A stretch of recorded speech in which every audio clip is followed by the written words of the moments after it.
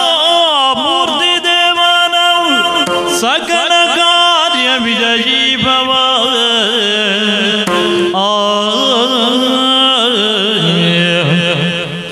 दक्षिणामूर्ति देवानां सकल कार्य विजयी भव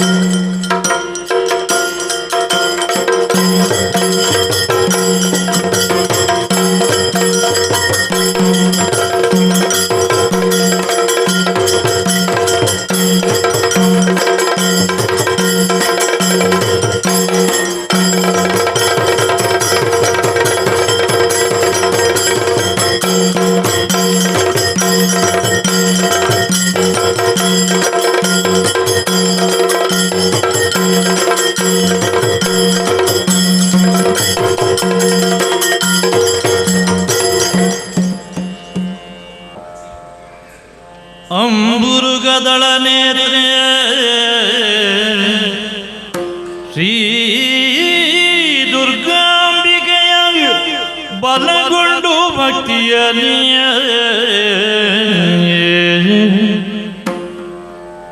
ಅಂಬಿಕಾ ಸುತ ವಿಘ್ನರಾಜನ ಪಿರಿದು ಸಂಸ್ತುತಿಸಿಯ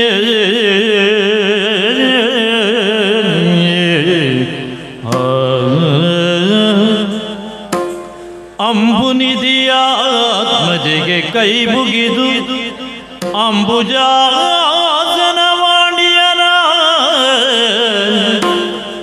ಅಂಬುನಿಧಿಯಾತ್ಮಜೆಗೆ ಕೈ ಮುಗಿದು ಅಂಬುಜಾಸನವಾಣಿಯನ ಪಾದಾಂಬುಜಕ್ಕೆ ಪೊಡಮಡುತ್ತವರ್ಣಿ ಬೆನೀಗದ ಮೃತವ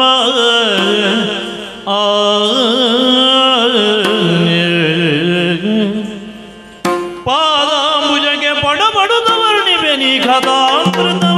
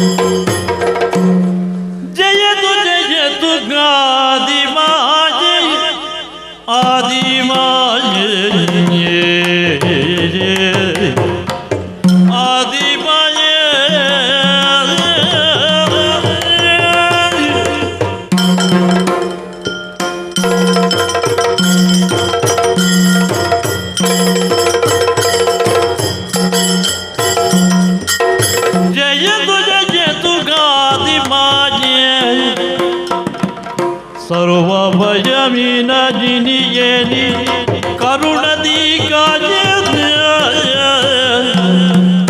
ಸರ್ವಭಯವಿನ ಜಿನಿಯೇನಿ ಕರುಣದಿ ಕಾಜ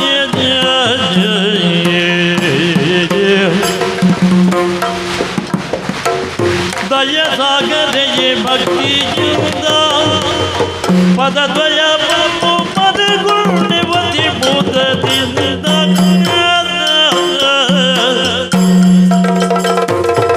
ಜಯತು ಗಾದಿ ಮಾಯೆ ಸರ್ವಭಯವಿನ ಜಿನಿಯೇನಿ ಕರುಣದಿ ಕಾಯೇ ಆದಿ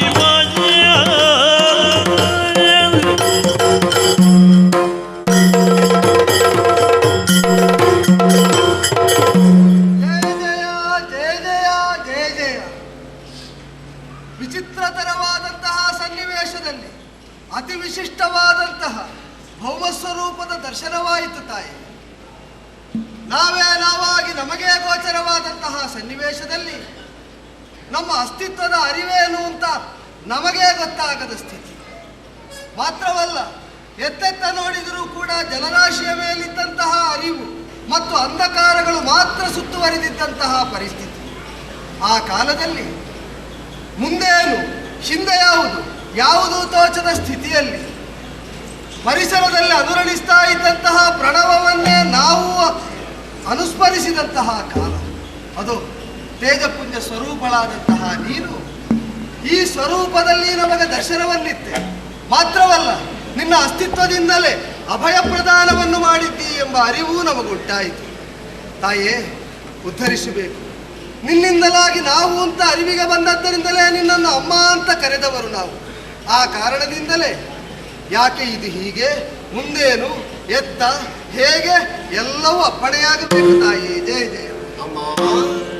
ಯಾತಕ್ಕೆ ಜನ್ಮ ಅಮ್ಮ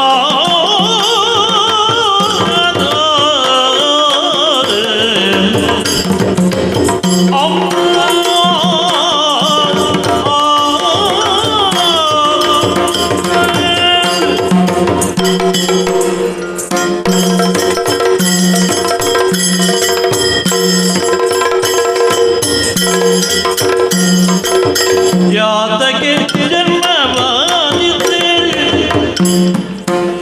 ನಮಗೆ ತರ ಕಾರ್ಯಗಳು ಉಂಡಿತ್ತು ಮಾತೆ ನಮಗೆ ತರ ಕಾರ್ಯಗಳು ಏನುಂಟು ಮಾತೆ ನೀ ತಿಳುಗುತ್ತ ಸಕಲವನು ನೀ ತಿಳುಗುತ್ತ ಸಕಲವನು ಸಂಪ್ರೀತಿಯೋಳು ರಕ್ಷಿಸಬೇಕು ನಮ್ಮವನು ನೀ ತಿಳುಗುತ್ತ ಸಕಲವನು ಸಂಪ್ರೀತಿಯೋಳು ರಕ್ಷಿಸಬೇಕು ನಮ್ಮವನು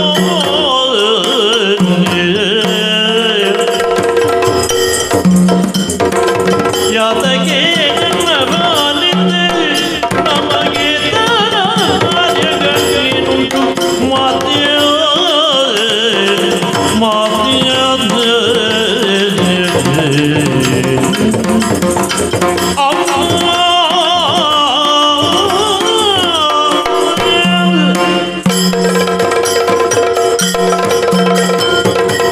ಜಯ ಜಯ ಜಯ ಜಯ ಜಯ ಜಯ ಓ ಆದಿಮಧ್ಯಾಂತ್ಯರಹಿತೆಯೇ ನಮೋ ನಮಃ ನಮೋ ನಮಃ. ಅಮ್ಮ, ನಿನ್ನನ್ನು ಕಂಡಾಕ್ಷಣದಲ್ಲಿ ಬಂದಿರುವಂತಹ ಉದ್ಗಾರ ಅಮ್ಮ ಎನ್ನುವುದು ಬಿಟ್ಟರೆ ಮತ್ತೊಂದಲ್ಲ.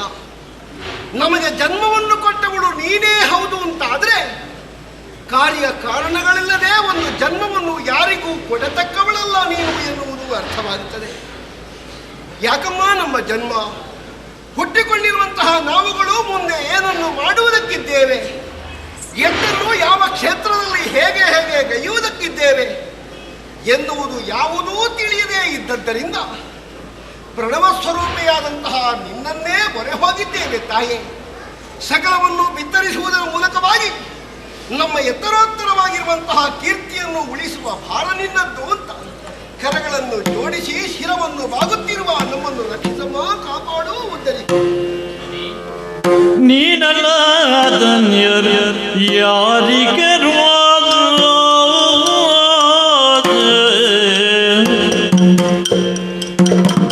ಅಮ್ಮ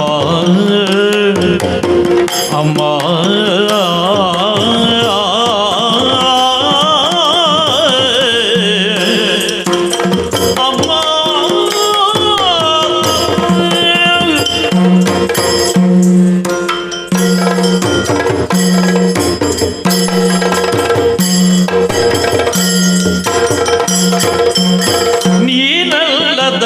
ಧನ್ಯರಾಧಿಕರೋ ನಮ್ಮ ಸಾರುರಾಗದೊಡಿನ್ನು ರಕ್ಷಿಸುವವರೋದು ನಮ್ಮ ಸಾನುರಾಗದೊಡಿನ್ನು ಸಾನುರಾಗದೊಡಿನ್ನು ರಕ್ಷಿಸುವವರು ಜ್ಞಾನ ವಿಹೀನರಾಗಿರಲು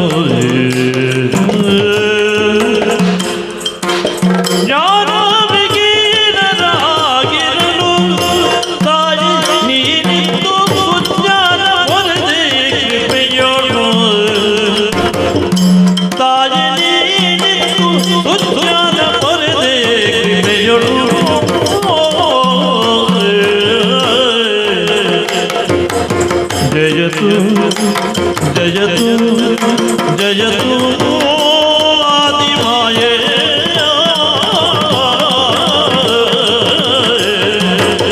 ಅಮ್ಮ.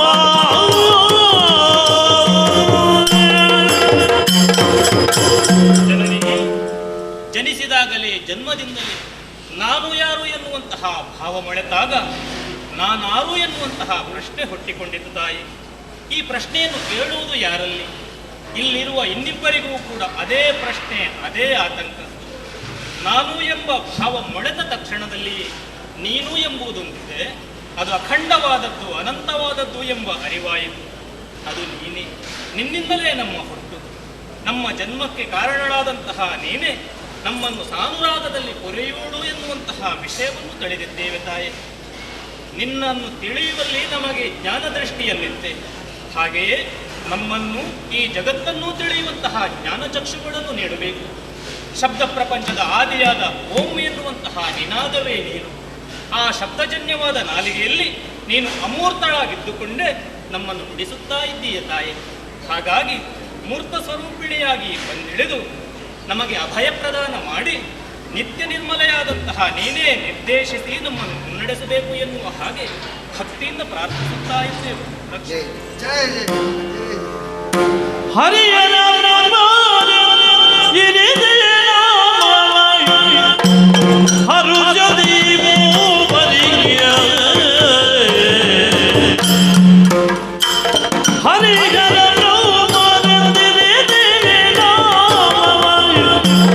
ಹರುಜದಿ ಮೂವರಿಯ ಇರುವುದು ನಿಮ್ಮಿಂದ ಘನ ಕಾರ್ಯ ಇರುವುದು ನಿಮ್ಮಿಂದ ಘನ ಕಾರ್ಯ ಮಾಡುವುದಕ್ಕೆ ಒರೆದ ಮೇನದ ನಿಮಗೆ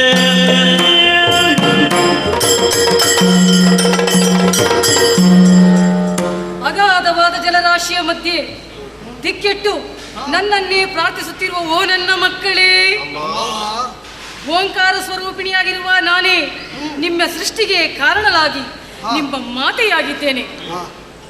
ನನ್ನಿಂದಲೇ ಸೃಜಿಸಲ್ಪಟ್ಟ ನಿಮಗೆ ಹೆಸರನ್ನು ಮುಂದೆ ಪ್ರಪಂಚವು ಗುರುತಿಸೋಕ್ಕೋಸ್ಕರವಾಗಿಡಬೇಕಾಗಿದೆ. ಮಕ್ಕಳೇ, ನೀಲವರ್ಣದಿಂದ ಕೂಡಿದ್ದು ಚತುರ್ಭುಜಗಳನ್ನು ಹೊಂದಿರುವ ನೀನೇ ಹರಿಯು. ಆಗಲಮ್ಮ. 3 ಕಣ್ಣುಗಳನ್ನು ಹೊಂದಿದ್ದು ತ್ರಿನೇತ್ರನಾಗಿರುವ ನೀನೇ ಹರನು. ಶ್ವೇತ ವರ್ಣದಿಂದ ಶೋಭಿಸುತ್ತಿರುವ ಚತುರ್ಮುಖವನ್ನು ಹೊಂದಿರುವ ನೀನೇ ಬ್ರಹ್ಮ. ಹರಿಹರ ಬ್ರಹ್ಮಾದಿಗಳೇ, ಅಮ್ಮ, ನಿಮ್ಮ ಜನನಕ್ಕೆ ಮಹತ್ವವಾದ ಒಂದು ಉದ್ದೇಶವಿದೆ. ಅಪ್ಪಣೆ ಆಗಬೇಕು ತಾಯಿ. ಮಕ್ಕಳೇ, ನಿಮ್ಮಿಂದ ಮುಂದೆ ಘನ ಕಾರ್ಯವೊಂದಾಗಬೇಕಾಗಿದೆ. ಏನಮ್ಮ? ಹೋದ ಗರ್ಭದಿ ಲಯವಾದ ಪ್ರಪಂಚವ ಮೋದದಿ ತಿಳಿದುಬರೆ ಹೋದ ಗರ್ಭದಿ ಲಯವಾದ ಪ್ರಪಂಚವ ಮೋದದಿ ತಿಳಿದುಬರೆ ಕಾಯ್ದು ಮೇನದ ಲಯಗೊಳಿದು ಬಾಗದಗೆ ಆದಿರೆ ನೀವಾದಿರೆ ಸತ್ವರಾಜದ ತಮವೆನುದಿಪ್ಪ ಗುಣಮೂರು ಸತ್ವರಾಜದ ತಮವೆನುದಿಪ್ಪ ಗುಣಮೂರು ಮತ್ತೆ ರಾಜದ ಗುಣದಿ ನಿತ್ಯದಿಂದಲೇ ವಿಧಾನ ಭಾವಿಕ ಬೆರಕು ಹರಿಯುವುದೇ ಹೋದ ಕಲ್ಪನೆ ಲಯವಾದ ಪ್ರಪಂಚವನ ಮೋದದಿ ತಿಳಿದುವರೆ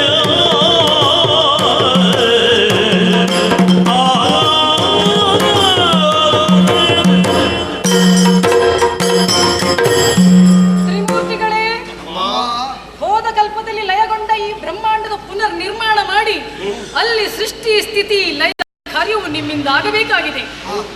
ನಿಮಗೆ ಮಾಡುವರೇ ಉದ್ಯೋಗ, ಅದಕ್ಕೆ ಪೂರಕವಾದ ಒಂದೊಂದು ಗುಣಗಳು ಹಾಗೂ ವಾಸಕ್ಕೆ ಯೋಗ್ಯವಾದ ಕ್ಷೇತ್ರವನ್ನೇ ನಾನು ಅನುಗ್ರಹಿಸುತ್ತೇನೆ. ಆಗಲಮ್ಮ.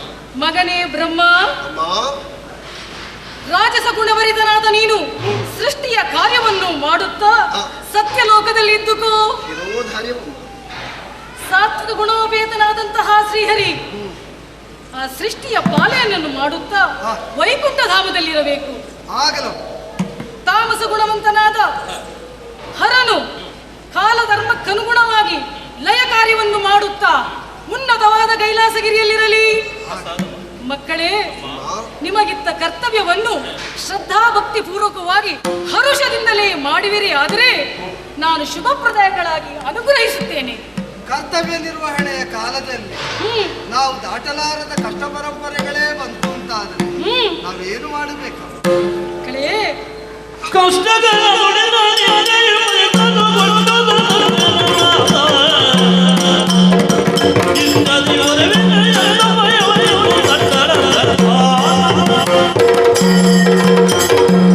ಮಕ್ಕಳೇ, ನಿಮ್ಮ ನಿಮ್ಮ ಕಾರ್ಯಕ್ಷೇತ್ರಗಳಲ್ಲಿ ಕರ್ತವ್ಯವನ್ನು ಎಸಗುವಾಗ ಕೆಟ್ಟ ಬೀಜಗಳಿಂದ ಸಂಕಷ್ಟಗಳೇನಾದರೂ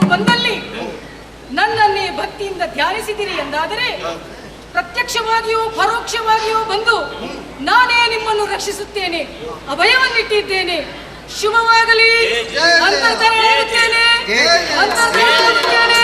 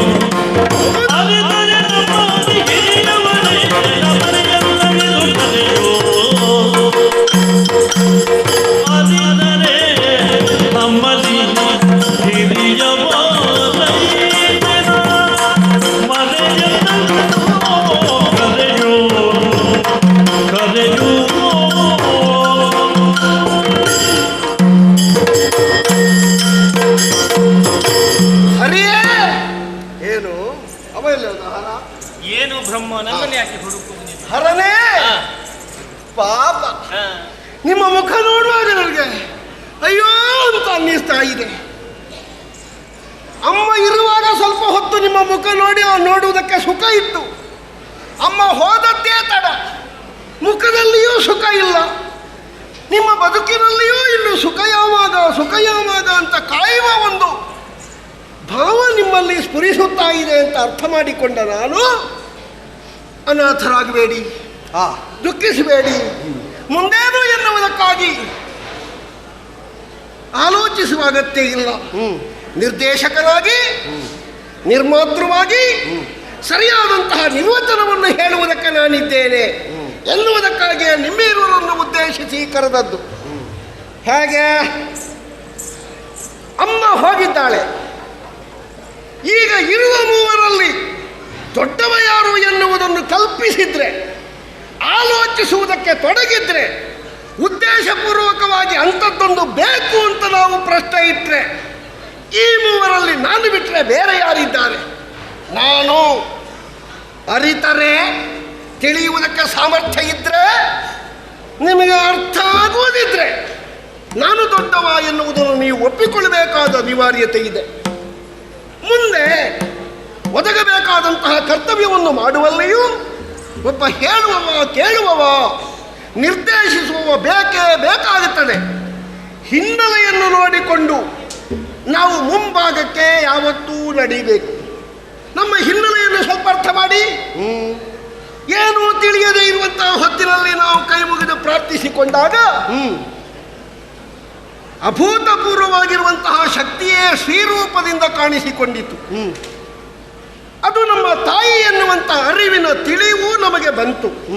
ಹಾಗಾದರೆ ಅಲ್ಲಿಂದ ಬಿಡುಗಡೆಯಾಗುವುದಕ್ಕೆ ಅಥವಾ ನಮ್ಮನ್ನು ಆಶೀರ್ವದಿಸುವುದಕ್ಕೆ ಒಂದು ಶಕ್ತಿ ಮುಂದಾಗಿದೆ ಅಂತಾದರೆ ಯಾವುದಾದ್ರೂ ಒಂದು ಹಿನ್ನೆಲೆ ಬೇಕಾಗ್ತದೆ ಎನ್ನುವುದು ಸ್ಪಷ್ಟ ಆಯಿತು.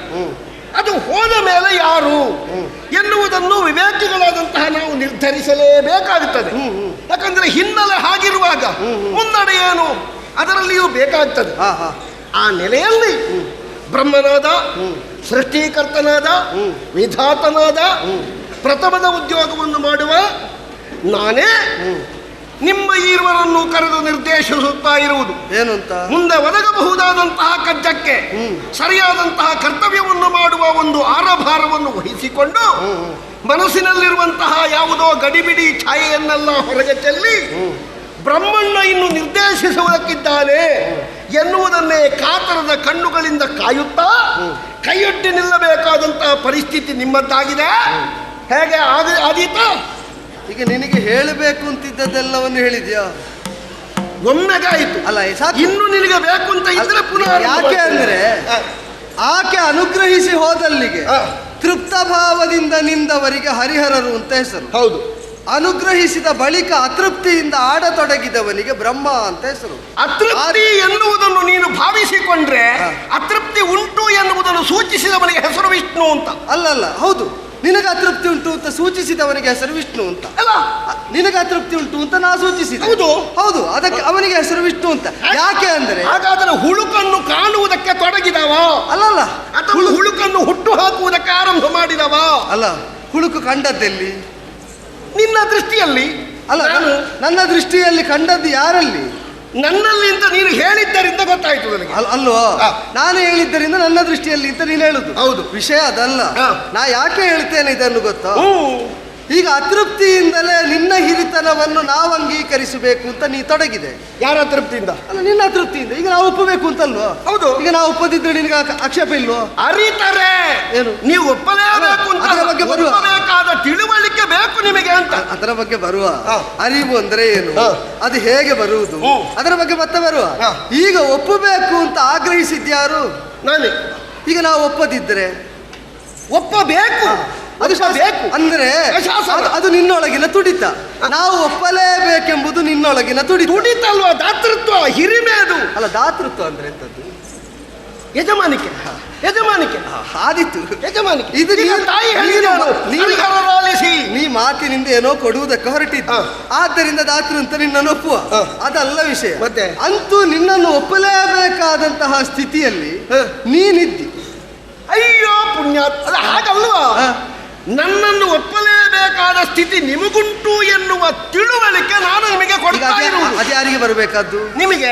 ಅಲ್ಲ, ನಿನ್ನನ್ನು ಒಪ್ಪಲೇಬೇಕಾದ ಸ್ಥಿತಿಯಲ್ಲಿ ನಾವಿದ್ದೇವೆ ಎಂಬ ಅರಿವು ಯಾರಿಗೆ ಬರಬೇಕಾದ್ದು? ನಿಮಗೆ ಬರಲಿಲ್ಲಲ್ಲ, ಅದಕ್ಕೆ ಹೇಳಿಕೊಟ್ಟದ್ದು ನಾನು. ಅಲ್ಲ, ನೀನು ಹೇಳಿದ ಮೇಲೂ ಬರಲಿಲ್ಲಲ್ಲ, ಅದು ನಿಮ್ಮ ದೌರ್ಬಲ್ಯ. ಎಂತದ್ದು ಮಾಡ್ಲಿಕ್ಕೆ? ನೀ ಹೇಳಿ ಏನು ಪ್ರಯೋಜನ? ಪ್ರಯೋಜನ ಇಲ್ಲ ಅಂತ ಸರಿಯಾಗುದಿದ್ರೆ ಹಾಗೆ. ಈಗ ದಾತೃತ್ವ ಇದ್ದದ್ರಿಂದ ಏನೂ ಇಲ್ಲದ ಸ್ಥಿತಿಯಲ್ಲಿ ತಾನೇನು ಅಂತಲೂ ನಾವೇನು ಅಂತಲೂ ಅರಿವು ಮೂಡಿಸಿದ ಬಳಿಕ ಮಾತೆ ಅಂತ ಹೆಸರು. ಹೌದು, ಹೌದಾ? ಹೌದು. ಆ ಬಳಿಕ ಸುಮ್ಮನೆ ನಿಂತಿರುವಂತಹ ನಿಮಗೆ ಹೇಳುವುದಕ್ಕೆ ಹೊರಟ ನನಗೆ ಬ್ರಹ್ಮ. ನೀ ಹೇಳಲಿಕ್ಕೆ ಹೊರಟದ್ದು ನನಗೆ ಅರ್ಥ ಆಯ್ತು. ಅರ್ಥ ಆಗದೆ ನಾ ಕೇಳ್ತಾ ಇರುವುದಲ್ಲ. ಆದರೂ ಅರಿವನ್ನು ಕೊಟ್ಟು ನಮ್ಮನ್ನು ಪೂರ್ಣರಾಗಿಸುವತ್ತ ಮುನ್ನಡೆಸಿದವಳಿಗೆ ಹೆಸರು ಅಮ್ಮ ಅಂತ. ಹೌದು. ಅವಳ ಅಂತರ್ಧಾನಳಾದ ಮರುಕ್ಷಣದಲ್ಲಿ ನೀ ತೊಡಗಿದೆ. ನೀ ಹೇಳಿದ್ರಿಂದಲೂ ಬರ್ಲಿಲ್ವಲ್ಲ, ಅವಳು ಹೇಳದೇ ಬಂತಲ್ಲ. ನನ್ನನ್ನು ಅಮ್ಮ ಅಂತ ಹೇಳಬೇಡಿ, ಅಣ್ಣ ಅಂತ ಹೇಳಿ ಸಾಕು. ನಿನ್ನನ್ನು ಮಾತು ಕೇಳುವಾಗ ಏನು ಹೇಳುವುದು ಬೇಡ, ನಿಂತು ನೆಗಾಡುವ ಅಂತ ಕಾಣುತ್ತದೆ. ಅಯ್ಯೋ, ನಗುತ್ತಿಲ್ಲದ ವಿಧಿಯೇ ತುಂಬದೆ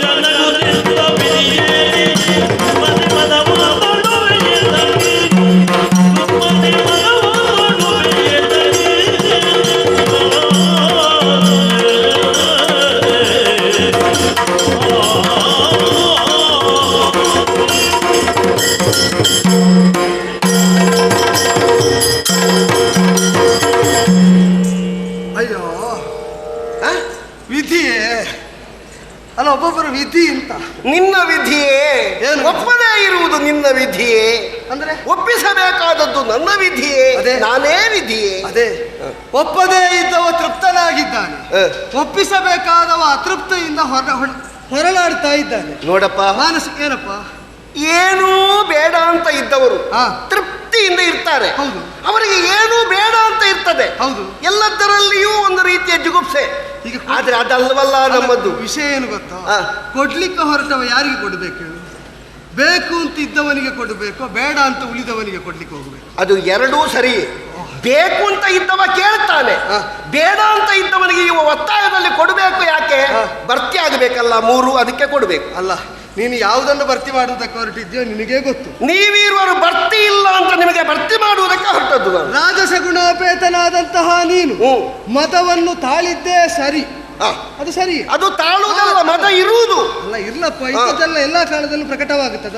ಪ್ರಕಟ ಆಗ್ತದೆ ಕೆಲವು ಕಾಲದಲ್ಲಿ. ನಿನ್ನಲ್ಲಿ ಸತ್ವ ಇಲ್ವೋ? ಉಂಟು. ಹಾಗಾದ್ರೆ ತಾಮಸ ಇಲ್ವೋ? ಉಂಟು. ಉಂಟಲ್ಲ. ಎತ್ತಿರುವುದು ರಾಜಸ. ಅಲ್ಲ, ಈಗ ಪ್ರಕಟವಾದದ್ದು ಯಾವುದು? ರಾಜಸ. ನಿನ್ನ ರಾಜಸ ಯಾಕೆ ಬೇಕು? ಯಜಮಾನಿಕೆಗೆ ಬೇಕು. ನಿನ್ನ ಕೃತ್ಯದಲ್ಲಿ ಪ್ರಕಟವಾದದ್ದನ್ನೇ ನಾ ತಾಳಿದ್ದು ಅಂತ ಆಡಿದ್ದು. ನೀನು ಪ್ರಕಟಿಸುವುದಕ್ಕಾಗಿ ಧರಿಸಿದ್ದು ಆ ಭಾವ. ಮದ ಬರುವುದು ಸರಿಯಾಗಿಯೇ ಉಂಟು, ಸಮುಚಿತವಾಗಿಯೇ ಉಂಟು. ಅದು ನೀನು ಹೇಳಿಯಾ? ಅಲ್ಲಲ್ಲ, ನನ್ನದು ಸರಿ ಉಂಟು ಅಂತ ನೀನು ಹೇಳಲಿಕ್ಕ? ನಾನೇ ಹೇಳಲಿಕ್ಕೆ ನಿನ್ನದು ಸರಿ ಉಂಟಾ ತಪ್ಪು ಉಂಟಾ ಅಂತ? ಅಲ್ಲ, ಅದು ಯಾರು ಹೇಳಿದ್ದು? ನಾನು ಹೇಳುದು. ಅಲ್ಲಲ್ಲ, ಅದು ಯಾರು ಹೇಳಿದ್ದು? ಇದು ನಾನು ಹೇಳಿದ್ದಲ್ವ, ಮುಗೀತಲ್ಲ. ಈಗ ಅದಲ್ಲ, ನನಗೆ ಯಾವುದು ಸರಿ ಯಾವುದು ಅನುಷ್ಠಾನೀಯ ಅಂತ ನೀನು ಹೇಳಲಿಕ್ಕೆ ಅಂತ ಯಾರು ಹೇಳಿದ್ರು? ಅದು ಹಾಗೆ ಅಲ್ವಾ? ಅಲ್ಲ, ಇದು ಹೀಗೆ ಅಲ್ವಾ? ಈಗ ನಾನು ಹೇಳಿದ್ದು ಹೀಗೆ ಅಲ್ವಾ? ಹಾಗಾಗುದಿಲ್ಲ. ಅದು ಯಾಕೆ ಆಗುದಿಲ್ಲ? ಆದಿಮಾಯಿಯನ್ನು ಕಂಡಾಗ ನಾವು ತಲೆ ತಗ್ಗಿಸಿದ್ದೇವೆ. ಹಾಗಾದ್ರೆ ಒಂದು ಮೂಲಭೂತವಾದಂತಹ ಶಕ್ತಿ ಹೌದು ನಮಗೆ ಕೊಡುವುದಕ್ಕೆ ಉಂಟು ಅಂತ ಅರ್ಥ. ವಿವೇಚಿಸುವ ಆದಿಮಾಯಾದೇವಿಯನ್ನು ಕಂಡಾಕ್ಷಣದಲ್ಲಿ ತಲೆ ತಗ್ಗಿಸಬೇಕೆಂಬುದಕ್ಕೆ ಯಾರ ಪ್ರಚೋದನೆಯ ಮಾತು ಉಂಟಾ? ಸ್ವಯಂ ಸಿದ್ಧ ಅಲ್ವಾ? ಹಾಗಾದ್ರೆ ತಗ್ಗಬೇಕಾದಲ್ಲಿ ಮೂವರು ಸ್ವಯಂ ಸಿದ್ಧರಾಗಿ ಸ್ವಪ್ರಚೋದನೆಯಿಂದಲೇ ತಗ್ಗುತ್ತಾರೆ. ಹಾಗೆ ತಗ್ಗಬೇಕೆಂಬುದಕ್ಕೆ ಅರಿವು ಅಂತ ಹೆಸರು. ಅದಕ್ಕೆ ಹೌದಾ? ಅರಿವು ಅಂತ ಹೆಸರು. ಅವಳು ಹೋದ ಮೇಲೆ ಯಾಕೆ ನೀವು ತಗ್ಗಿಸಲಿಲ್ಲ ಗೊತ್ತಾ? ಹೇಳು. ಅವಳು ಇರುವಾಗ ಏನೋ ಒಂದು ಅರಿವು ಬಂತು, ಅವಳು ಹೋದ ತಕ್ಷಣ ನೀವೆಲ್ಲ ಅವಕ್ಕಾಗಿದ್ದೀರಿ, ಎಂತದ್ದು ಅಂತ ಗೊತ್ತಾಗುವುದಿಲ್ಲ ನಿಮಗೆ. ಹಾಗೆ ನಾನು ಸ್ಥಿತಪ್ರಜ್ಞನಾಗಿ ಅಧೀರನಾಗಬೇಡಿ, ನಾನಿದ್ದೇನೆ ಹೇಳಲಿಕ್ಕೆ ಅಂತ ಹೇಳಿದ್ದು. ಅಲ್ಲ, ಅವಳು ಹೋದ ಕ್ಷಣದಲ್ಲಿ ಅರಿವು ಹೋಯ್ತು ಅಂತ ಆದ್ರೆ ನಿನ್ನಲ್ಲಿ ಹೋಗ್ಬೇಕಲ್ಲ? ಅಲ್ಲ, ನನ್ನಲ್ಲಿ ಉಂಟು. ಆದದ್ದರಿಂದಲೇ ನಾನು ಮಾತಾಡ್ಲಿಕ್ಕೆ ಆರಂಭ ಮಾಡಿದ್ದೆ. ಅವಳು ಹೋದ ತಕ್ಷಣ ನಿಮ್ಮದಿಬ್ಬರದ್ದು ಎಂತದ್ದು ಇಲ್ಲ. ನಿಮ್ಮ ನೀ ಹೇಳಿದ್ದಕ್ಕೆ ಒಂದು ತಲಸ್ಥಾನ ಬೇಡುವ ಉಂಟು, ಒಂದು ಅಡಿಪಾಯ ಬೇಡ ಉಂಟು. ಯಾಕೆ ಅದನ್ನು ಹೇಳ್ತೇನೆ ಅಂತಂದ್ರೆ, ಅರಿವಿಲ್ಲದ ಸ್ಥಿತಿಯಲ್ಲೇ ಮೂವರು ಇದ್ದದ್ದು ಅಂತ ಒಪ್ಪುತ್ತೀಯೋ? ಅದು ಆವಾಗ ಅಲ್ಲ, ಅದನ್ನೇ ಹೇಳ್ತಾ ಇರುವುದು ನಾನು. ಆ ಸ್ಥಿತಿಯಲ್ಲಿ ಅರಿವಿನ ಸ್ವರೂಪವಾಗಿ ಅವಳು ಬಂದಳು, ಸತಚಿತ್ತ ಆನಂದ ಸ್ವರೂಪಿಣಿಯಾಗಿ. ಹೌದು ತಾನೆ? ಆಕೆಗೆ ಮಣಿದು ನಿಂದೆವು ನಾವು. ಆಕೆ ಕೊಟ್ಟದ್ದನ್ನೇ ಪ್ರಸಾದ ಅಂತ ಎಲ್ಲವನ್ನು ಸ್ವೀಕರಿಸ್ತಾ ಬಂದೆವು. ಅವಳು ಆಡಿದಂತಹ ಕರ್ತವ್ಯವನ್ನು ಅವಳು ಕೊಟ್ಟ ಗುಣಕ್ಕೆ ನಿಷ್ಠರಾಗಿ ಅವಳಿತ್ತ ಲೋಕದಲ್ಲೇ ನೆಲೆಯಾಗಿ ಆಚರಿಸುವುದಕ್ಕೆ ಬದ್ಧತೆಯನ್ನು ವ್ಯಕ್ತಪಡಿಸಿದಾಗ ಮುಂದೇನು ಮಾರ್ಗದರ್ಶನ ಯಾರಿಂದ, ಹೇಗೆ, ಯಾಕಾಗಿ, ಯಾವ ಸನ್ನಿವೇಶದಲ್ಲಿ, ಇಷ್ಟೂ ಸ್ಪಷ್ಟ ಆಯ್ತಾ? ಇಷ್ಟು ಅವಳು ಸ್ಪಷ್ಟೀಕರಿಸಿರುವಾಗ ಆ ವಿಷಯದಲ್ಲೇ ನೀ ಮತ ತಾಳುವುದು ವ್ಯರ್ಥ ಅಂತ. ನೀ ಮತವೇ ತಾಳಬಾರದು ಅಂತ ನನ್ನ ವಾದ ಇಲ್ಲ. ಗುಣೋಪೇತನಾದ ನಿನ್ನಲ್ಲಿ ಮತ ಇರುವುದು ಸರಿ, ಆದರೆ ವಿಧಿಯೇ ನೀ ಸುಮ್ಮನೆ. ಆ ವಿಷಯದಲ್ಲಿ ಮತವೇ ಅಲ್ಲ ಇದು. ಆ ವಿಷಯದಲ್ಲಿ ಮತವೇ ಅಲ್ಲ. ನಾವು ಮೂವರು ಒಂದೇ ಜಾಗದಿಂದ ಅನುಗ್ರಹಕ್ಕೆ ಒಳಗಾದವರು. ಇನ್ನು ನಮ್ಮ ಕಾರ್ಯಭಾರವನ್ನು ನಮ್ಮ ನಮ್ಮ ಕ್ಷೇತ್ರದಲ್ಲಿದ್ದುಕೊಂಡು ಮಾಡುವುದಕ್ಕೆ ಹೊರಡುವ ಕಾಲ. ಸರಿ. ಆಗೊಂದು ಬಿಡುಗಡೆ ಅಂತ ಇಲ್ವಾ? ಒಂದು ಬಿಡುಗಡೆ ಅಂತ ಇಲ್ವಾ? ಸರಿ. ಆಗ ನೀವಿಬ್ಬರೂ ಮಾತಾಡದೆ ಸುಮ್ಮನೆ ನಿಲ್ವಾಗ, ಹರಿಯೇ ಹರನೇ ಕೇಳಿ, ನಾವು ಕರ್ತವ್ಯವನ್ನು ಮಾಡುವುದಕ್ಕಿರುವವರು, ಇಷ್ಟನ್ನು ಹೇಳ್ತೇನೆ, ನನ್ನಿಂದ ಆರಂಭ ಆಗುವಾಗ ನೀವು ತಯಾರಾಗಿ ಅಂತ ಹೇಳಿದ್ದು ನಾನು. ಸರಿ, ನೀನು ಆರಂಭ ಮಾಡು, ನಾವು ಸಿದ್ಧರಾಗಿ ಇದ್ದೇವೆ. ಹಾಗಾಗುದಿಲ್ಲ. ಇಷ್ಟು ಮಾತಾಡಿದ ಮೇಲೆ ಅದು ಹಾಗಾಗುದಿಲ್ಲ. ಒಂದು ಇತ್ಯರ್ಥಕ್ಕೆ ಬರಬೇಕು. ಇತ್ಯರ್ಥ ಯಾವುದರ ಬಗ್ಗೆ ಅಂತ ಪ್ರಶ್ನೆ. ನನ್ನನ್ನು ದೊಡ್ಡವ ಅಂತ ನೀವು ಒಪ್ಪಿಕೊಳ್ಬೇಕು. ನೀನು ಆರಂಭ ಮಾಡುವುದೇನನ್ನು? ನನ್ನನ್ನು ದೊಡ್ಡವ ಅಂತ ನೀವು ಒಪ್ಪಿಕೊಳ್ಬೇಕು. ಅಲ್ಲ, ನೀನು ಆರಂಭ ಮಾಡುವುದೇನು? ಸೃಷ್ಟಿಯನ್ನು ಆರಂಭ ಮಾಡುವುದೆಲ್ಲಿ? ಸೃಷ್ಟಿಯಲ್ಲಿಯೇ ನನ್ನಲ್ಲಿ ಉಂಟಲ್ಲ, ಕೊಟ್ಟಿದ್ದಾಳಲ್ಲ ತಾಯಿ. ಏನು ಕೊಟ್ಟಿದ್ದಾಳೆ? ಬ್ರಹ್ಮಾಂಡವನ್ನೇ ನನ್ನ ಹೊಟ್ಟೆಯೊಳಗಿಟ್ಟಿದ್ದಾಳೆ. ಸರಿ. ಅದರಿಂದಲೇ ನಾನು ಸೃಜನಶೀಲತೆ, ಸೃಷ್ಟಿಯ ವೈಖರಿ, ಹೇಗೆ ಎಲ್ಲಿ ಹೇಗೆ ಒಂದೊಂದೇ ಸೃಷ್ಟಿ ಆಗ್ತದೆ. ಆಗ ನೀನು ಅದಕ್ಕೆ ಎಂತದ್ದು ಅಂತ ಪಾಲನೆಯನ್ನು ತೊಡಗಿದ್ರಾಯ್ತು. ಹೋದ ಕಲ್ಪದಿ ಲಯವಾದ ಪ್ರಪಂಚವ, ಹೌದಾ? ಹೋದ ಕಲ್ಪದಲ್ಲಿ ಲಯವಾದ ಪ್ರಪಂಚವನ್ನು ನೀ ಸೃಷ್ಟಿಸುವುದಕ್ಕೆ ತೊಡಗು ನೋಡುವ. ಆಗ್ತದೆ. ಏನು ಆಗುವುದಿಲ್ಲ, ಆಗ್ತದೆ. ಆಗುವುದಿಲ್ಲ. ಎಲ್ಲ ಯಾಕೆ ಆಗುವುದಿಲ್ಲ? ನಾನು ಹೇಳ್ತೇನೆ, ಅದು ನನಗೆ ಆಗ್ತದೋ ಇಲ್ವೋ ಅಂತ ಹೇಳಲಿಕ್ಕೆ ನೀನು ನಾನು ಅದೇ ಯಾಕೆ ಅಂತಂದ್ರೆ ನೀನು ತೊಡಗಬೇಕಾದ್ರೆ ನಾನು ಬೇಕು, ನಿನಗೆ ನಾನು ತೊಡಗಬೇಕಾದ್ರೆ ನೀನು ಬೇಡ. ಈಗ ನೀನು ಬೇಕು ಎನ್ನುವುದು ಯಾಕೆ? ಅಲ್ಲಲ್ಲ, ಈಗ ನೇರ ವಿಷಯ, ಈಗ ನೀನು ಹೇಳಿದ ವಿಷಯವನ್ನು ನಾನು ಮುಂದುವರಿಸ್ತಾ ಇರುವುದು. ನೀನು ತೊಡಗಬೇಕಾದ್ರೆ ನೀನು ಪರಾವಲಂಬನೆಗೊಳಗಾಗಬೇಕು. ಯಾಕೆ? ನಾ ತೊಡಗಬೇಕಾದ್ರೆ ನಾನು ಸ್ವಾತಂತ್ರ್ಯದಲ್ಲಿ ನಿರ್ವಹಿಸಬಹುದು.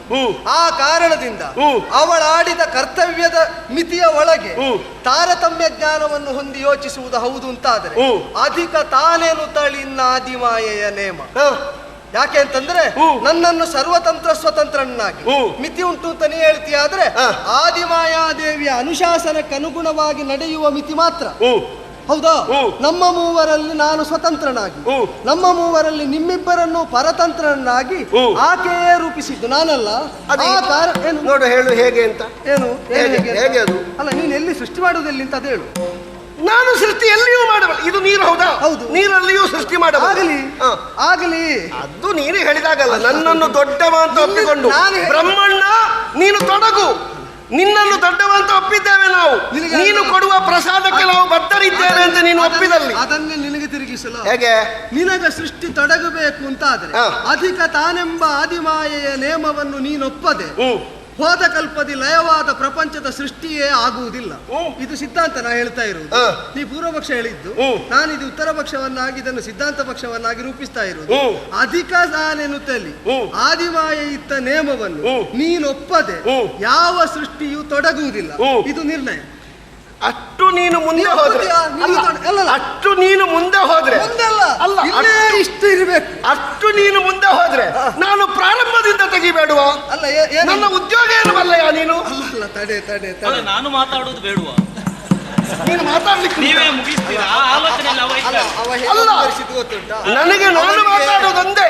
ಮಾತಾಡಬಲ್ಲ ನೀನಿದ್ದಿ ಎಂಬ ಅರಿವಿಲ್ಲದೆ ಅಲ್ಲ, ನೀನು ಇದನ್ನು ಹೇಳಬೇಕು ಅಂತಲೇ ಅವ ಹಾಗೆ ಮುಂದುವರಿದ. ನನ್ನನ್ನು ಹುಡುಕಿ ಕರೆದಿದ್ದಾನೆ ಅಲ್ವಾ? ಎಲ್ಲಿ ಹೋದ? ಅವನದ್ದು ಕೇಳಲಿಕ್ಕಾಗುವಾಗ ಅವನಿಗೆ ಜನ ಬೇಕು. ಅವನೇ ಹೇಳಲಿಕ್ಕಾಗುವಾಗ ಯಾರು ಒಪ್ಪಿದ್ರು ಯಾರು ಕೇಳದಿದ್ರು. ಅವನಿಗೆ ಮಾತಾಡ್ಲಿಕ್ಕೆ ಇದ್ರೆ ಆಗದಿಂದ ನೀನೊಬ್ಬನೇ ಮಾತಾಡುದು, ಯಾಕೆ ಅವ ಮಾತಾಡಬಾರ್ದಿತ್ತ? ಅಲ್ಲ, ಆಗದಿಂದ ನೀನು ತೊಡಗಿದ್ದು. ಹೌದು, ನೀನು ತೊಡಗಿದ ಕ್ರಮದಲ್ಲಿ ಈಗ ಎಲ್ಲಿ ಯಾವ ವಿಷಯ ಮಾತಾಡಿದ್ರೆ ಇವನಿಗೆ ಅರ್ಥ ಆಗುತ್ತದೆ ಅಂತ ಅವನ ಯೋಚನೆ. ನೋಡು, ಇಷ್ಟು ಯೋಚಿಸಿದ್ರಲ್ಲ, ಅವನಿಗೆ ಒಂದು ಉತ್ತರ ಕೊಡ್ಬೇಕಾದ್ರೆ ಇಷ್ಟು ಹೊತ್ತು ಬೇಕಾಗ್ತದಲ್ಲ. ಹೇಳಪ್ಪ, ಹೇಳು. ಮೃಡನೆಂದು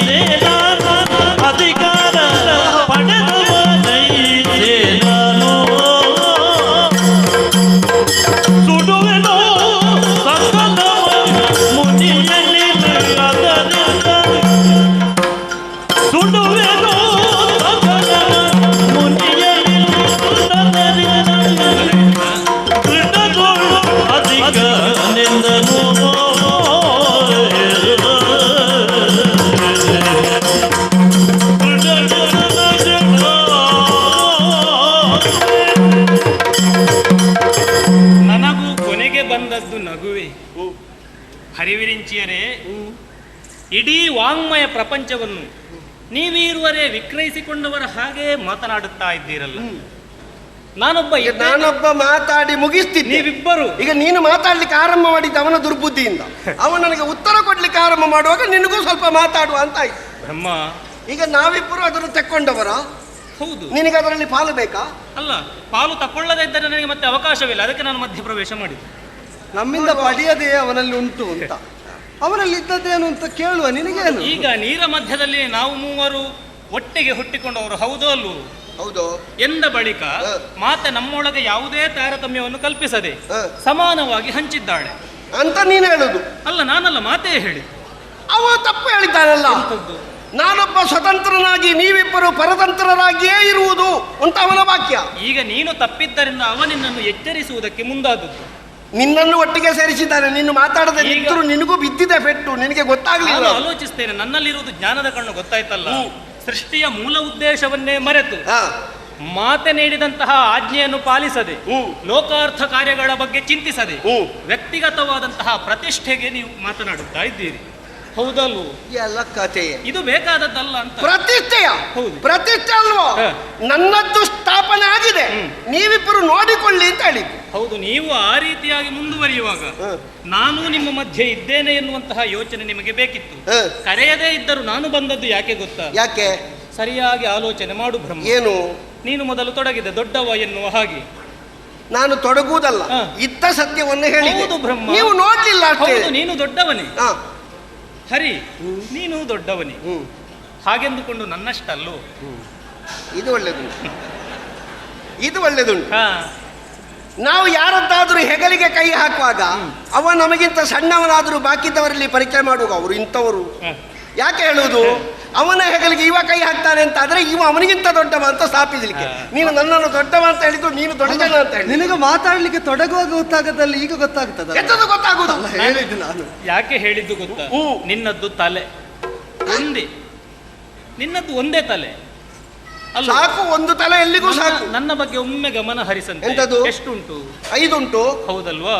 ಇನ್ ಯಾಕೆ 5? ಯಾಕೆ? ಈ ಒಂದಕ್ಕೆ 5 ಬೇಕಾಗ್ತದೆ ಅಂತ.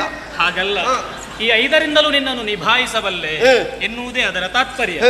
ನೋಡು, ಒಂದು ತಲೆ ಇದ್ದವರು ಕಡಿಮೆ ಅಂತಾದ್ರೆ ಅವನಿಗಿರುವುದು ಒಂದೇ ತಲೆ ಅಲ್ಲ. ಅವನನ್ನು ಕಡಿಮೆ ಅಂತ ಹೇಳಲಿಲ್ಲ. ಈಗ ನೀನು ವಾದಕ್ಕೆ ತೊಡಗಿದ್ದ ಕಾರಣ ನಿನ್ನನ್ನು ನಾನು ಮೊದಲಾಗಿ ಎಚ್ಚರಿಸುವುದು. ಅದು ವಾದಕ್ಕೆ ನಾನು ತೊಡಗಿದ್ರು ತಲೆಯ ವಿಷಯ ಮಾತಾಡುವಾಗ ಅವನಿಗೆ ತಲೆ ಉಂಟು ಅಂತಾದ್ರೆ ಅವನಿಗೆ ಗೊತ್ತಾಗಲಿಲ್ಲ. ಅಲ್ಲಿಗೆ ಮುಗಿಯಲಿಲ್ಲ. ಲಲಾಟದಲ್ಲಿ ಅಗ್ನಿನೇತ್ರಧಾರಿಯಾದಂತಹ ನಾನು ಸಕಲ ಲೋಕವನ್ನು ನಷ್ಟ ಮಾಡಬಲ್ಲೆ. ನಿನ್ನ ಹಣೆಯಲ್ಲಿ ಕಿಚ್ಚಿನ ಕಣ್ಣು. ಆವಾಗ ನಿನ್ನ ಸೃಷ್ಟಿಗೂ ಅಸ್ತಿತ್ವ ಇಲ್ಲ ಅಂತ. ಈಗ ನಿನಗೆ 5 ತಲೆ ಉಂಟು, ಕಣ್ಣೆಷ್ಟುಂಟು? 11. ಇಲ್ಲಿ ಬಾ, ಕಿವಿ ಎಷ್ಟುಂಟು? ಎಷ್ಟು ಬೇಕು? ನನಗೆ ಬೇಡ. ಅಲ್ಲ, ಅಷ್ಟನ್ನು ಹೇಳಿದ್ದೆ. ಇನ್ನು ನೀನು ಲೆಕ್ಕ ಮಾಡು. ಕಣ್ಣು ಎಷ್ಟುಂಟು ಅಂತ ಹೇಳಿದ್ದಕ್ಕೆ 11 ಅಂತ ಹೇಳಿದೆ. ಕಿವಿ ಎಷ್ಟುಂಟು? ನಿನಗೆ ಕಣ್ಣು ಕಾಣುವುದಿಲ್ಲ. ಹಾಗಾದ್ರೆ ಅದೇ ಹೇಳ್ಬೇಡ ನೀನು. ಕಣ್ಣನ್ನು ನೀನು ಲೆಕ್ಕ ಮಾಡು ಅಂತ. ಕಿವಿ ಇರುವುದು 2, ಕೇಳಲಿಕ್ಕೆ ನಿನಗೆ ಅಷ್ಟೇ ಆಗುವುದು. ನನಗೆ 2 ಕಿವಿ ಸಾಕು.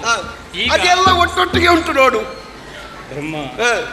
ಈಗ ನಾನು ದೊಡ್ಡವ, ನನ್ನ ಶ್ರೇಷ್ಠತೆಯನ್ನು ಒಪ್ಪಿಕೊಳ್ಳಬೇಕು ಎನ್ನುವ ಹಾಗೆ ವ್ಯರ್ಥ ಪ್ರಲಾಪದಲ್ಲಿ ತೊಡಗುವುದರಿಂದ ಒಂದರ್ಥದಲ್ಲಿ ಮಾತೆಗೆ ನಾವು ಅಪವಾದ ಮಾಡಿದ ಹಾಗಾಗುತ್ತದೆ. ಸರಿಯಾಗಿ ಆಲೋಚನೆ ಮಾಡು. ಹರಿ ಹೇಳಿರುವುದೇನು? ಮುಂದೆ ಕಷ್ಟ ಬಂದ್ರೆ ಏನು ಮಾಡಬೇಕು? ಹೌದು. ತಾಯಿ ಹೇಳಿರುವುದೇನು? ಅವನಿಗೆ ಹೆದರಿಕೆ ಅಂತ ನಾನು ಕೇಳಿದ್ದೇನಾ? ನಾನು ಯಾಕೆ ಕೇಳಲಿಲ್ಲ? ನನಗೆ ಗೊತ್ತುಂಟು. ಎಂತದ್ದು ಬಂದ್ರು ನಾವು ಸಾಕು ಅಂತ ಒಬ್ಬನಿಗೆ ಬೇಕಾಗಿಲ್ಲ, ಅವ ಸಮಷ್ಟಿಯಾಗಿ ಕೇಳಿದ್ದಲ್ವ? ನಾನು ಕೇಳಿದ್ದೇನೆ ಅವನನ್ನು. ಈಗ ಬೇಡ ತಡೆ. ನೀ ಕಷ್ಟ ಬಂದ್ರೆ ಏನು ಮಾಡ್ತೀಯಪ್ಪ? ಯಾರು? ನೀನು ಕಷ್ಟ. ಅದು ಕಷ್ಟ ಬರಲಿ ಆಗ ನೋಡು. ಅಲ್ಲ, ಆಗ ಏನನ್ನು ನೋಡು. ನನಗೆ ಕಷ್ಟ ಬರುವಾಗ ನೀನಿದ್ರೆ ನೋಡು ನನ್ನ ಪರಿಸ್ಥಿತಿ ಏನು. ಆಗಲ್ಲ, ಅಷ್ಟು ಸಾಕು. ಪರಿಸ್ಥಿತಿ ಅಷ್ಟು ಸಾಕು. ನನಗೆ ಕೇಳಬೇಕಾದ್ದನ್ನು ಕೇಳಿಸಬೇಕಾಗಿತ್ತು. ಇನ್ನು ಮುನ್ನಡೆ. ವ್ಯರ್ಥ ಪ್ರಲಾಪ ಬೇಡ. ತಾಯಿ ಹೇಳಿದ್ದು ಪ್ರತ್ಯಕ್ಷ ಪರೋಕ್ಷವಾಗಿ ಬಂದು ನಿಮ್ಮನ್ನು ಅನುಗ್ರಹಿಸ್ತೇನೆ. ಈಗ ನೀನು ಎಂತದ್ದು ಅಂತ ಹೇಳುದು? ಈಗ ಪರೋಕ್ಷ ಎನ್ನುವುದರ ಅರ್ಥ ಏನು? ಈಗಲೇ ಕಷ್ಟಕ್ಕೆ ನೀನು ಒಳಗಾಗಿದ್ದಿ, ಪರೋಕ್ಷವಾಗಿ ಮಾತೆ ನನ್ನನ್ನು ಮುಂದೆ ನಿಮ್ಮನ್ನು ನಡೆಸುವುದಕ್ಕೆ ಕಳುಹಿಕೊಟ್ಟಿದ್ದಾಳೆ. ಹಾಗಾಗಿ ಇಡೀ ಲೋಕವನ್ನು ಸುಡಬಲ್ಲ ಸಾಮರ್ಥ್ಯವನ್ನು ಹೊಂದಿದಂತಹ ನಾನು ಕೂಡ ದೊಡ್ಡವ ಎನ್ನುವ ಹಾಗೆ ಒಪ್ಪಿಕೊಳ್ಬೇಕು. ಲೋಕ ಮತ್ತೆ ಇಲ್ಲಿ ಲೋಕವೇ ಕಾಣುವುದಿಲ್ಲ. ಇವ ಲೋಕದ ಸುದ್ದಿ ಮಾತಾಡ್ತಾನೆ. ಲೋಕ ಎಂತದ್ದು ಅಂತ ಗೊತ್ತಾಗಿದೆ ನಿನಗೆ? ಆಲೋಚನೆ ಮಾಡಬಲ್ಲವನಿಗೆ ತೋರುವಂತದ್ದನ್ನು ಉಲ್ಲೇಖಿಸಿ ಅವ ಆಡಬೇಕಾದ್ದನ್ನು ಆಡಿದ್ದಾನೆ. ಈಗ ಅದನ್ನು ನೋಡಿದಾಗ ನಿನಗೇನನ್ನಿಸ್ತದೆ ಹೇಳು? ಅದನ್ನು ಹೇಳು. ಮೊದಲು ಸೃಜಿಸನು ಪದುಮಾಕ್ಷ ಪೊದೆಯು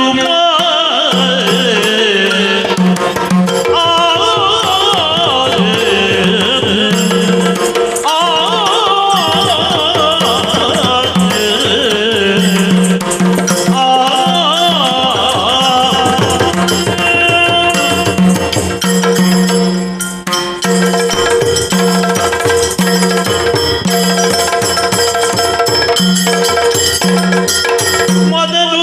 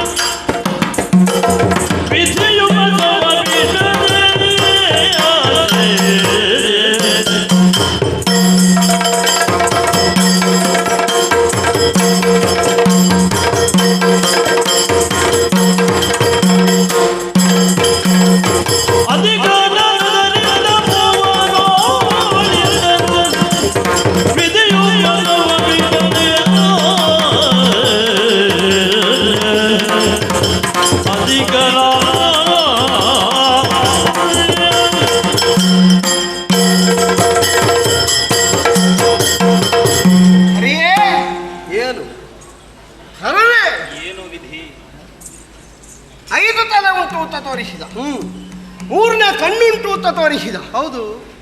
ಭಸ್ಮಾದೀತು ಅಂತ ಹೇಳಿದ. ಎಂಥದನ್ನು? ನೀನು ಸೃಷ್ಟಿ ಮಾಡಿ ತೋರಿಸ್ತೇನೆ. ನಾನು ಸೃಷ್ಟಿ ಮಾಡುವುದನ್ನು ಭಸ್ಮ ಮಾಡಲಿಕ್ಕೆ ನೀನು ಕಾಯುವುದಾ? ಅಲ್ಲ, ನೀನು ಭಸ್ಮ ಮಾಡುವುದಕ್ಕೆ ಹೊರಟ ಕಾರಣವೇ ಹಾಗೆ ಮಾಡಬಲ್ಲ ಎನ್ನುವುದನ್ನು ನಿನಗೆ ಎಚ್ಚರಿಸಿದೆ. ಎಂಥದ್ದು ಎಚ್ಚರಿಸುವುದು? ಏನು ನಿಮ್ಮ ಎಚ್ಚರಿಕೆಯಲ್ಲಿರುವವನ ನಾನು? ನಿನಗೆ ಹೇಗೆ ಕಾಣ್ತದೆ?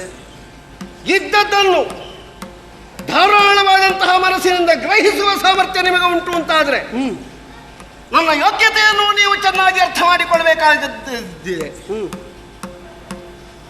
ಅಮ್ಮ ಮೊದಲಾಗಿ ಕರೆದದ್ದು ಹರಿ ಅಂತ. ಯಾವಾಗ? ಹರಿಹರ ಬ್ರಹ್ಮರು ಹೀಗಲ್ಲೋ ಕರೆದದ್ದು. ಅದು ಎಂಥದ್ದೋ ನೀರ ತರಂಗದಲ್ಲಿ ಆಚೆಚೆ ಆದದ್ದು. ಅಲ್ಲ, ಅದಕ್ಕೆ ನಾನು ಸ್ಪಷ್ಟಪಡಿಸಿದ್ದು ಹಾಗೆ ಅಂತ. ಅದು ಹಾಗಲ್ಲ. ಮತ್ತೆ ಬ್ರಹ್ಮ ನನಗೆ.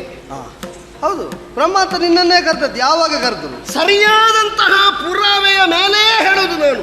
ಸರಿ. ಸೃಷ್ಟಿ ಸ್ಥಿತಿ ಲಯ ಕರ್ತವ್ಯ ಮೂರರಲ್ಲಿ ಸೃಷ್ಟಿಯ ಉದ್ಯೋಗವೇ ನನಗೆ. ನಿನಗೆ ಸೃಷ್ಟಿ ಕೊಟ್ಟದ್ದಲ್ಲ, ನಿನಗೆ ಸ್ಥಿತಿ ಕೊಟ್ಟದ್ದವನು.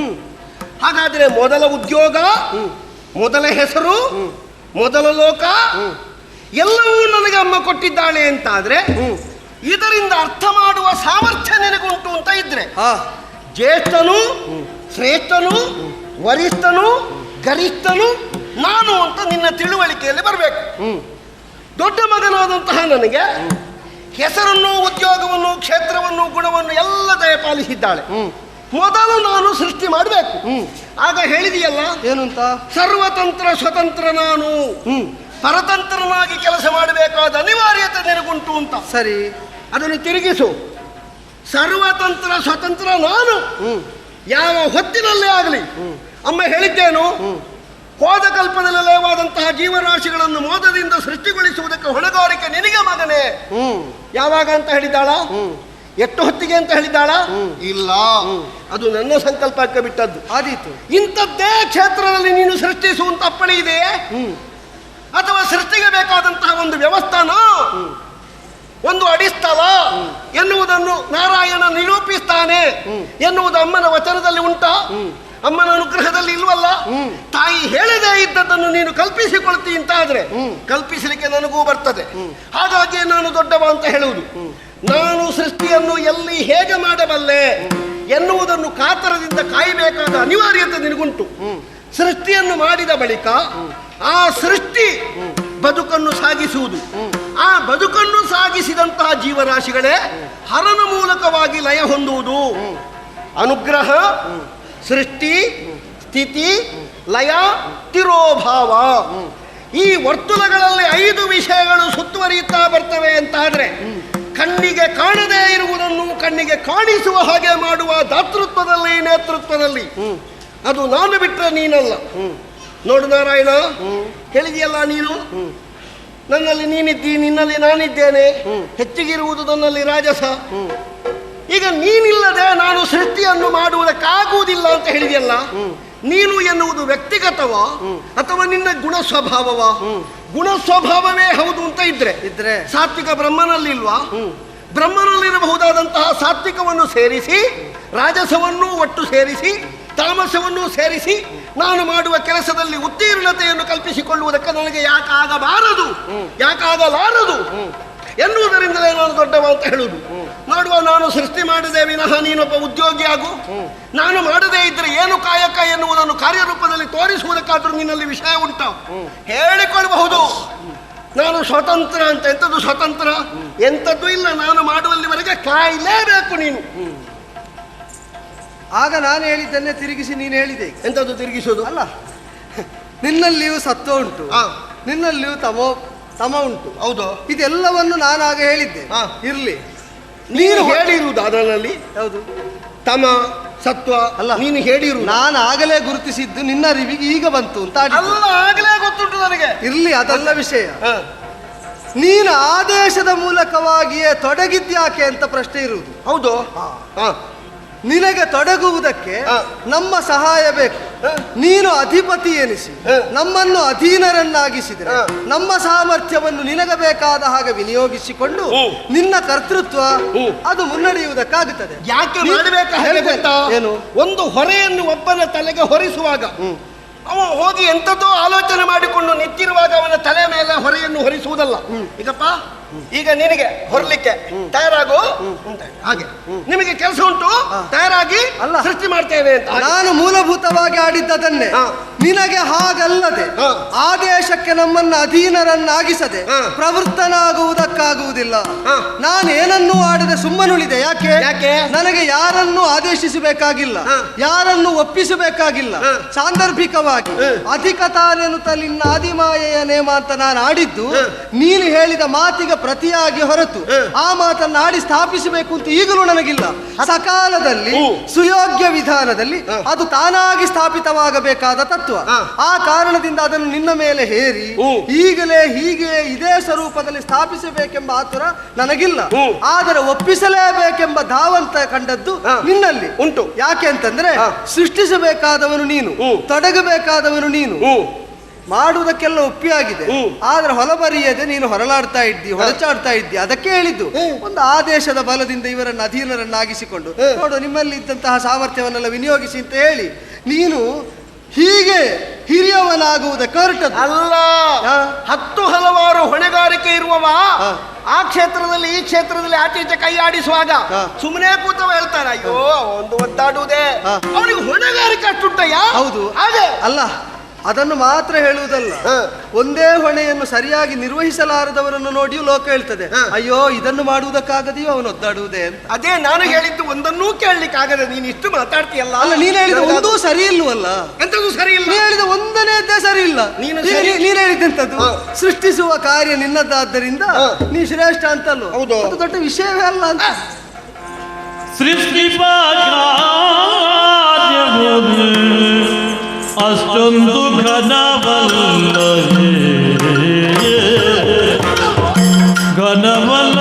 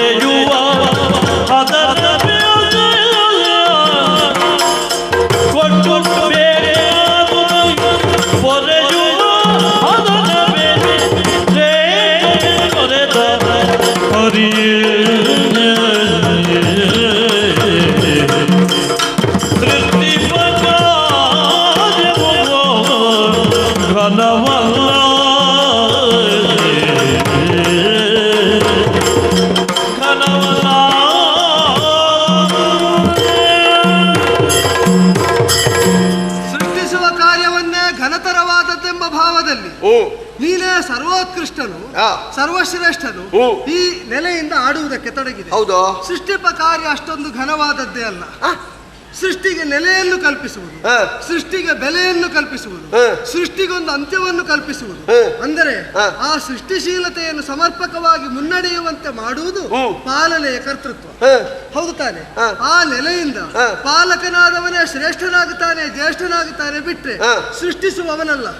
ಹೋದ ಕಲ್ಪದಿ ಲಯವಾದ ಪ್ರಪಂಚ ಯಾವುದನ್ನು ಆಧರಿಸಿರುವುದು? ಯಾವುದನ್ನು? ಕರ್ಮವನ್ನು ಆಧರಿಸಿರುವುದು. ಹೌದು, ಕರ್ಮವನ್ನು ಆಧರಿಸಿದ ಪ್ರಪಂಚವನ್ನು ನಿಯಂತ್ರಿಸುವವನಿಗೆ ಕರ್ಮಾಧ್ಯಕ್ಷ ಅಂತ ಹೆಸರು. ಹೌದಾ? ನಾ ಹೇಳಿದ್ದ ಆ ನೆಲೆಯಲ್ಲಿ ಕರ್ಮಾಧ್ಯಕ್ಷನಾಗುವ ಹೊಣೆ ಇರುವುದು ಪಾಲಕನಾದ ನನಗೆ.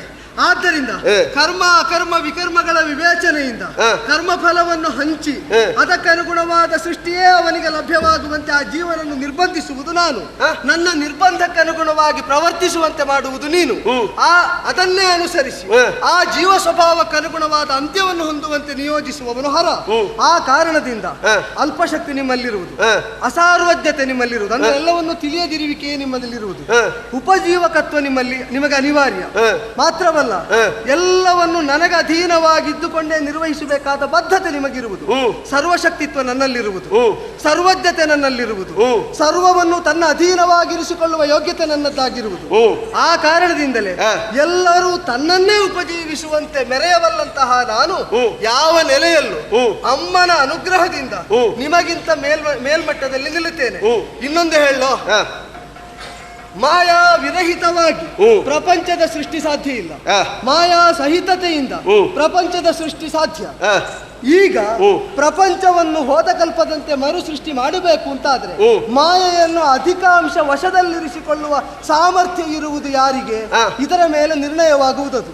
ನಾ ಹೇಳಿದ್ದ ಅದೇ ನೆಲೆಯಿಂದ ಮಾಯೆಯನ್ನು ನನ್ನ ಅಧೀನದಲ್ಲಿರಿಸಿಕೊಂಡು ನನ್ನ ಜೊತೆಯಲ್ಲಿದ್ದರೂ ನನಗಿಂತ ಭಿನ್ನವಾಗಿ ಅದು ಪ್ರವರ್ತಿಸುವಂತೆ ಮಾಡಬಲ್ಲಂತಹ ಶಕ್ತಿ ವೈಶಿಷ್ಟ್ಯ ನನ್ನಲ್ಲೇ ಇರುವುದರ ಅರಿವು ನನಗೆ ಬಂದದ್ದರಿಂದ ನಿಮಗಿಂತ ನಾ ಶ್ರೇಷ್ಠ ಅಂತ ಹೇಳಿದ್ದೇನೆ.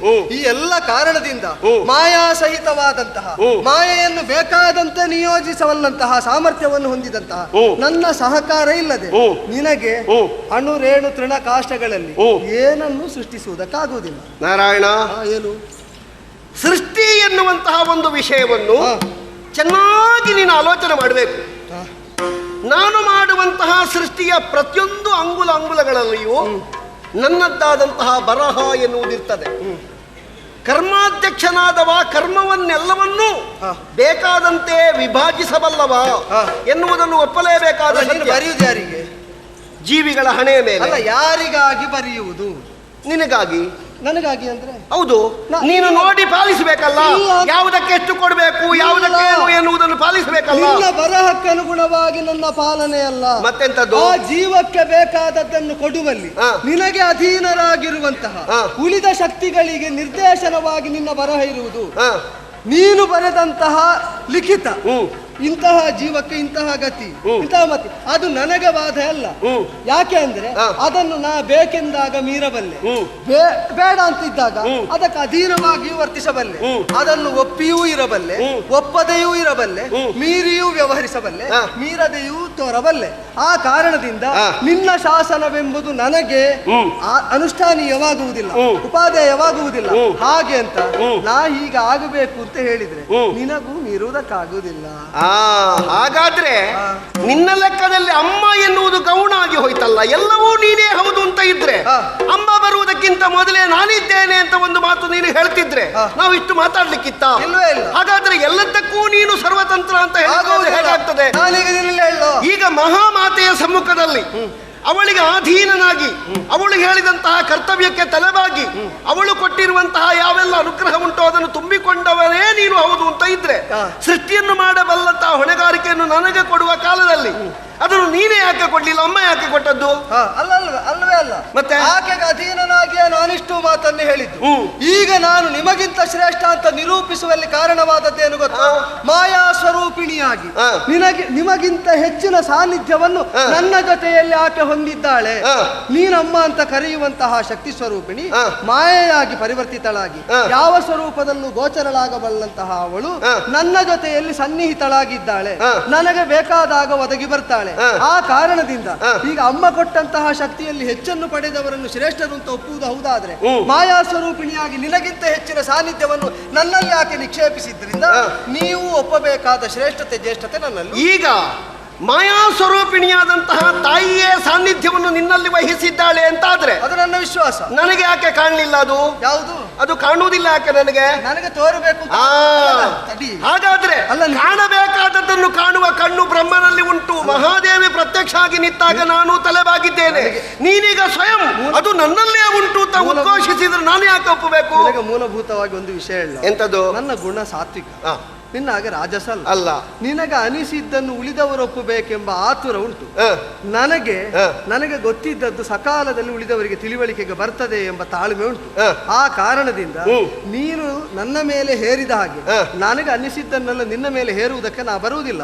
ಸಕಾಲದಲ್ಲಿ ಸುಯೋಜಿತವಾಗಿ ನಿನ್ನ ಅರಿವಿಗೂ ಅದು ಬಂದೇ ತೀರ್ತದೆ. ನನಗೆ ಆತುರ ಇಲ್ಲ, ನಾನೆಲ್ಲರೇ ಕಾಯ್ತೇನೆ. ಆಗ ಬಾರಿ ಮಾತಾಡಿದ್ಯಲ್ಲ, ನನಗೆ ಮಾತಾಡ್ಲಿಕ್ಕೆ ಉಂಟು. ಈಗ ಮಾತಾಡು. ಸರಿ,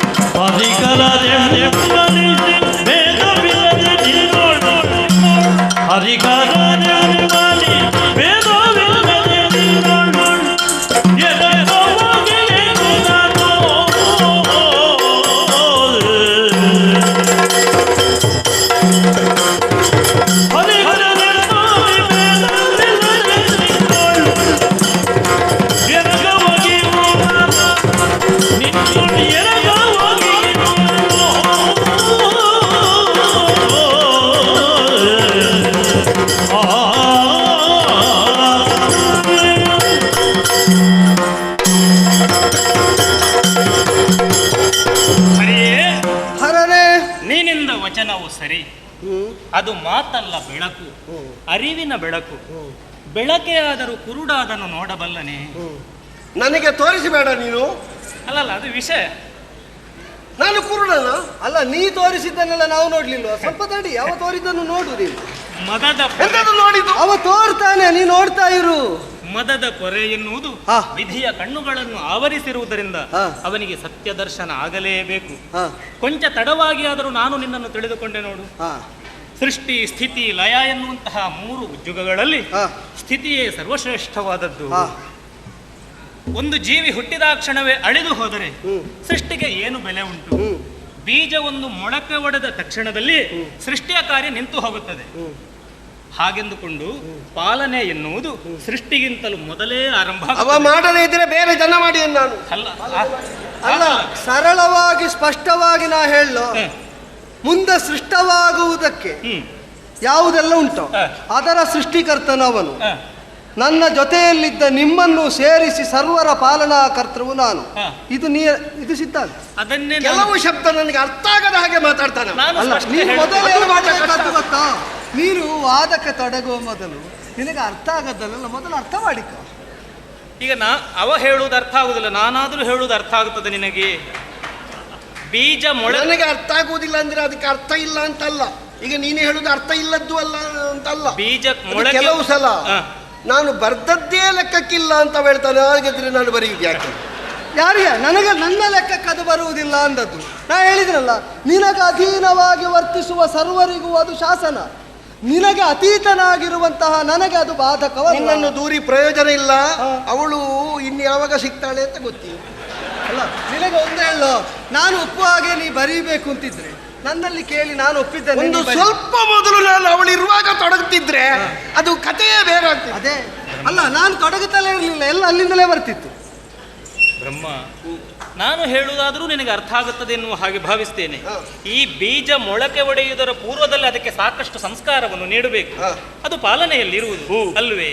ಎಂತದಲ್ವೇ ಅಂತ ಬೀಜವನ್ನು ಮೊಳಕೆ ಒಡೆದು ನನ್ನನ್ನು ಒಪ್ಪಿಸುವುದಾ? ಬೆಳೆದು ಈ ಕೆಲವರೆಲ್ಲ ಮಾತಾಡೋದು ಹೌದಲ್ಲ, ಇವು ಒಪ್ಪಬೇಕು ಅಂತ ಹೇಳಿದ್ದು ನಾನು ನಿನಗೆ ಅರ್ಥ. ಬ್ರಹ್ಮ, ನೀ ಮಾಡಿದ್ದನ್ನು ಉಳಿದವರು ಮಾಡುವಾಗ ನಿನಗೆ ಯಾಕಷ್ಟು ರೋಷ? ನಾನು ಮಾಡ್ಲಿಕ್ಕೆ ಇರೋದು, ನೀವು ಮಾಡ್ಲಿಕ್ಕೆ ಇರುವುದಲ್ಲ. ಅಲ್ಲ, ನೀನು ಮಾಡಬಹುದು ಅಂತ ಆದ್ರೆ ಅವ ಧಾರಾಳ ಮಾಡಬಹುದು. ಹೇಳಪ್ಪ. ಈ ವಿರಸದಿಂದ ನಾವು ಯಾವುದನ್ನೂ ಸಾಧಿಸುವುದಕ್ಕೆ, ನೀನು ಮಾತಾಡ್ಲಿಕ್ಕಿಲ್ಲ, ಸಾಧಿಸುವುದಕ್ಕೆ ನೀನು ಜಡ. ನಿನ್ನ ಗುಣ ಎಂತದ್ದು? ಎಂಥದ್ದು? ತಾಮಸ. ತಾಮಸ ಅಂದ್ರೆ ಜಡ ಅಂತ ಲೆಕ್ಕ. ಅದು ಮಾತಾಡ್ಲಿಕ್ಕಿಲ್ಲ.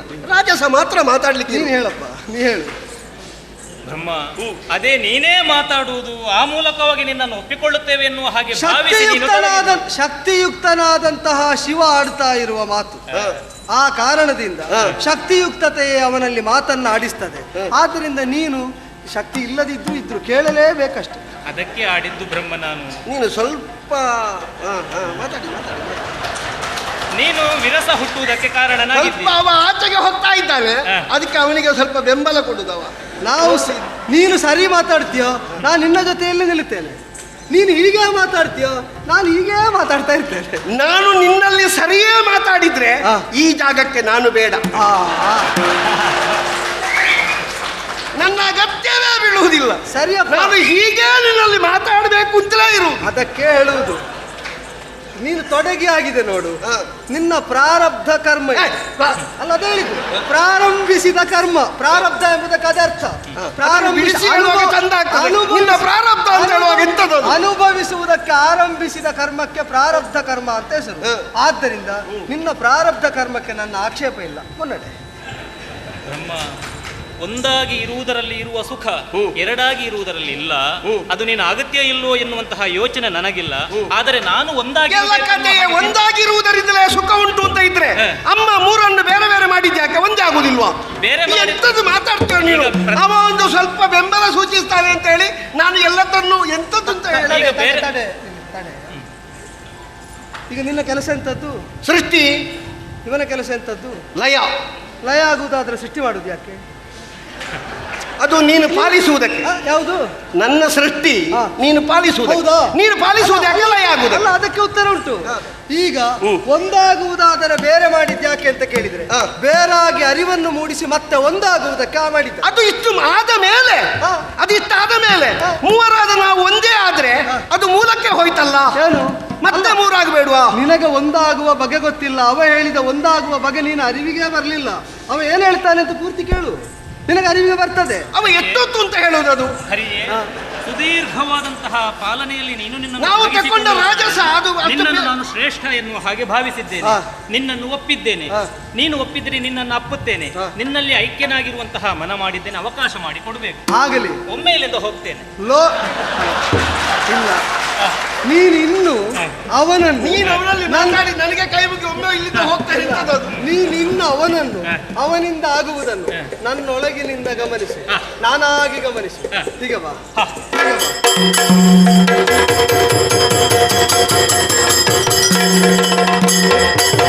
ಹರಿ ಹರಿ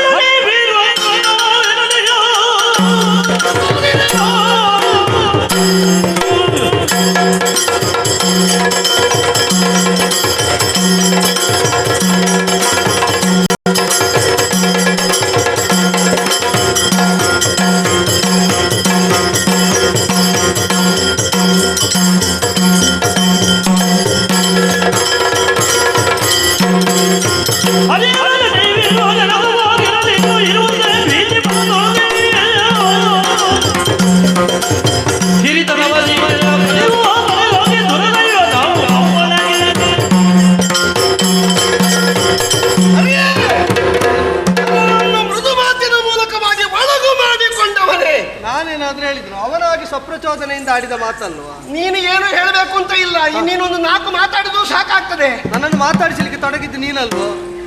ಇನ್ನು ಮಾತಾಡಿಸುವುದಿಲ್ಲ. ಎಂತದ್ದು ಪೆಟ್ಟುಂಟು ನಿನ್ನಲ್ಲಿ. ಬಾ ಬಾ. ಎಂತದಕ್ಕೆ? ಇದರಿಂದ ಏನು ಮಾಡ್ಲಿಕ್ಕೆ? ನೀನು ಸಣ್ಣ ಮಾತ ಮಾಡಿಸ್ತೇನೆ. ನಾನು ಒಳಗೆ ಹೋದ ಅವನನ್ನು ಬೇರೆ ತೆಗಿತೇನೆ, ನಿನ್ನನ್ನು ಬೇರೆ ತೆಗಿತೇನೆ ಅಂತ. ನಾನು ಸಣ್ಣವ ಅಂತ ಆಗುತ್ತೆ. ಹೌದು. ಯಾವುದರಲ್ಲಿ? ಯಾವುದರಲ್ಲಾದ್ರೂ ಒಂದರಲ್ಲೇ ಆಗುವುದು. ಹೌದು. ಇದಕ್ಕೇನು ಗತಿ? ಅದು ಮತ್ತೆ ನೋಡು. ಈಗ ನೀನು ದೈಹಿಕ, ಅದು ಮತ್ತಿನ ವಿಷಯ. ಲಭ್ಯವಾದ ನೀನು ಒಟ್ಟಿಗೆ ಕೇಳಬಾರ್ದು ನನ್ನಲ್ಲಿ. ಅದು ಮತ್ತಿನ ವಿಷಯ. ಅದೇ ಎಂತದ್ದು ತಡೆ?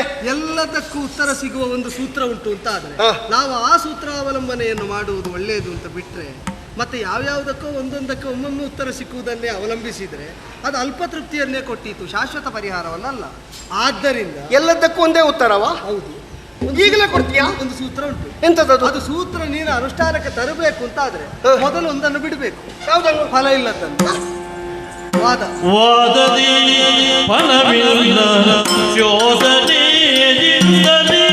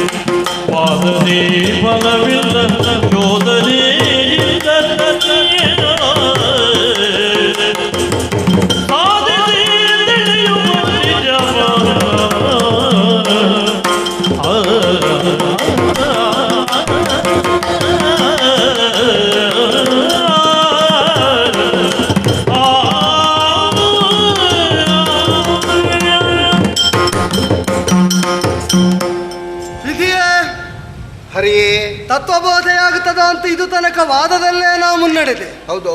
ಆದರೆ ಆಗ್ರಹಪೂರ್ಣವಾದಂತಹ ನಿನಗೆ ತತ್ವಬೋಧೆಯಾಗುವುದಕ್ಕೆ ವಾದ ಮುಖ ಅಲ್ಲ ಅಂತ ನಾನೀಗ ನಿರ್ಣಯಿಸಿಯೇ ಹೇಳ್ತಾ ಇರುವುದು. ವಾದದಿ ಫಲವಿಲ್ಲ. ಮತ್ತೆಂಥದ್ರಲ್ಲಿ ಫಲ ಇರುವುದು? ಶೋಧನೆ ಆಗುತ್ತೆ. ಯಾರ ಶೋಧನೆ? ಪರಸ್ಪರರ ಶೋಧನೆ. ಯಾವುದರ ಈಗ ಶೋಧನೆ? ಯಾಕೆ ಅಂತಂದ್ರೆ ನಾನಾಡಿದ ಮಾತಿಗೆ ನಿನ್ನಲ್ಲಿ ಸಮ್ಮತಿ ಒಡಮೂಡುವುದಿಲ್ಲ, ನೀನಾಡಿದ ಮಾತನ್ನು ನಾನು ಸಮ್ಮತಿಸುವ ಹಾಗಿಲ್ಲ. ಹಾಗಾದ್ರೆ ಏಕಮತ ಬರಬೇಕು ಅಂತಾದರೆ, ನಾವು ಸಮ್ಮತಿಗೆ ಒಳಗಾಗಬೇಕು ಅಂತಾದರೆ ಶೋಧನೆ ಮಾಡುವ, ಯಥಾರ್ಥ ದರ್ಶನ ಮಾಡುವುದೇ ಸರಿಯಾದದ್ದು. ಯಾವುದನ್ನು? ನಮ್ಮ ಸತ್ವವನ್ನು. ಎಲ್ಲುಂಟದು? ಶೋಧಿಸಿದ್ರೆ ಸಿಗುತ್ತದೆ, ನಮ್ಮೊಳಗೆ ಉಂಟು.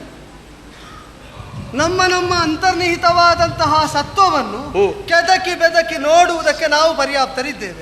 ಪರಸ್ಪರರ ಬಗ್ಗೆಯೂ ಅರಿಯಬಲ್ಲವರಾಗಿದ್ದೇವೆ. ಆ ಸಾಮರ್ಥ್ಯವನ್ನು ವಿನಿಯೋಗಿಸುವ. ನೀ ನನ್ನ ಒಳಗೆ ಹೋಗು, ನಿಜವಾಗಿ ದರ್ಶನವನ್ನು ಹೊಂದು, ನಿನಗೆ ಅರ್ಥ ಆಗುತ್ತದೆ. ನಾ ಯಾಕೆ ಹೇಳ್ತೇನೆ ಯಾವ ಸತ್ವ ಪ್ರಪೂರ್ಣತೆ ನನ್ನಿಂದ ಇಷ್ಟು ಮಾತನ್ನಾಡಿಸಿತು ಅಂತ. ನಾನು ನಿನ್ನ ಒಳಗೆ ಹೊಕ್ಕು ನಿನ್ನ ದೌರ್ಬಲ್ಯವನ್ನು ಹೇಳ್ತೇನೆ, ನಿನಗೆ ಅರ್ಥ ಆಗುತ್ತದೆ ನೀನು ಯಾಕೆ ದುರ್ಬಲ ಅಂತ. ಹೇಗೆ? ಏನು? ನಾನು ಒಳಗೆ ಹೋಗಿ ಎಷ್ಟುಂಟು ಅಂತ ನೋಡ್ಬೇಕು. ಹೌದೌದು. ಇಲ್ಲಿ ಎಷ್ಟು ನೀನು ಒಳಗೆ ಹೋಗಿ ನಾನು ಎಷ್ಟು ಕಡಿಮೆ ಅಂತ ನೋಡಿ ಬಂದು ನನಗೆ ಹೇಳು. ಹೌದೌದು. ನನಗೆ ಗೊತ್ತಿದ್ದದ್ದನ್ನು ನೀನು ಒಪ್ಪುವಂತೆ ನಾ ಮಾಡ್ತೇನೆ ಅಂತ. ಅಂತೂ ನೀನು ಹೋಗದೆ ಸರಿಯಾಗಿ ಗೊತ್ತೋ, ನಿನ್ನಲ್ಲಿ ಒಂದು ಅಪರಿಪೂರ್ಣತೆ ನಾನು ಸ್ಪಷ್ಟವಾಗಿ ಹೇಳೋ. ಎಂತದ್ದು? ಯಾವ ವಾದ ಇಲ್ಲದೆ ಮಾತೇ ಆಡಿದ ಮಾತನ್ನು ನಾವು ಒಪ್ಪುವ ಹಾಗಾಯ್ತು. ಹೌದಾ? ಹೌದು. ಅದಕ್ಕೆ ಪ್ರಾಪ್ತಿ ಅಂತ ಹೆಸರು, ಅದಕ್ಕೆ ಸಿದ್ಧಿ ಅಂತ ಹೆಸರು, ಅದಕ್ಕೆ ಯೋಗ್ಯತೆ ಅಂತ ಹೆಸರು. ಹೌದಾ? ಅದು ಆಕೆಗುಂಟು. ನೀನಾಡಿದ ಮಾತನ್ನು ಎಷ್ಟು ವಾದಿಸಿಯೂ ನನ್ನಿಂದ ಒಪ್ಪುವ ಹಾಗೆ ಮಾಡುವುದಕ್ಕಾಯ್ತಾ? ಇಲ್ಲ. ನಾನಿಷ್ಟು ವಾದಿಸಿದ್ದು ಯಾಕೆ ಗೊತ್ತೋ? ಯಾಕೆ? ನಿನ್ನ ಮಾರ್ಗ ತಪ್ಪು ಅಂತ ನಿನಗೆ ಮನವರಿಕೆ ಮಾಡಿಸುವುದಕ್ಕೆ. ಈಗ ನನ್ನದ್ದಾದ ಮಾರ್ಗವನ್ನು ಹೇಳ್ತಾ ಇದ್ದೇನೆ. ನಾನು ಅಂಗೀಕರಿಸಿದ್ದನ್ನು, ನಾನು ತಿಳಿದದ್ದನ್ನು ನಿನ್ನ ತಿಳಿವಿಗೆ ತರುವ ಮಾರ್ಗವನ್ನು ನಾ ಹೇಳ್ತಾ ಇರುವುದು. ನಿನಗೆ ಅರಿವನ್ನು ಕೊಡಬಲ್ಲವನು ನಾನು ಅಂತ ನಾನಿತ್ತಂತಹ ಈ ಅರಿವಿನ ಸೂತ್ರವನ್ನು ಹಿಡಿದು ಒಳ ಹೊಕ್ಕರೆ ನಿನಗೆ ತಾನಾಗಿ ಅರಿವಿಗೆ ಬರ್ತದೆ. ನೋಡುವ, ನಾನು ಹೋಗುವ ಪ್ರಶ್ನೆ ಮತ್ತೆ ನೋಡುವ. ಈಗ ಅದು ಹೇಳಬೇಕಾದ ಅನಿವಾರ್ಯತೆ ಬಂದದ್ದು ನಿನಗೆ ಅಲ್ವಾ? ಹೌದೌದು. ಈಗ ಆಗ ನಾನು ಹೇಳಿದ್ದನ್ನು ನೀನು ಹೇಳಿದ ಹಾಗೆ ನಾವು ಮುಂದುವರಿಸುವುದಿದ್ರೆ ಅದನ್ನು ಸ್ಥಾಪಿಸುವ ಒಂದು ಬಯಕೆ ಅಥವಾ ಒಂದು ಅನಿವಾರ್ಯತೆ, ಅದಲ್ಲದೆ ಬೇರೆ ದಾರಿ ಇಲ್ಲ ಎನ್ನುವುದನ್ನು ನೀನು ತೊಡಗಿದ್ರೆ ನಿನಗೆ ಅಲ್ವಾ ಅದು ಬಂದದ್ದು? ಅಲ್ಲ, ಹೌದೌದು. ಯಾಕೆ ಅಂದ್ರೆ ನೀನೇನು ಅಂತ ನೀನು ತೊಡಗಿದ ಮಾರ್ಗದಲ್ಲಿ ನಿನಗೆ ಮನವರಿಕೆ ಮಾಡಿಸುವುದಕ್ಕಾಗಲಿಲ್ಲ. ಈಗ ನಾ ತೊಡಗಿದ ಮಾರ್ಗದಲ್ಲಿ ನಿನಗೆ ನೀನೇನು ಅಂತಲೂ ಗೊತ್ತಾಗ್ತದೆ, ನಾನೇನು ಅಂತಲೂ ಗೊತ್ತಾಗ್ತದೆ. ಹಾಗಾದ್ರೆ ನೀನೇ ಒಳಗೆ ಹೋಗು. ಧಾರಾಳ. ಯಾರು ಬೇಡ? ಹೌದಾ? ಹೌದು. ಅನುವು ಮಾಡಿಕೊಡ್ತೀಯ? ಧಾರಾಳ. ಪರಸ್ಪರ ಪ್ರಾಮಾಣಿಕತೆಯನ್ನು ಅಂಗೀಕರಿಸಿ ಒಳ ಹೊಕ್ಕು ಕಂಡದ್ದನ್ನೇ ಬಂದು ಆಡುವ ಬದ್ಧತೆಯನ್ನು ವ್ಯಕ್ತಪಡಿಸ್ತಾ ನಿನ್ನೊಳಗನ್ನು ನಾನು ಹೋಗುತ್ತೇನೆ, ಶೋಧಿಸಿ ಬರ್ತೇನೆ.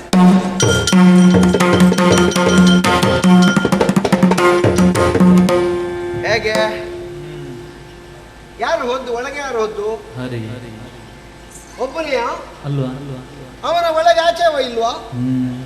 ಈಗ ಏನಾಯ್ತು? ಇದು ಯಜಮಾನಿಕೆ ಅಂತ ಹೇಳಿದ್ರೆ ನಿಜವಾದ ಯಜಮಾನ ಒಳಗ ಹಾಕುವುದು ಹೇಗೆ ಅಂತ ಇದನ್ನು ನೋಡಿ ತಿಳಿಯಿರಿ. ಆಗ ವಿಷ್ಣು ನಾಲ್ಕು ಮಾತಾಡಿದ್ದಕ್ಕೆ ಇವ ಒಪ್ಪುತ್ತೇನೆ ಅಂತೆಲ್ಲ ಹೇಳಿ ಅವ ಒಳಗೆ ಹೋದಲ್ವಾ? ಹರಿಹರರು ನೀವಿರುವರು ಎರಕವಾದರೂ ಬಿಡುವುದಿಲ್ಲ ಅಂತ ನನ್ನ ವಾದ. ನಾಲ್ಕು ಕೊಟ್ಟಾದರೂ ಸರಿ ಬರಿಸ್ತೇನೆ ಅಂತ ಸುಲಭದಲ್ಲೇ ಇಬ್ಬರು ಒಳಗೆ ಬಿದ್ದು. ಈಗ ಹೇಗೆ?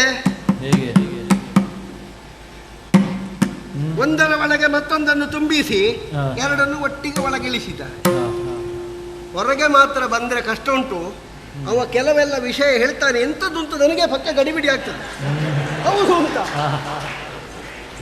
ಆದಿಮಾಯ ಎಲ್ಲ ಪೂರ್ತಿ ನನ್ನಲ್ಲೇ ಉಂಟು ಅಂತ ಹೇಳ್ತಾನೆ ಅವ. ಅವಳು ಹೋದದ್ದನ್ನು ನೋಡಿದ್ದೇನೆ. ಯಾವಾಗ ಅದು ಹೇಳಿ ಪ್ರಯೋಜನ? ನೋಡುವ, ಅವ ಹೊರಗೆ ಬಂದ್ರೆ ಅಲ್ವಾ ಕಷ್ಟ ಆಗುವುದು. ಒಳಗೆ ಇರಲಿ. ಅವ ಹೋದದ್ದೆಲ್ಲೇ ಬಾಯಿಯಲ್ಲಿ, ಹೌದಾ ಅಲ್ವಾ? ಶರೀರದ ಒಳಗೆ ಹೋದವನಿಗೆ ಬರಲಿಕ್ಕೆ ದಾರಿ ಎಷ್ಟಿರುವುದು? 9 ಅಲ್ವಾ? 9 ಮುಚ್ಚುತ್ತೇನೆ ನಾನು. ಎಂತದೋ ಒಂದು ಬೇಕು ನಮಗೆ, ನಾವು ಬೇಕಲ್ಲ, ಒಂದು ಬೇಕು. ಯಾವುದದು? ಅದು ಯಾವುದು ಅಂತ ನಾನು ಈಗ ಹೇಳಲಿಕ್ಕಿಲ್ಲ. ಅದಾದ್ರೂ ಆದೀತು ಅಂತವ ಹೊರಗೆ ಬಂದ್ರೆ ಮತ್ತೆ ಅವನಲ್ಲೇ ಹೇಳುದು ನಾನು. ಗೊತ್ತಾಯ್ತಲ್ಲ? ಬಾಕಿ 8 ಮುಚ್ಚುತ್ತೇನೆ, 1 ಮಾತ್ರ ಬಿಡ್ತೇನೆ. ಹರಿಯು ಹೋಗುತ್ತಲೇ ವಿಧಿಯ ಜಠರವ ಪರಿಕಿಸಲು ಮಳಿಕಲ್ಲಿ ಕಂಡರು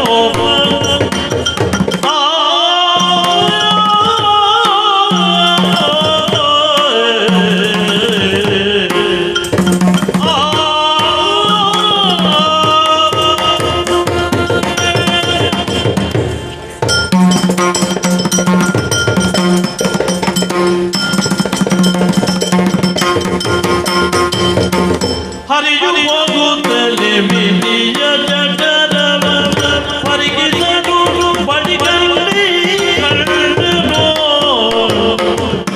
ಪರಿಕಿಸಲು ಬಳಿಗಲ್ಲಿ ಕಂಡರು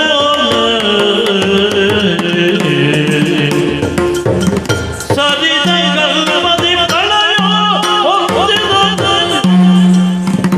ಸರಿದ ಕಲ್ಪದಿ ಪ್ರಳಯ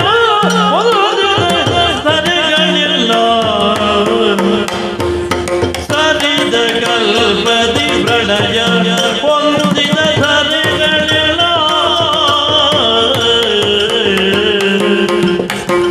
ಹರಿಯು ಹೋಗುತ್ತಲೇ ವಿಧಿಯ ಜಠರವ ಬದುಕಿಸಲು ಬಳಿಕಲ್ಲಿ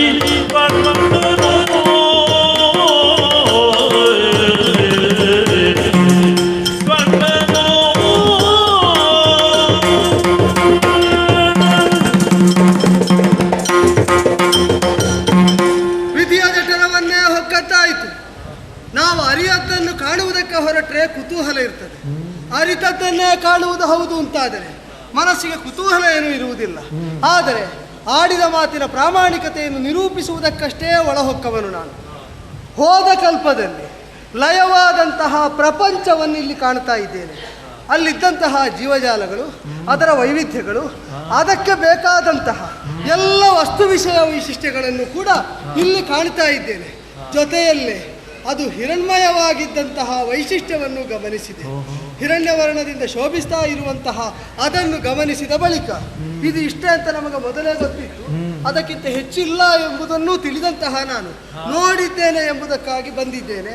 ನೋಡಿದ್ದನ್ನು ಹೇಳುವುದಕ್ಕಾಗಿ ಹೊರ ಹೋಗಬೇಕು. ಅದಕ್ಕಾಗಿಯೇ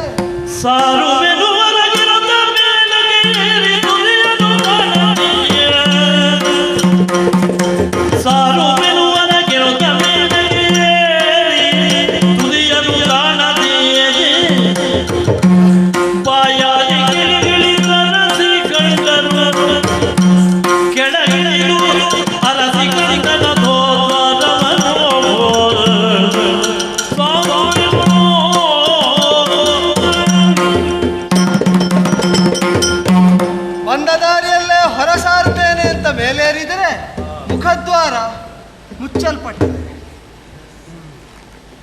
ಹೌದು, ಅವನ ಅರಿವಿಗೆ ಎಲ್ಲವನ್ನು ಭರಿಸಬೇಕೆಂಬುದಕ್ಕಾಗಿ ತೊಡಗಿದ ಪ್ರಕರಣ ಇದು. ಮತ್ತೆ ಸುತ್ತುತ್ತಾ ತೆರೆದಿಟ್ಟದ್ದು ಯಾವುದನ್ನು ಅಂತ ಹುಡುಕಿದ್ದಷ್ಟೇ. ಯಾಕೆಂತಂದ್ರೆ ಎಲ್ಲವನ್ನು ಮುಚ್ಚುವುದು ಅವನಿಂದ ಅಸಾಧ್ಯ, ಅವನಿಂದ ಆಗದಂತಹ ಕೆಲಸ. ಯಾಕೆ ಅಂತಂದ್ರೆ ಸರ್ವಕರ್ತೃತ್ವವನ್ನು ಹೊಂದಿದವನಾದರೆ ಅದು ಸಾಧ್ಯ. ಅವನು ಅದು ಖಂಡಿತ ಹೊಂದಿಲ್ಲದ ವಿಷಯವಾದುದರಿಂದ ಅವನಿಗೆ ಅದು ಅಸಾಧ್ಯ ಎಂಬುದರಿಂದಲೇ ತೆರೆದಿರಿಸಿದ ದ್ವಾರ ಯಾವುದು ಅಂತ ನೋಡಿದರೆ ಕೆಳಗಿನದ್ದು. ಆಗಲಿ ಇದನ್ನು ಅವ ಯಾವುದಕ್ಕಾಗಿ ತೆರೆದಿಟ್ಟಿದ್ದಾನೋ ಗೊತ್ತಿಲ್ಲ, ನನಗಂತೂ ಗೊತ್ತು ಇದನ್ನು ಮುಚ್ಚುವುದಕ್ಕೆ ಅವನಿಂದ ಆಗುವುದಿಲ್ಲ. ಈ ಅರಿವು ಅವನಿಗೆ ಬರುವುದಕ್ಕೆ ಪೂರಕವಾಗುವಂತೆ ಆ ದ್ವಾರದಿಂದಲೇ ಹೊರಸಾರುತ್ತೇನೆ, ಬ್ರಹ್ಮನನ್ನೇ ಹೋಗಿ ಕಾಣುತ್ತೇನೆ.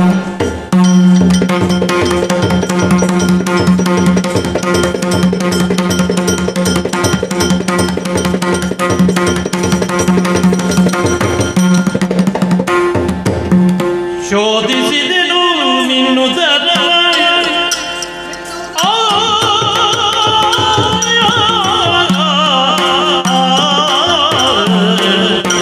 ಶೋಧಿಸಿದೆನು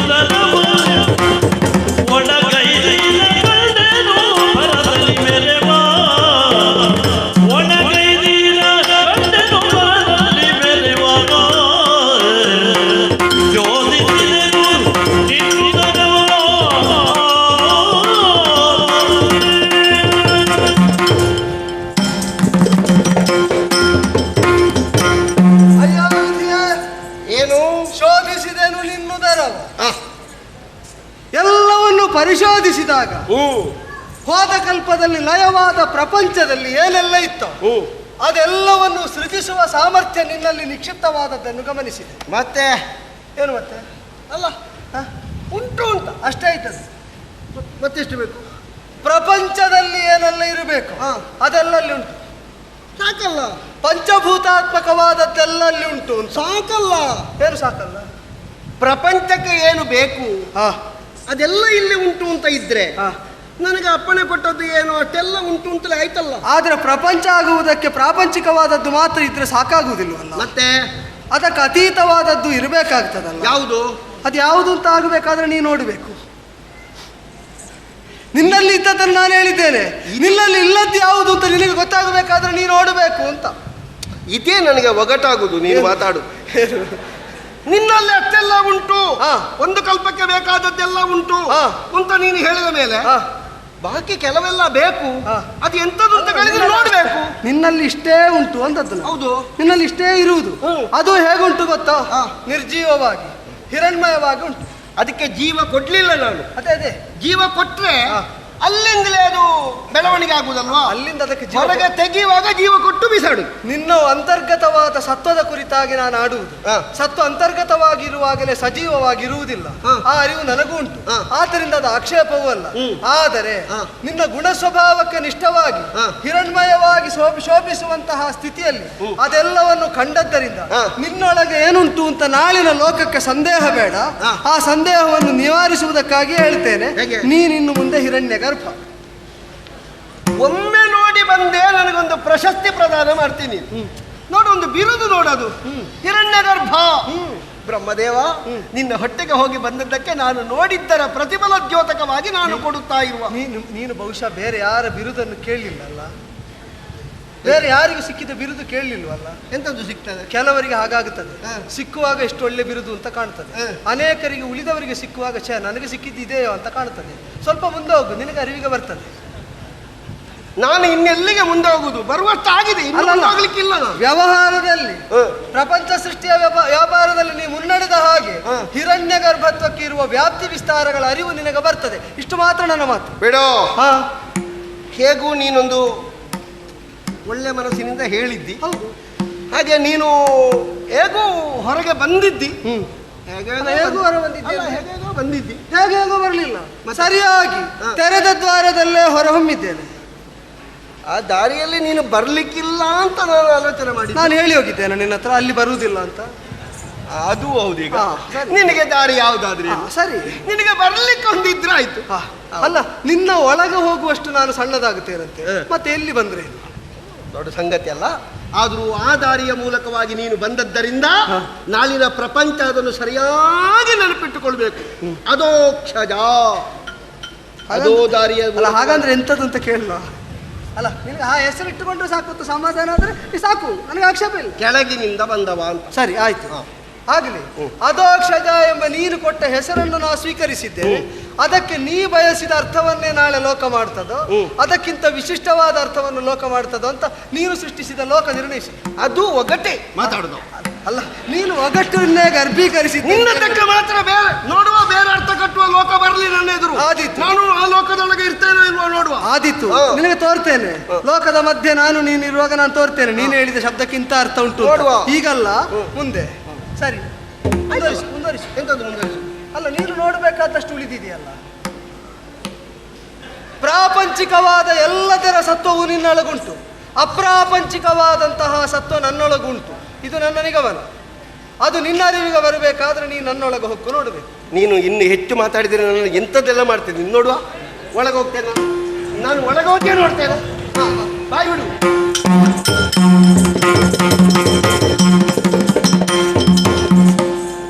ಎಲ್ಲವನ್ನೂ ಮಾಡಬಲ್ಲ ಸರ್ವಕರ್ತೃತ್ವ ನನ್ನಲ್ಲಿ ಉಂಟು ಅಂತ ನಾನು ಹೇಳಿ ಆಗಿದೆ.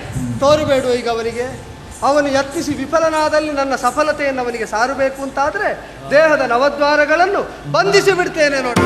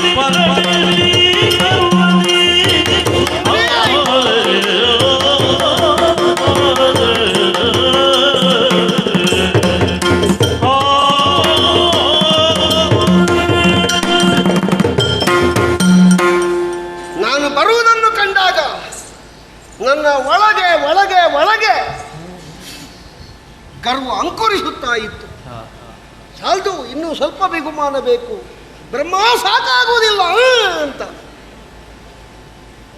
ನಾನು ನೋಡ್ತೇನೆ. ಬಹುಶಃ ನನ್ನ ಒಳಗಿಂದ ಅಷ್ಟು ಅಹಂಕಾರ ಬಂದದ್ದು ಒಮ್ಮೆಲೆ ಇಳಿಲಿಕ್ಕೆ ಅಂತ ಕಾಣ್ತದೆ. ಹೇಳಿದವ ಒಂದು ಕಲ್ಪ ಉಂಟು ಅಂತ, ಅದು ಸರಿ ಇಲ್ಲ, ಇನ್ನು ಕೆಲವೆಲ್ಲ ಸರಿಯಾಗಿ ಸಿಕ್ಕಿದ್ರೆ ಒಂದು ರೂಪಕ್ಕೆ ಬಂದೀತು ಅಂತ ಹೇಳಿದ್ದ. ಆದರೆ ಇಲ್ಲಿ ಒಂದು ಕಲ್ಪವ ಇರುವುದು, 100, 1,000, 1,00,000, 1,00,00,000 ಹೇಳುವುದಕ್ಕೆ ಸಾಧ್ಯ ಇಲ್ಲದೆ ಇರುವಂತಹ ಬ್ರಹ್ಮಾಂಡಗಳೆಲ್ಲ ಲಯವಾದದ್ದರ ಸಂಕೇತಗಳಿಲ್ಲಿ ಕಾಣ್ತದೆ. ಹಾಗಾದರೆ ಏನು? ಇಷ್ಟೆಲ್ಲ ಇದ್ರೂ ನಾನು ಮಾತಾಡಿಸದೆ ವಿನಃ ಮಾತಾಡಲಿಲ್ಲಲ್ಲ ಅವ. ಪಾಪ, ಅಷ್ಟಾದರೂ ಅವ ಮಾತಾಡಿದ್ದು ನನಗೆ ಬೇಸರ ಆಗ್ತದೆ ಅಂತ ನನಗೆ ಅರ್ಥ ಆಗಲಿಲ್ಲ. ನನಗೆ ಆಗ ಎಂಟದ್ದು ಅಂತಲೇ ಗೊತ್ತಾಗಲಿಲ್ಲ. ಅವ ಯಾಕೆ ಹೀಗೆ ಮಾತಾಡ್ತಾನೆ? ಹೇಗೆ ನನಗೆ ಅವನ ಮಾತು ಅರ್ಥ ಆಗಲಿಕ್ಕೆ ಸಾಧ್ಯ? ನನಗೆ ನಾನೇ ಅರ್ಥ ಆಗಲಿಲ್ಲ. ಮತ್ತೆ ಅವನನ್ನು ಅರ್ಥ ಮಾಡಿಕೊಳ್ಳುವಂತಹ ಕಣ್ಣುಂಟೆ ನನ್ನಲ್ಲಿ? ಒಳಗೆ ಬಂದು ನೋಡಿದರೆ ಎಲ್ಲವೂ ಕಾಣ್ತದೆ. ಅಹಂಕಾರದಿಂದ ಬಂದ ನನಗೆ ಇಷ್ಟು ಕಾಣ್ತದೆ. ಎಲ್ಲಿಯಾದರೂ ಭಾವಭಕ್ತಿಯಿಂದ ವಂದಿಸಿ ದೇವರೇ ನಿನ್ನ ಪೂರ್ಣವನ್ನು ನೋಡಬೇಕು ಅಂತ ಎಲ್ಲಿಯಾದರೂ ಆಶಿಸಿ ಬಂದವನಿಗೆ ಇಲ್ಲಿ ಜಾಗ ಸಾಕಾಗ್ತಿರ್ಲಿಲ್ವೋ ಅಂತ. ಇಷ್ಟಿದ್ದೇ ಇಷ್ಟುಂಟು. ಹಾಗಾದರೆ ಏನೇನೋ ಆಗ್ತಿದ್ರೆ ಎಷ್ಟೆಷ್ಟಿರ್ತಿತ್ತು. ಇದನ್ನು ನೋಡಿ ಆದ ಬಳಿಕ ಕ್ಷಣವೂ ವಿಳಂಬ ಮಾಡಕೂಡದು ಅಂತ ಹೇಳಿ ಬಂದಿರುವಂತಹ ದಾರಿಯ ಮೂಲಕವಾಗಿ ಹೊರಗೆ ಹೋಗುವುದಕ್ಕೆ ಮೇಲಡಲಿ ನಿಂತೆ. ಬಾಯಿ ಮುಚ್ಚಲ್ಪಟ್ಟಿದೆ. ಹೆಜ್ಜೆಯನ್ನು ಮೇಲ್ಭಾಗದಲ್ಲಿರುವಂತಹ 6 ದಾರಿಗಳು ಬಂಧಿಸಲ್ಪಟ್ಟಿದೆ. ನಾನು ಬಿಟ್ಟ ಹಾಗೆ ಕೆಳಗೆ ಆದರೂ ದಾರಿ ಬಿಟ್ಟಿದ್ದಾನೋ ಅಂತ ನೋಡಿದೆ. ಇಲ್ಲ, ಆ ಒಂದು ಅವಕಾಶವೂ ನನಗಿಲ್ಲ. ಆ ದಾರಿಯಲ್ಲಿಯೂ ಬಂದರು, ಅದು ನಾರಾಯಣನ ದಾರಿ, ನನಗೆಲ್ಲಿ ಸಿಕ್ಕುವುದಕ್ಕೆ ಸಾಧ್ಯ? ನಾನು ಒಟ್ಟು ಒಳಗೆ ಬಂಧಿಸಲ್ಪಟ್ಟ ಹಾಗಾಗಿದೆ. ಮೇಲೆ ಕೆಳಗೆ, ಕೆಳಗೆ ಮೇಲೆ, ಆಚೆ ಈಚೆ, ಈಚೆ ಆಚೆ, ಹೋಗಿ ಬಂದು ಇಳಿದು ಹತ್ತಿ ಸಾಕೋ ಸಾಕಾಯಿತು ನನಗೆ. ಏನು ಮಾಡಲಿ, ಏನು ಮಾಡಲಿ, ಏನು ಮಾಡಲಿ? ಸ್ಮರಿಸೆ ಭಕ್ತಿಯೋಳಾದಿ ಮಾಯೆಯ ದಾರಿ ತೋರಮ್ಮ. ಸ್ಮರಿಸೆ ಭಕ್ತಿಯೋಳಾದಿ ಮಾಯೆಯ ಜಯ ಜಯೋ ಹರಿಯನ ವಿಗಮನ ಪದಪೂಜರಿಸೆ ಹರಿಯನ ವಿಗಮನ ಮೇರೆವ ಪದ ಗೋಚರಿದೆ ಹೊರಡ ಶೀಘ್ರದಲ್ಲಿ ಹೊರಡ ಕ್ಷಣವೇ ಶೀಘ್ರದಲ್ಲಿ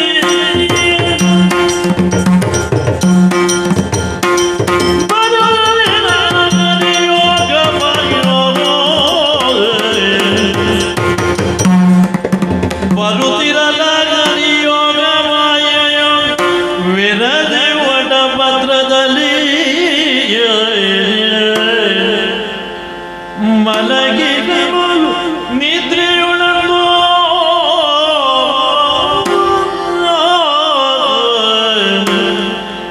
ಮಲಗಿರಲು ನಿದ್ರೆಯೊಳಗೂ ಕಾಳಿಸಿ ಬಾಯೊಳಗೆ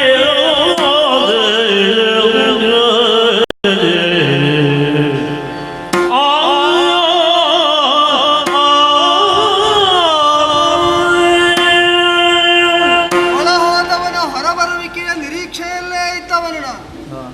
ಆ ಕಾಲದಲ್ಲೇ ಒಮ್ಮೆಂದೊಮ್ಮೆಲೆ ಆವರಿಸಿದ ಜಾಡ್ಯ ಏನು ಅಂತ ನಾನು ಅಂತರ್ಮುಖಿಯಾದ ಕಾಲದಲ್ಲಿ ಮಾಯಾ ಸಹಿತತೆಯಿಂದ ನಾ ಮೆರೆಯುವುದಕ್ಕೆ ಇದು ಯುಕ್ತವಾದ ಕಾಲ ಎಂಬ ಅಂತಃಪ್ರಚೋದನೆ. ಹೌದಲ್ಲ? ಯೋಗ ಮಾಯೆಯನ್ನು ಒಳಗೊಳ್ಳಬೇಕು ಅಂದರೆ ಮಾಯಾಯುಕ್ತತೆ ನನ್ನಲ್ಲಿರಬೇಕು. ಇವ ಮಾಯೆಯ ಜೊತೆಯಲ್ಲಿ ಹೇಗಿರಬಲ್ಲ ಅಂತ ತೋರಿಕೊಡಬೇಕು. ಹಾಗೆ ತೋರಿಕೊಡಬೇಕೆಂಬುದೇ ಪ್ರಚೋದನೆ ಅಂತಾದಾಗ ಹೇಗೆ ಈ ದಾಢ್ಯವನ್ನು ಒಳಗೊಳ್ಳುವ ಬಗೆ ಎಂತೂ ಅಂತ ಅದೋ ಅದೋ ಅದೋ ಅದೋ ವಟಪತ್ರ ತಾನಾಗಿ ತೇಲಿ ಬರ್ತಾನೆ.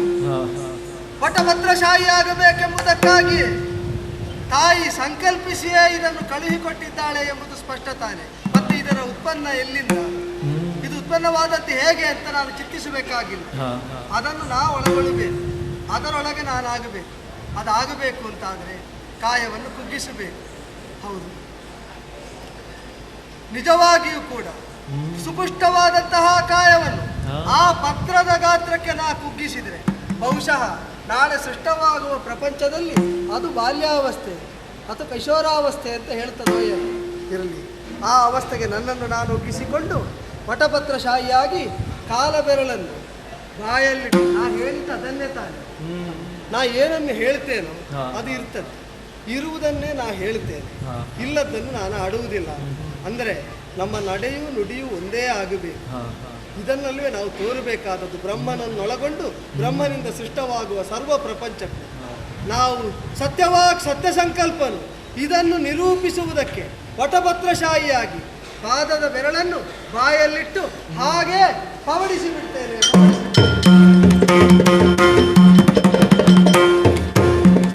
ಬರುವುದನ ಗಮನಜೋ ಸರಸಿಜದ ಮೇಲೆ ಬರುವುದನ ಗಮನಜೋ ಸರಸಿಜದ ಮೇಲೆ ತಾರಿರದೆ ಪದ್ಮಾಸನವ ಬಲದಿಂದ ಬಲಿದು ಸರಸಿಜದ ಮೇಲೆ ತಾನಿರದೆ ಪದ್ಮಾಸನವ ಭರದಿಂದ ಬಲಿದು ಉಳ್ಳಿರುತ್ತದೆ. ನಾಲ್ದೆಸೆ ನೋಡೆ ನಾಲ್ದೆಸೆ ನೋಡೆ ಮೆರೆವ ನಾಲ್ಮಗದಿಂದ ಶೋಭಿತವೋ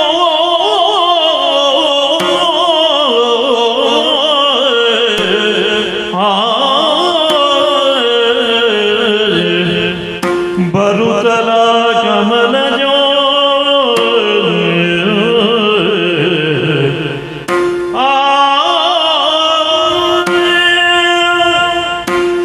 ದಾರಿ ಕಾಣದೆ ಬಳಲುತ್ತಿದ್ದಂತಹ ನಾನು ಅಮ್ಮನನ್ನೇ ಸ್ತುತಿಸಿಕೊಂಡಾಗ ಹರಿಯ ನಾಭೀಕವನದ ಮೂಲಕವಾಗಿ ಪಥವೊಂದು ಗೋಚರವಾಗಿತ್ತು. ಆ ದಾರಿಯನ್ನೇ ಪಥವಾಗಿರಿಸಿಕೊಂಡು ಮೇಲೆ ಮೇಲೆ ಮೇಲೆ ಬಂದೆ ಅಂತಾದರೆ ಅರಳಿರುವಂತಹ ತಾವರೆಯ ಮೇಲ್ಭಾಗದಲ್ಲಿ ಆಸನಬದ್ಧನಾಗಿ ಕುಳಿತಿರುವುದಕ್ಕೆ ನನಗೊಂದು ವ್ಯವಸ್ಥೆ ಆಯಿತಲ್ಲ. ಹೇಗೆ ಬಂದೆ, ನಾರಾಯಣ ಎಲ್ಲಿದ್ದಾನೆ ಎನ್ನುವುದಾಗಿ ಹುಡುಕುವುದಕ್ಕಾಗಿ 4 ದಿಕ್ಕನ್ನು ಚೆನ್ನಾಗಿ ಒಮ್ಮೆ ನೋಡಿದೆ. ನಾಲ್ಮಗನ ಅದನಲ್ಲ, ಆಗ ಒಂದೇ ತಲೆ ಇದ್ದದ್ದು ನನಗೆ, ಈಗ 4 ತಲೆ ಆಗಿದೆ. ಇನ್ನಾದರೂ ಅರ್ಥ ಮಾಡು, 4 ತಲೆ ಬೇಕಾಗ್ತದೆ ಒಬ್ಬನನ್ನು ಅರ್ಥ ಮಾಡುವುದಕ್ಕೆ. 1 ತಲೆ ಸಾಕಾಗುವುದಿಲ್ಲ. ಅದಕ್ಕಾಗಿಯೇ ಪ್ರತ್ಯೇಕವಾದ ಹೆಚ್ಚಿನ ತಲೆಯನ್ನು ಕೊಟ್ಟದ್ದು ಏನು. ಹೌದು, 4 ತಲೆ ಆಗಿದೆ. ಆದರೆ ನನ್ನನ್ನು ಇಷ್ಟು ಎತ್ತರಕ್ಕೆ ಏರಿಸಿದ ಪುಣ್ಯಾತ್ಮನ ಸಮ್ಮುಖದಲ್ಲಿ ಒಮ್ಮೆ ಮಾಡಿದ ತಪ್ಪನ್ನು ಒಪ್ಪಿಕೊಳ್ಳಬೇಕು ಎನ್ನುವ ಹಾಗೆ ಅವನತ್ತ ದೃಷ್ಟಿ ಹಾಯಿಸಿದ್ರೆ ಯಾವ ಗೊಡವೆಯೂ ಇಲ್ಲ. ಕಾಲ ಬೆರಳನ್ನು ಬಾಯಿಯಲ್ಲಿರಿಸಿ ಒಂದು ವೃತ್ತಾಕಾರವಾಗಿ ಮಲ್ಕೊಂಡಿದ್ದಾನೆ. ನನಗೊಂದು ರಕ್ಷಣೆ ಆಗಿದೆ. ನಾನು ಮಧ್ಯದಲ್ಲಿರುವುದು, ಮೇಲೆ ಅವನ ಕಾಲು ಬಂದು ಬಾಯಲ್ಲಿ ಉಂಟು. ಹೇಗೆ ವೃತ್ತಾಕಾರದ ಮಧ್ಯದಲ್ಲಿದ್ದೇನೆ, ನನಗೇನು ಕಷ್ಟ ಆಗ್ಲಿಕ್ಕಿಲ್ಲ. ಆದರೆ ಈ ಪದ್ಮವನ್ನು ಮಾತ್ರ ಬಿಡಬಾರ್ದು. ಇದರ ಮೇಲೆ ಕೂತ್ರೆ ನಾನು ರಕ್ಷಿತನಾಗಿ ಇರ್ತೇನೆ. ನೋಡುವ, ಅವನಿಗೆ ಎಚ್ಚರಾಗುವಲ್ಲಿವರೆಗೆ ನಾನು ಅವನನ್ನೇ ಧ್ಯಾನ ಮಾಡಿಕೊಂಡಿರ್ತೇನೆ.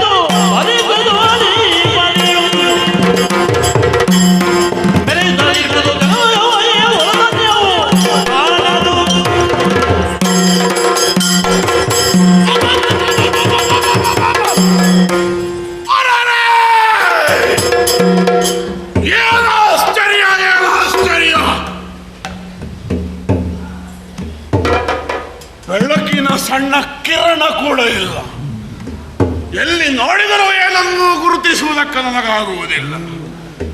ಹಾಗೆಂದು ಸ್ಪರ್ಶದಿಂದ ಅರ್ಥವಾಗುತ್ತದೆ. ಅಗಾಧವಾದ ಜಲರಾಶಿಯ ಮೇಲೆ ನಾನು ಹುಟ್ಟಿಕೊಂಡೆ. ಇದ್ದಕ್ಕಿದ್ದ ಹಾಗೆ ಹೇಗೆ ಹುಟ್ಟೆ? ಯಾರು ನನ್ನ ಹುಟ್ಟಿಗೆ ಕಾರಣ? ನನ್ನ ಹಾಗೆ ಇನ್ನಾರು ಇದ್ದಾನೆ ಅಥವಾ ಹಲವರಿದ್ದಾರೆ? ಈ ಪ್ರಶ್ನೆಗೆಲ್ಲ ಉತ್ತರ ಸಿಗಬೇಕೆಂದಾದರೆ ನಾನಿಲ್ಲಿಯೇ ಇರುವುದಲ್ಲ. ಈ ನೀರಿನಲ್ಲಿ ಇನ್ನೊಬ್ಬನ ಇರವನ್ನು ಹುಡುಕುತ್ತಾ ಸಾಗಬೇಕು ಸಾಗಬೇಕು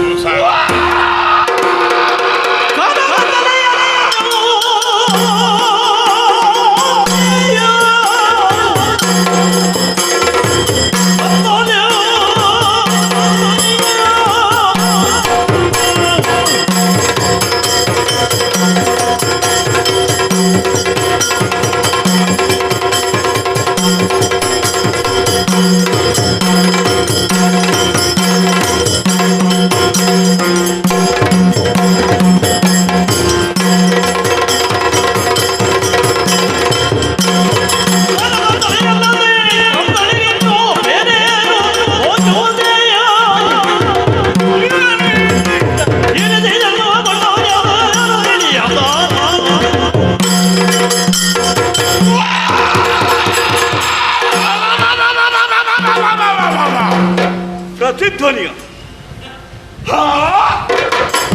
ಕಾರಗತ್ತಲೆಯಲ್ಲದೆ ಮತ್ತೇನೂ ಕಾಣಿಸುವುದಿಲ್ಲ.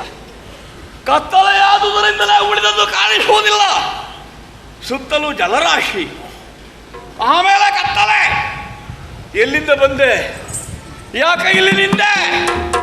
ಯಾರು ನನ್ನ ತಂದೆ? ಏನು ಇನ್ನು ಮುಂದೆ ಅರ್ಥವಾಗುವುದಿಲ್ಲವಲ್ಲ. ಯಾರಿಂದ ನಾನು? ಯಾಕಾಗಿ ನಾನು?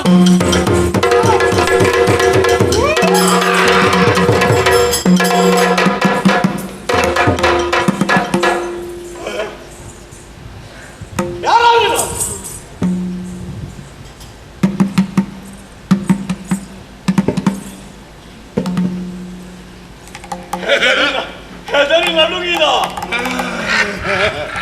ಒಂದೇ ಹಾಗೆ.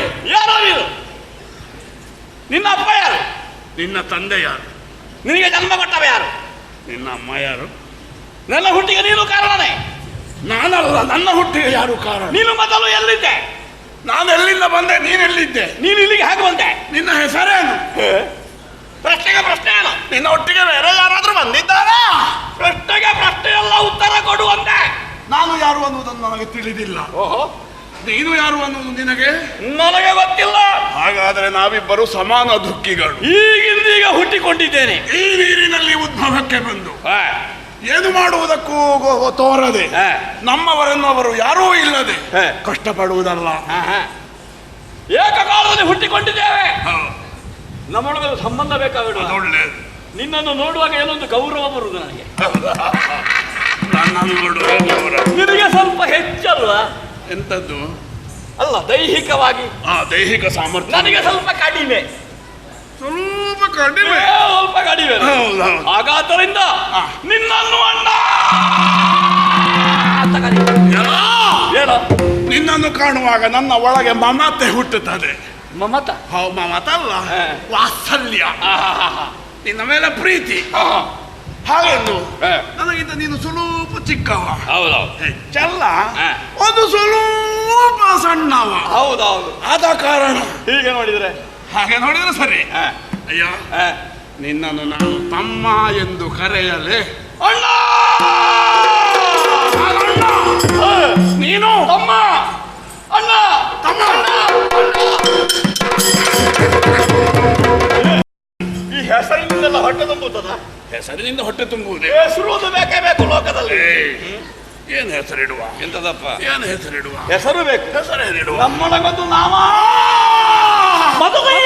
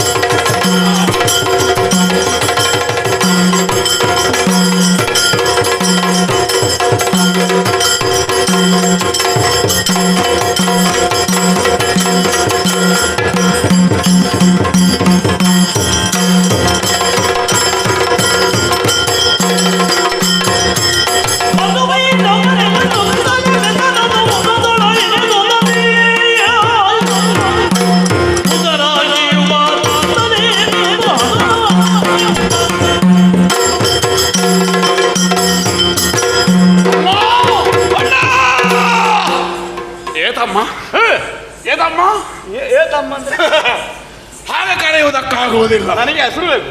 ದೇಹ ಸೌಷ್ಠವಕ್ಕೆ ಅನುಸಾರವಾಗಿ ನಿನಗೆ ಒಂದು ಹೆಸರು, ನನಗೆ ಒಂದು ಹೆಸರು. ತೀರ್ಮಾನ ಮಾಡುವುದು ಹೇಗೆ? ಹೇಗೆ? ಮೊದಲು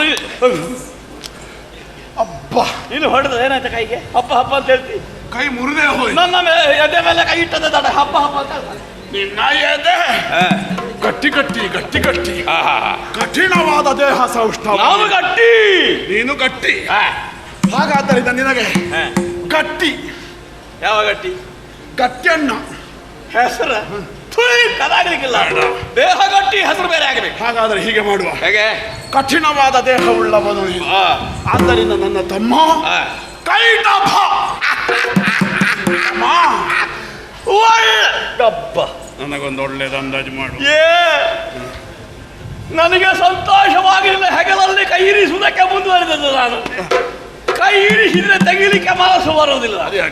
ಏನು ಮೆತ್ತಗೆ, ಏನು ಮೆತ್ತಗೆ. ನೀನು ನನ್ನ ಹಾಗೆ ಗಟ್ಟಿಯಲ್ಲ, ಅಲ್ಲ, ನೀನು ಮೆತ್ತಗೆ. ಮೆತ್ತಗೆ. ನಿನಗೆ ಹೆಸರು ಹಾಗೆ ಆದೀತು ಅಂತ. ಹೇಗೆ? ಅಣ್ಣ ಮೆತ್ತಗೆ ಬೇಡ. ಬೇಡ. ಅಣ್ಣ ಮೃದು ಮೃದು, ಅದು ಮೃದು ಬೇಡ. ಮೃದು ಮೃದು ಮೃದು ಮೃದು ಮಧು. ತಮ್ಮ, ಅಣ್ಣ ಮದುವೆ. ಯಾರಿಗೆ ಮದುವೆ? ನಿನಗೆ ನಿನಗೆ ಅಂತ. ನಾನು ಮದುವೆ. ನಿನ್ನ ಹೆಸರಿನಿಂದ ಮಧು. ತಮ್ಮ, ನಾನು ಮಧು. ನೀನು ನಮ್ಮ ತಮ್ಮ ಕೈಟಭ. ಮಧು ಕೈಟಭ. ಹೆಸರು ಒಳ್ಳೆ ಹೆಸರು, ಒಳ್ಳೆ ಹೆಸರು. ಆದ್ರೆ ಒಂದು ಹೆಸರಿನಿಂದ ಹೊಟ್ಟೆ ತುಂಬುತ್ತದ ಅಂತ. ಊರಿ ತಾಳ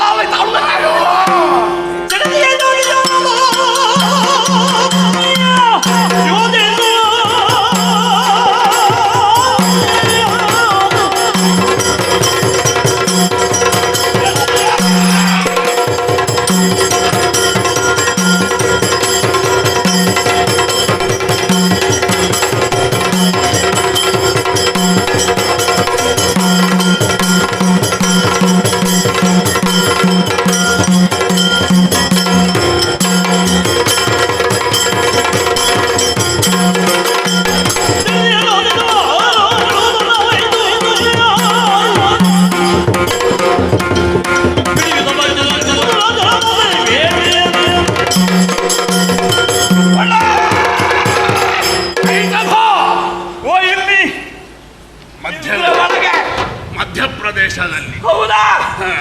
ಚುರು ಚುರು ಚುರು ಚುರು ಚುರು ತಾಗ್ತಾ ಇದೆ. ನನಗೂ ಹೊಟ್ಟೆಯೊಳಗೆ ಏನೋ ಆಗುತ್ತದೆ. ತಾಳಲಾರನಪ್ಪ. ಈ ಸಂಕಟ ಯಾಕಾಗಿ ಆಗುತ್ತದೆ ತಮ್ಮ? ಹಸಿವೆ, ಹಸಿವೆ. ಉದರಾಗ್ರಿ. ಅದಕ್ಕೆ ಏನು ಮಾಡುದು? ಏನಾದ್ರೂ ಬಿಡಬೇಕು ಸ್ವಲ್ಪ. ಏನಾದ್ರೂ ತಿನ್ನಲೇಬೇಕು. ಬಾಯಿಯ ಮೂಲಕವಾಗಿ ಏನನ್ನಾದ್ರೂ ಹೊಟ್ಟೆಗೆ ಸೇರಿಸಿದ್ರೆ ಹಸಿವು ತಣೀತದೆ ಅನ್ನುವ ಹಾಗೆ ಮನಸ್ಸು ಹೇಳುತ್ತದೆ. ಏನೊಂದು ತಿನ್ನುವ. ನಿನ್ನ ಒಂದು ಕೈ ತಿನ್ನಲ್ಲ. ನಿನ್ನ ಒಂದು ಹೌದಾ? ಅದು ಬೇಡ. ಕೈ ಕಾಲುಗಳವರಾಗುದು ಬೇಡ. ನಾವು ಮತ್ತೆ ನಡೆಯುವುದಾಗ ನೋಡಿದ ಅಗಾಧವಾದಂತಹ ಜಲಧಿ. ಎಲ್ಲಿ ನೋಡಿದ್ರು ನೀರೇ ನೀರೇ ನೀರೇ. ಹೌದು. ಮೊಣಕಾಲಿನವರೆಗೆ ಮಾತ್ರ, ಮೊಣಕಾಲಿನಿಂದ ಮೇಲೆ ಹೋಗುವುದೇ ಇಲ್ಲ. ಅದರಲ್ಲಿ ಜಲಚರಗಳು ಇರಲೇಬೇಕು. ಇರಲೇಬೇಕು. ನೀರಿಗೆ ಬಲವಾಗಿ ಅಪ್ಪಳಿಸಿದಾಗ ಆ ನೀರಡಲ್ಲಿದ್ದದೆಲ್ಲ ಮೇಲೆ ಬರ್ತದೆ ಜಲಜಂತುಗಳು. ಅವುಗಳನ್ನು ಹೇಳಿದು ಬಾಯಿಗೆ ಹಾಕಿ ಹೊಟ್ಟೆ ತುಂಬಿಸುವ ಒಳ್ಳೆ ಉಪಾಯ. ಯಾಕೆ ನೋಡಿ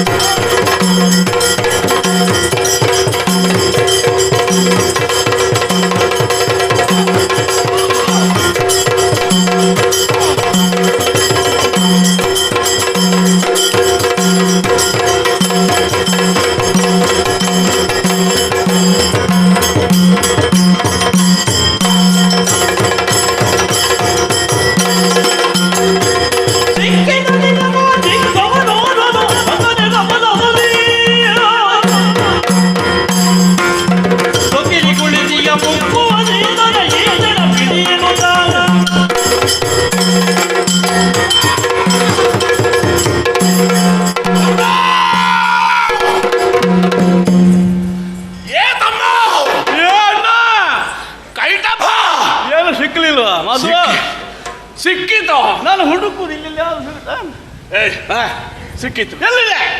ಜಲದಲ್ಲಿ ಆಹಾರದ ಅನ್ವೇಷಣೆಗಾಗಿ ನಾವು ಹೊರಟ ಕಾಲ ಸಕ್ಕನೆ ಒಂದು ಕಮಲ ಮೇಲೆ ಬಂತು. ಕಮಲ ತಿಂದೆ ಆಗುತ್ತದ? ಈ ಸಲ ಕಮಲ ಮುಂದೆ ಬಂತ, ತಾವರೆ ಅರಳಿದೆ, ತಾವರೆ ಮೇಲೆ ಬಂದಿದೆ. ಆದರೆ ಬರೀ ತಾವರೆ ಅಲ್ಲ, ಆ ಕಮಲದ ಮಧ್ಯದಲ್ಲಿ ಎಂತದ? ಚಿಕ್ಕ ಒಂದು ಪ್ರಾಣಿ ಕುಳಿತಿದೆ. ಬರೇ ಸಣ್ಣದ? ಬರೇ ಸಣ್ಣದು, ಆದ್ರೆ ನಮಗೆ ಅಷ್ಟು ಇಲ್ಲಲ್ಲ. ಹಾಗಾದ್ರೆ ಪ್ರಾಣಿ ನಿನಗಾಯ್ತು, ಕಮಲ ನನಗಾಯ್ತು. ಕಮಲ ತಿನ್ನುವುದಕ್ಕಾಗುತ್ತದೆ, ಅದು ಸಸ್ಯ ಅಲ್ವಾ? ಹೊಟ್ಟೆ ತುಂಬದಲ್ಲಿ ನೋಡುವಂತ. ಅದು ಬೇಡ. ಎಲ್ಲಿದೆ? ಸಿಕ್ಕಿದ ಪ್ರಾಣಿ ನೀನಷ್ಟಕ್ಕೆ ಹೇಳ್ತಾ ಇದ್ದ, ಎಲ್ಲಿದೆ? ಜಲದಲ್ಲಿ ಮುಳುಗಿ ತಪ್ಪಿಸಿಕೊಳ್ಳುವುದಕ್ಕೆ ಮೊದಲೇ ಹಿಡಿಯಬೇಕು. ಎಲ್ಲಿದೆ? ನನ್ನ ಬೆರಳ ತುದಿ ನೋಡು. ಉಗುರಲ್ವ ಬೆರಳ ತುದಿಯಲ್ಲಿ? ಬೆರಳ ತುದಿಯಲ್ಲಿ ಉಗುರಿಲ್ಲದೆ ಮತ್ತೆ ಯಾವುದರ ತುದಿಯಲ್ಲಿ ಇರುವುದು? ಮತ್ತೆ ನೋಡುವಂತೆ ನೀನು ಅದನ್ನು ಜಗಿದ್ರೆ ಹಠದ ಬಿಡೋದು. ನಾನು ತೋರಿಸಿದ ನೇರಕ್ಕೆ ನೋಡು.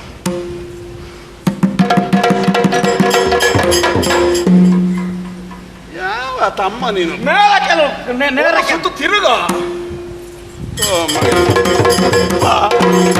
ನಿನ್ನನ್ನು ತಿನ್ನುವುದ ನಾನು? ಮತ್ತೆ ಸುತ್ತು ಹೆಚ್ಚಾಯಿ, ಅರ್ಧ ಸುತ್ತು ಕೈಟ ಮನೆಗೆ ಸುತ್ತು ಕಡಿಮೆ. ಅದು ಎಂತದೋ ಕಾಣ್ತದೆ ಆಗ. ಅದಲ್ವಾ, ಆಗ ಪ್ರತಿಧ್ವನಿ ಕೇಳಿದ್ದಲ್ಲ, ಇದು ಪ್ರತಿಬಿಂಬ. ನೋಡಕ್ಕ, ಎಲ್ಲಿ? ಅಲ್ಲಿ. ಎಲ್ಲಿ? ಎಲ್ಲಿ?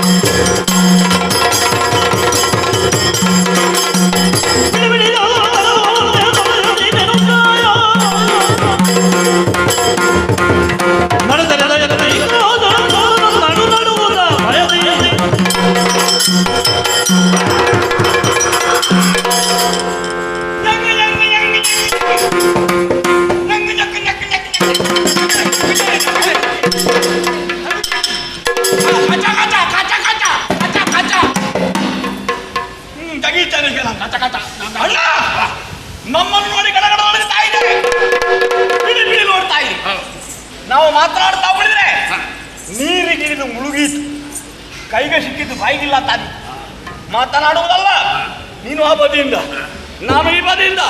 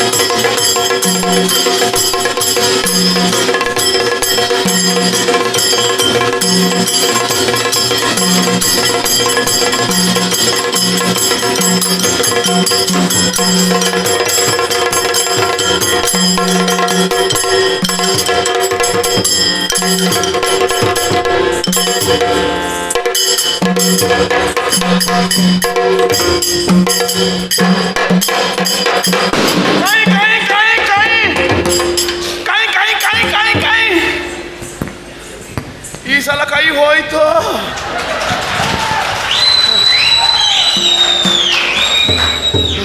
ಅಣ್ಣ ಓ ಅಣ್ಣ, ತಮ್ಮ, ನನ್ನ ಕೈಗೆ ಸಿಕ್ಕಿದವ ನೀನ? ನೀನು ಎಲ್ಲಿದ್ದೀಯ?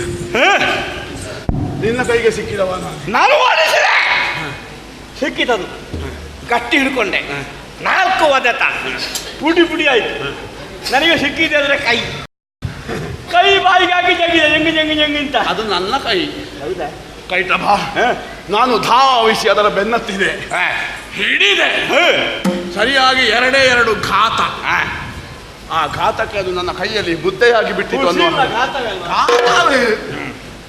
ತಿನ್ನುವುದಕ್ಕೆ ಹೊರಟ್ರೆ ಕೈಯೊಳಗೆ ಸಿಕ್ಕಿದವ ನೀನು, ನಿನ್ನ ಕೈಯೊಳಗೆ ನನಗೆ ಅನ್ನ ಇಲ್ಲ ಅಂತ ಆಗಿದ್ದಪ್ಪ. ಈಗ ನನಗೆ ತಮ್ಮ ಪ್ರಾಣಿ ತಪ್ಪಿಸಿಕೊಂಡಿದೆ. ಎಲ್ಲಿದೆ ಹುಡುಕಬೇಕು. ಹಾಗಲ್ಲಿ ಅದಲ್ಲ, ಅದಲ್ಲ ಅದಲ್ಲ, ಹೋಯ್, ಇದು ಅಲ್ಲ, ಇಲ್ಲಿ ಸಮೀಪದಲ್ಲಿ ಎಲ್ಲಿ ಮುಳುಗಿರಬೇಕು, ಬಿಡುವ ಹಾಗಿಲ್ಲ. ಅರಸೋಣ ಅರಸೋಣ.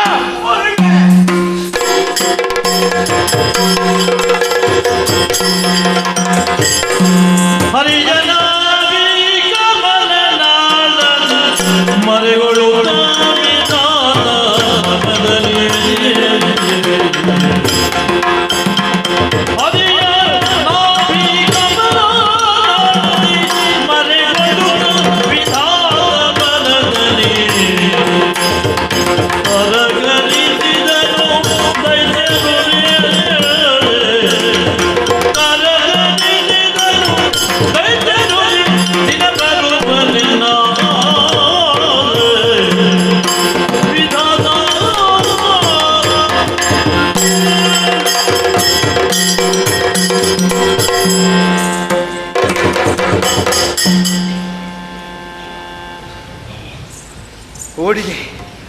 ಓಡಿದೆ.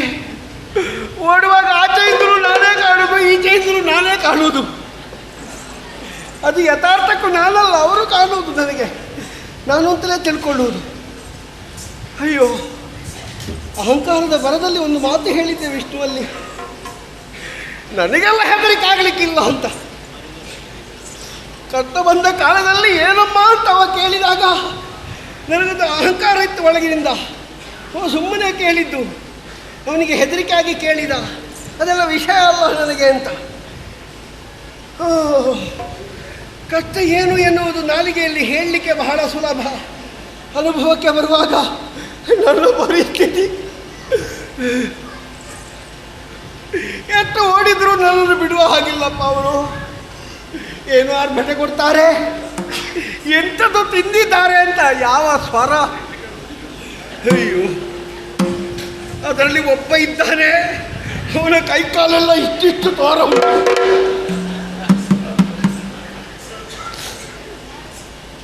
ಅವನ ಒಟ್ಟಿಗೆ ಹೋಗುವವರಿಗೆ ಒಂದು ಆಪತ್ತಿ. ಅವು ಒಮ್ಮೊಮ್ಮೆ ಕಾಲೆತ್ತಿಡುವಾಗ ನಾನಲ್ಲಿ ಯಾವ ಕಾವಲಿಗೆ ಸಿಕ್ಕಿಬಿಟ್ರೆ ಮತ್ತೆ ಕೇಳಲಿಕ್ಕೆ ಇಲ್ಲ. ಅಯ್ಯೋ, ಏನ್ ಮಾಡ್ಲಿ? ಇವನು ಮಲಗಿ ಎಷ್ಟು ಸಮಯ ಆಯ್ತು, ಇವನಿಗೆ ಎಚ್ಚರಿಕೆ ಆಗುದಿಲ್ಲ. ಎಬ್ಬಿಸುವುದು ಹೇಗೆ? ಎಚ್ಚರಿಕೆ ಆಗದಿದ್ರೆ ಎಬ್ಬಿಸುವುದು ಹೇಗೆ? ಎಚ್ಚರಿಕೆ ಆಗುದಿದ್ರೆ ಅವರು ಇಷ್ಟು ಬಬ್ಬೆ ಹಿಡಿಯುವಾಗ ಅವನಿಗೆ ಎಚ್ಚರಿಕೆ ಆಗುವುದಿಲ್ವಾ? ಬಹುಶಃ ಇವನ ಸ್ಥಿತಿಯನ್ನು ನೋಡಬೇಕು ಅಂತಲೇ ನಿದ್ದೆ ಮಾಡಿದ್ದಾನೋ ಅಂತ. ಓ, ಏನೇ ಇರಲಿ, ಅವಳೊಂದು ಇಷ್ಟು ಮಾಡಿ ಹಾಕಿದಳು. ಈಗ ನಿನಗೆ ಎಂತ ಕೊಟ್ಟು ತೆಕ್ಕೊಂಡು. ಅಮ್ಮ ತಾಯೇ, ನೀನು ಮತ್ತೊಮ್ಮೆ ಬಾರದಿದ್ರೆ ನನಗೆ ಬೇರೆ ದಾರಿಯೇ ಇಲ್ಲಮ್ಮ. ಎಲ್ಲಿ ಹೋಗಿ ಅಮ್ಮ ನೀನು? ಜಯ ಜಯ ಜಯ ಜಯ. ಅಮ್ಮ, ಮಗನೇ ಬ್ರಹ್ಮ, ಅಮ್ಮ, ನಿನ್ನ ಭಕ್ತಿಗೆ ಪ್ರಸನ್ನಳಾಗಿದ್ದೇನೆ. ಏನಯ್ಯ ಇದು?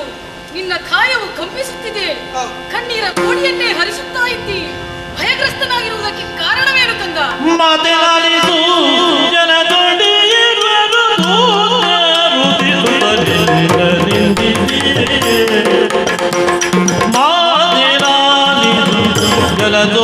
ಇರುವರು ದೂತರು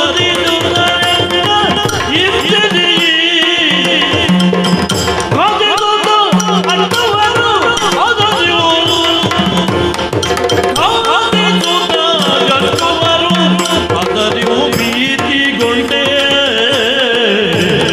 ಅಮ್ಮ.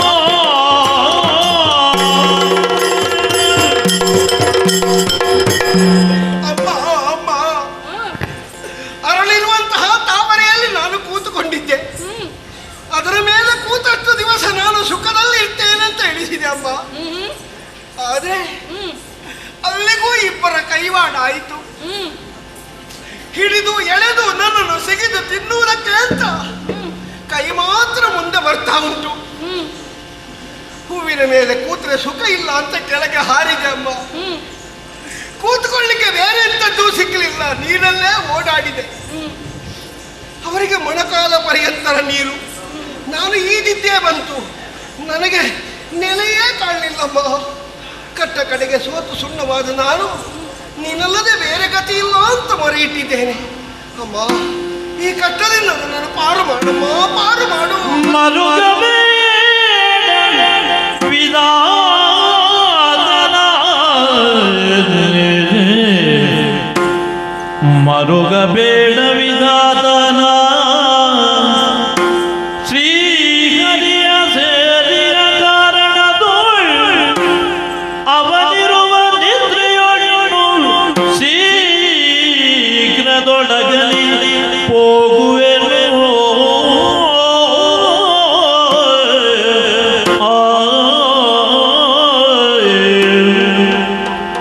ಭರದೊಳೆಚ್ಚರಗೊಂಡು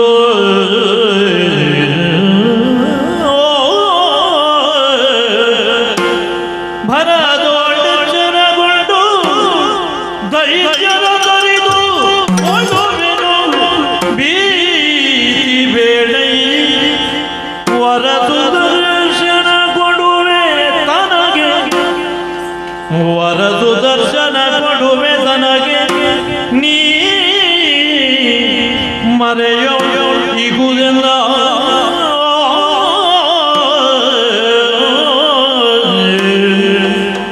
ಮರುಗಬೇಡ ವಿಧಾತ ಮರುಗದಿರು.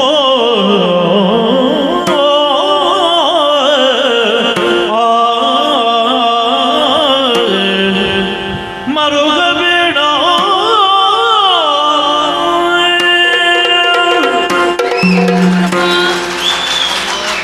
ಆದಿಮಾಯೆಯಾಗಿರುವಂತಹ ನಾನೇ ಯೋಗಮಾಯೆಯಾಗಿ ಅವರ ಸ್ವರ ಕೇಳ್ತಾನಮ್ಮ, ಈಗ ಬರ್ತಾನ.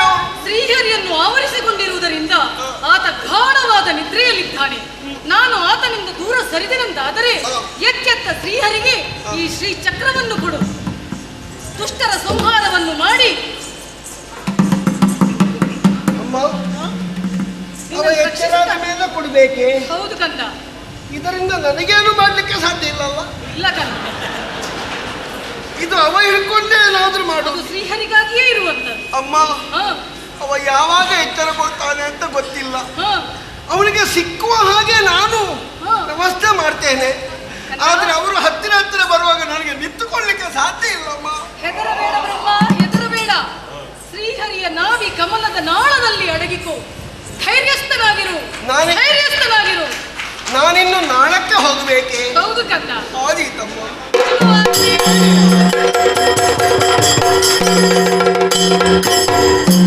ಕಡೆಗೂ ಒಂದು ದಾರಿ ತೋರಿಸಿರಲ್ಲ ಅಮ್ಮ. ನಾಳದಲ್ಲಿರು ಮಗನೇ. ನಾಳಕ್ಕೆ ಬರ್ಲಿಕ್ಕಿಲ್ಲಲ್ಲ ಅವರು. ನಾಳಕ್ಕೆ ಅವರು ಬಂದ್ರು ಅಲ್ಲಿ ದೊಡ್ಡವರಿದ್ದಾರೆ.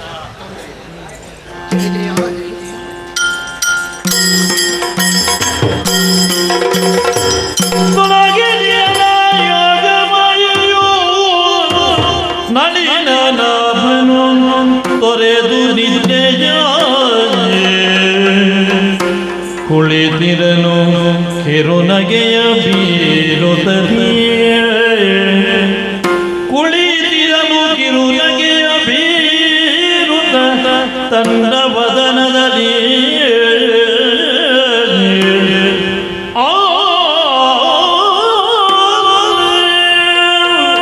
ಕ್ರಿಯಾಸಂಕಲ್ಪವಿರಹಿತನಾಗಿದ್ದ ಕಾಲದಲ್ಲಿ ಯೋಗಮಾಯ ಜೊತೆಯಲ್ಲೇ ಯೋಗನಿದ್ರಾಸಕ್ತನಾದವನು ನಾನು. ತನ್ನಿಂದ ತಾನೇ ಆಕೆ ತೊಲಗಿದಳು ಅಂತ ಆದಾಗ ಪ್ರವೃತ್ತನಾಗುವ ಕಾಲ ಹಸನಾಗಿದೆ ಅಂತ ಸ್ಪಷ್ಟ. ನೋಡೋಣ, ನಿರೀಕ್ಷೆಯಲ್ಲಿ.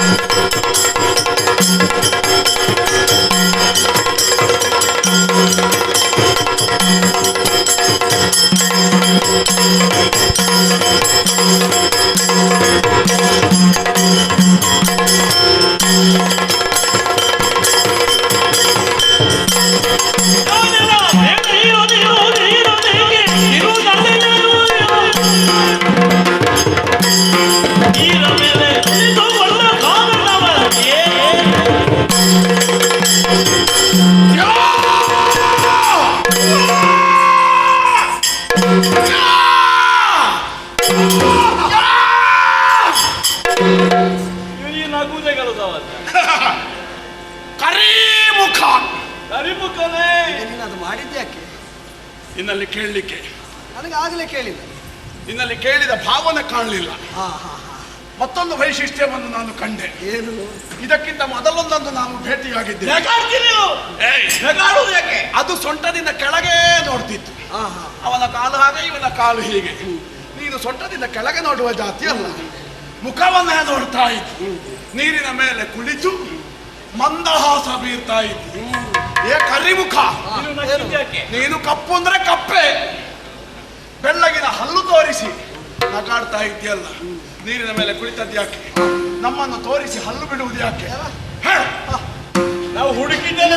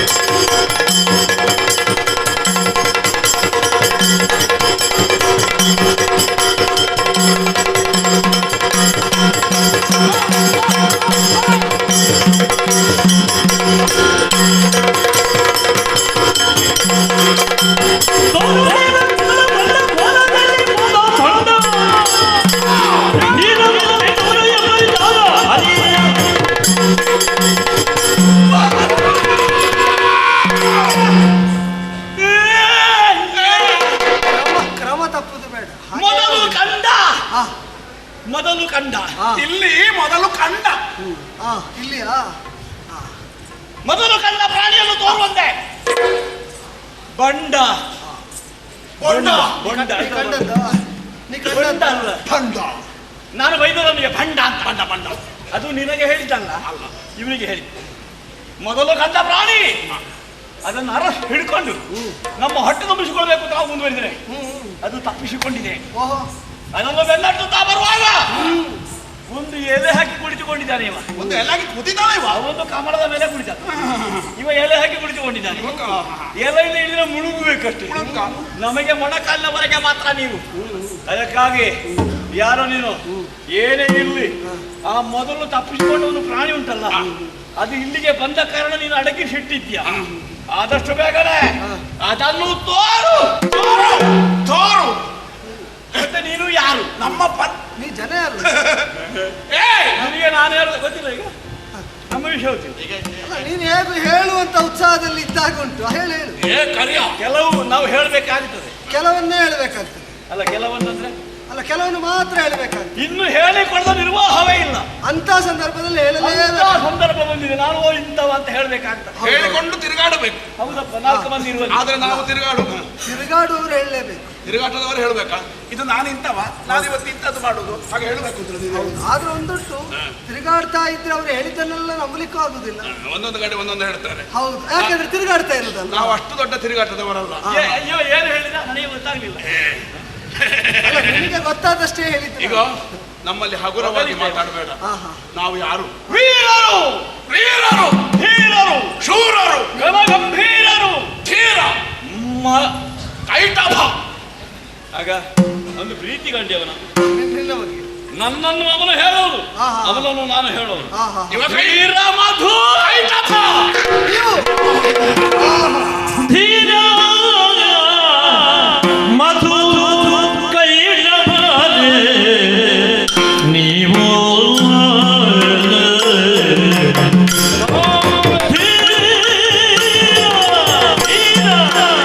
ಮಧು ಕೈಟಭಾರೆ ನೀವು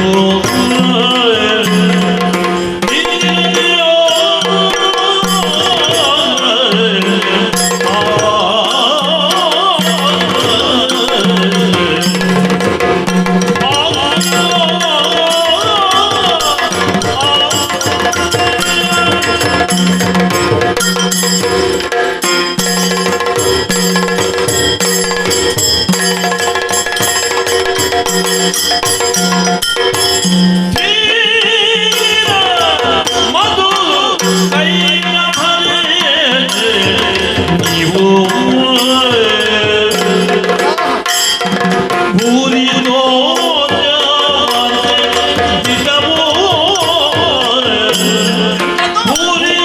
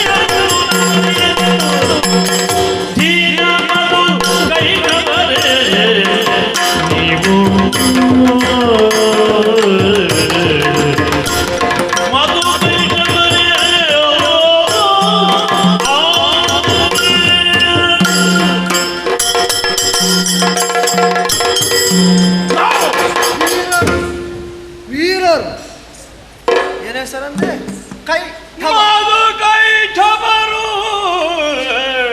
ಆಹಾ ಆಹಾ, ನೀವು ಉಳಿದದ್ದನ್ನು ಮಾತಾಡುವುದನ್ನು ಕೇಳಿದಾಗ ಉಳಿದವರಿಗೆ ವಿರಾಗ ಬರಬೇಕು. ಆದ್ರೆ ಸರಾಗವಾಗಿ ಹೆಸರು ಹೇಳ್ತೀನಿ, ಮಧುಕೈಟಭರ್.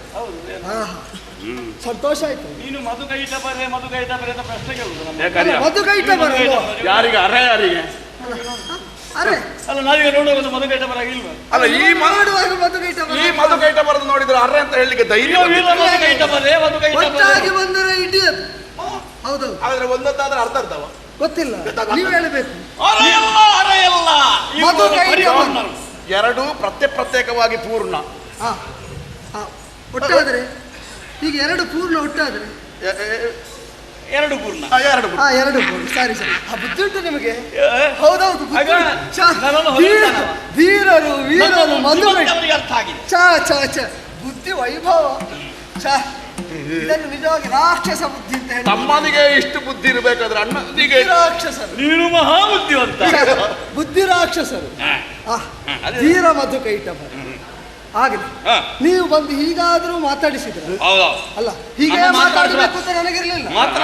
ಹೀಗಾದ್ರೂ ಬಂದು ಮಾತಾಡಿದ್ರಲ್ಲ, ಕ್ರಮವೇ ಹೇಗೆ? ಭೂರಿ ತೋಷವ ಅಂತಿದ್ದೀವಿ. ಅಲ್ಲ, ಭೂರಿ ಇಲ್ಲ, ಭೂರಿ ತೋಷವ ಅಂತಿದ್ದೀವಿ. ಹೌದೌದು, ಭೂರಿ ತೋಷ.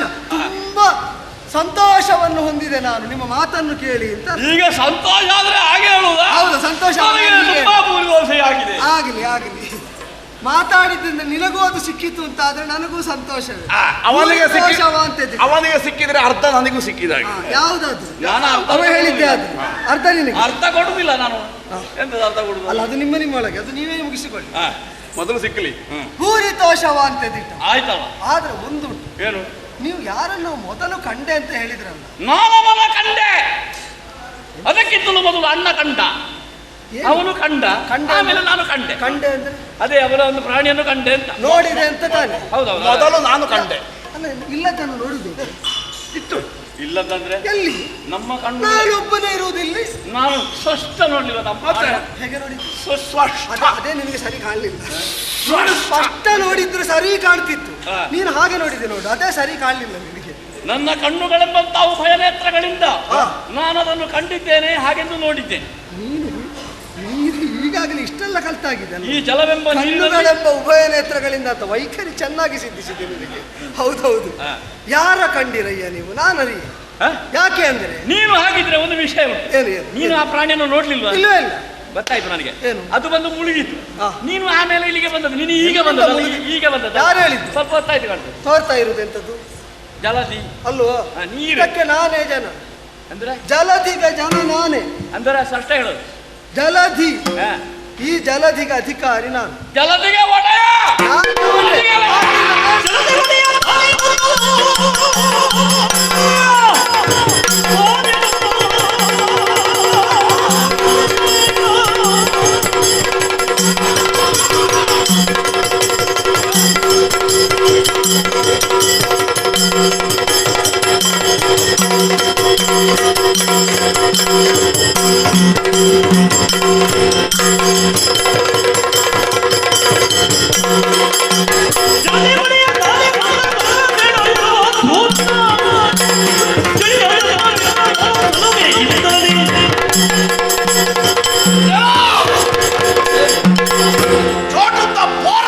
ಆಗ ಹೀಗೆ ಮಾತಾಡ್ತಿರ್ಲಿಲ್ಲ, ಸ್ವಲ್ಪ ಏರಿತ್ತು.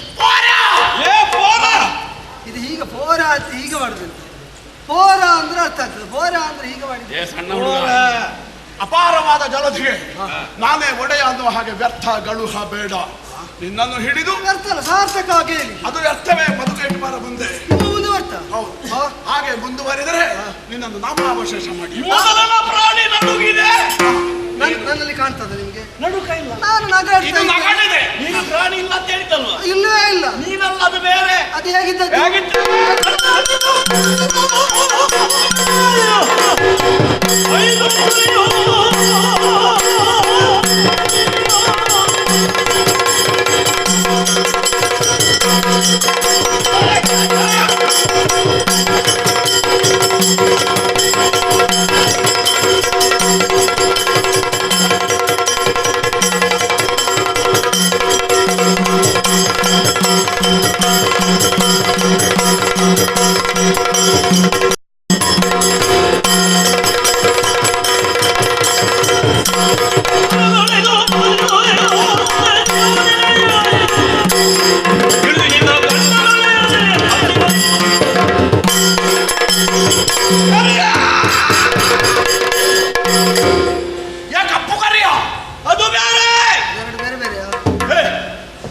ಪ್ಯಾರೆ, ನೀನು ಪ್ಯಾರೆ. ನಿನ್ನ ಹಾಗಲ್ಲ ಅದು. ಅದು ವಸ್ತು, ನಾನು ಬೇರೆ ಬೇರೆ. ಅದಕ್ಕೆ 5 ಇತ್ತು. ಎಂತದ್ದು? ನಿನಗೆ ಒಂದೇ ಇರುವುದು. ಯಾವುದು? ನಾನು ಯಾವುದು ಹೇಳಿಲ್ಲ. ಶಿರ. ಅದಕ್ಕೆ 5 ಶೀರ, ನಿನಗೆ 1 ಶೀರ. ಆಗ್ಲಿ, ನಿಮಗೆ ಲೆಕ್ಕ ಮಾಡುವುದಕ್ಕಾಯ್ತಲ್ಲ. ಅದು ಬೆಳ್ಳಗೆ, ನೀನು ಕಪ್ಪಗೆ, ನೀನು ಕರ್ರಗೆ. ಅದು ನಡುಗುತ್ತದೆ. ಸರಿ ನೋಡಿದ್ಯೋ? ಬೆಳ್ಳಗೆ ಹೌದಲ್ಲ? ಯಾವುದು? ನೀ ಹೇಳಿದ ಹಸಿರು ಎಂತದ್ದು? ಈಗ ಅದು ಬೆಳ್ಳಗೆ. ನಾವು ಕಂಡಷ್ಟು ಭಾಗ ಬೆಳ್ಳಗಿತ್ತು. ಸರಿ. ನಮ್ಮನ್ನು ನೀನು ವಿಕಲ್ಪ ಮಾಡಬೇಡ. ಆಗ್ಲಿ, ನೀವು ನೋಡಿದಷ್ಟು ಬೆಳ್ಳಗಿತ್ತ. ಇನ್ನೊಂದು ಏಯ್, ಅವನು ಅರ್ಪಡಿಸುವಾಗ ಏನಾಗಲಿಲ್ಲ. ಹಾ ನಮ್ಮ ಅರ್ಪಟೆಗೆ ಅದು ಗಟ ಗಟ ಗಟ ಗಟ ನಡುಗಿದೆ. ನೀನು ಬಿಟ್ಟರೆ ಹಲ್ಲು ತೋರಿಸ್ತಾಯಿ, ನಗುತ್ತಾಯಿ. ಅದನ್ನು ತೋರಿಸಿದ್ರೆ ಒಳ್ಳೆಯದು. ನಮಗೆ ಹಸಿವೆ ಸಹಿಸಲಿಕ್ಕೆ ಆಗುದಿಲ್ಲ. ನೀನು ತೋರಿಸದೇ ಇದ್ದರೆ ನಿನಗೆ ಹೀಗೆ ಹಿಡಿದು ಹಿಡಿದು ಗುಳುಮ್ಮನು ಅಲ್ಲಿಗೆ ಹಲ್ಲು ತಾಗುದು. ಇಳಿವ ತುತ್ತನ್ನ ಗಂಡಸರಿ ಸಲವು ಬೇಡ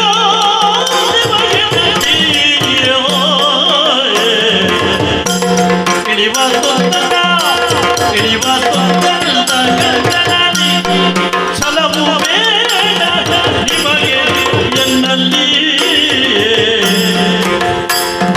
ನಲವಿನಿಂದ ಮರೆಯದೆ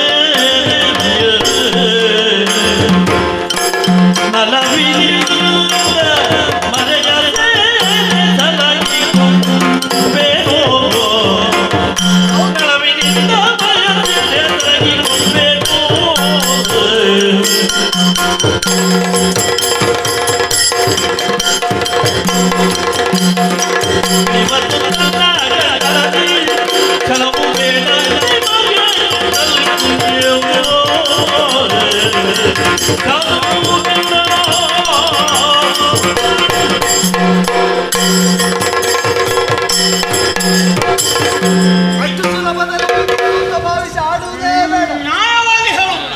ಏನನ್ನು? ನಿಂತೇನೆ ಅಂತ. ಇಳಿಯುವ ತುತ್ತಲ್ಲ ಗಂಟಲಲ್ಲಿ. ಯಾವುದನ್ನು ಇಳಿಸಬೇಕು ಹೇಳು? ಯಾಕೆ? ಸುಲಭದಲ್ಲಿ ಇಳಿಸಿ ಜೀರ್ಣಿಸುವುದಕ್ಕಾಗುವುದನ್ನು ನೀ ಒಳಗೆ ಸೇರಿಸಬೇಕು ಅಂತ ಆದ್ರೆ ಸೇರುವ ಸ್ವಭಾವ ನನಗೆ ಬೇಕು. ಒಳಗೆ ಸೇರಿ ಏನಾಗಬೇಕದು? ಜೀರ್ಣ ಆಗಬೇಕು. ನಾನು ಜೀರ್ಣ ಮಾಡಿಯನು. ಜೀರ್ಣ ಆಗುವುದು ಯಾವುದು ಹೇಳು? ನಾಶ ಇದ್ದದ್ದಕ್ಕೆ ಜೀರ್ಣತೆ ಉಂಟು. ನಾನು ನಾಶ ಇಲ್ಲದವ. ನೀನು ನಾಶ ಇಲ್ಲದ ಅವಿನಾಶಿಯ. ಹೌದೌದು, ನಿನಗೆ ಅರ್ಥ ಆಗ್ತದೆ ನೋಡು. ಏನಾಗಲ್ಲ? ಬುದ್ಧಿ ಉಂಟು. ನಾಶ ಇಲ್ಲದ್ದು ಅವಿನಾಶಿ. ನಾಶ ಇಲ್ಲದ ವಿನಾಶ. ಸಂಗತಿ ಹಾಗಲ್ಲ. ನೀನು ನಾಶ ಇಲ್ಲದವ ಅನ್ನುವುದು ಹಾಗೆ ಸ್ವಯಂ ತೀರ್ಮಾನ ಮಾಡಿಕೊಂಡದ್ದು ಎಲ್ಲಿಯವರೆಗೆ? ಇಲ್ಲಿವರೆಗೆ ಮಧುಕೈಟಭರ ಭೇಟಿಯಾಗುವವರೆಗೆ. ಇಷ್ಟರವರೆಗೆ ನೀನು ಅನಶ್ವರ ಅನ್ನುವುದನ್ನು ನಾನೂ ಒಪ್ಪುತ್ತೇನೆ. ನಾನು ಬಿಡುವುದನ್ನು ತುಂಬ ಒಪ್ಪುತ್ತೇನೆ. ಅದೇ ಇನ್ನು ಹಾಗಲ್ಲ. ಇನ್ನು ನೀನು ನಶ್ವರ. ನಿನಗೊಂದು ಹೇಳೋ, ನಾನು ಅವಿನಾಶಿಯಾದದ್ದು, ಅನಂತನಾದದ್ದು, ಪರರನ್ನು ಅಪೇಕ್ಷಿಸಿ ಅಲ್ಲ, ಸ್ವಯಂ ನನ್ನ ಸ್ವರೂಪವೇ ಆಗಿದ್ದದ್ದು. ಆದ್ದರಿಂದ ನಾಶ ಇರುವಂತಹ ಯಾವುದೋ ಒಂದು ಕಾಲದಲ್ಲಿ ಕಾಣಿಸಿಕೊಂಡಂತಹ ನೀವು ನಿಜವಾಗಿ ಅವಿನಾಶಿಗಳಾಗಬೇಕು ಅಂತಿದ್ರೆ ನನ್ನ ಮೊರೆ ಹೋಗಿ ನಿಮ್ಮನ್ನು ನಲವಿನಿಂದ ಮೊರೆ ಹೊಕ್ಕಿರಿ ಅಂತಾದರೆ ಮೊರೆಯುವ ದಾತಾರ ನಾನಾಗುತ್ತೇನೆ.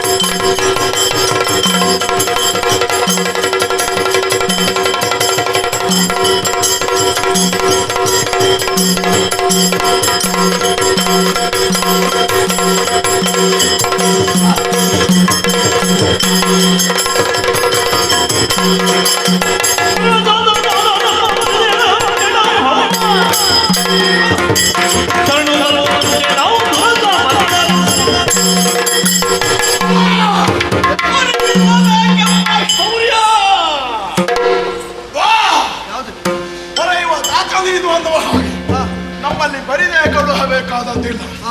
ನಿನ್ನನ್ನು ಹೊಡೆದು ಕೊಂದು ಕೆಡಹಿ ನೀವು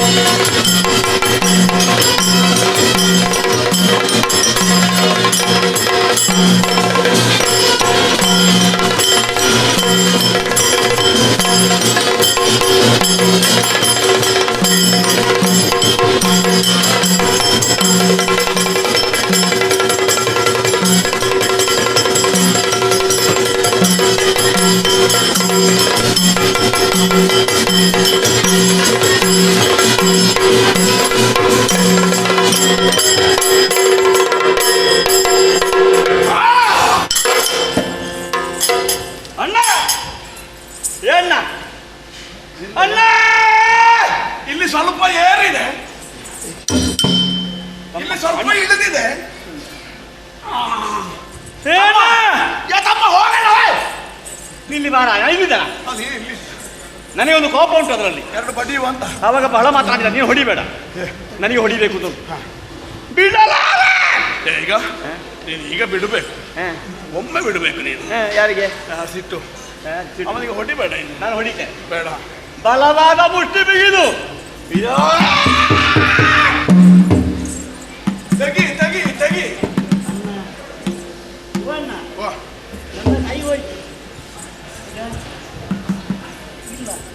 ಅದು ಮೇಲೆ ಬರುವುದೇ ಇಲ್ಲ. ಏ ತಮ್ಮ, ಈಗ ಕೈ ಮುರಿದು ಹೋಯ್ತು ಅಂತ ಮೇಲೆ ನೆಟ್ಟಗಿಲ್ಲ. ಅಮ್ಮ ಅಮ್ಮ, ನಿನ್ನ ಕೈ ಕೆಳಗೆ ಹೋದದ್ದು ಏನು ಗೊತ್ತುಂಟ? ಯಾಕೆ? ಆಗ ಅದು ಎಷ್ಟು ಎತ್ತರದಲ್ಲಿ ಇತ್ತೋ ಆ ಲೆಕ್ಕಾಚಾರದಲ್ಲಿ ನೀನು ಹೊಡೆದದ್ದು. ಆದ್ರೆ ಈಗ ಅದು ಹಾಗಿಲ್ಲ, ಅದು ಎಲೆಯ ಮೇಲೆ ಬಿದ್ದಿದೆ, ನಮ್ಮ ಪೆಟ್ಟು ತಾಳಲಾರದೆ ಸತ್ತಿದೆ. ಈಗ ತುಳಿಯುವುದಾ? ಹೌದು. ಹೊಡಿಯುವುದು ಬೇಡ, ತುಳಿಯುವುದಾ? ತುಳಿತೀಯ? ಒಮ್ಮೆ ತುಳಿ.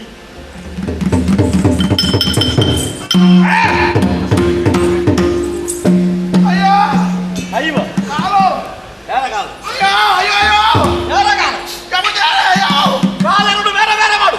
ಕಾಲು, ಒಂದು ಕಾಲು ನಿನಗೆ, ಒಂದು ಕಾಲು ನನಗೆ. ಒಟ್ಟು ಎರಡು ವಾರ ಎಂತ ಮತ್ತೆ ಒಂದು ಕಾಲು ಒಂದು ಕಾಲು ಕಾಲು ಹೋಯ್ತು ಅಂತ ಹೇಳ್ತಿ? ನನ್ನ ಕಾಲಿನಿಂದ ಅವನಿಗೆ ಒದೆದ ಪರಿಣಾಮವಾಗಿ ನನ್ನ ಕಾಲವೇ ಶಕ್ತಿ ಕುಂದಿ ಹೋಯಿತು. ಅಣ್ಣ ಇಳಿಯುವ ತುತ್ತಲ್ಲ ಅಂತ ಅವಾಗಲೇ ಹೇಳಿದ್ದ. ಇಷ್ಟಿಷ್ಟುದ್ದ ಮಾತಾಡಿದ. ಹೊಡೆದ್ರೆ ಕೈ ಮುರಿತದೆ, ತುಳಿದ್ರೆ ಕಾಲು ಮುರಿಯುತ್ತದೆ. ಅವ ಒಂದು ಮಾತಾಡ್ತಾನೆ. ಹೌದಪ್ಪ, ಅವ ಈಗಂತೂ ಬಿದ್ದಿದ್ದ. ಬಿದ್ದಿದ್ದಾನೆ. ಆಹಾರ ನಮಗೆ ಆಯಾಸ ಪರಿಹಾರವಾಗಲಿ. ಬೇಷ್. ಆಯಾಸ ಪರಿಹಾರ ಆಗಬೇಕು ಮಾತ್ರವಲ್ಲ, ನೀರಿನಲ್ಲೇ ಬಿದ್ದದು ಸ್ವಲ್ಪ ಮೆತ್ತಗಾಗಬೇಕು. ಆಮೇಲೆ ತಿನ್ನುವುದಕ್ಕೆ ರುಚಿ ಆಗುತ್ತದೆ. ಈಗ ಕಪ್ಪಿದ್ದದು ಸ್ವಲ್ಪ ಬೆಳ್ಳಗೆ ಆದಿತ್ತು ನೀರು ಕುಡಿದು. ಸ್ವಲ್ಪ ಹೊತ್ತು ವಿಶ್ರಾಂತಿ. ವಿಶ್ರಾಂತಿ ಪಡೆಯೋಣ ಬಾಯಿಗೆ. ಸೆಣಸಿ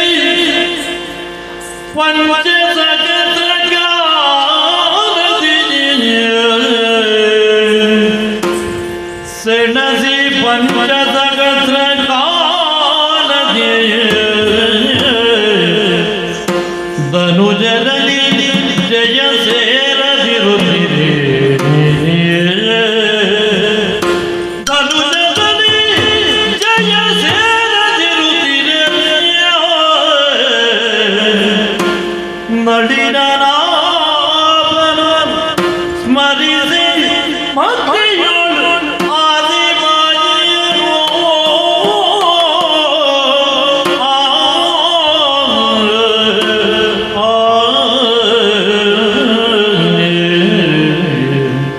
ಜಯ ಜಯ ಜಯ ಜಯ ಜಯ ಮನದೊಡರಿದನು ದುರದೊಳು ಹಸದಳದು ಮನದೊಡರಿದನು ದುರದೊಳದಳು ಹದನ ಕುಳಿತುವೆ ಕಪಟದೊಳಗೆಂದೆನುದ ನಿಶ್ಚಯಿಸಿ ಮನದೊಳಗೆ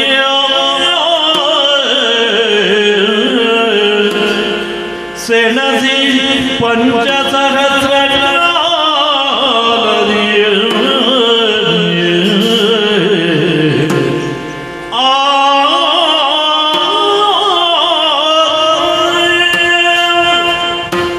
ಪಂಚಸಹಸ್ರ ದಿವ್ಯ ವರ್ಷಗಳ ಪರ್ಯಂತ ಅವಿರತವಾಗಿ ಸಾಗಿದ ಕಾದಾಟ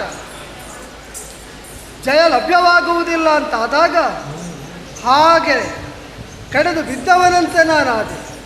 ಗಮನಿಸಿದ ಅವರು ಸ್ವಲ್ಪ ವಿಶ್ರಾಂತರಾಗಿದ್ದಾರೆ ಈ ಕಾಲದಲ್ಲಿ. ಆದರೆ ಯಾಕೆ ಹೀಗಾಯಿತು ಎಂಬ ಅರಿವು ನನಗೆ ಮೂಡುವುದಕ್ಕಾಗಿ ಆ ಮಹಾಮಾತೆಯನ್ನೇ ಸ್ಮರಿಸಿದ ಕಾಲದಲ್ಲೇ ಅವರ್ಯಾರು ನಾನ್ಯಾರು ಅಂತಲೂ ಸ್ಪಷ್ಟ ಆಯಿತು. ದೂರದಲ್ಲೇ ಸಾಧ್ಯವಾಗಬೇಕಾದದ್ದಲ್ಲ ಹಾಗೆ ಅಂತ ಮತಿಸುವುದಕ್ಕೆ ಯೋಗ್ಯರಾದವರಿವರು ಎಂಬುದು ಸ್ಪಷ್ಟ ಆಯಿತು. ಆದರೆ ದೂರ ಮಾಧ್ಯಮವಲ್ಲ ಅಂತ ವಿದಿತ.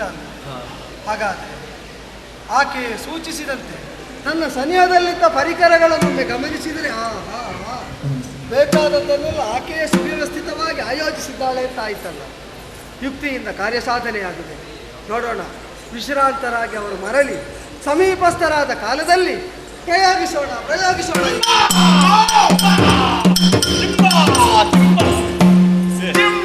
ಇವನಿಗೇನಾಗಲಿಲ್ಲ, ಇದು ಎದ್ದಿದೆ. ಮೆಚ್ಚಿದೆ. ಮೆಚ್ಚಿದೆ ನಿಮ್ಮಯ ಪೌರುಷಕ್ಕೆ ಬಲು ಹೆಚ್ಚಿದ ಮೆಚ್ಚಿದೆ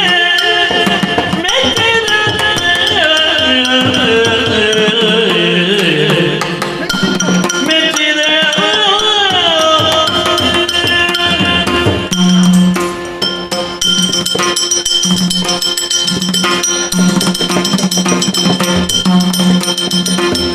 ಮೆಚ್ಚಿದೆ ನಿಮ್ಮ ಪೌರುಷಕ್ಕೆ ಬಲು ಹೆಚ್ಚಿನ ತೋಳ ಸಾಕದಕ್ಕೆ ಬಲು ಹೆಚ್ಚಿನ ತೋಳ ಸಾಕದಕ್ಕೆ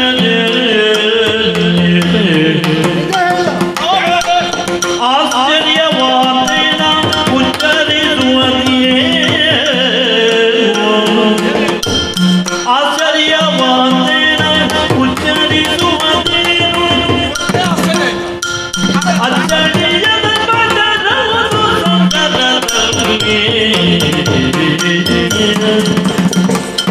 ಮೆಚ್ಚಿದೆ ನಿಮ್ಮ ಮೌನಗೆ ಬಲು ಹೆಚ್ಚಿನ ತೋಳ ಸಾಕದಕ್ಕೆ ಬಲು ಹೆಚ್ಚಿನ ತೋಳ ಸಾಕದಕ್ಕೆ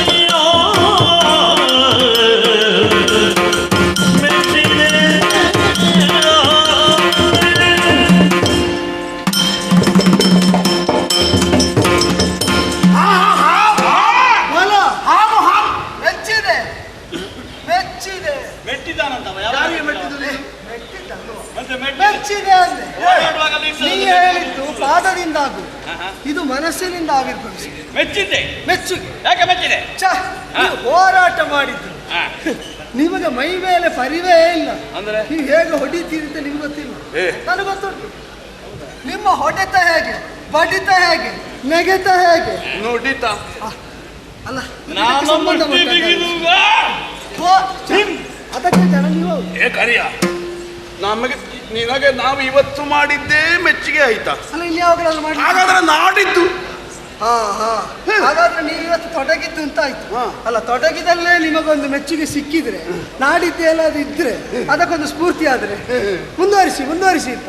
ಆದ್ರೆ ಒಂದುಂಟು ನೀನು ಇರ್ಬೇಕಾಗ್ತದೆ ನಾಡಿ. ಅಲ್ಲ, ಇರೋಣ.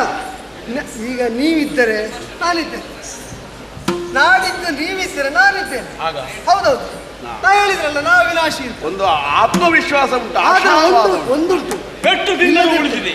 ಆಶ್ಚರ್ಯ ಆಯ್ತು ಅಂತ. ಯಾಕೆ? ಹೀಗೂ ಹೊಡೆದಾಡುವುದಕ್ಕೆ ಸಾಧ್ಯ? ಯೋಚಿಸುವುದಕ್ಕೆ ವ್ಯವಧಾನ ಇಲ್ಲದಾಗ ಹೊಡೆದಿದ್ದೀರಿ. ನಮಗೆ ಸಾಧ್ಯ. ನಿಮಗೆ ಸರಿ ಇಲ್ಲ, ನಿಮಗೆ ಶ್ರಮ ಇಲ್ಲ, ನಿಮಗೆ ಸರಿ ನೀನು ಇಲ್ಲ. ಅವನಿಗೆ ಬೇಕಾದ್ರೆ ಹೇಳು, ನನಗೆ ಸರಿ ಉಂಟು. ನನಗೆ ಇಲ್ಲ ಅಂತ ಬೇಕಾದ್ರೆ ಹೇಳು, ಅವನಿಗೆ ಜೋಡಿ ಇಲ್ಲ ಅಂತ ಹೇಳ್ಬೇಡ. ತೋರಿಸು, ತೋರಿಸು. ನಿನಗೆ ಸರಿ ಇಲ್ಲ ತೋರಿಸು. ನನಗೆ ಸರಿ ಇಲ್ಲ. ತೋರಿಸು ಅಣ್ಣ, ನನಗೆ ಸರಿ ಉಂಟಲ್ಲ. ನಿನಗೆ ಸರಿ ಇಲ್ಲ ಅಂದದ್ದು ಎಂತದನ್ನು? ನಿನಗೆ ಸರಿ ಸರಿಯಾದವರಿಲ್ಲ ಅನ್ನೋದು ತೋರಿಸಿದ್ರೆ ನಿನಗೆ ಜೋಡಿ ಇಲ್ಲ. ನಿಮ್ಮ ಭಾಷೆಯಲ್ಲೇ ಹೇಳಿದ್ರೆ ಅರ್ಥ ಆಗ್ತದೆ. ಹಾಗಂದರೆ ಹಾಗಂದರೆ ನಿನಗೆ ಸಮನಾದವರು, ಸರಿ ಎನಿಸುವವರು ಯಾರೂ ಇಲ್ಲದ್ದರಿಂದ ನಿಮಗೆ ಜೋಡಿಲ್ಲ ಅಂತ. ನನಗೆ ಸಮ ಇಲ್ಲ, ಆದ್ದರಿಂದಲೇ ಅಚ್ಚರಿಯ ಅಂತೇನು. ಇನ್ನು ಹೇಳುವುದಕ್ಕೇನು, ನನ್ನ ಶಬ್ದ ಭಂಡಾರ ಎಲ್ಲ ಬರಿದಾಗಿ ಹೋಯ್ತು, ವಿಶೇಷಣಗಳೇ ಇಲ್ಲ. ಹಾಗೊಂದು ಭಂಡಾರ ಆಯ್ತಾ? ಇನ್ನು ಹೇಳಿದ್ರೆ ಕಂಠ ಶೋಷಣೆ ಅಷ್ಟೇ. ನಾನು ಹೋಗಲಿ ನನ್ನ ಕಂಠಕವಂತ ದುರವಸ್ಥೆ ನನಗೆ ಕಾಣುವುದಿಲ್ಲ. ಆದ್ದರಿಂದ ಹೇಳ್ತೇನೆ. ನಾನು ಕೇಳ್ತೇನೆ, ನಿನಗೆ ಇಷ್ಟೊತ್ತು ಹೊಗಳಿದ್ದ? ನಿನಗೆ ಅಷ್ಟು ಗೊತ್ತಾಗಲಿಲ್ವಾ? ಹೊಗಳಿದ್ದ? ನಾನು ಹೊಗಳಿದ್ರೆ ಹೀಗಿರ್ತದೆ. ಯಾಕೆ ಇನ್ನೂ ಹೊಗಳು ಒಳ್ಳೆದಾಗ್ತದೆ ಕೇಳಲಿಕ್ಕೆ. ಹೊಗಳಬೇಕು ಅಂತ ಆದರೆ ನೀವು ಸ್ವಲ್ಪ ತೆಕ್ಕೊಳ್ಬೇಕು. ಯಾವುದನ್ನು? ನಾನು ಕೊಟ್ಟದ್ದು ಇಲ್ಲಿ ಕೊಡ್ಲಿಕ್ಕೆ ಎದ್ದದು ನೀನು ಮಾತ್ರ. ನೀ ಕೇಳಿ ನೋಡು, ಮೆಚ್ಚುಗೆ ದ್ಯೋತಕವಾಗಿ ತೆಕ್ಕೊಳ್ಳಬೇಕು ಅಂತ ನನಗೂ ಉಂಟು, ಹಾ. ಅವನಿಗೆ ಅದಕ್ಕಿಂತ ಮೊದಲೇ ಉಂಟು. ಹೌದಾ? ಸಿಗಬೇಕಲ್ಲ. ಅದೇ ಹೌದು ಅಂತ ಆದ್ರೆ ನಿಮಗೆ ಬೇಕಾದ್ದನ್ನು ಕೊಡುವ. ನನಗೆ ಈಗ ಎಷ್ಟು ಕೊಟ್ಟರು ಬೇಕು ಅಂತ ನಿಮ್ಮ ಪ್ರದರ್ಶನದಿಂದ ಪರಿತೋಷವಂತರ ದ್ಯೋತಕವಾಗಿ ಪಾರಿತೋಷಿಕವನ್ನು ಕೊಡ್ತೇನೆ. ಏನು ಬೇಕೋ ನೀವು ಕೇಳಬಹುದು. ಹೇಳಿದ್ದು ಕೇಳಿದ್ದು ಕೊಡ್ತೇವೆ. ಹೇಳಿದ್ದು ಅದ್ಯಾಕೆ ಬೇಕಾದ್ರೆ ಕೇಳಿ ಕೇಳಿ. ನಾನೇ ಪಾಮರ. ನಮಗ ಬುದ್ಧಿಯ ಸಂತಾನ ಇಲ್ಲ. ನಮ್ಮಲ್ಲಿ ಹೋರಾಟವನ್ನು ಮಾಡಿ ಸೋತವನಿದ್ದಾನೆ. ನಾವು ಗೆದ್ದವರು ದೊಡ್ಡವರು, ಸೋತವನು ಸಣ್ಣವನು. ಸಣ್ಣವರಲ್ಲಿ ದೊಡ್ಡವರು ಕೇಳುವುದು ಇಲ್ಲದ್ರೆ ಉಂಟ. ಕೊಡಬೇಕಾದದ್ದು ಯಾರು? ನಾವು ಕೊಡಬೇಕಾದವರು. ದೊಡ್ಡವರು. ನೀನು ಪಡೆಯಬೇಕಾದವರು. ಪಡೆಯಬೇಕಾದದ್ದು ಯಾರು? ನಿನ್ನ ಕೈಗೆ ಕೆಳಗೆ, ನಮ್ಮ ಕೈ ಮೇಲೆ. ಗೆದ್ದವರು ಬರಿದಾಗಬಾರದು, ಸೋತವರೇ ಬರಿದಾಗಬೇಕು ಎಂಬುದರಿಂದ ನನ್ನಲ್ಲಿದ್ದದ್ದನ್ನು ನಿಮಗೆ ಕೊಡ್ತೇನೆ ಅಂತ ಆಡಿದ್ದು. ಈಗ ಗೆದ್ದು ನೀವು ಬರಿದಾಗುವ ಯೋಚನೆ? ನಾವು ಬರಿದಾಗಲಿಲ್ಲ. ಎಷ್ಟು ಕೊಟ್ಟರು ಬರಿದಾಗುವುದಿಲ್ಲ. ಆಗುದೇ ಇಲ್ಲ. ನಮ್ಮಲ್ಲಿ ಬೇಕಾದಷ್ಟು ದುಡ್ಡು ಕೊಡ್ಲಿಕ್ಕೆ. ಅಲ್ಲ, ನಿಮ್ಮಲ್ಲಿ ಲೆಕ್ಕಕ್ಕಿಂತ ಹೆಚ್ಚಿದ್ದದ್ದು ನಾನು ನೋಡಿದೆ, ಹೇಳಿದ್ರಲ್ಲ. ಯಾವುದು? ಅಲ್ಲ, ಅದು ಲೆಕ್ಕ ಸಿಕ್ಕುವುದಿಲ್ಲ. ನಿಮ್ಮಲ್ಲಿದ್ದದ್ದು ಸಾಮರ್ಥ್ಯ. ಓ, ನೀನು ಆಗಲೇ ಹೇಳಿದೆ, ಏನು? ಸುಮ್ಮಗೆ ಕಂಠ ಶೋಷಣೆ ಮಾಡುವುದು ಬೇಡ, ಕಂಠಕ್ಕೆ ಕುತ್ತು ಬರ್ತದೆ ಅಂತ. ಹೌದು, ಕಂಠಕ್ಕೆ ಕುತ್ತು ಬರ್ತದೆ ಬಂದಿದೆ ಅನ್ನುವ ದಿವಸವೇ ನೀನು ಇಷ್ಟು ಮಾತಾಡ್ತೀನಿ ಅಂತಾದ್ರೆ ಸ್ವರ ಸರಿ ಇದ್ದ ದಿವಸ ಎಷ್ಟು ಅಲ್ಲ, ನೀವು ಕೇಳಿದ್ರೆ ನನ್ನ ಮಾತು ಮುಗಿಯ ಆಗುದಿಲ್ಲ. ಈಗ ಗೆದ್ದದ್ದು ಯಾರು? ಗೆದ್ದದ್ದು ನೀವೇ. ಸೋತದ್ದು ಯಾರು? ನಾನು ಅಂತಲೇ ಇಡುವ. ಇಡು ಅದನ್ನು. ಅಲ್ಲ, ಈಗ ನೀವು ಸೋತಲ್ಲಿಗೆ ನಾನು, ನೀವು ಗೆದ್ದಲ್ಲಿಗೆ ನಾವು ಸೋತದ್ದೆ ಅಲ್ಲ. ಹೌದು, ಸೋತವರಿಗೆ ಗೆದ್ದವರು ಕೊಡಬೇಕು. ಯಾಕಂದ್ರೆ ಗೆದ್ದವರು ದೊಡ್ಡವರು, ಯಾವಾಗಲೂ ದೊಡ್ಡವರೇ ಕೊಡುವುದು. ಹಾಗಾಗಿ ನೀನು ಸಣ್ಣವ ಅನ್ನುವುದನ್ನು ಪರಿಗಣಿಸಿ, ನೀವು ಸೋತವ ಅನ್ನುವಂತಹ ಅನುಕಂಪೆಯನ್ನು ಮುಂದಿರಿಸಿ ನಿನಗೆ ನಾವಿಬ್ಬರು ಕೊಡುವುದಕ್ಕೆ ಸಿದ್ಧರಾಗಿದ್ದೇವೆ. ನನಗೆ ವಿಶ್ವಾಸ ಇಲ್ಲ. ಇಲ್ಲವೇ ಇಲ್ಲ. ಏನು ಬೇಕು? ನಾನು ಕೊಟ್ಟೆ. ನೀನು ಕೇಳಿ ನೋಡು. ಅದೇ ನನಗೆ ಸಂದೇಹ. ನಾನು ಕೊಟ್ಟೆ. ನೀವು ಹೇಳಿದ್ರಲ್ಲೇ ಉಂಟು ನೀವು ಕೊಡುವುದಿಲ್ಲ ಅಂತ. ಯಾರು? ಅಲ್ಲ, ನೀವು ಹೇಳಿದ್ರಲ್ಲೇ ಉಂಟು ನೀವು ಕೊಡುವುದಿಲ್ಲ ಅಂತ. ನೀನು ಕೇಳಿದನು ಕೊಟ್ಟೆ ಅಂತ ಆಕ್ಷಣವೇ. ಕೊಟ್ಟೆ. ಕೊಡುವುದೇ ಹೌದು ಅಂತ ಆದರೆ ಕರ ತಟ್ಟಿ ಭಾಷೆ ಕೊಡಬೇಕು. ಭಾಷೆ ಬೇಕಾ? ಅಲ್ಪ ಸಂತೋಷ. ಕರ ತಟ್ಟಿದ್ರೆ ಸಾಕು. ಅದು ನಾನು ಮಾಡ್ಬೇಕಾದ್ರೆ ನೀನೊಂದು ಅರ್ಥ ಮಾಡಿಕೊಡ್ಬೇಕು. ಕೆಲವು ಕಡೆಯಲ್ಲಿ ತಪ್ಪು ಹೇಳಿದ್ರು. ಈಗ ಕೆಲವು ಕಡೆ ಬಿಡು, ಕೆಲವು ಕಡೆಯಲ್ಲಿ ಇದ್ದಲ್ಲ, ಈ ಕರ್ರ ತಟ್ಟಿದ್ದನ್ನೆಲ್ಲ ನೀನು ನಂಬಬೇಡ. ಸುಮ್ಮಗೆ ಹೌದಾ? ಒಳಗಿನ ಸಂಕಲ್ಪವನ್ನೇ ನಾವು ಮಾತಾಗಿಸ್ತಾ ಇದ್ದೇವೆ ಎಂಬುದರ ಸಂಕೇತ. ವಾಯೇನ ಹೇಳು. ನನಗೆ ಗೊತ್ತಾಗ್ಲಿಲ್ಲ. ನನಗೆ ಅರ್ಥ ಆಯ್ತು, ನೀ ಹೇಳದೆ. ಕಾಯೇನ ವಾಚ ಮನಸ. ಅದುವೇ ನಾನು ಕೂಡ ಕಾಚು ಮುಂದಾಕಿ ಅದುವೇ ನನ್ನ ಕರ ತಟ್ಟಿ ಕರೀರನೆ. ಎಲ್ಲವೋ ಪಾಮರನೆ, ಎಲ್ಲವೋ ಬಡಪಾಯಿ, ಬಡವನೆ. ನೀನು ಕೇಳಿದ್ದನ್ನು ಆ ಕ್ಷಣವೇ ನಾವಿಬ್ಬರು ಇದು ಕೈಯೊಳಗೆ ಬಲು ಸೊಕ್ಕಿನ ಮೂರ್ಖನೇ, ಬಲು ಸೊಕ್ಕಿನ ಮೂರ್ಖನೇ.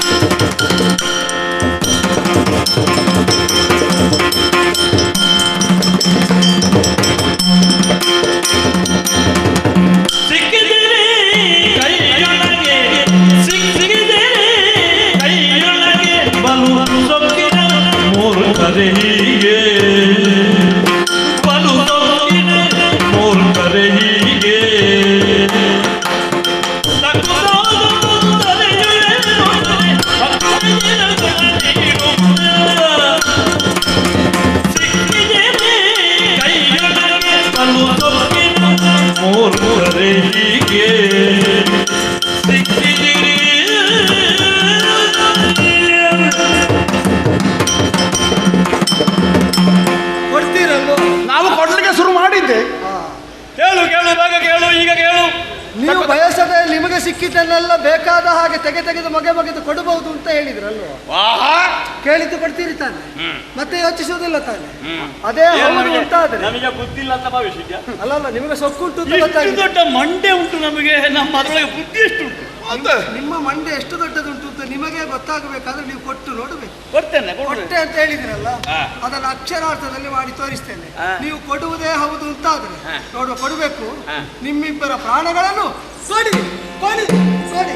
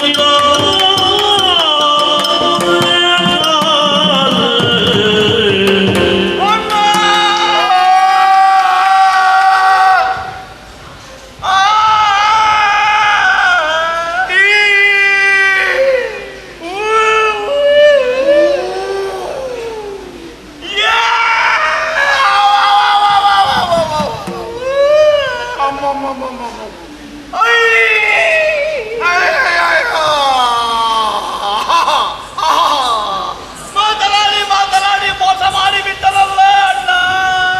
ಮಾತಿನ ಮೋಡಿಯಲ್ಲೇ ನಮ್ಮನ್ನು ಸಿಕ್ಕಿಸಿ ಹಾಕಿದನಲ್ಲ. ಪ್ರಾಣ ಕೇಳಿದ ಏನು ಮಾಡ್ಲಿಕ್ಕಾಗುತ್ತದೆ?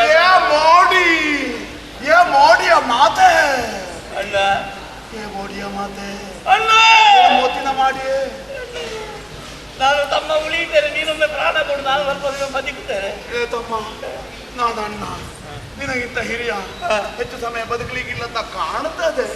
ಆದ ಕಾರಣ ನೀನು ಮೊದಲು ಸಾಯಿ, ನಾನೊಂದು ಸ್ವಲ್ಪ ಸಮಯ ನನಗೆ ಬದುಕಬೇಕು ಅಣ್ಣ, ನನಗೆ ಜೀವ ಬೇಕು, ನನಗೆ ಸಾಯ್ಲಿಕ್ಕೆ ಬರೋದಿಲ್ಲ. ತಮ್ಮ ಅಳಬೇಡ. ಹುಟ್ಟಿದಾರಂಭ ಈ ಹೊತ್ತಿನವರೆಗೆ ನಾವು ಗರ್ಜಿಸಿದವರು, ಅಕ್ಕಳಿಸಿದವರು. ಇನ್ನು ಕಣ್ಣನೀರು ಕರೆಯುತ್ತಾ ಬರೇ ಮೂರ್ಖರ ಹಾಗೆ ಅಳ್ತಾರೆ.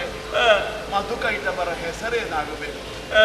ಆ ಮಧುಕೈಟಬರ ಎರಡು ಇದ್ರು ಸಾಯುವವರೆಗೆ ಕೂಗಿದ್ದೆ. ಹಾಗಾಗಿದ್ದು ನಾಳೆ. ಆದ ಕಾರಣ ಕೊಟ್ಟ ಮಾತಿಗೆ ತಪ್ಪಲಾರದೆ ಅವನನ್ನು ಉಪಾಯಾಂತರದಿಂದ ಏನಾದರೂ ಮಾಡ್ಲಿಕ್ಕಾಗ್ತದೆ ನೋಡು. ಬದುಕಿಗೆ ದಾರಿ ಉಂಟಾ? ಉಂಟು.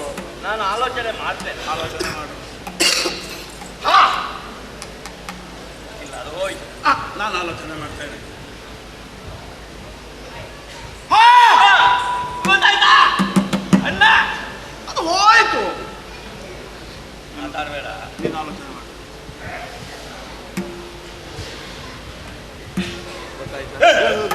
ಒಂದು ಸಿಕ್ಕಿತ್ತು ತಗೊಂಡ ಮತ್ತೆ ಮಾತಾಡಿ. ಹೋಗಲಿ, ನಾನು ಆಲೋಚನೆ ಮಾಡಿ. ಹೌದಾ? ಅಲ್ಲ ಹೌದಾ? ಕೊಡುವ ಯೋಚನೆ ಉಂಟಾ ಇಲ್ವೋ? ಹೇಗೆ ದೊಡ್ಡವರು ಅವ ಇಲ್ಲದ ಮೀಸೆಯ ಮೇಲೆ ಕೈ ಹಾಕುತ್ತಾನೆ. ನಾವಿಷ್ಟು ದೊಡ್ಡ ಮೀಸೆಯವರು, ನಮ್ಮ ಮರ್ಯಾದೆ ಪ್ರಶ್ನೆ. ಹಾಗಾದ್ದರಿಂದ ಉಪಾಯದಿಂದ ಮಾತನಾಡಿ. ಕೊಡಿ ತಕ್ಕೋ. ಕೊಡ್ತೇವೆ, ಕೊಡುವುದೇ. ಮತ್ತೆಂತ? ಹಿಂದೆ ಮುಂದೆ ನೋಡ್ಲಿಕ್ಕಿಲ್ಲ. ಮತ್ತೆ ಹಿಂದೆ ಮುಂದೆ ನೋಡ್ತೀರಲ್ಲ. ಒಂದು ನಿಬಂಧನೆ, ಏನು ನಿಬಂಧನೆ? ಕೊಟ್ಟದ್ದು ಕೊಟ್ಟದ್ದೇ. ಹಾ, ಆದ್ರೆ ಒಂದು ಏನು? ತಕೊಳ್ಳುವವ ನೀನು. ಹಾ. ನಿನಗೊಂದು ನಿಬಂಧನೆಯನ್ನು ವಿಧಿಸಲಾಗುತ್ತದೆ. ಒಂದು ವಿಧಿ ಉಂಟು. ಅಲ್ಲ, ಪೂರ್ವ ನಿರ್ಣಯ ಇರಲಿಲ್ಲ, ಒಂದು ನಿಬಂಧನೆ ಸಹಿತವಾಗಿ ಕೊಡ್ತೇನೆ ಅಂತ. ಆದ್ರೂ ಕೇಳು. ಅದೀಗ ಬಂದದ್ದು ನಮಗೆ. ಅದೀಗ ಸಮಯ ಸ್ಫೂರ್ತಿಯಿಂದ ನಾವು ಮೊದಲೇ ಮಹಾಬುದ್ಧಿವಂತರಾದ್ರಿಂದ ಈಗ ಹೊಳಿ ಹಾ ಹಾ ಹಾ, ತಡವಾಗಿ. ಸರಿ ಆಗಲಿ. ಹಾ. ಹೊಳಿಲಿಕ್ಕಿದ್ದಲ್ಲ ಈಗಲೇ ಹೊಳಿಲಿ. ಇನ್ನು ನಾಳೆ ನಿಷೇಧ ಉಂಟು ಅಂತ ಈಗ ಎಣಿಸುದು ಬೇಡ ನೀನು. ಅಲ್ಲಲ್ಲ, ನಾವು ಈಗಲೇ ಹೇಳ್ತೇನೆ, ನಮ್ಮ ಮೈಗೆ ಒಂದು ಹನಿ ನೀರು ಸೋಕುವುದಕ್ಕೆ ನಮ್ಮ ನಿಷೇಧ ಉಂಟು. ನಮ್ಮನ್ನು ನೀರಿಲ್ಲದಲ್ಲಿ ತಲೆ ಕಡಿದು ನಿಮಗೆ ನೀರಿನಿಂದ ಮೇಲೆ ಹೇಳುವುದಕ್ಕಾಗಲಿಲ್ಲ, ಎಬ್ಬಿಸುವುದಕ್ಕೂ ಆಗುವುದಿಲ್ಲ ನನಗೆ ಅಂತ ಭಾವಿಸಿದ್ರ. ನೀರಿಲ್ಲದ ತೆಗಿ. ನಿಮಗೆ ನೀವ್ಯಾರು ಅಂತಲೂ ಅರಿವಿಗೆ ಬರಲಿಲ್ಲ, ತಕ್ಕ ಯಾರು ಅಂತಲೂ ಅರಿವಿಗೆ ಬರಲಿಲ್ಲ. ಈಗ ನಿಮ್ಮನ್ ಏನು ನೀನು ನೀರಿಲ್ಲದೆ ತಕ್ಕ. ಅಲ್ಲ ಬೇಡ, ನಿನಗೆ ನಾ ತೋರ್ತೇನೆ, ನಿಮಗೆ ನಾ ತೋರ್ತೇನೆ. ನೀವೇನೆಂದು ನಾನೇನೆಂದು ನಿಮಗರಿವಿಗೆ ಬರುವಂತೆ ನಾ ತೋರ್ತೇನೆ. ಇದಾ ನೋಡಿ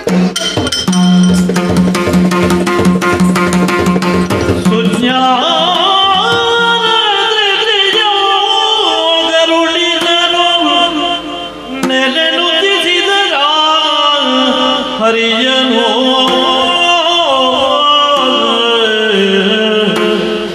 ಕ್ಷೀರಾರ್ಣವ ಜನ ನಾರಾಯಣ ನೀರಜ ದಳ ನಯನ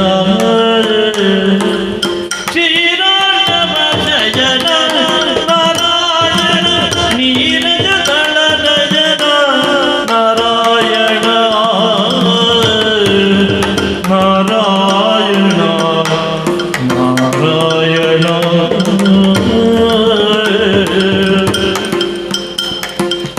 ಘೋರ ದುರಿತ ಸಂವರಣ ಘೋರ ದುರಿತ ಸಂವರಣ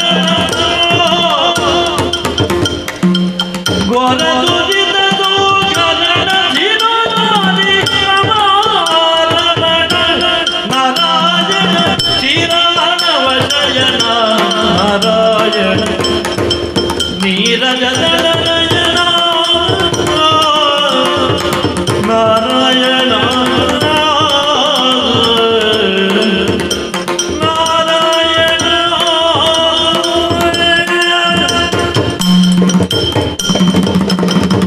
ಜಯ ಜಯ ಜಯ ಜಯ ಜಯ ಜಯ. ಶಾಂತಾಕಾರನು ನೀನೆ, ಭುಜಗ ಶಯನನು ನೀನೆ, ಪದ್ಮನಾಭನು ನೀನೆ, ಸುರೇಶನು ನೀನೆ, ವಿಶ್ವಾಧಾರನು ನೀನೆ, ಗಗನ ಸದೃಶನು ನೀನೆ, ಮೇಘವರ್ಣನು ನೀನೆ. ಅಯ್ಯ, ಸದಮಲ ಋಷಿಗಳ ಹೃದಯ ಗಹ್ವರದಲ್ಲಿ ಸದಾ ನೆಲೆಯಾಗಿ ಜಗತ್ತಿಗೆ ಮಂಗಳಕಾರಕನಾಗಿ ಪ್ರವರ್ತಿಸುವ ಸರ್ವ ವ್ಯಾಪಕನಾದಂತಹ ಓ ನಾರಾಯಣ ಮೂರ್ತಿಯೇ, ಸಹಸ್ರ ಶೀರ್ಷ ಪುರುಷ ಸಾಕ್ಷ ಸಹಸ್ರಪ ಅನ್ನುವ ಹಾಗೆ ಯಾವ ವಿರಾಟ್ ಸ್ವರೂಪನನ್ನು ಜಗತ್ತಿನವರು ಕೊಂಡಾಡಿದರು. ಆ ನಾರಾಯಣ ಸ್ವಾಮಿಯೇ ವಾರಿಜ ನಯನನೇ, ವಾರಿಜಾಂಬಕನೆಂದು ಹೆಸರನ್ನು ಗಳಿಸಿದವನೇ ನೀನು ಅನ್ನುವಂತಹ ಯಥಾರ್ಥ ನಮ್ಮ ಅಂತರಂಗಕ್ಕೆ ವೇದ್ಯವಾಗುತ್ತದೆ, ಅಂತರಂಗಕ್ಕೆ ವೇದ್ಯವಾಗುತ್ತದೆ. ಇದುವರೆಗೆ ದುರಿತಾಪಹಾರಿಯಾಗಿಯೇ ಬೆಳಗಿದಂತಹ ನೀನು ಘೋರ ಪಾಪವನ್ನು ಮಾಡಿದಂತಹ ನಮ್ಮನ್ನು ಉದ್ಧರಿಸು ತಂದೆ, ಉದ್ಧರಿಸು. ಜಯ ಜಯ ಜಯ ಜಯ ಜಯ ಜಯ. ಮೆಚ್ಚಿದೆ ನಿಮ್ಮಯ ಭಕ್ತಿ ಭಾವಕ್ಕೆ ನಾನು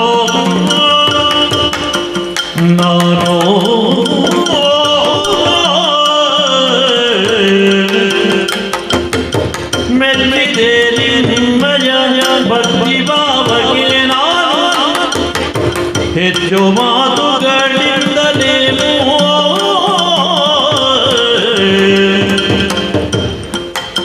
ಉಚ್ಚರಿಸಲು ಮನ ಇಚ್ಛೆಯೇನೆಂಬುದ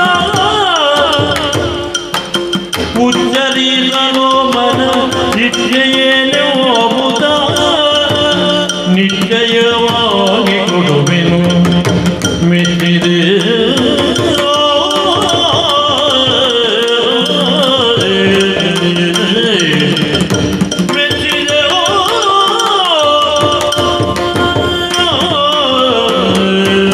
ಶ್ರೀಮಂತ್ರಮಾರಮಣ ಗೋವಿಂದ ಗೋವಿಂದ. ಮಧುಕೈಟಬರೇ ಪ್ರಭೋ. ಮೆಚ್ಚಿದೆ. ಅರಿವು ಬರುವಲ್ಲಿಯ ತನಕ ಮಾತು ವಿನಿಯೋಗ ಆಗಬೇಕು ಸಹಕಾರಿಯಾಗಿ. ಅರಿತ ಮೇಲೆ ಮಾತಿಗೆ ಮೌಲ್ಯ ಇಲ್ಲ, ಆದ್ದರಿಂದಲೇ ಹೆಚ್ಚು ಮಾತು ಬೇಡ. ಮೆಚ್ಚುಗೆಗೆ ಪಾತ್ರವಾದಂತೆ ಭಕ್ತಿಯ ಅಭಿವ್ಯಕ್ತಿಯನ್ನು ಮಾಡಿದಂತಹ ನಿಮ್ಮಲ್ಲಿ ಸ್ವಚ್ಛ ಮಾನಸರು ಎಂಬುದನ್ನು ಗುರುತಿಸಿಯೇ ಕೇಳ್ತೇನೆ. ಏನಾಗಬೇಕು ನನ್ನಿಂದ? ಏನನ್ನು ಅಪೇಕ್ಷಿಸ್ತೀರಿ? ಈಗ ಕೇಳಿ, ಕೇಳಿದ್ದನ್ನು ಕೊಡ್ತೇನೆ. ಚರಣ ಈಕ್ಷಿಸಿದ ಮೇಲೆ ಹರಿಗೆ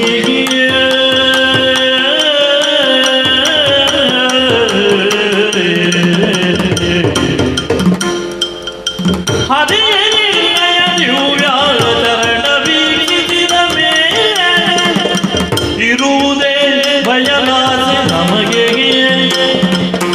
ಸ್ಥಿರವಾಗಿ ಕೀರ್ತಿಯು ಮೆರೆಯುವ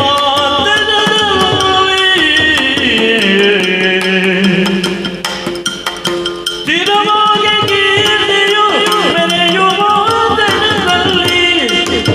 ಹೊರೆಯಬೇಕೆಂಬನು ದಯದಿ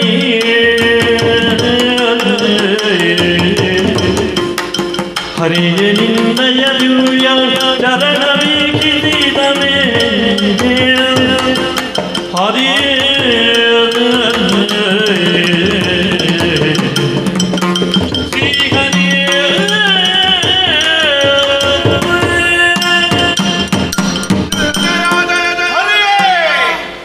ನಿನ್ನಯ ದಿವ್ಯ ಚರಣ ವೀಕ್ಷಿಸಿದ ಮೇಲೆ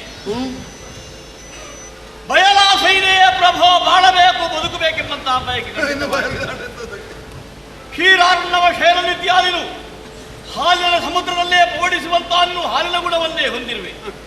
ದುಷ್ಟರಾಗಿ ಮುಂದುವರೆದಂತಹ ನಮ್ಮಲ್ಲಿ ಈ ಕಾಲಕ್ಕೆ ಕೃಪೆ ಮೀರಿ ಬೇಕಾದ್ದನ್ನು ಬೇಡಿ ಅಂತ ಹೇಳ್ತಾ ಇದ್ದೆ.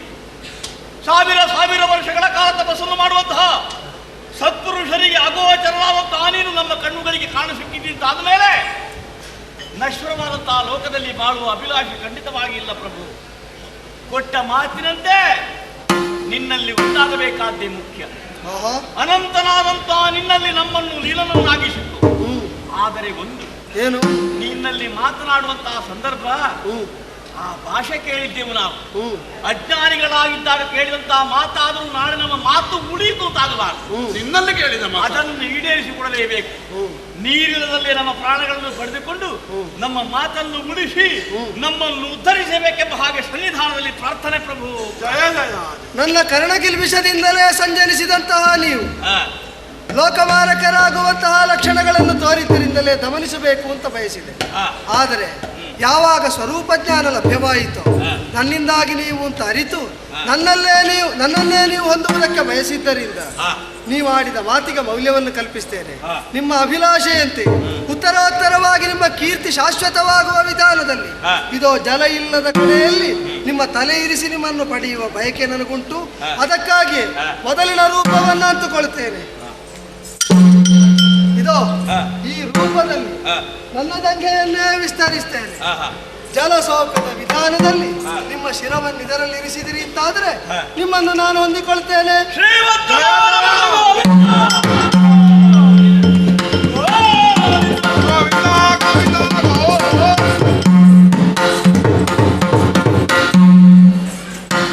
ದುಷ್ಟರೇ ಹೌದು ಅಂತಾದರೆ ಸ್ವಜನರೆಂಬ ಪಕ್ಷಪಾತವಿಲ್ಲದೆ ಯಾವುದೇ ಆಗ್ರಹವಿಲ್ಲದೆ ಅವರನ್ನು ದಂಡಿಸುವಲ್ಲಿ ಪಾಲನಾಕರ್ತೃವಾದ ನಾನು ಪರ್ಯಾಪ್ತನಿದ್ದೇನೆ ಎಂಬುದನ್ನು ತೋರಿದ ಪ್ರಕರಣ. ಒಂದರ್ಥದಲ್ಲಿ ಮಧುಕೈಟಭ ವಧೆ ಆಗುವ ಕಾಲದಲ್ಲಿ ತ್ರಿಮೂರ್ತಿಗಳು ಏಕತ್ರರಾಗಿದ್ದಂತಹ ಸನ್ನಿವೇಶ ಹೌದಲ್ಲ. ಸೃಷ್ಟಿಗೆ ಮೂಲವೂ ಇದರಲ್ಲೇ ಉಂಟು, ಸೃಷ್ಟಿಯ ಪಾಲನೆಯ ಬೀಜವೂ ಇದರಲ್ಲೇ ಉಂಟು, ಸೃಷ್ಟಿಯ ಸಂಹಾರದ ಮೂಲವೂ ಇದರಲ್ಲೇ ಉಂಟು. ಆದ್ದರಿಂದಲೇ ತ್ರಿಮೂರ್ತಿಗಳು ಏಕತ್ರರಾಗಿರುವ ಸ್ಥಿತಿಯಲ್ಲಿ ಮಧುಕೈಟಭ ಸಂಹಾರ ಆಗಿದೆ. ಅವರ ಅಪೇಕ್ಷೆಯಿಂದೆ ಅವರ ಅಸ್ಥಿಮಜ್ಜೆ ಅವರ ಮೇಧಸ್ಸನ್ನು ಹೊರತೆಗೆದು ಅದನ್ನೇ ಜಲಕ್ಕೆ ಸಮ್ಮಿಶ್ರಿತವಾಗಿಸಿ ಪೃಥ್ವಿಯಬ್ದೇಜವಾಯುರಾಕಾಶಗಳನ್ನು ಹೊಂದಿದಂತಹ ಪಂಚಭೂತಾತ್ಮಕವಾದಂತಹ ಪ್ರಪಂಚವನ್ನು ಸೃಷ್ಟಿಸಿ ಬ್ರಹ್ಮನ ಸೃಷ್ಟಿಗೆ ಅದು ಮೂಲ ನೆಲೆಯಾಗುವಂತೆ ಮಾಡ್ತೇನೆ. ಅವನ ಸೃಷ್ಟಿ, ನನ್ನ ಪಾಲನೆ, ರುದ್ರನ ಸಂಹಾರ ಶಕ್ತಿ ಅದೆಲ್ಲ ಮೆರೆದಾಡಬೇಕಾದದ್ದು ಆ ಭಗವತಿಯಿಂದ ಪ್ರದತ್ತವಾದಂತಹ ಆಜ್ಞೆಗೆ ಅನುಗುಣವಾಗಿ ಈ ತಲದಲ್ಲಿ ಇದರಲ್ಲೇ ಅವಳ ಮಹಾತ್ಮೆ ಮುನ್ನಡೆಯಲಿ. ಅದಕ್ಕೆ ಪೂರಕರಾಗಿ ಅವಳ ಇಚ್ಛೆಯಂತೆ ನಾವು ಸಕಾಲಕ್ಕೆ ಹೊರಗೆ ಬರ್ತಾ ಇರೋಣ.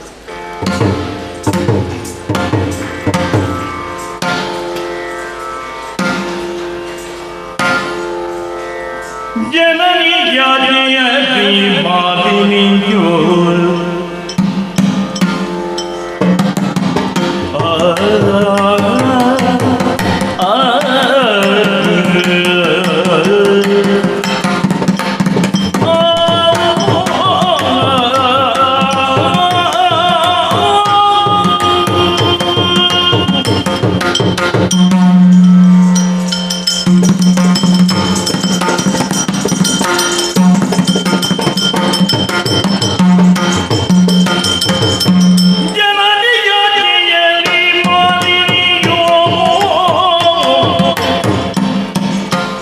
ವರತನುಜ ಬೇಕಿಯಲಿ ಕಾಮಿನಿಯೋ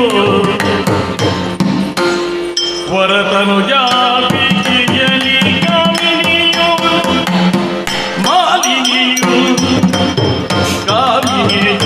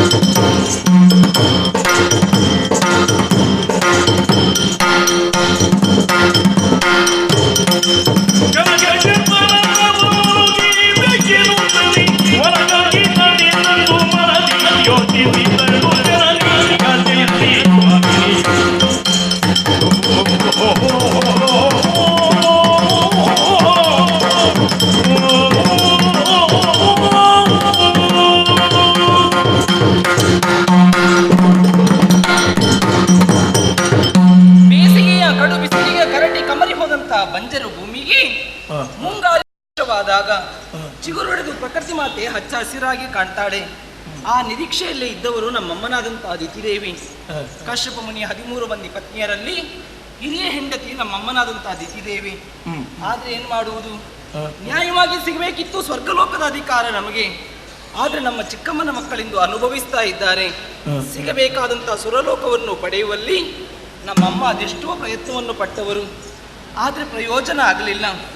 ಇವತ್ತು ಕರೆದಾಡಿದಂತಹ ಮಾತು ಘೋರ ಕಾಂತಾರವನ್ನು ಸೇರಬೇಕು, ವಿಧಾತನ ಕುರಿತಾಗಿ ತಪಸ್ಸನ್ನಾಚರಿಸಬೇಕು, ವರವನ್ನು ಪಡೆದುಕೊಂಡು ಸಮರ್ಥನಾದಂತಹ ಸುಪುತ್ರನಿಂದ ಸ್ವರ್ಗಗದ್ದುಗೆಯನ್ನು ಪಡಿಬೇಕು ಅಂತ.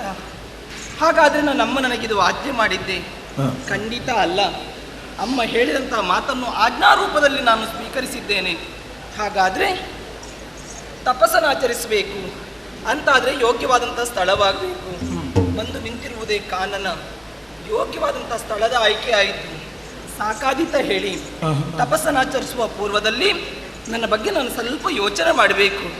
ನಾನೀಗ ಹೇಗಿದ್ದೇನೆ?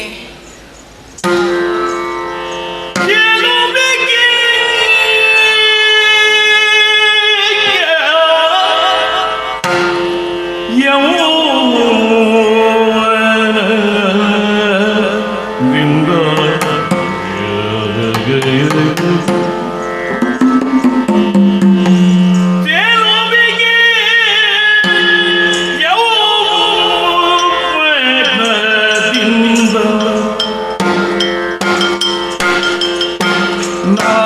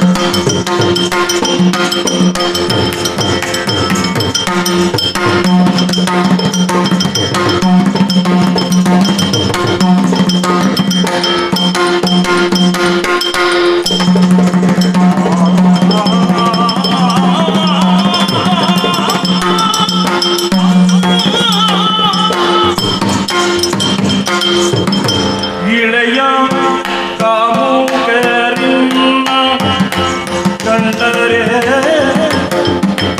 ಮೋಗಿದ ನುಡಿಗೆ ಎಳೆಯ ಕಂಡರೆ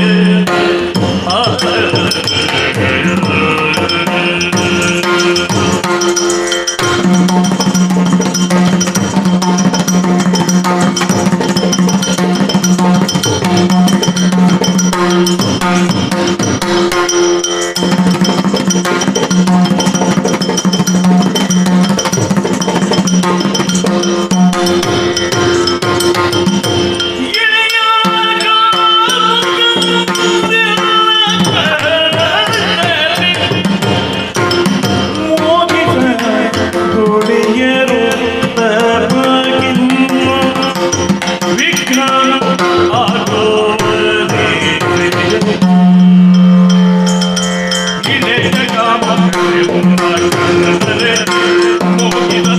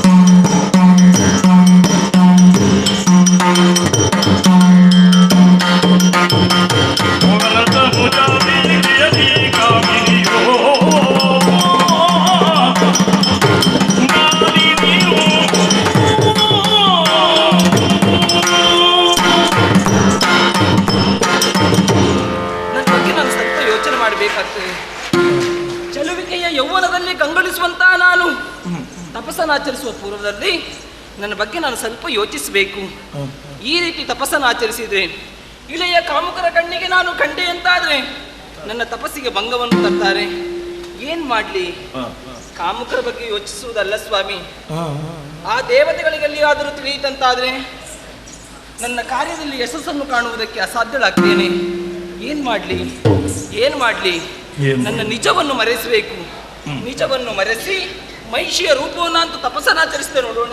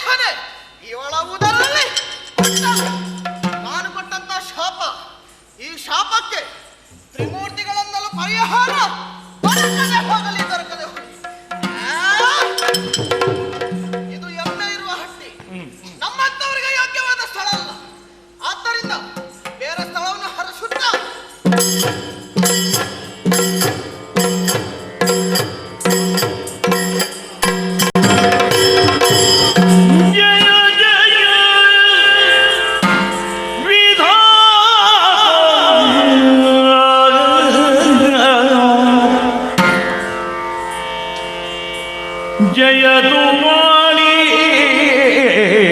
ವರನಿಗೆ ಜಯತು ವಾಣಿ ವರನೇ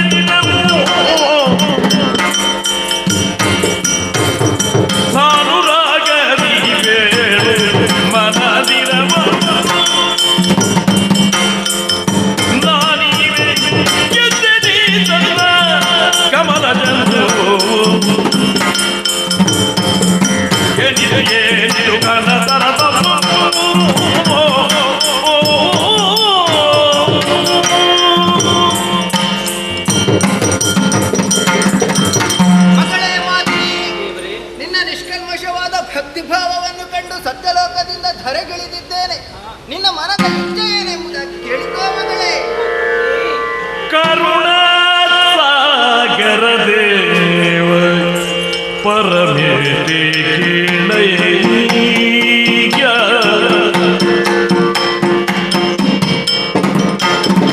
ಹರುಷದಿಂದ ಮನದಿರವ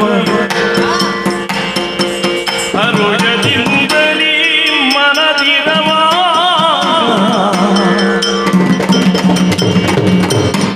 ದುರಧೀರನಾಗಿ ತದದ ಭಜದೀವ ದುರಧೀರನಾಗಿ ತದದ ಭಜದೀವ ವಿರಚಿಸಿದೆನು ಘೋರದ ಪಾಪ ಪ್ರಧೀರನಾಗಿ ಕತರನ ಬಯಸಿದ ವಿರಚಿಸಿದೆನು ಘೋರದ ಪಾಪ ಕರುಣ ಸಾಗರ ದೇವ ಪರಮೇಶಿ ಕೇಳಯ್ಯ ಬ್ರಹ್ಮದೇ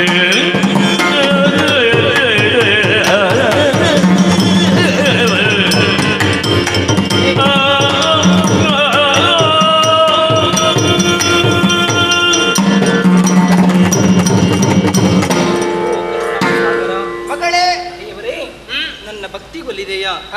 ಮುಂದೇನು ನನ್ನ ಆಸೆ? ಮುಂದೆ ನನ್ನ ಉದರದಲ್ಲಿ ಹುಟ್ಟುವಂತಹ ಮಗು 3 ಲೋಕದ ಅಧಿಕಾರಿ ಆಗ್ಬೇಕೆನ್ನುವುದೇ ನನ್ನ ಆಶಯ. ಅನುಗ್ರಹಿಸಿ ತಂದೆ. ತಥಾಸ್ತು ಮಗಳೇ. ಆದರೂ ಒಂದು ವಿಚಾರ, ಹುಟ್ಟಿದ ಮಗ ಮಾತ್ರ ಕೋಣನಾಗ್ತಾನೆ. ಅಯ್ಯೋ ದೇವ್ರೇ, ಕೋಣನೆ ಕೋಣ ಮಗನನ್ನು ಪಡೆದು ಯಾವ ಸುಖವನ್ನು ಅನುಭವಿಸುವುದಕ್ಕೆ ಸಾಧ್ಯ ಇದೆ? ದೇವ್ರೇ, ನನ್ನ ಅಮ್ಮನ ಆಸೆಯನ್ನು ನೆರವೇರಿಸಬೇಕಂತ ಬಂದವಳು ನಾನು. ಇಲ್ಲ, ನನ್ನ ಈ ಹಾಳು ಮುಖವನ್ನು ಹೋಗಿ ನನ್ನ ಅಮ್ಮನಿಗೆ ತೋರಿಸುವುದಾದ್ರೂ ಹೇಗೆ? ನಾನು ಏನು ಮಾಡ್ಲಿ ದೇವ್ರೇ? ಮರುಗದಿರು ಮಾಲಿನಿಯೇ ಮುನಿವರ ನೊರೆದ ವಚನವು ತಪ್ಪಲರಿಯದು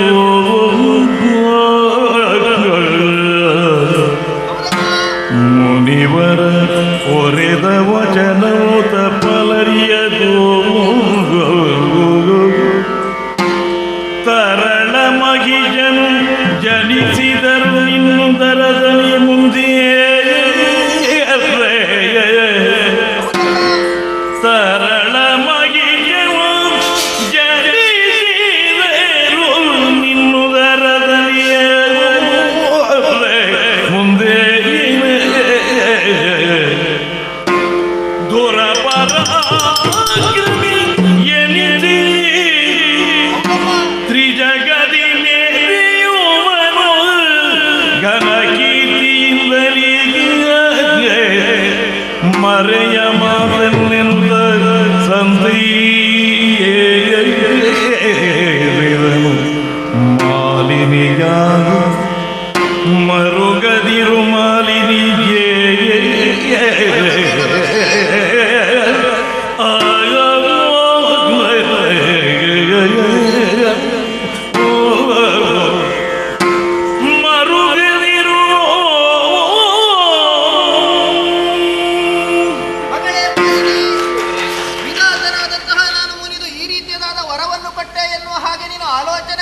ಸರಿಯಲ್ಲ. ಮತ್ತೆ ಯಾಕೆಂದ್ರೆ ನಿನ್ನದಾದಂತಹ ನಿಜವನ್ನು ಮರೆಸಿದಂತಹ ನೀನು ಮಹಿಷಿಯ ಆಕಾರವನ್ನು ತಳೆದು ನನ್ನ ಕುರಿತು ತಪಸ್ಸನ್ನು ಆಚರಿಸಿದೆ. ಸತ್ಯ ದೇವ್ರೆ, ನಿನ್ನದಾದಂತಹ ತಪೋಜ್ವಾಲೆಯಿಂದಾಗಿ ಸಮೀಪದಲ್ಲೇ ತಪಸ್ಸನ್ನು ಆಚರಿಸುತ್ತಿರುವಂತಹ ಗುರು ಭಾರ್ಗವರ ಶಿಷ್ಯನಾದಂತಹ ಸುಪಾರ್ಶ್ವಕನ ತಪಸ್ಸು ಕೆಟ್ಟು ಹೋಯಿತು ಮಗಳೇ.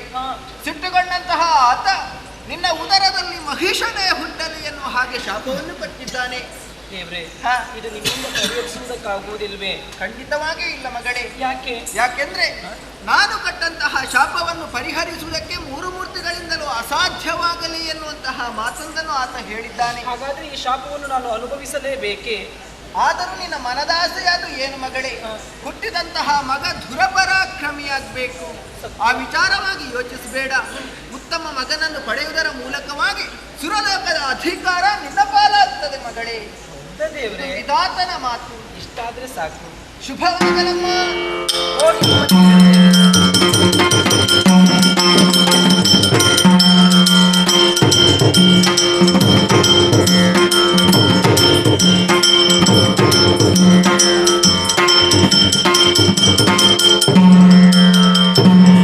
ಕಣ್ಣನಿಗೆ ಹೋದಂತಹ ನನ್ನ ಮಗಳು ಶುಭ ವಾರ್ತೆಯನ್ನು ತಂದಿದ್ದಾಳೆ. ಇದರಿಂದ ಮನಸ್ಸಿಗೆ ಸಂತೋಷವಾಗಿದೆ, ಸಮಾಧಾನವಾಗಿದೆ. ಆದರೆ ನನ್ನ ಮಗಳನ್ನು ಹೇಗೆ ಬಿಡುವುದಲ್ಲ? ಆಕೆಯ ರೂಪಕ್ಕೆ ಒಪ್ಪುವಂತಹ ಹುಡುಗನನ್ನು ಹುಡುಕಿ ಮದುವೆ ಮಾಡಬೇಕಾಗಿದೆ. ಯಾರಾಗಬಹುದು ಎಂಬುದಾಗಿ ನಾನು ಆಲೋಚನೆ ಮಾಡಿದಾಗ ಇದ್ದಾನಲ್ಲ, ಪಾತಾಳದ ಮಧುವನದ ಅಧಿಕಾರಿಯಾದಂತಹ ವಿದ್ಯುನ್ಮಾಲಿಯೇ ಆಕೆಗೆ ಸರಿಯಾದಂತಹ ಜೋಡಿ. ತಡ ಮಾಡುವುದಿಲ್ಲ, ದೂತನಿಗೆ ಓಲೆಯನ್ನು ಕರೆಸಿ ಆತನಿಗೆ ದಿಬ್ಬಣಿ ಸಮೇತನಾಗಿ ಬರುವುದಕ್ಕೆ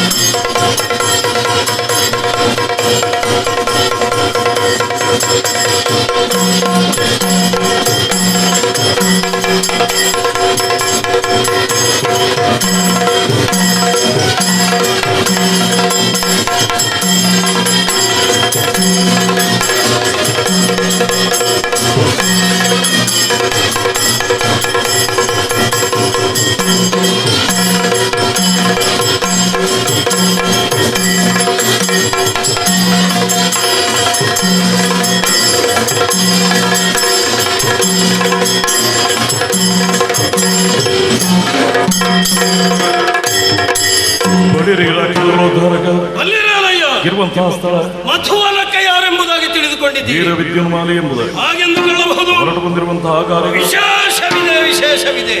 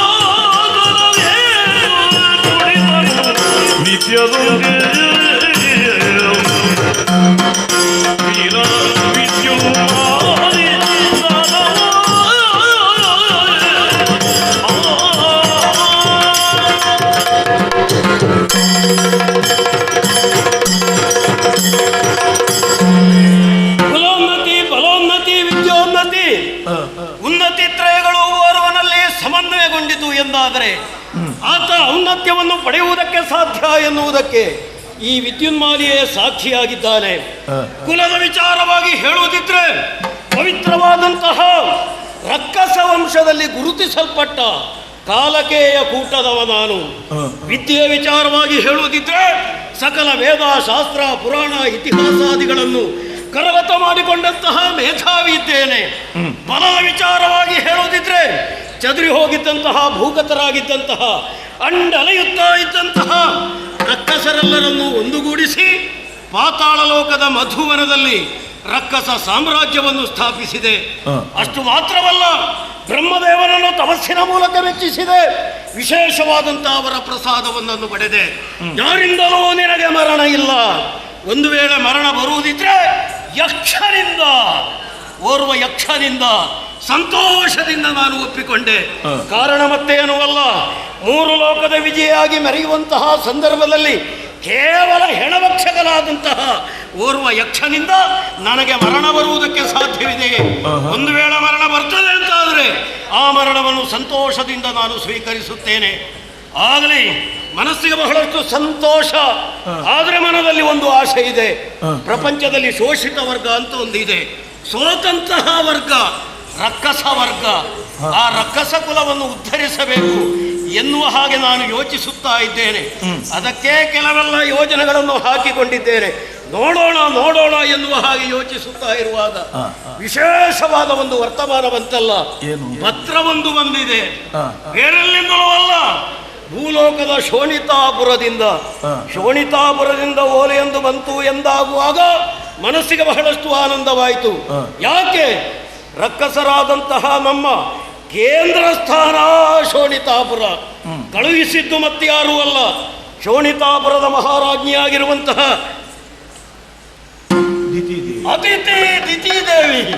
ದಿತಿದೇವಿ ಕಳುಹಿಸಿದ್ದು. ಮತ್ತಷ್ಟು ಸಂತೋಷವಾಯಿತು. ಯಾಕೆ? ಎಲ್ಲರಿಗೂ ತಾಯಿ ಇದ್ದ ಹಾಗೆ ಅವಳೇ ಒಂದು ಪತ್ರವನ್ನು ಕಳಿಸಿದ್ದಾಳೆ ಅಂತ ಆಗುವಾಗ ಬಹಳಷ್ಟು ಸಂತೋಷ. ವಿಷಯನು ತಗೊತ್ತಾ? ವಿಷಯ ಮತ್ತೇನು ಅಲ್ಲ, ಬಹಳ ಸಂಭ್ರಮದ ವಿಷಯ. ನನ್ನ ಮಗಳಾದಂತಹ ಮಾಲಿನಿ ಪ್ರಾಯ ಪ್ರಬುದ್ಧಳಾಗಿದ್ದಾಳೆ. ಮದುವೆ ಮಾಡಿಕೊಡಬೇಕು ಎನ್ನುವ ಹಾಗೆ ತೀರ್ಮಾನಕ್ಕೆ ಬಂದಿದ್ದೇವೆ. ಗುರು ಹಿರಿಯರಿದ್ದು ನಾವೊಂದು ರೀತಿಯದ್ದಾದಂತಹ ತೀರ್ಮಾನಕ್ಕೆ ಬಂದು ಯೋಗ್ಯತಾವಂತನಾದಂತಹ ನಿನಗೇ ಮದುವೆ ಮಾಡಿಕೊಡುವುದು ಎನ್ನುವ ಹಾಗೆ ನಿಶ್ಚಯಿಸಿದ್ದೇವೆ. ನಿನಗೆ ಮನಸ್ಸುಂಟು ಅಂತಾದ್ರೆ ತಿಪ್ಪಣ ಸಮೇತನಾಗಿ ಬಂದು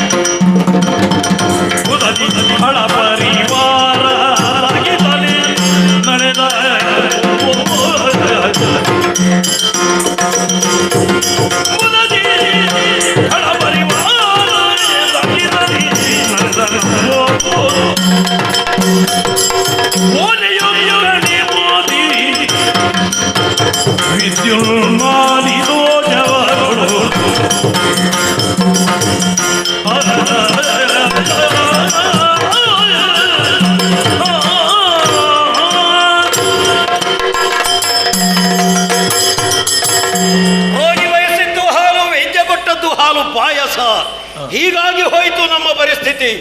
ರಕ್ಕಸ ಕುಲದ ಉದ್ಧಾರ ನನ್ನಿಂದಾಗಬೇಕು. ಪ್ರಪಂಚದಲ್ಲಿರುವಂತಹ ಎಲ್ಲ ರಕ್ಕಸರು ಒಂದೇ ಛತ್ರದಡಿಯಲ್ಲಿ ಇರಬೇಕು ಎನ್ನುವ ಹಾಗೆ ನಾನು ಯೋಚಿಸುತ್ತಾ ಇದ್ದೆ. ಅದಕ್ಕೆ ಪೂರಕವಾದಂತಹ ಸಂದರ್ಭವೊಂದು ಈಗ ಒದಗಿ ಬಂದಿದೆ. ದಿತಿದೇವಿಯವಗಳನ್ನು ನಾನು ಮದುವೆಯಾದೆ ಎಂದಾದರೆ ಪ್ರಪಂಚದಲ್ಲಿರುವಂತಹ ಎಲ್ಲ ರಕ್ಕಸರು ನನ್ನೊಂದಿಗೆ ಸೇರಿಕೊಳ್ಳುವುದಕ್ಕೆ ಸಾಧ್ಯ. ಆ ಮೂಲಕವಾಗಿ ರಕ್ಕಸ ಕುಲದ ಉದ್ಧಾರದಿಂದ ಮಾಡುವುದಕ್ಕೆ ಸಾಧ್ಯ. ಸರಿ, ಒಪ್ಪಿಕೊಂಡಿದ್ದೇನೆ. ನಾನೋರ್ವಲೇ ಹೋಗುವುದಲ್ಲ, ದಿಪ್ಪಣ ಸಮೇತನಾಗಿ ಶೋಣಿತಾಪುರವನ್ನು ಸೇರಿಕೊಳ್ಳಬೇಕಾಗಿದೆ. ಸಿದ್ಧತೆಯನ್ನು ಮಾಡ್ತೇನೆ.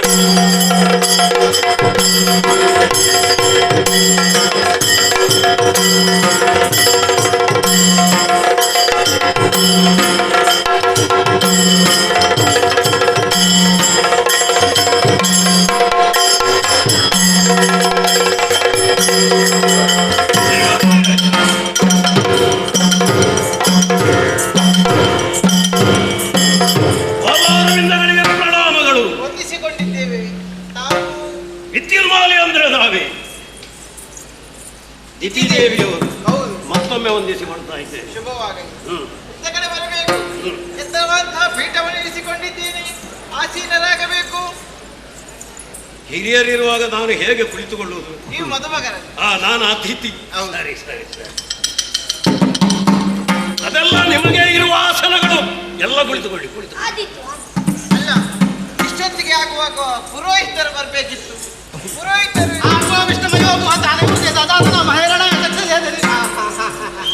ದೀರ್ಘ ಸುಮಂಗಲಿ ಭವ. ಎಷ್ಟೇ ಅಡೆತಡೆಗಳಿದ್ರು ನಾನು ಬಂದಿದ್ದೇನಮ್ಮ ಇವತ್ತು, ಏನು ಯೋಚಿಸಬೇಡ. ಅಡೆತಡೆಗಳಿದ್ರು ಕಾರ್ಯಕ್ರಮ ಮಾಡ್ತೇವೆ ನಾವು.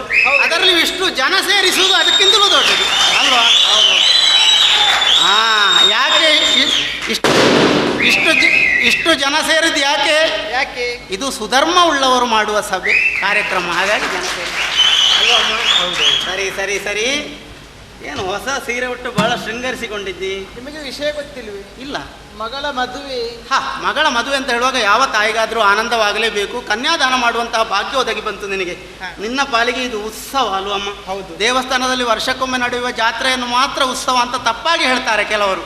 ಉತ್ಸವ ಅನ್ನುವ ಶಬ್ದಕ್ಕೆ ಬಹಳ ವಿಶೇಷವಾದಂತಹ ಅರ್ಥವಿದೆ. ಹರುಷಕ್ಕೆ ಕಾರಣವಾಗುವ ಘಟನೆಗಳೆಲ್ಲ ಉತ್ಸವ. ಮಗಳ ಮದುವೆ ಅಂತ ಹೇಳುವಾಗ ತಾಯಿಗೆ ಹರುಷ, ಹಾಗಾಗಿ ಉತ್ಸವ ಇದು. ಆಗಲಿ ದಿಬ್ಬಣ್ಣ ಬಂದಿದೆಯಮ್ಮ? ಬಂದಿದೆ. ನೀವೇನು ಹುಡುಕು? ಮದುಮಗ ಎಲ್ಲಿದ್ದಾನೆ? ಮದುಮಗನನ್ನು ನೀವು ನೋಡ್ಲಿಲ್ವಾ? ಇಲ್ಲ. ಒಮ್ಮೆ ತಿರುಗಿ ನೋಡಿ ಅಂತೆ. ಅವರ ಬನ್ನಿ ಸ್ವಾಮಿ, ನೀವು ಇಲ್ಲಿ ಬನ್ನಿ. ನೀವು ಅಲ್ಲಿ ಮದುಮಗ ಅಲ್ಲಿ ಕೂತ್ಕೊಳ್ಳೋದ? ಇಲ್ಲಿ ಬನ್ನಿ. ಓ ಪುರೋಹಿತ, ಓ ಅವರು ಮದುಮಗ ಅಲ್ಲ, ಮತ್ತೆ ತಿರುಗಿ ನೋಡೋಲ್ಲ. ಅವರ ಅತಿಥಿ. ನೀವು ತಿರುಗಿದ್ದು ಹೆಚ್ಚಿಗೆ ಆಯ್ತು, ಅರ್ಧ ತಿರುಗಿ ಅಂತೆ. ನನಗೆ ಅರ್ಧ ಸುತ್ತ ಹೆಚ್ಚು ಅಂತ ಹೇಳುದು, ನಿನ್ನ ಗೊತ್ತಾಯ್ತು. ಆಯ್ತು. ಓಹೋ, ಇವಾಗ ಗಂಡಲ್ಲ, ಕಲ್ಲು ಗುಂಡು. ಅಷ್ಟು ಗಟ್ಟಿ ಮುಟ್ಟಾಗಿದ್ದಾನೆ ಪುರೋಹಿತ. ಪುರೋಹಿತ ಸ್ವಾಮಿ, ಕಲ್ಯಾಣ ವಸ್ತು, ಕಲ್ಯಾಣ ವಸ್ತು. ಸ್ವಲ್ಪ ಮಾತನಾಡಿಸ್ತೇನೆ ಅವನನ್ನು. ಹೌದು, ಅಪರೂಪಕ್ಕೆ. ಸರಿ. ಪಾತಾಳ ಲೋಕದ ಅಧಿಕಾರಿ ವಿದ್ಯುನ್ಮಾಲಿ ಅಂದ್ರೆ ನಾವೇ. ಸರಿ. ಹೇಗೆ ಊರಿಂದಲೇ ಬಂದದ್ದ? ಅಲ್ಲ, ಕಾಡಿಂದ ಬಂದದ್ದು. ನೀನು ಯಾಕೆ ಕಾಡಿಗೆ? ಮತ್ತೆ ಊರಿಂದಲೇ ಬಂದದ್ದು ಅಂತ ಕೇಳ್ತಾ ಇದು ಸಂಪ್ರದಾಯ. ಅವರೆಲ್ಲಿಂದ ಬಂದು ಅಂತ ಗೊತ್ತುಂಟು, ಆದ್ರೂ ಮನೆಯಿಂದಲೇ ಬಂದದ್ದು ಸ್ವಾಮಿ ಅಂತ ಕೇಳೋದಿಲ್ವ ನಾವು? ಪದ್ಧತಿ ಅದು. ಹೇಗೆ ಆರೋಗ್ಯವಾ? ಕಾಣುವಾಗ ಅರ್ಥ ಆಗುದಿಲ್ವೋ?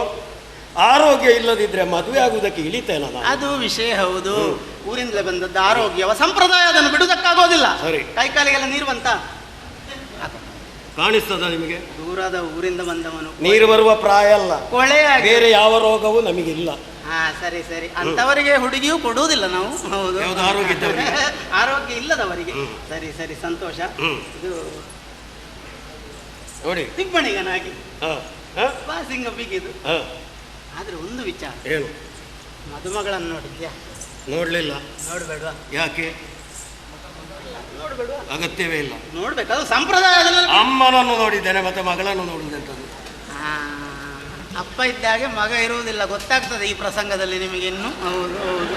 ಹಾಗಾಗಿ ಅಮ್ಮ ಇದ್ದಾಗೆ ಮಗಳಿದ್ದಾಳು ಅಂತ ಹೇಳುವುದಕ್ಕಾಗುವುದಿಲ್ಲ. ಅಪ್ಪನಿಂದಲೂ ಪರಾಕ್ರಮಿ ಮಗ ಆಗುವುದಕ್ಕೆ ಸಾಧ್ಯತೆ ಉಂಟು. ಈ ಪ್ರಸಂಗದಲ್ಲಿ ಅದು ಆದೀತೇನು? ಆದೀತು. ನೋಡೋಣ ನೋಡೋಣ. ದೇವರ ಭಾಗ್ಯ ಬೇಕು ಅದಕ್ಕೆಲ್ಲ. ಆದ್ರೂ ಕೂಡ ಒಂದು ಸಂಪ್ರದಾಯ, ಅದು ನಮಗೆ ಬಿಡೋದಕ್ಕಾಗೋದಿಲ್ಲ. ಯಾಕೆ ಹೇಳಿದೆ ನಾನು? ಯಾಕೆ? ದಿತಿದೇವಿಯವರು ಹೇಗಿದ್ದಾರೆ ಎನ್ನುವ ಹಾಗೆ ಪ್ರಪಂಚಕ್ಕೆ ತಿಳಿದಿದೆ.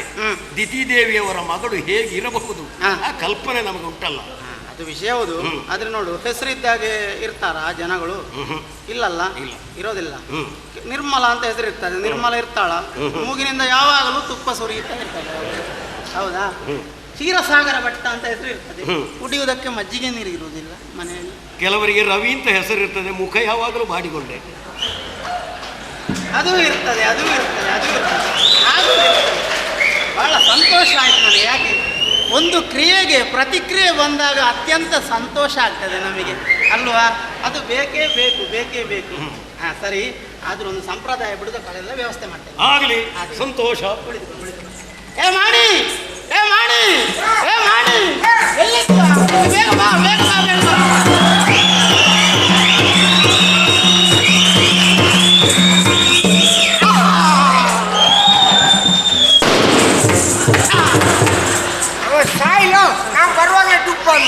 ಸ್ವಾಮಿ, ಈ ಮಧ್ಯೆ ಒಂದು ಮಾತು. ಏನು? ಆಗ ನೀವು ಹೇಳಿದ್ರಿ ಅಪ್ಪ ಇದ್ದ ಹಾಗೆ ಮಗ ಇರುವುದಿಲ್ಲ.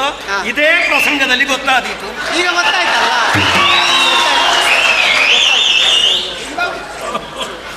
ನಿನ್ ಲೆಕ್ಕದಲ್ಲಿ ನಾನೇನು ಅಪ್ಪನಾಗಿ ಕಾಣ್ತೇನೆ, ಅವ್ರ ಮಗನಾಗಿ ಕಾಣ್ತಾರ? ಅದೇನು ಅಪ್ಪನಿಗೂ ಮಗನಿಗೂ ತುಂಬಾ ವ್ಯತ್ಯಾಸ ಕಾಣಿಸುತ್ತಾ ಇದೆ. ಇನ್ನೊಂದು ವಿಷಯ ಹೇಳ ನಾನು. ಕೊರತೆ ಉಂಟು ಅಂತ ಹೇಳಿದ್ದಲ್ಲ ಅದು. ವ್ಯತ್ಯಾಸ ಕಾಣಿಸ್ತಾ ಉಂಟು. ವ್ಯತ್ಯಾಸ ಇದ್ರೆ ಮಾತ್ರ ಅಪ್ಪ ಮಗ ಅಂತ ಆಗುದು.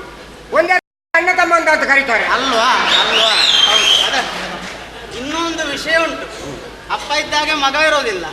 ಅಪ್ಪನಿಗೆ ಕಿರೀಟ ಆದ್ರೆ ಮಗನಿಗೆ ಕೋಡು ಬರ್ಲಿಕ್ಕೂ ಸಾಕು, ನಂಬಲಿಕ್ಕೆ ಕೊಡುತ್ತದೆ. ಮತ್ತೆ ಸಂಘದಲ್ಲಿ ಹಾಗಾಗ್ತದೆ. ಯಾವಾಗಲೂ ಜಾಗ್ರತೆ ಮಾಡಿಬೋದು. ಹೋಗು ಪುಣ್ಯಾತ್ಮ. ಕೆಲವರಿಗೆ ಕೋಡು ಕಾಣಿಸುವುದಿಲ್ಲ, ಇರ್ತದೆ. ಹೌದು, ಮಾತಿನಲ್ಲಿ ಗೊತ್ತಾಗ್ತದೆ. ಏನು ಸಂಶೋಧನೆ ಮಾಡಿದ್ದಾನೆ ಇವ, ಭಯಂಕರ. ಅದ್ಭುತ ಅದ್ಭುತ ಅದ್ಭುತ ಅದ್ಭುತ. ಮಾಣಿ ಅಪ್ಪ, ನಮ್ಮ ಬಗ್ಗೆ ಬಹಳ ನಿರೀಕ್ಷೆ ಉಂಟು. ಇವತ್ತು ಬಲೆ ಜೋಡಿ ಆಗಬೇಕು ನಮ್ಮದು. ಹೌದಾ? ಹುಸಿ ಮಾಡಬಾರ್ದು. ಜೋಡಿಯನ್ನು ತಗೊಂಡೋಗಿ ಬಲೆಯಲ್ಲಿ ಹಾಕ್ಬಾರ್ದು, ಬಲೆ ಜೋಡಿ ಆಗ್ಬೇಕು. ಅದೇ ಆಗ್ಬೇಕು. ನಿರೀಕ್ಷೆ ಹುಸಿ ಆಗಬಾರ್ದು. ಅಲ್ಲ, ನಿರೀಕ್ಷೆ ಇವತ್ತು ಇದಕ್ಕಿಂತಲೂ ಹೆಚ್ಚಿತ್ತು. ಆದ್ರೆ ಬೇರೆ ಬೇರೆ ಪ್ರಕರಣದಿಂದ ಇಷ್ಟ ಆದದ್ದು ಪುಣ್ಯ ಅಲ್ವಾ? ಸರಿ ಸರಿ ಸರಿ ಸರಿ. ಇದು ಮಾಣಿ ಅಪ್ಪಯ್ಯ. ಏನು ಮಗು? ಏನಿಲ್ಲ ಏನಿಲ್ಲ. ಇದ್ರ ಮತ್ತೆ ಬಂದದ್ದೆ ನೀವು ಕರೆದದ್ದಕ್ಕೆ. ಮಾಣಿ ಅಂತ ಕರೆದೆ ನಾನು. ನಿಮ್ಗೇನು ಅದರಲ್ಲಿ ಸಿಟ್ಟು? ನಾನೇನು ಮಾಣಿಯ? ಮಾಣಿ ಅಲ್ವಾ ಮತ್ತೆ? ಮಾಣಿಯಾಗಿ ಕಾಣ್ತೇನೆ ನಿಮಗೆ. ಅಲ್ಲದ ಗೋಣಿಯ ಮತ್ತೆ? ಗೋಣಿಯಲ್ಲಿ ಮಲಗಲಿಕ್ಕೆ ಮಾಣಿ ಮಾಣಿ ಅಂತಲೇ ಕರೆಯೋದು ನಾನು. ಈಗ ಒಂದು ಪ್ರಶ್ನೆ ಕೇಳ್ತೇನೆ ನಾನು. ಏನು ಕೇಳೋದು? ಏನು ಕೇಳ್ಬಹುದು ನಾನು? ಏನು ಕೇಳಬಹುದು ಗೊತ್ತುಂಟೋ ಇಲ್ವಾ? ನನಗೆ ಯೋಚಿಸಲಿಕ್ಕೆ ಕಷ್ಟ ಉಂಟು. ನಾನು ಏನು ಕೇಳ್ತೇನೆ ಅನ್ನೋದು ಗೊತ್ತುಂಟೋ ಇಲ್ವಾ? ಇಲ್ಲ. ಗೊತ್ತಿಲ್ವಾ? ಗೊತ್ತಿಲ್ಲದ ನಿಮಗೆ ಹೇಳಿ ಏನು ಪ್ರಯೋಜನ? ಆದ್ರೂ ಹೇಳಿದ ಮೇಲೆ ಆದ್ರೂ ಗೊತ್ತಾಗ್ತದಲ್ಲ. ಇದು ಅಪ್ಪ ಮಗ ಗೊತ್ತಾಗ್ತದಾದ್ಮೇಲೆ ನಾನು ಹೇಳಿ ಏನು ಪ್ರಯೋಜನ? ಅದು ಹೌದು. ಹೇಳಿದಾಗೆ ಮೊದಲೇ ನಿಮಗೆ ಗೊತ್ತಿದ್ರೆ ನಾನು ಹೇಳಿ ಇದು ಅಪ್ಪ ಮಗನ ಸಂಭಾಷಣೆ. ತಲೆ ಬಿಸಿ ಮಾಡಬೇಡ. ಒಂದು ಗಳಿಗೆ ಚೂರು ಗುಟ್ಟು. ನಿನಗೆ ಮಾಣಿ ಹೇಳಿದ್ರೆ ಸಿಟ್ಟೇನು ನಿನಗೆ ಅದರಲ್ಲಿ? ಮತ್ತೆ ನಾನೇನು ಈಗ ಸಣ್ಣ ಮಾಣಿಯ ಅಲ್ವಾ? ದೊಡ್ಡದಾಗ್ಲಿಲ್ವಾ? ದೊಡ್ಡದಾಗಿದೆ. ದೊಡ್ಡವನಾಗಿದೆ. ನಿಮ್ಮ ಹತ್ರ ಒಂದು ಪ್ರಶ್ನೆ ಕೇಳಲ್ಲ? ಏನು ಕೇಳು? ಅಪ್ಪನಿಂದ ಮಗನೋ ಮಗನಿಂದ ಅಪ್ಪನೋ? ಅಪ್ಪನಿಂದ ಮಗ ಅಲ್ವೇ ಅಲ್ಲ, ಮತ್ತೆ ಮಗನಿಂದಲೇ ಅಪ್ಪ. ಆಧಾರ ಕೊಡ್ಬೇಕು, ಹೇಳಬೇಕು. ಆಧಾರ ಇಲ್ಲದ್ರೆ ಈಗ ವಿಷಯ ಮುಂದುವರಿಯುವುದಿಲ್ಲ. ಇಲ್ಲ, ಆಧಾರ ಬೇಕೇ ಬೇಕು. ಯಾವುದಕ್ಕೂ ಆಧಾರ ಬೇಕೇ. ಕೊಡು.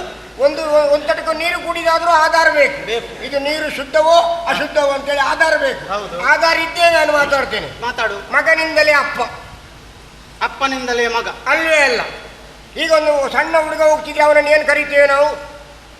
ಹುಡುಗ ಅಂತ ಕರೆಯೋದು. ಆ ಹುಡುಗನಿಗೆ ಮೀಸೆ ಬಂದ ಮೇಲೆ ಏನು ಕರಿತೇವೆ? ಗಂಡು ಅಂತ ಕರೀತೇವೆ. ಆ ಗಂಡಿಗೆ ಮದುವೆ ಆದ್ಮೇಲೆ ಹೆಂಡತಿ ಜೊತೆಲಿ ಹೋಗುವಾಗ ಏನಂತ ಹೇಳ್ತೇವೆ ನಾವು? ಅವಳ ಗಂಡ ಅಂತ ಹೇಳ್ತಾರೆ. ಭಯಂಕರ ಹುಷಾರಿದ್ದೀರಿ ನೀವು. ಆ ಗಂಡನಿಂದ ಅವಳಿಗೆ ಒಂದು ಮಗು ಆದ್ರೆ ಆಮೇಲೆ ಏನಂತ ಕರೀತೇವೆ? ಮಗುವಿನ ಅಪ್ಪ ಅಂತ ಕರೀತೇವೆ. ಈಗ ಅಪ್ಪನಿಂದ ಮಗನೋ ಮಗನಿಂದ ಅಪ್ಪನೋ? ನೀನು ಕಲ್ತದ್ದಕ್ಕೆ ಸಾರ್ಥಕ ಆಯ್ತು. ನೀವು ನನ್ನ ಅಪ್ಪನಾಗಿ ಹುಟ್ಟಿದಕ್ಕೆ ನಿಮ್ಮ ಜನ್ಮ ಸಾರ್ಥಕ ಆಯ್ತು. ನಾನು ಈಗ ನಿಮ್ಮ ಸಂಭಾಷಣೆ ಕೇಳಿ ನಾನೀಗ ಚಿಂತಿತನಾಗಿದ್ದೇನೆ. ಯಾಕೆ? ನಿನಗೊಂದು ಮಗು ಇಲ್ಲ ಅಂತೇಳಿ. ಮದುವೆ ಬೇಕಾ ಬೇಡುವ ಅಂತ. ಮುಗಿಸ್ತೇವೆ. ಮದುವೆ ಬೇಕಾ ಬೇಡುವ ಅಂತ ಇಂಥದ್ದೆಲ್ಲ ನನಗೆ ಅವನಿಗೆ ಅವಸರ. ಹೀಗಾದ್ರೆ ಹೇಗೆ? ಹೀಗಾದ್ರೆ ಹೇಗೆ? ಮತ್ತೆ ಇಲ್ಲಂದ್ರೆ ಅಪ್ಪ ಮಕ್ಕಳನ್ನು ಒಟ್ಟಿಗೆ ಬರ್ಲಿಕ್ಕೆ ಹೇಳ್ತಾರ? ಅದಾಗೋ ಅವಸರವೇ. ಗಂಡಿಗೆ ಆತುರ, ಹೆಣ್ಣಿಗೆ ಕಾತರ. ಅದಿರುವಂತದ್ದು ದೊಡ್ಡ ವಿಷಯ. ನಮ್ಗೆ ಅನುಭವ ಇಲ್ಲ ಅನ್ನೋದು ಬಿಟ್ಟರೆ ನೀವು ಹೇಳಿದ್ದು ಸತ್ಯ. ನನಗೆ ಮಾಣಿ ಅಂತ ಹೇಳುವಾಗ ಸಿಟ್ಟು ಬಂತು. ಹೆಸರಿಟ್ಟಿದ್ದೆ ನಾನು, ಇಲ್ಲ ಅಂತ ಹೇಳೋದಿಲ್ಲ. ಹೌದು, ಒಳ್ಳೆ ಹೆಸರಿಡ್ಲಿಲ್ವಾ? ಹೌದು. ಪ್ರಜ್ಞಾನಶೀಲಾಶುಕ. ಹೌದೌದು, ವಿಜ್ಞಾನ ಲೀಲಾಶುಕ ಅಂತಲೇ ಕರೆದದ್ದು. ಯಾಕೆ ಮಗು? ಪ್ರಜ್ಞೆ ಇದ್ದು ಲೀಲಾಜಾಲವಾಗಿ ಮಾತಾಡುವ ಗಿಳಿಯಂತೆ ಮಾತಾಡುವವ ನಾನು ಎಂಬರ್ಥ. ಎಲ್ರಿಗೂ ಅರ್ಥ ಆಗುದಿಲ್ಲ ಇದು. ನಮ್ಗೆ ಅರ್ಥ ಆದ್ರೆ ಸಾಕು. ಅಪ್ಪ ಮಕ್ಕಳಿಗೆ ಸರಿ, ಇದು ವಿಷಯ. ಇವರೇನಿಲ್ಲಿ ಅಮ್ಮ ಇವರಿಗೆ ಮದುವೆ ಅಂತ ಹೇಳಿದ್ರೆ ಇವರಿಗೆ ಅಲ್ಲ, ಮಗಳಿಗೆ. ಮಗಳಿಗೆ ಗಂಡು. ನಮಸ್ಕಾರ. ಒಂದಿಸಿ ದೇವರು ಒಳ್ಳೇದು ಮಾಡಿ. ಹಾಗಾದ್ರೆ ಮದುವೆ ಕಾರ್ಯಕ್ರಮ ಬೇಗ. ಹೌದು. ಹುಡುಗಿ ಶೃಂಗಾರ ಆಗಿದೆ.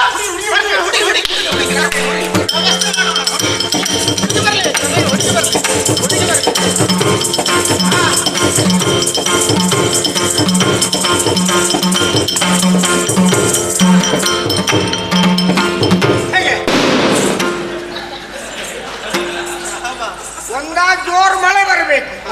ನಿನ್ನೆ ಟುಸ್ ಎಲ್ಲ ನಿಲ್ಲಿಸ್ತೇನೆ. ಮದುಮಗಳು ಸಭೆಗೆ ಬಂದಿದ್ದಾಳೆ. ನೋಡಿ ಬಿಡಿ ಹೇಗೆ ಹುಡುಗಿ ಹೇಗೆ ನೋಡು. ನೋಡ್ಲಿಲ್ಲ ಮಗು. ಅಪ್ಪ ನೋಡ್ಲಿಕ್ಕೆ ಹೇಳಿ.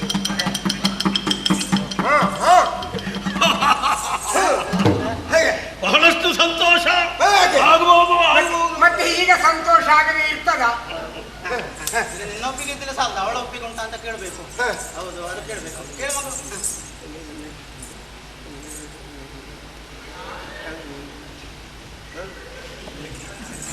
ಏನಂತೆ? ಅದು ಮಾತು, ಅದು ಮಾತು. ನಾನೊಂದು ಮಾತಾಡಿದ್ದೆ.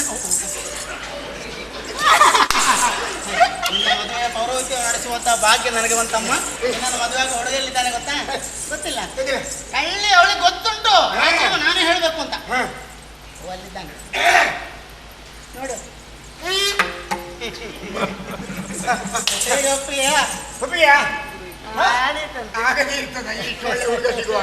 ಹಾಗಿದ್ರೆ ಮದುವೆ ಮುಂದುವರಿಸು. ಮಗ ಎಲ್ಲಿದೆ? ಅಂತರ್ಪಟ್ಟ ಎಲ್ಲಿದೆ?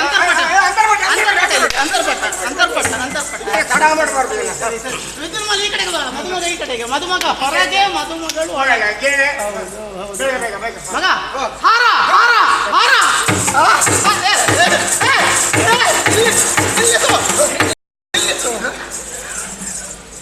ಹಾರ್ಲಿಕ್ಕೆ ಅಂತಲೇ ಇನ್ನು ಕೆಲವರು ಬರ್ತಾರೆ ಮಗು, ಅವರೇ ಹಾರ್ಲಿ, ಹಾರುವವರೇ ಹಾರಬೇಕು, ನಾವು ಹಾರುದಲ್ಲ. ಅಪ್ಪ, ಅವರು ಹಾರಿದ್ರೆ ವಿಶೇಷ ಅಲ್ಲ, ಅವರು ಹಾರ್ಲಿಕ್ಕೆ ಇರುವವರು. ಹಾರ್ಲಿಕ್ಕೆ ಗೊತ್ತಿಲ್ಲದವರು ಹಾರಿದಾಗ ಮಾತ್ರ ವಿಶೇಷತೆ ಇರುವುದು. ಇನ್ನು ಹಾರಬಾರದ ಪ್ರಸಂಗದಲ್ಲಿ ಹಾರ್ತಿಯಲ್ವ? ಹಾರುವವರೇ ಹಾರಬೇಕು. ಹೌದು, ಬೇರೆಯವರು ಹಾರಿದ್ರೆ ಪ್ರಯೋಜನ ಇಲ್ಲ. ಆದ್ರೆ ಒಂದು ನಾವು ಹಾರುವರಲ್ವ? ಹೌದು, ಮೂಲತಃ ಹಾರ ಹಾರ ಆಹಾರ ಆಹಾರ ಆಹಾರ.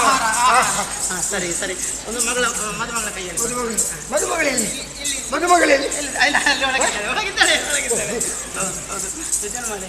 ಇದು ಹಾರ ಯಾಕೆ ಗೊತ್ತಾಯ್ತಾ? ಇದು ಕುತ್ತಿಗೆಗೆ ಹಾಕಿ ಒರೆಸಬೇಕು. ಹಾ, ಮದುಮಗಳ ಕುತ್ತಿಗೆ.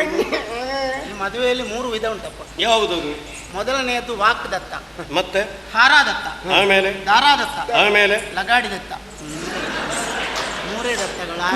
ಆಮೇಲೆ ಅಂತ ನಾನು ಕೇಳಬಾರ್ದು. ಹೌದು, 3ರಲ್ಲಿ ಮೂರೇ ಆದ್ಮೇಲೆ ಮತ್ತೆ ಹೇಳದಿರ್ತಾರೆ ಅವರು. ಹಾಗೆ 3ಕ್ಕೆ ಮುಗಿಸ್ಬೇಕು. ಹೌದೌದು. ಇನ್ನೊಂದು ಮಂತ್ರ ಹೇಳಿಬಿಡುವಲ್ಲ ಎಲ್ಲ ಪಟ ಪಟ ಹೇಳಿ. ಬೇಗ ಬೇಗ. ಅವಸರ ಏನೂ ಇಲ್ಲ, ಇಲ್ಲ ಇಲ್ಲ, ಎಲ್ಲ ಆಗಬೇಕಾದ ಹಾಗೆ ಆಗಬೇಕು. ಬೆಳಿಗ್ಗೆ ಆಗುದ್ರಗಡೆ ಬೇಗ ಮುಗಿಬೇಕು, ಇಲ್ಲದ್ರೆ ತುರ್ತು ಪರಿಸ್ಥಿತಿ ಆಗ್ಬೋದು. ಓಂ ಭೋಗದಲ್ಲಿ ಇಂದ್ರನಂತೆಯೂ, ಐಶ್ವರ್ಯದಲ್ಲಿ ಕುಬೇರನಂತೆಯೂ, ರೂಪದಲ್ಲಿ ಮನ್ಮಥನಂತೆಯೂ, ಗಾಂಭೀರ್ಯದಲ್ಲಿ ಸಮುದ್ರರಾಜನಂತೆಯೂ ಇರುವಂತಹ ವಿದ್ಯುನ್ಮಾಲಿ ಎಂಬವರನು ಭೋಗದಲ್ಲಿ ಶಚೀದೇವಿಯಂತೆಯೂ, ಐಶ್ವರ್ಯದಲ್ಲಿ ಲಕ್ಷ್ಮೀದೇವಿಯಂತೆಯೂ, ರೂಪದಲ್ಲಿ ರತೀದೇವಿಯಂತೆಯೂ, ವಿದ್ಯೆಯಲ್ಲಿ ಸರಸ್ವತಿ ಅನುಗ್ರಹಕ್ಕೆ ಪಾತ್ರಳಾದ ಮಾಲಿನಿ ಎಂಬ ವಧುವಿನ ಪಾಣಿಗ್ರಹಣ ಕಾಲದ ಈ ಶುಭ ಮುಹೂರ್ತದಲ್ಲಿ ಓಂ ಮೇಘನಾದ ಘಟಪಟ ಘಾಟಾಪಟ ವರ್ತತೆ ವಿದ್ಯುತ್ ದೃಶ್ಯತೆ ಜಂಬೂಕಸ್ಯ ಕಕಪಕೋ ಕಾಕೋಪಕೋ ವರ್ತತೆ. ಈ ಶುಭ ಸಂದರ್ಭದಲ್ಲಿ ಮತ್ತೆ ಸೇರಿಸಿ ಪಟಾಟ ಟೂ ಟೈ ಟೌಟಂ ಚಹ ಬಾಲಕದವರು ಬಾರಿಸಬೇಕು.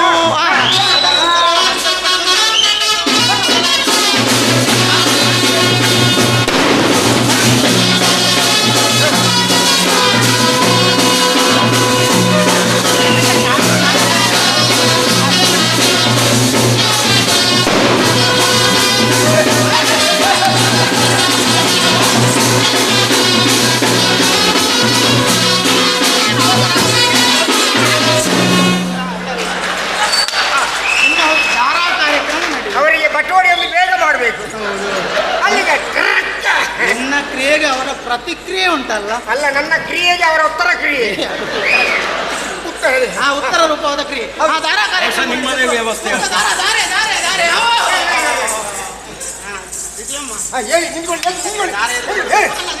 ಪಾಪ ಯಾವಾಗಲೂ ಮಲಗೋರು ಇವತ್ತು ಕಷ್ಟಪಟ್ಟು ಬಂದಿದ್ದಾರೆ. ಹೇಳಿ ಈಗಲ್ಲ, ನೀನು ಇವತ್ತು ರಕ್ಕಸರ ಕಡೆಯಿಂದ ಬಂದವ, ನೆನಪಿರಲಿ. ಓಂ ಗಂಗೆ ಯಮುನೆ ಜೀವ ಗೋದಾವರಿ ಸರಸ್ವತಿ ನರ್ಮದಾ ಸಿಂಧು ಕಾವೇರಿ ಜಲೆ ಅಸ್ಮಿನ್ ಸನ್ನಿಧಿಂ ಕುರು ಕನ್ಯಾದಾನಂ ಕರಿಷ್ಯೆ. ಮಾಮ ಅಂತ ಹೇಳಿಬಿಡು. ಸರಿ ಸರಿ ಸರಿ ಸರಿ ಸರಿ. ತಾಳಿ ತಾಳಿ ತಾಳಿ ತಾಳಿ ತಾಳಿ ತಾಳಿ ಎಲ್ಲ ತಾಳಿ. ಅವಸರ ಆಯ್ತು ಅಂತಲ್ಲ, ತಾಳಿ ಮಂಗಳ ಸೂತ್ರ. ತಾಳಿ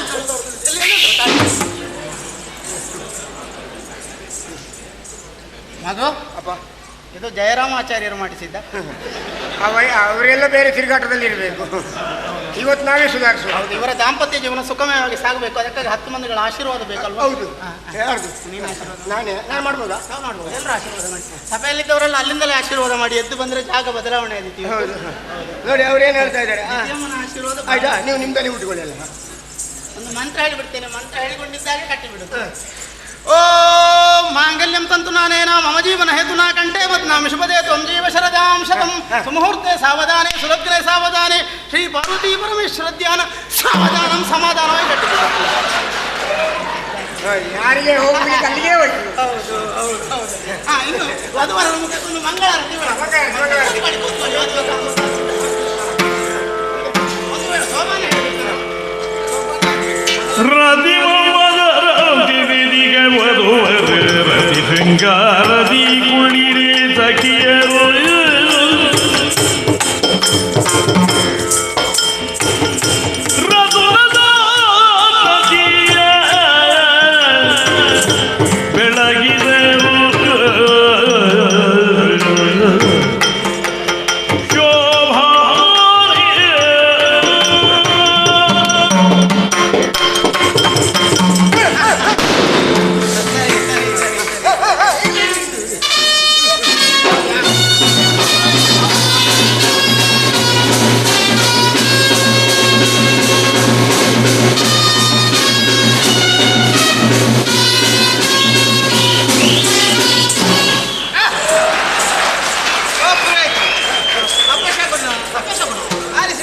ಎಣ್ಣೆ ಉಳಿತಾಯ ಮಾಡೋದಲ್ಲ. ಏನಪ್ಪ ಅಲ್ಲ ನಂದಿ ಹೋಯ್ತು ಅಂತೇಳಿ ಇವ್ರು ತಲೆ ಬಿಸಿ ಮಾಡ್ತಾ ಇದ್ದಾರೆ. ಮತ್ತೆ ಯಾಕಪ್ಪ ಈ ನಂದಿ ಹೋದದ್ದು? ಅದು ನಂದಿದ್ದು ಮಗು, ನಂದಿ ಹೋದದ್ದು. ಅಲ್ವಾ ನಂದಿಸಿದ್ದ? ಇನ್ನು ಅರಸನ ಎಣ್ಣೆ ಹಚ್ಚುವ ಕಾರ್ಯಕ್ರಮ. ಮದುಮಗಳ ಎಣ್ಣೆ ತೆಕ್ಕೋ, ಎಣ್ಣೆ ತೆಕ್ಕೋ. ಅವಳು ಎಣ್ಣೆ ತೆಕ್ಕಂತಳೋ ಮುಖ ನೋಡು. ಯಾವ ಎಣ್ಣೆ ತಗೊಳ್ಳೋದು ಅಂತ ಹೇಳಿ ಅವನಿಗೆ ಗೊತ್ತಿಲ್ಲ, ನಮಗೆ ಆದ್ರೆ ಎಣ್ಣೆ ವಿಷಯ ಚೆನ್ನಾಗಿ ಗೊತ್ತಲ್ಲ. ಎಣ್ಣೆ ತೆಕ್ಕೋ, ಅರಸಿನ ಎಣ್ಣೆ. ನಾನು ಹೇಳಿಕೊಟ್ಟಾಗ ಹೇಳಬೇಕು, ನಾನು ಹೇಳಿಕೊಟ್ಟಾಗ ಹೇಳಬೇಕು. ಆಮೇಲೆ ಗಂಡನ ಎಲ್ಲಿಗೆ ಹಚ್ಬೇಕು. ಎಲ್ಲಿಗೆ ಅಮ್ಮ? ಕೆನ್ನೆಗೆಲ್ಲ ಸರಿ ನಿಲ್ಬಿಟ್ಟಿವ ಕೆನ್ನೆಗೆ ಹಚ್ಚಬೇಕು. ಅವಳಿಗೆ ಗೊತ್ತುಂಟು ಎಲ್ಲಿಗೆ ಹಚ್ಚಬೇಕು, ನಾವು ಹೇಳೋದು ಬೇಡ ಅವಳಿಗೆ. ಯಪ್ಪ ಮೊದಲೇ ತಯಾರಾಗಿ ಎಲ್ಲ ಬಂದಿದ್ದಾರೆ ಯಪ್ಪ. ಹೇಳ್ಕೊಡ್ತಾನೆ. ಎನ್ನ ರಸ, ಎನ್ನ ರಸ, ಹೊನ್ನ ರಸ, ಹೊನ್ನ ರಸ, ಪ್ರಾಣದ ರಸ, ಪ್ರಾಣದ ರಸ, ಪಟ್ಟದ ರಸನ, ಪಟ್ಟದ ರಸನ, ಚಂದ್ರಬಿಂಬದಂತಹ ಕೆನ್ನೆಗೆ, ಚಂದ್ರಬಿಂಬದಂತಹ ಕೆನ್ನೆಗೆ, ಅರಸಿನ ಎಣ್ಣೆ ಅರಸಿನ ಎಣ್ಣೆ ಹಚ್ಚುವೆ. ಹಚ್ಚುವೆ. ಹಚ್ಚು ಹಚ್ಚು ಹಚ್ಚು ಹಚ್ಚು ಹಚ್ಚು ಹಚ್ಚು ಹಚ್ಚು. ಸಾಕು. ವಿದ್ಯುನ್ ಮಾಲಿ ಎಣ್ಣೆ ತೆಕ್ಕೊಳ್ತೀಯ? ದಾಕ್ಷಿಣ್ಯ ಮಾಡಬೇಡ, ದಾಕ್ಷಿಣ್ಯ ಮಾಡಬೇಡ. ನಮಗೆ ಆ ವಿಷಯದಲ್ಲಿ ದಾಕ್ಷಿಣ್ಯವೇ ಇಲ್ಲ. ಹಾಗಾದ್ರೆ ತಯಾರಿದ್ದೇನೆ ಹುಡುಗ. ತೆಕ್ಕ. ನಾನು ಹೇಳಿಕೊಟ್ಟಾಗ ಹೇಳ್ಬೇಕು. ಆಮೇಲೆ ಮದುಮಗಳ ಎಲ್ಲಿಗೆ ಹಚ್ಚೋದು? ಎಲ್ಲಿಗೆ? ಎಲ್ಲಿಗೆ ಹೇಳಿ? ಎಣ್ಣೆಗೆ, ಅದು ಪರಸ್ಪರ ಅಲ್ವಾ? ಎನ್ನ ರಸಿ, ಎನ್ನ ರಸಿ, ಹೊನ್ನ ರಸಿ, ಹೊನ್ನ ರಸಿ, ಪ್ರಾಣದ ರಸಿ, ಪ್ರಾಣದ ರಸಿ, ಪಟ್ಟದ ರಸಿಯ, ಪಟ್ಟದ ರಸಿಯ, ಕಮಲದಂತಹ ಈ ಮುಖಕ್ಕೆ, ಕಮಲದಂತಹ ಮುಖಕ್ಕೆ, ಅರಸಿನ ಎಣ್ಣೆ ಅರಸಿನ ಎಣ್ಣೆ ಹಚ್ಚುವೆ. ಹಚ್ಚುವೆ.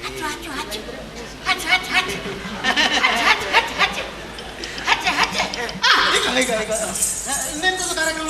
ಇದು ನಾನು ಹಚ್ಕೋಬೇಕು. ಇನ್ನು ಕಾರ್ಯಕ್ರಮ ಇದು ಉಡುಗೊರೆ ಕಾರ್ಯಕ್ರಮ. ಸಭೆಯಲ್ಲಿದ್ದವರೆಲ್ಲ ಆದಷ್ಟು ಬೇಗ ಬಂದು ಉಡುಗೊರೆ ಮಾಡಿ. ನಿಮ್ಮ ಉಡುಗೊರೆ ಕಟ್ಟು ಕಟ್ಟು ಕಟ್ಟು. ಯಾರು? ಒಬ್ರು ಆಯ್ತು. ಅವರಿಗೆಲ್ಲರಿಗೆ ಹರಿಯಣ್ಣ ಹಿಡ್ಕೊಂಡೇ ಬಂದಿದ್ದಾರೆ. ಅದು ಕೊಡಿ. ಪೂಜ್ಯರು ಪುರೋಹಿತ್ರೆ, ಅವರಿಗೆಲ್ಲವೂ ನಾವು ಸೂಚನೆಯನ್ನು ಮೊದಲೇ ನೀಡಿದ್ದೇವೆ. ಆಶೀರ್ವಾದವೇ ಉಡುಗೊರೆ ಅಂತ. ಉಡುಗೊರೆ ಆಶೀರ್ವಾದ ಅಲ್ವಾ? ಅಲ್ಲ, ಆಶೀರ್ವಾದವೇ ಉಡುಗೊರೆ. ಆದರೆ ಆದರೆ ಹೋದರೆ ಆದರೆ ನಿಮ್ಮ ಕೈಯಿಂದ ಒಂದು ಏನಾದರೂ ನಮಗೆ ದೇವರು ಏನು ಕಡಿಮೆ ಮಾಡಿದ್ದಾರೆ? ಇಲ್ಲ ಇಲ್ಲ ಅನ್ನೋದು ಬಿಟ್ಟರೆ ದೇವರು ಏನು ಕಡಿಮೆ ಮಾಡಲಿಲ್ಲ. ಏನು ಕಡಿಮೆ ಮಾಡಲಿಲ್ಲ. ಬೇಕಾದ್ರೆ ಏನು ಕಡಿಮೆ ಮಾಡಲಿಲ್ಲ ದೇವರು. ಇದು ನಮ್ಮ ಮೂಲಭೂತ ಹಕ್ಕು ಉಳಿಸಿಕೊಂಡಿದ್ದೇವೆ. ಸ್ವಾಮಿ, ಈ ರೀತಿ ತೂತಾಗಿ ಬಿಟ್ಟದ್ದು ಹೇಗೆ? ಇದು ತೂತಲ್ಲ, ಈಗ ಇಂಥದ್ದೇ ಬರುದು. ಚೆಲುವಿನ ಚಿತ್ತಾರ ಬಿಡಿಸಿದ್ದಾರೆ. ಮೊದಲಾಗಿ ಮದುಮಗನ ಕೊರಳಿಗೆ, ಅಲ್ಲಿಂದ ಮದುಮಗಳ ಕೊರಳಿಗೆ ಮರಳಿ, ಇನ್ನು ಹೆಣ್ಣು ಕಾರ್ಯಕ್ರಮ. ಮಗಳನ್ನು ಮುಂದೆ ಕರ್ಕೊಂಡು ಪಾಪ ಮಕ್ಕಳು ಕೂಡ ದಿಬ್ಬಣದಲ್ಲಿ ಬಂದಿದ್ದಾರೆ. ಸಂತೋಷ. ಅವರ ಅವಸ್ಥೆ ಹೇಳಿ ಪ್ರಯೋಜನ ಇಲ್ಲ. ಮದುವೆಯಾಗಿ ಗಂಡ ಮನೆಯಲ್ಲಿ ಸೇರಿಕೊಳ್ಳುವಂತೆ ಹೊತ್ತು ನೋಡಮ್ಮ, ಸಭೆಯಲ್ಲಿ ಗುರು ಹಿರಿಯರೆಲ್ಲ ಇದ್ದಾರೆ. ಅವರ ಕೈಯಿಂದ ಆಶೀರ್ವಾದ ಪಡೆದು ಹೋಗ್ಬೇಕು, ಅದು ಪದ್ಧತಿ. ನಾನು ಹೇಳಿಕೊಟ್ಟಾಗ ಹೇಳಬೇಕು. ಅಳಬಾರ್ದು, ನಾಚಿಕೆ ಮಾಡಬಾರ್ದು. ಆಗುತ್ತದೆ ನಮ್ಮನ್ನೊಂದು ಹೇಳುವ ಕ್ರಮ. ಸಭೆಯಲ್ಲಿ ಆಸೀನರಾದಂಥ ಗುರು ಹಿರಿಯರೇ, ಅಳಬೇಡಮ್ಮ, ಅಣ್ಣ ತಮ್ಮಂದಿರೇ, ಅಕ್ಕ ತಂಗಿಯರೇ, ಅಳಬೇಡಮ್ಮ. ನಾನು ಪತಿ ಗೃಹಕ್ಕೆ ಅಳಬೇಡಮ್ಮ, ಹೋಗಿ ಬರ್ತೇನೆ. ಅಯ್ಯೋ ದೇವ್ರೆ, ಅಯ್ಯೋ ಸಾಕು ಸಾಕು ಸಾಕು. ಅಳ್ತಾಳೆ ಅಳ್ತಾಳೆ. ಅವನೇನು ತಲೆಗಡಿಲಿಕ್ಕೆ ಕರ್ಕೊಂಡು ಹೋಗುದು? ಪಾಪ ಸಮಾಧಾನ ಮಾಡು, ಅಳ್ತಾ ತೋರಿಸ್ತಾ ಇದ್ದಾಳೆ. ಸಮಾಧಾನ ಮಾಡ್ಬೇಕು. ಈಗೆಲ್ಲ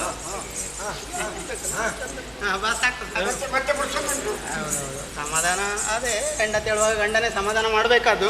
ಯಾವ ಕುಟುಂಬದವರು ಬರುವುದಿಲ್ಲ. ಇಲ್ಲ, ಆದರೂ ಸಮಾಧಾನ ಮಾಡಲಿಕ್ಕೆ ಕಷ್ಟ ಉಂಟು. ಏನು ನನ್ನ ಅನುಭವ ಅದು. ಏನು ಅನುಭವ? ನನ್ನ ಮದುವೆ ದಿವಸ ನನ್ನ ಹೆಂಡತಿ ಇಷ್ಟು ಕೂಗಿದ್ದಾಳೆ. ಸಮಾಧಾನ ಮಾಡಿ ಮಾಡಿ ಸಾಕಾಗಿದೆಯಪ್ಪ. ಸಮಾಧಾನ ಆಗುವಾಗಲೇ ಬೆಳಿಗ್ಗೆ ಆಗಿದೆ. ಸ್ವಾಮಿ, ಒಂದು ಸಂಶಯ, ಬೆಳಿಗ್ಗೆ ಆಗುವಾಗಲಾದರೂ ಸಮಾಧಾನ ಆಗಿದಲ್ಲ? ಆದದ್ದು ನನಗೆ ಸಮಾಧಾನ ಆಗಿದೆ. ಆಗಿದೆ ಅಂತ ತಿಳ್ಕೊ, ನನಗೆ ಗೊತ್ತಿಲ್ಲ. ಆಗಿದೆ ಅಂತ, ಸಮಾಧಾನ ಆಗಿದೆ ಅಂತ ಇವನನ್ನು ನೋಡುವ ಗೊತ್ತಾಗೋದಿಲ್ಲ. ಗಡಿಬಿಡಿ ಮಾಡಿ ಅಲ್ಲ. ನೀನು ಒಂದು ಆಶೀರ್ವಾದ ಬೇಡಬೇಕು, ಕೈ ಮುಟ್ಟಿ. ನೀನು ಹೇಳಿಕೊಡ್ತೀಯಾ? ಸಭೆಯಲ್ಲಿ ಆಸೀನರಾದಂತ ಒಳ್ಳೆಯ ಸ್ವರ ನಿನ್ನದು, ಬಹಳ ಸಂತೋಷ ಆಯ್ತು. ಎಷ್ಟು ಬೇಕೋ ಅಷ್ಟೇ ನೋಡು, ಅಷ್ಟರಲ್ಲೇ ಇರೋದು ನೀನು ಯಾವಾಗಲೂ. ಅಂದ್ರೆ ಏನಪ್ಪ ಇಷ್ಟರಲ್ಲೇ ಇರುವುದು ಅಂತ? ಸ್ವರ ಅದು ಮಧ್ಯಮ ಸ್ಥಾಯಿ, ಏರು ಸ್ಥಾಯಿ, ಇಳಿ ಸ್ಥಾಯಿ ಹಾಗೆಲ್ಲ ಇರ್ತದೆ. ಹಾಗೆ ಮಧ್ಯಮ. ನಾವು ಯಾವತ್ತೂ ಅಪವ್ಯಯ ಮಾಡುವುದಿಲ್ಲ. ಎಲ್ಲಿಗೆ ಎಷ್ಟು ಬೇಕು ಅಷ್ಟೇ ಅಷ್ಟೇ ಅಷ್ಟೇ. ಅದು ಎಷ್ಟು ಬೇಕು ಅಂತ ನಿನಗೆ ಗೊತ್ತುಂಟು ಮೊದಲೇ, ಹಾಗಾಗಿ ನಮ್ಗೆ ಗೊತ್ತಿಲ್ಲ ಅಲ್ಲ. ಸಭೆಯಲ್ಲಿ ಆಸೀನರಾದಂತಹ ಗುರು ಹಿರಿಯರೇ, ಅಣ್ಣ ತಮ್ಮಂದಿರೇ, ಅಕ್ಕ ತಂಗಿಯರೇ, ನಾನು ಈ ಊರಿನಲ್ಲಿ ಒಬ್ಬಳು ಹುಡುಗಿಗೆ ಕೈ ಕೊಟ್ಟಿದ್ದೇನೆ. ಮತ್ತೆ ಹೇಳ್ಬೇಡಿ ಅಪ್ಪ. ಏನು ಹೇಳ್ತಾ ಇದ್ದ? ಕೈ ಕೊಟ್ಟಿದ್ದೇನೆ ಹೇಳು. ನಾಳೆ ಪ್ರಕರಣ ಇನ್ನೂ ಬಿಗಡಾಯಿಸಬಹುದು. ಕೈ ಕರಗ್ರಹಣ, ಪಾಣಿಗ್ರಹಣ ಅಂತ ಹೇಳ್ತಾರೆ. ಕೈ ಕೊಡದೆ ಮದುವೆ ಆಗುವುದಕ್ಕಾಗ್ತದೆ. ಹಾಗೆ ಅದು ಒಂದೊಂದು ಊರಿನಲ್ಲಿ ಒಂದೊಂದು ಪ್ರಯೋಗ ಇರ್ತದೆ. ಬಹುಶಃ ಈ ಊರಿನಲ್ಲಿ ಆ ಪ್ರಯೋಗ ಇಲ್ಲ, ಕೆಲವರಿಗೆ ಗೊತ್ತಾಗಲಿಲ್ಲ. ಅಲ್ಲ, ಪ್ರಯೋಗ ಉಂಟು, ಆದ್ರೆ ಅವನಿಗೆ ಗೊತ್ತಿಲ್ಲ ಅಷ್ಟೇ. ಪಾಣಿಗ್ರಹಣ ಮಾಡಿದ್ದೇನೆ. ಆಕೆಯನ್ನು ಪಾತಾಳ ಲೋಕಕ್ಕೆ ಕರ್ಕೊಂಡು ಹೋಗ್ತೇನೆ. ಪಾತಾಳ ಲೋಕಕ್ಕೆ ಕರೆದುಕೊಂಡು ಹೋಗ್ತೇನೆ. ನೀವೆಲ್ಲರೂ ಆಶೀರ್ವದಿಸಿ ಕಳಿಸಿಕೊಡ್ಬೇಕು. ಆಶೀರ್ವದಿಸಿ ಕಳುಹಿಸಬೇಕು. ನೋಡಿ, ಎಲ್ಲರೂ ಅಲ್ಲಿಂದಲೇ ಆಶೀರ್ವಾದ ಮಾಡ್ತಾರೆ. ನೀನೊಂದು ಆಯ್ತಲ್ಲ, ನೀನೊಂದು ಆಶೀರ್ವಾದ ಮಾಡಿ. ಬೇಕಪ್ಪ, ಬೇಕು ಸ್ವಾಮಿ, ಆಶೀರ್ವಾದ ಬೇಕು ಸ್ವಾಮಿ. ಯಾಕೆ? ಅಪ್ಪನಿಂದ ಸಾಕಾಗದೆ ಮಾಡಿದ್ದಾರೆ. ನೀವು ಇಲ್ಲಿದ್ದೀರಲ್ಲ, ಆದ ಕಾರಣ ಪಡೆದುಕೊಳ್ಬೇಕು ಎನ್ನುವಂತಹ ಆಕಾಂಕ್ಷೆ. ಯಾಕೆ? ಬ್ರಾಹ್ಮಣರಿಗೆ ಗೌರವ ಕೊಡುವಂತಹ ಸಂಸ್ಕಾರ ನಮ್ಮದು. ಒಳ್ಳೆದಾಯ್ತು. ಇಡೀ ಪ್ರಪಂಚವೇ ದೇವರಾಧೀನ. ದೇವರು ಮಂತ್ರವಾಧೀನ, ಮಂತ್ರ ಬ್ರಾಹ್ಮಣರಾಧೀನ. ಬ್ರಾಹ್ಮಣರು ಯಾರ್ಯಾರಾಧೀನ ಅಂತ ಹೇಳಲಿಕ್ಕೆ ಹೋಗಬೇಡ, ಅಲ್ಲಿಗೆ ಮುಗಿಸು. ಆದ್ದರಿಂದಲೇ ಬ್ರಾಹ್ಮಣರು ನಮ್ಮ ಪಾಲಿಗೆ ದೇವರು. ಒಳ್ಳೆದಾಗಲಿ. ಈ ಪ್ರಪಂಚದಲ್ಲಿ ಕಾಣುವುದು ಎರಡೇ ದೇವರು. ಒಂದು ನೀನು ಹೇಳಿದಾಗೆ ಒಂದು ಮಾತಾಡುವ ದೇವರು ಅಂತ ಹೇಳಿದ್ರೆ ಬ್ರಾಹ್ಮಣ, ಮತ್ತೊಂದು ಸರ್ಪ. ಸರ್ಪ ಕಚ್ಚಿದ್ರೆ ಹೋಯ್ತು, ಬ್ರಾಹ್ಮಣರ ನಾಯಿಗೆಯಲ್ಲಿ ಮಾತು ಬಿದ್ದರೆ ಹೋಯ್ತು. ಒಳ್ಳೆದಾಗ್ಲಿ ಹಾಳಾಗ್ಲಿ ಎರಡು ಹೇಳಿದ್ರೆ ಅವನ ಕುಟುಂಬ ಉದ್ಧಾರ ಆಗ್ಲಿಕ್ಕಿಲ್ಲ. ಅಷ್ಟು ಮಾತಾಡೋ ಒಳ್ಳೆ ಮಾತು ಹೇಳಿದ್ವಿ. ಬಾಮ ಐಜವ ನೋಡು, ಇಷ್ಟು ಸಭೆ ಸೇರಿದ ಇವತ್ತು ವಿಶೇಷ. ಇವತ್ತಿನ ಸಭೆಯಲ್ಲಿ ನೋಡು, ವೇದ ಪಾರಂಗತರು, ಪಂಡಿತ ಸಾಧು ಸಂತರು, ವಿವಿಧ ವಿದ್ಯಾ ಕುಶಲ ಪರಿಣಿತ ಮತಿಗಳು, ತಜ್ಞರು, ನೃತ್ಯ ಸಂಗೀತಾದಿ ಕೋವಿದವರ ಶಿಖಾಮಣಿ ತಂಡವು, ಕಾವ್ಯ ಸಾಹಿತ್ಯದಲ್ಲಿ ಮೆರೆವ ವರ ಕವೀಂದ್ರರು, ಗುರು ಹಿರಿಯರು, ಸಚಿವರು ಸೇರಿದಂಥ ಈ ಸಭೆಯ ಮಧ್ಯದಲ್ಲಿ ಈ ವೀರ ಕೈ ಹಿಡಿದೆ. ನೀನು ಕೈ ಹಿಡಿದ ಶುಭಗಳಿಯಲ್ಲಿ ನಾನು ಹೇಳುವುದನ್ನು ಸರಿಯಾಗಿ ನೆನಪಿಟ್ಟುಕೋ ಮಗಳೇ. ಸತಿಗೆ ಪತಿಯೇ ಪರದೈವವು, ಪತಿಯ ಆಣತಿಯ ರಾಣಿಯಾಗು, ಸುಖ ದುಃಖಗಳೆಂದೂ ತಪ್ಪಿದ್ದಲ್ಲ. ಎಷ್ಟೇ ದೊಡ್ಡ ಮನೆತನದ ಹೆಣ್ಣಿಗಾದರೂ ದುಃಖ ಇದ್ದದ್ದೇ. ಸಂತೋಷದಿಂದ ನಿನ್ನ ಪತಿದೇವ ಕೊಟ್ಟದ್ದನ್ನು ಪಡೆದು ತೃಪ್ತಳಾಗು. ಕಷ್ಟ ಬಂದಾಗ ಒಂದು ಮುಷ್ಟಿ ಅನ್ನವನ್ನು ನಿನ್ನ ಗಂಡನಿಗೆ ತೆಗೆದಿಟ್ಟು ಮಿಕ್ಕಿದ್ದನ್ನು ನೀನನ್ನು ತನ್ನ ನಿಜ ನಿವಾಸದಲ್ಲಿಯೂ ತನ್ನ ಕುಲಗೋತ್ರಗಳಲ್ಲಿಯೂ ಅದಕ್ಕಿಂತಲೂ ತನ್ನ ಪವಿತ್ರವಾದ ಹೃದಯದಲ್ಲಿ ಸ್ಥಾನಮಾನವನ್ನು ಕೊಟ್ಟು ನಿನ್ನ ಬದುಕನ್ನು ಕೃತಾರ್ಥಳನಾಗಿ ಮಾಡಿರುವ ನಿನ್ನ ಪತಿದೇವನ ಇಹ ಸುಖದ ಸಾಧನಳಾಗಿ, ಪರಸುಖಕ್ಕೆ ಕಾರಣಳಾಗಿ, ಸಹಧರ್ಮಿಣಿಯಾಗಿ ಸದ್ಧರ್ಮದಿಂದ ಬಾಳಿ ಲೋಕೋತ್ತರ ಮಗನನ್ನು ಪಡೆದು ಆದರ್ಶ ಮಾತೆಯಾಗಿ ಬದುಕು ಮಗಳೇ, ಆದರ್ಶ ಮಾತೆಯಾಗಿ ಬದುಕು. ಎಷ್ಟು ದಿವಸದಿಂದ ಬಾಯಿಪಾಠ ಮಾಡಿದ್ದೀನಿ ಅಪ್ಪ. ಬಾಯಿಗೆ ಪಾಠ ಆಗದೆ ಮತ್ತೆ ಮೂಗಿಗೆ ಪಾಠ ಆಗದೆ ನೀವು ಹೇಳಿದ್ದೀರಿ. ಶ್ರವಣ, ಪಠನ, ಮನನ, ನಿಧಿಧ್ಯಾಸನ. ಶ್ರದ್ಧೆಯಿಂದ ಕೇಳುದು, ಹಾಗೆ ಅದನ್ನು ಬಾಯಿಪಾಠ ಮಾಡುದು, ಮನಸ್ಸಿಗೆ ಇಟ್ಟುಕೊಳ್ಳುವುದು, ಸಂದರ್ಭೋಚಿತವಾಗಿ ಅದನ್ನು ಪ್ರಯೋಗ ಮಾಡುದು ಅಂತ ಹೇಳಿದ್ದೀರಲ್ಲ. ನಿಮ್ಮ ಮಗನಾಗಿ ಮನನ, ಶ್ರವಣ, ನಿರೀಕ್ಷಕ ಅವಚ ಇದ್ರೆ ಮಾತ್ರ ವಿಚಾರ ಸಂಗ್ರಹ. ಹೌದು. ನಿನಗಾಗ್ಲಿಲ್ಲ ಅಂತ ಆಗ್ಬಾರ್ದಲ್ವಾ? ಬ್ರಾಹ್ಮಣರಿಗೆ ಮಾತ್ರ ಆ ಯೋಗ್ಯತೆ ಇರುವುದು, ಬೇರೆ ಯಾರಿಗಿಲ್ಲ. ಅಧ್ಯಯನ, ಅಧ್ಯಾಪನ, ದಾನ, ಯಜನ, ಯಾಜನ, ಹೆಚ್ಚು ತಿಳಿದಿದೆಯಲ್ಲ ಪುಣ್ಯಾತ್ಮ. ನನಗೆ ಅಪ್ಪನಿಗೆ ಗೊತ್ತಿರುವುದನ್ನು ನೀನು ಹೇಳ್ತಾ ಇದೆಯಲ್ಲ. ಅಭ್ಯಾಸ ಮಾಡಿದ್ದ ಸ್ವಾಮಿ. ಈಗ ನೀವು ಹೇಳಿದಿರಲ್ಲ, ಬ್ರಾಹ್ಮಣರಿಗೆ ತಿಳಿಯುವುದಕ್ಕಿಂತಲೂ ಹೆಚ್ಚು ತಿಳಿದಿದ್ದಾರಲ್ಲ. ಹೌದು. ಈಗ ನಾನು ಜಾತಿ ಯಾವುದು ಅಂತ ಅಲ್ವಾ? ನಾವು ಶುದ್ಧ ಬ್ರಾಹ್ಮಣರೇ ಏನು? ಮೂಲ ಎಲ್ಲ ಬ್ರಾಹ್ಮಣ. ಮತ್ತೆ ಹೌದು, ಮತ್ತೆ ಮತ್ತೆ ಅದೇನು ನಮ್ಮದು ಮೂಲವು ಇದು. ಯಾವುದನ್ನು ವಿಮರ್ಶೆ ಮಾಡ್ಲಿಕ್ಕೆ ಹೋಗ್ಬಾರ್ದು, ಇಲ್ಲಿಗೆ ಮುಗಿಸ್ಬೇಕು. ಬಾಯಲ್ಲಿ ತುಂಬಿದಂತಹ ಸಭೆಯ ಮಧ್ಯದಲ್ಲಿ ಅವಳನ್ನು ನೀನು ಒರೆಸಿದ್ದಿ.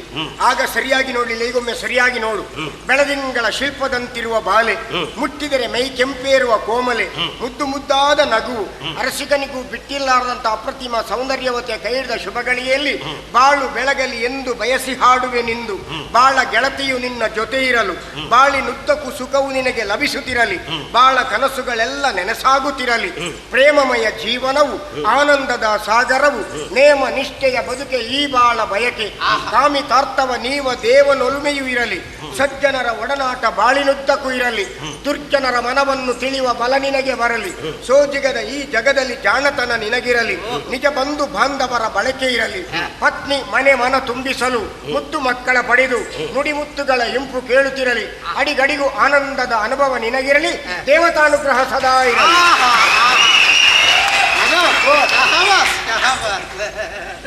ನನ್ನ ಒಂದು ಕೇಳಿಕೆ, ನನ್ನೊಂದಿಗೆ ಒಂದು ಕೆಲವು ದಿನ ಬರಬಹುದಾ ಪಾತಾಳ? ಯಾವಾಗ? ಈಗಲೇ. ಈಗಲೇ? ಹೌದು. ಪುಣ್ಯಾತ್ಮ, ಬರುವ ಸೆಕೆ ಕಾಲದವರೆಗೆ ಒಪ್ಪಿಕೊಂಡ ಕಾರ್ಯಕ್ರಮ ಉಂಟು. ಅದು ಮುಗಿದು ಮುಂದಿನ ವರ್ಷ ಮಳೆ ಪ್ರಾರಂಭ ಆಗುವಾಗ 4 ದಿವಸ ಪಾತಾಳಕ್ಕೆ ಬಂದು ಒಳ್ಳೆ ಪ್ರವಚನ ಕೊಡ್ತೀನಿ ನಾನು. ಈಗ ಒಪ್ಪಿಕೊಂಡದ್ದು ಉಂಟು ಪುಣ್ಯಾತ್ಮ. ಒಪ್ಪಿದ್ದಕ್ಕೆ ಸೋಲಿಸ್ಲಿಕ್ಕೆ ಆಗುದಿಲ್ಲ. ಇಲ್ಲಿ ಸೋಲಿಸುವವರು ಬೇರೆ, ನಾವು ಒಪ್ಪಿದ್ರೆ ಎಷ್ಟು ಕಷ್ಟ ಆದ್ರೂ ಬಂದೇ ಬರ್ತೇವೆ. ಬರುವ ಸ್ಥಿತಿಯಲ್ಲಿ ಲಾಭ ಬರಲಿಲ್ವಾ? ಬರೋದು ಮಾತ್ರ ಅಲ್ಲ, ಒಂದು ಮಾಡಿ ಅಂತ ಹೇಳಿದ್ರೆ 2 ಮಾಡಿ ಹೋಗುದು. ಮತ್ತೆ ಒಂದು ಮಾಡಿ ಅಂತ ಹೇಳಿದ್ರೆ 2 ಮಾಡಿ ಹೋಗುವ. ಸರಿ, ಒಳಗಿದ್ದು ತಾಯಿ ಅಮ್ಮ, ಒಳಗಿದ್ದು ದಿಬ್ಬಣಿಗರಿಗೆಲ್ಲ ಊಟ ಇದೆ, ಮಗು ಎಲ್ರಿಗೂ ಹೇಳು.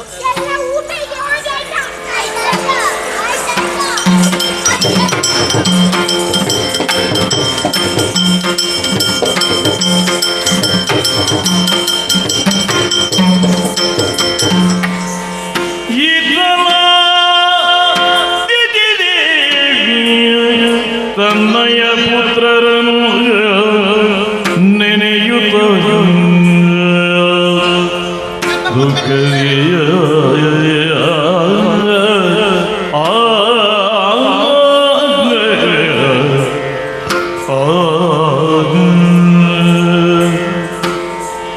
ಮಗನಾದಂತಹ ಮಾಲಿನಿಗೆ ನಾನು ಮದುವೆಯನ್ನು ವಿರಚಿಸಿದ್ದೇನೆ. ಮದುವೆಯಾಗಿ ವರ್ಷ ಕಳೆಯುವುದರೊಳಗಾಗಿ ಆಕೆ ಒಂದು ಗಂಡು ಮಗುವನ್ನು ಪಡೆದಿದ್ದಾಳೆ. ಮಹಿಷಾಕೃತಿಯಿಂದ ಇದ್ದಂತಹ ಆತನಿಗೆ ಮಹಿಷಾಸುರನೆಂಬಂತಹ ಹೆಸರನ್ನು ಇರಿಸಿದ್ದೇವೆ. ಆದರೆ ನನ್ನ ಮಕ್ಕಳ ಬಗ್ಗೆ ನಾನು ಆಲೋಚನೆ ಮಾಡಿದಾಗ ಏನು ಹೇಳುವುದು? ನನ್ನ ತಂಗಿಯ ಮಕ್ಕಳಾದಂತಹ ದೇವತೆಗಳು ಸ್ವರ್ಗವನ್ನು ಆಳುತ್ತಾ ಇದ್ದಾರೆ. ಈ ಬಗ್ಗೆ ನನ್ನ ಮಕ್ಕಳು ಆ ಸ್ವರ್ಗಲೋಕಕ್ಕೆ ಹೋದವರೆಲ್ಲರೂ ಮಡಿದು ಹೋಗಿದ್ದಾರಲ್ಲ.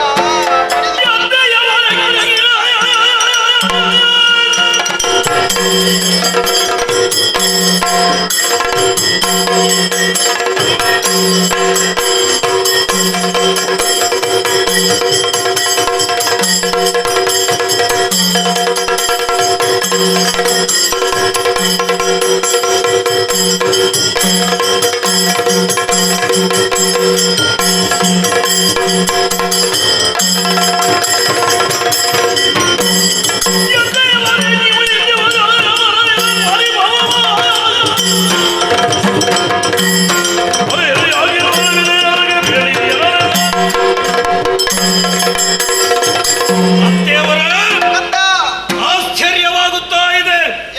ಕೆಲವು ದಿನಗಳಿಂದ ನಾನು ನೋಡುತ್ತಾ ಇದ್ದೇನೆ, ಅರಮನೆಯ ಮೂಲೆಯೊಂದರಲ್ಲಿ ಕುಳಿತು ಧಾರಾಕಾರವಾಗಿ ಕಣ್ಣೀರು ಸುರಿಸುತ್ತಾ ಇದ್ದೀರಿ. ಅಮ್ಮ, ಮಗಳಿಗೆ ಮದುವೆ ಆಗಿದೆ, ಮೊಮ್ಮಗನನ್ನು ಪಡೆದುಕೊಂಡಿದ್ದೀರಿ. ಜೀವನದಲ್ಲಿ ಸಂತೋಷದ ಕ್ಷಣಗಳನ್ನು ಅನುಭವಿಸಬೇಕಾದ ಸಂದರ್ಭ. ಈ ರೀತಿಯಾಗಿ ಅಳುತ್ತಾ ಇದ್ದೀರಲ್ಲ, ಏನು ಕಾರಣ ಹೇಳಿ? ಭಾಗ್ಯ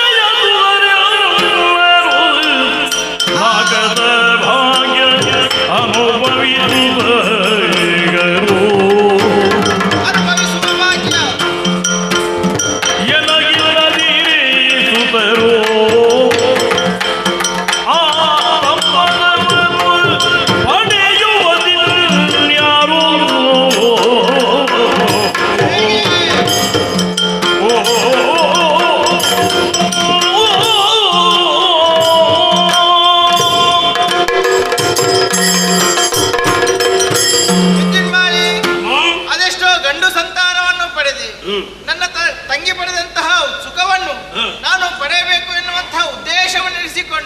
ಅವರನ್ನೆಲ್ಲರನ್ನು ನಾನು ಸ್ವರ್ಗಲೋಕಕ್ಕೆ ಕಳುಹಿಸಿದೆ.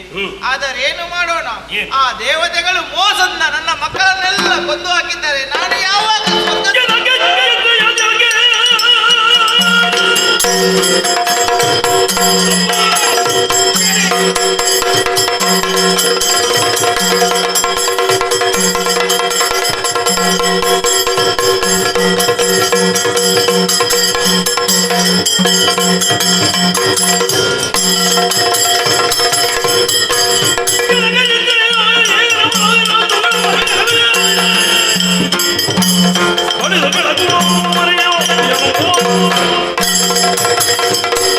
ಚಿಂತಿಸುತ್ತಾ ಇದ್ದೀರಿ. ಚಿಂತೆಗೆ ಕಾರಣ ಏನು ಎನ್ನುವ ಹಾಗೆ ನಾನು ಅರ್ಥ ಮಾಡಿಕೊಂಡಿದ್ದೇನೆ. ಅಂಬಾ, ಕುಲದ ಉದ್ಧಾರಕ್ಕಾಗಿ ಈ ಪ್ರಪಂಚದಲ್ಲಿ ಬೇರೆ ಯಾವ ಸ್ತ್ರೀಯೇ ಆಗಲಿ ನಿನ್ನಷ್ಟು ಕಷ್ಟಪಟ್ಟಿರುವುದಕ್ಕೆ ಸಾಧ್ಯತೆ ಇಲ್ಲ. ನಿನ್ನಂತಹ ತ್ಯಾಗವನ್ನು ಮಾಡಿರುವುದಕ್ಕೆ ಸಾಧ್ಯತೆ ಇಲ್ಲ. ರಕ್ಕಸ ಕುಲ ಉದ್ಧಾರಕ್ಕಾಗಿ ಎಷ್ಟೆಲ್ಲ ಕಷ್ಟಪಟ್ಟೆ ನೀನು. ಆದಿದೈತ್ಯರು ಎನಿಸಿಕೊಂಡಂತಹ ಕನಕಾಕ್ಷಶಬರ ಜನ್ಮಕ್ಕೆ ನೀನು ಕಾರಣೀಭೂತಳಾದೆ. ನಿನ್ನ ಕಣ್ಣ ಮುಂದೆ ಅವರಿರುವರು ನಾಶವಾಗಿ ಹೋದರು. ಆಮೇಲೆ ಅದೆಷ್ಟೋ ರಕ್ಕಸ ವೀರರು ನಿನಗೆ ಹುಟ್ಟಿದರೂ ಕೂಡ ಅವರನ್ನು ಉಳಿಸುವಂತಹ ಯೋಗ ನಿನ್ನ ಪಾಲಿಗಿಲ್ಲದೆ ಹೋಯಿತು. ಈಗ ಗಂಡು ಮಕ್ಕಳಿಲ್ಲ, ಸ್ವರ್ಗಲೋಕವನ್ನು ಪಡೆಯುವ ಸಮರ್ಥರಿಲ್ಲ ಎನ್ನುವ ಹಾಗೆ ಯೋಚಿಸಬೇಡ. ನಿಮ್ಮ ಅಳಿಯರಾದರೂ ಕೂಡ ನಿಮಗೆ ಮಗನಿಗೆ ಸಮಾನ. ಈ ಕ್ಷಣವೇ ಸ್ವರ್ಗಲೋಕಕ್ಕೆ ಹೋಗ್ತೇನೆ. ಇಂದ್ರಾದಿ ದೇವತೆಗಳನ್ನು ಸ್ವರ್ಗಲೋಕ ನಮ್ಮದಾಗಿಸ್ತೇನೆ. ಕೊಡಪ್ಪಣೆ. ಸಂತೋಷವಾಯಿತು ಕಂದ, ಶುಭವಾಗಿ.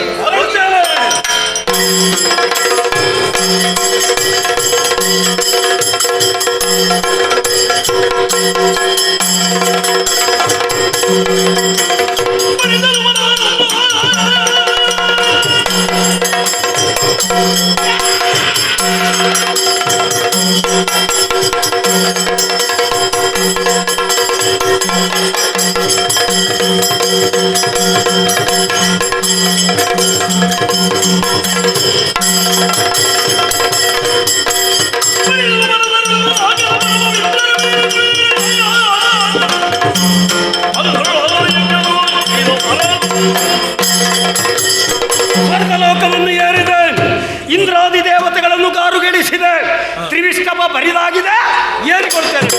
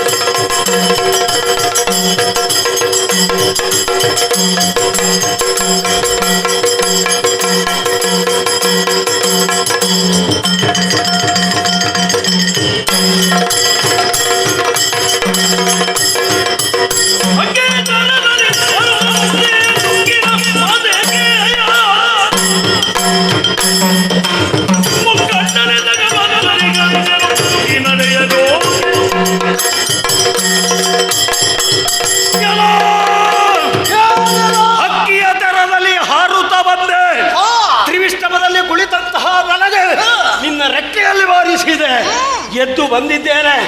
ಯಾರು ನೀನು, ಯಾಕೆ ಬಂದೆ?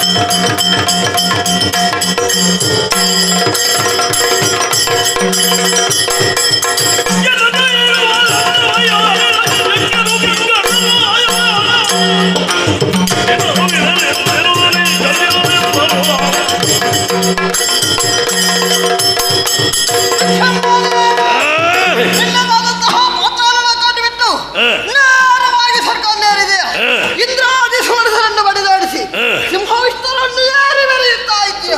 ನಿನ್ನನ್ನು ಶಿಕ್ಷಿಸುವುದಕ್ಕಾಗಿಯೇ ಬಂದವ ಯಕ್ಷರಾಜ ಪಿಂಗಲಾಕ್ಷ.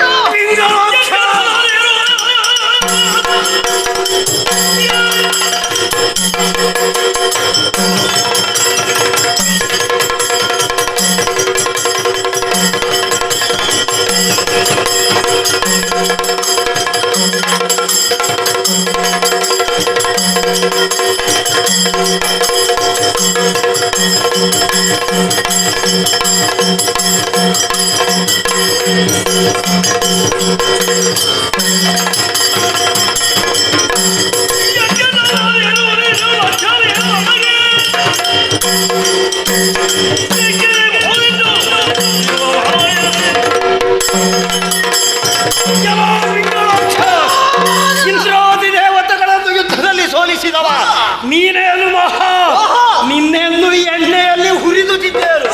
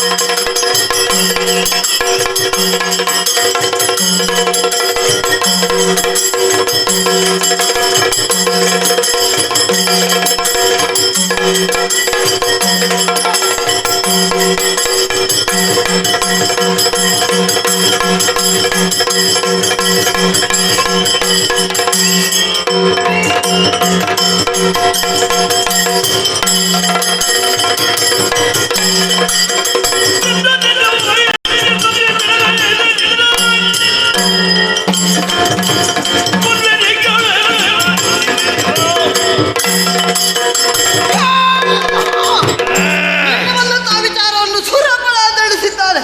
ಹಾಗಾಗಿ ಬಡಿದಾಡಿಸುವುದಕ್ಕಾಗಿಯೇ ಬಂದವ ನಾನು. ಬದುಕು ಆಶಿಟ್ಟೆಂದಾದ್ರೆ ಸುರಪೇಟವನ್ನು ಬಿಟ್ಟು ಓಡಿ ಹೋಗು, ಇಲ್ಲವೆಂದಾದ್ರೆ ಯಮಾಪುರವನ್ನು ಸೇರಿಸಿ ಓಡುವ ಸ್ವಭಾವವೇ ಇಲ್ಲವಾ?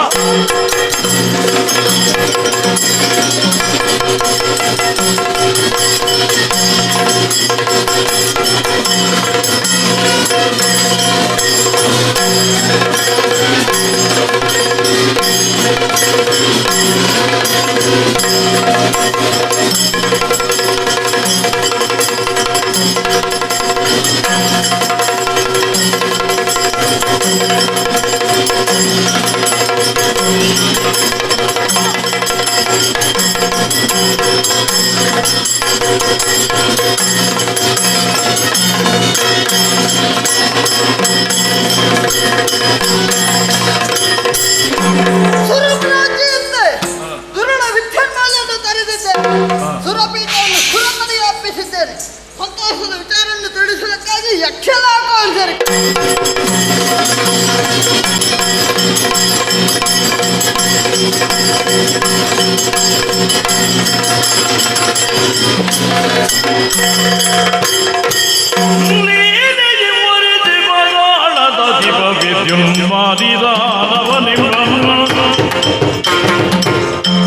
ನೀಲ ಕುಂತಳೆ ಗರ್ಭಾತಾಡು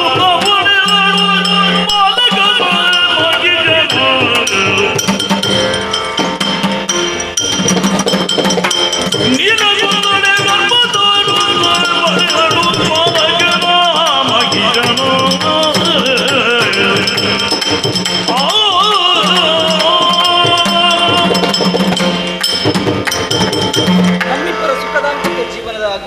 ಹುಟ್ಟಿದವ ಮಹಿಷ. ಅಬ್ಬ, ಅವನ ಬಾಲಲೀಲೆಯನ್ನು ಕಾಣುವಾಗ ಮನಸ್ಸಿಗೆ ಎಲ್ಲಿಲ್ಲದ ಸಂತೋಷವೇ ಆಗುತ್ತಾ ಇದೆ. ಅಳುತ್ತಿರುವಂತಹ ಅತ್ತೆಗೆ ಸಮಾಧಾನದ ಮಾತನಾಡಿ ಸ್ವರ್ಗಲೋಕವನ್ನು ವಶ ಮಾಡಿಕೊಳ್ತೇನೆ ಅಂತ ನನ್ನವರು ಹೊರಟು ಹೋಗಿದ್ದಾರೆ. ಯಾಕೆ ಇನ್ನು ಬರಲಿಲ್ಲ?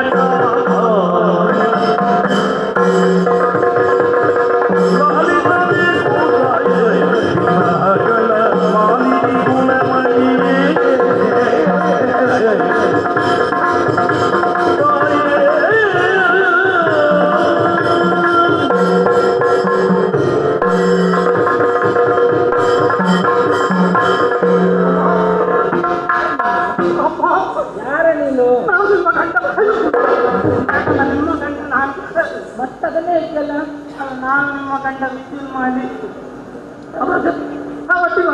ಸ್ವರ್ಗಕ್ಕೆ ನಾಟಲೋಕಕ್ಕೆ ಹೋದವನು. ನಾಟಲೋಕಕ್ಕೆ ನೀನೊಬ್ಬರೇ ಕಾಣ್ತಾ ಇದೆಯಲ್ಲ, ಅವರಲ್ಲಿ ಅದೇ ವಿಷಯ ಹೇಳೋಣ ಅಂತ ಬಂದೆ ನಾನು. ವಿಷಯ ಹೇಳಿ ನೋಡೋಣ. ಅಮ್ಮ, ನಾವೆಲ್ಲ ಒಟ್ಟು ಸ್ವರ್ಗಕ್ಕೆ ಹೋದವರು. ಹೋದಾಗ ಹೇಳುದು ಒಂದು ಯುದ್ಧಕ್ಕೆ ಬಂದ್ರಮ್ಮ ಅವರೆಲ್ಲ. ಹೌದಾ? ತುಂಬಾ ಮಂದಿಗಳು ಬಂದಿದ್ರು. ಯಾರ್ಯಾರು ಬಂದ್ರು? ಸುರತ್ಕಲ್ನವ್ರು ಬಂದಿದ್ರು. ಸುರತ್ಕಲ್? ಹೌದಮ್ಮ. ಅಮ್ಮ, ಮೊದಲು ಬಂದವ ಯಾರು?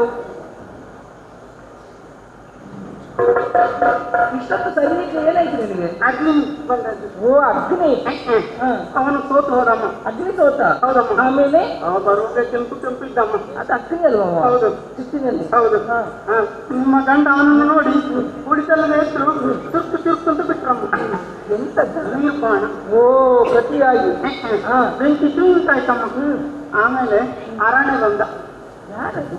ಬರುವುದೇ ಇರ್ಬೇಕು. ಅವನೇ. ಅವನು ಸೋತು ಹೋದ. ಆಮೇಲೆ ಒಂದು ಶಬ್ದ ಬಂತಮ್ಮ. ಏನು? ಸುಯ್ ಸುಯ್ ಸುಯ್ ಸುಯ್ ಸುಯ್ ಸುಯ್ ಅಂತ. ಏನಿರ್ಬಹುದು? ಯಾರಿರ್ಬೋದಮ್ಮ? ಯಾರಿರ್ಬಹುದು? ಯಾರಿರ್ಬಹುದು? ಯಾರಿರ್ಬಹುದು? ಯಾರಿರ್ಬಹುದು? ಅವನೇ ಅಮ್ಮ, ವಾಯು. ಓ, ವಾಯು. ವಾಯು ಅಮ್ಮ. ವಾಯು ಹಿಂದಿನಿಂದ ಬಂದದ್ದು. ಹಿಂದಿನಿಂದ? ಎದುರಿನಿಂದ ಬಂದು ಹೋರಾಟ ಮಾಡಲಿರ್ಬೋದು. ಅವನಿಗೆ ಧೈರ್ಯ ಇಲ್ಲ ಎದುರಿನಿಂದ. ಓ, ಹಾಗೆ ಹಿಂದಿನಿಂದ ಬಂದದ್ದು. ಅವ ಬಂದದ್ದೇ ಬಂದದ್ದಮ್ಮ. ನನಗೆ ಹಿಂದಿನಿಂದ ವಾಯು ಬಂದದ್ದು ಗೊತ್ತಾಗಿದೆ. ನಿಮಗೆ ಗೊತ್ತಾಯ್ತು ನೋಡಿ. ನಿಮ್ಮ ಗಂಡನ ಹಿಂದೆ ಇದ್ದೆ ನಾನು, ಹಾಗಾಗಿ ನನ್ಗೆ ಗೊತ್ತಾಯ್ತು. ಹಾಗೆ ಮೊದಲು ನಿಮಗೆ ಗೊತ್ತಾಗ್ಬೇಕಮ್ಮ. ಹೌದಮ್ಮ, ಗೊತ್ತಾದ್ದು. ನಿಮ್ಮ ಗಂಡ ರಮ್ಮು ತೆಕ್ಕೊಂಡ್ರು. ಎಂತದ್ದು? ರಮ್. ತಿರುಗಿದ್ರು. ಅವರಿಗೆ ರಮ್ಮು ತೆಕ್ಕೊಳ್ಳೋದ್ರೆ ತಿರುಗಲಿಕ್ಕೆ ಬಲ ಸಿಗ್ತದೆ.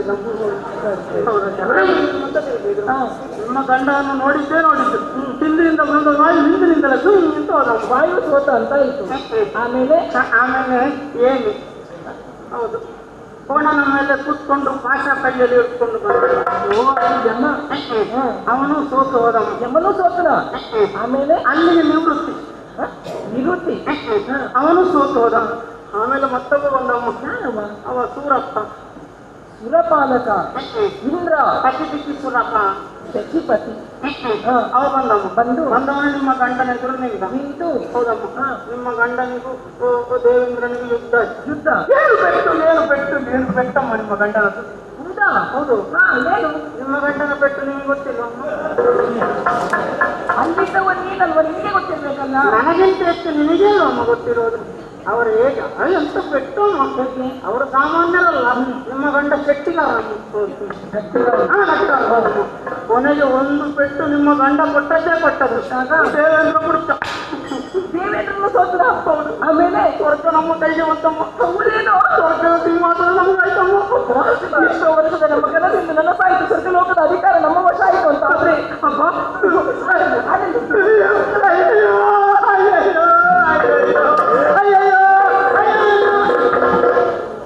ಬಾಯಿ ಬಾಯಿ ಮುಟ್ಟಿದ ನಮ್ಮ ಕನಸಿಂದ ನನಸಾಗ್ತಾ ಇದೆ ಅಂತ ಆದ್ಮೇಲೆ ಇದು ಸಂತೋಷದ ಸುದ್ದಿ. ಇದನ್ನು ಹೇಳುವಾಗ ನೀನೇ ಕಾಡುವುದು ರಸಭಾವ ಪ್ರಜ್ಞೆ ಇಲ್ಲದವ ಅಧಿಕ ಪ್ರಸಂಗಿ ಯಾವ ಸಂತೋಷದ ಪ್ರತೀಕ ಯಾವುದು ಹೇಳು? ನಗು. ನಗನಗತ ಹೇಳಬೇಕು. ಹೇಳಿ ನೋಡೋಣ.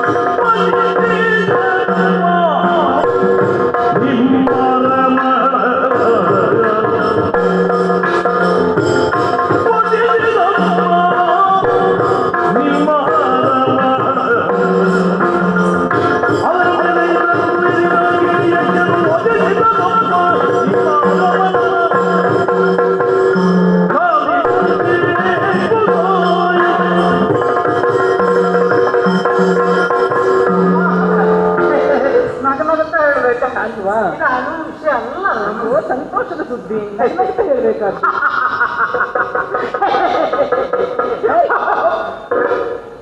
ಇದನ್ನು ನೋಡಿದ್ರೆ ಹುಚ್ಚು ಅಂತ ಹೇಳ್ತಾರೆ. ನೀವು ನಗಾಡಿಕೊಂಡು ಸಂತೋಷದಲ್ಲಿ ಹೇಳ್ಬೇಕಾದ್ದು. ನಗುತ್ತಾ ಇದ್ರೆ ವಿಷಯ ಗೊತ್ತಾಗ್ಬೇಕಲ್ಲ ಅಲ್ವಾ? ಹೇಳಿದ ಮೇಲೆ ನಗು ನೀನು. ಹೌದು, ಹೇಳಿದ ಮೇಲೆ ನಗು ಅಂತ ಹೇಳಿ. ಸರಿ ಅಮ್ಮ. ಎಲ್ಲ ದೇವತೆಗಳು ಓಡಿದ್ರು ಇಂದ್ರ ಓಡಿದ ಸ್ವರ್ಗ ಲೋಕದ ಅಧಿಕಾರ ನಿನ್ನವರ ವಶವಾಯಿತು. ಹುಡುಕುತ್ತಾರೆ. ಹುಡುಕುವುದು ಎಲ್ಲಿ ಉಂಟು? ಏನನ್ನ? ಪಟ್ಲ. ಪಟ್ಲ ಎಂತ ಹೇಳುವುದನ್ನ? ಕೂತುಕೊಳ್ಳುವ ಜಾಗ ಪಟ್ಲ ಎಲ್ಲಿ ಉಂಟು ಅಂತ ಹುಡುಕ್ತಾ ಹೋದಾಗ ಸಿಕ್ಕಿದ್ರು. ಕುಳಿತುಕೊಂಡ್ರೆ ಏನು ಗೊತ್ತಾಗಲ್ಲ. ಅಲ್ಲ ಹೌದು ಅಮ್ಮ, ನಮಗೆಲ್ಲ ಸಂತೋಷ ಆಯ್ತಮ್ಮ. ಹೌದಾ? ಹೌದು. ಯಾರಿಗೂ ಸಂತೋಷ ಆಗ್ಲೇಬೇಕು. ಹೌದು. ಆ ಸಮಯದಲ್ಲಿ ಅಲ್ಲಿ ನಾನಿರ್ಬೇಕಿತ್ತು. ಹೌದೌದು. ಅವ್ರು ಹೇಳ್ತಾ ಇದ್ರು ನಿಮ್ಮ ಸುದ್ದಿಯಲ್ಲ ಅಲ್ವಾ? ನನ್ನ ಹೆಂಡತಿ ಮಾಲಿನಿ ಬೇಕಿತ್ತು ಈಗ ಅಂತ ಅವರಿಂತದ್ದು ಅಂತ ಅವರು ಹೇಳ್ತಾರೆ. ಅಮ್ಮ, ಸಂತೋಷದ ಬರದಲ್ಲಿ ನಾವೆಲ್ಲ ಕುಡಿದು ಕುಡ್ದದ್ದ. ಏನನ್ನ? ಅಮೂಲು.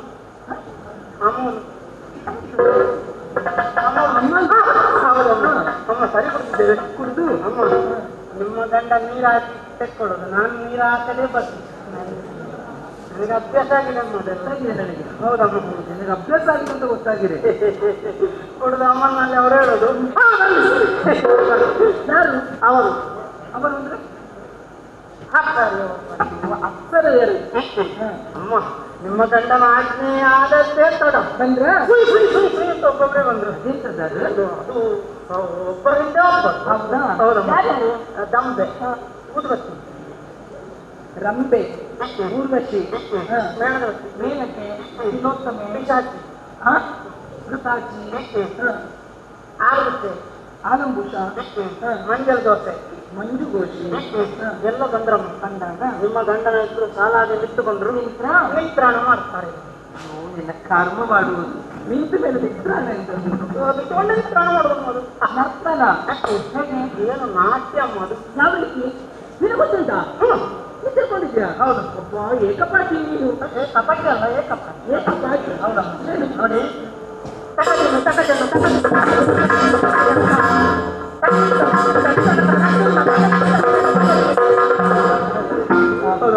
ಹೌದು. ಆಮೇಲೆ ತಕ್ಕದಿನಿ ತಕ್ಕಜನ್ನು ತಕ್ಕದಿನಿ ತಕ್ಕಜನ್ನು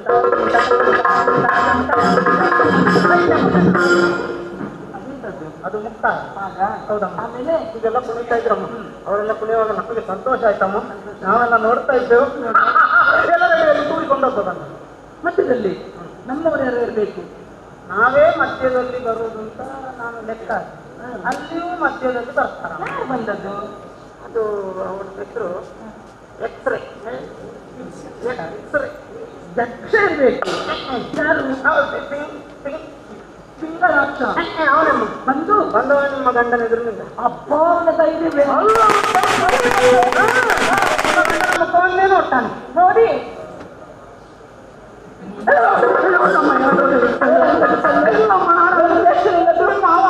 ನಿಮ್ಮ ಗಂಡನಿಗೆ ಕಣ್ಪನ್ನೆ ಮಾಡೋದು ನನ್ನವರೀಗ. ನಾನು ನಿನಗೆ ಅಂತ ಬಿಟ್ಟು ಹುಡುಗಿಯರ ವಿಷಯದಲ್ಲಿ ಒಂದು ದೂರ ಇಲ್ಲ. ಇಷ್ಟು ತಿರುಗಾಟದಲ್ಲಿ ನನಗೆ ಗೊತ್ತುಂಟ.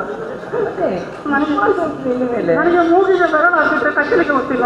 ಮೂಗಿಗೆ ಬೆರಳು ಹಾಕಿದ್ರೆ ಯಾರು ಕಚ್ಚುವುದಿಲ್ಲ. ಆಗ್ತದೆ ಹೇಗೆ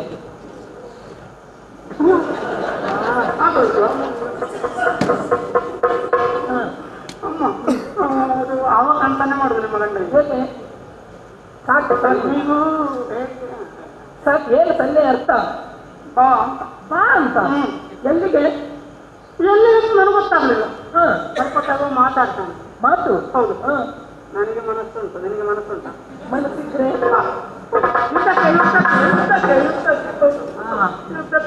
ಯುದ್ಧಕ್ಕೆ ಕರೆದದ್ದ ಯಕ್ಷ. ಹೌದು. ಆಮೇಲೆ ನಿಮ್ಮ ಗಂಡ ಅದಕ್ಕೆ ಏನೂ ತರ ಕೊಡ್ಲಿಲ್ಲ. ಯಾಕೆ? ಅವರು ಲೆಕ್ಕವೇ ಅಲ್ಲ. ಲೆಕ್ಕವೇ ಅಲ್ಲ. ಅವನಿಗೆ ಸಿಟ್ಟು ಬಂದು ಒಂದು ರೆಕ್ಕೆಯಿಂದ ಮತ್ತೊಂದು ರೆಕ್ಕೆಯಿಂದಲೂ ನನ್ನವರಿಗ ಸುಮ್ಮನೆ ಹೊಡಿದ್ರೆ ಏನೋ ನನ್ನವರು ಸುಮ್ಮನೆ ಹೊಡಿತಾ ಮತ್ತೆ ನೋಡಿದ್ರು. ನೋಡಿ 2 ಪೆಟ್ಟು ಕೊಡ್ತಾರೆ ಅಂತ ಅಂದಾಜು ಮಾಡಿದ್ರು. ಅಲ್ಲಿಗೆ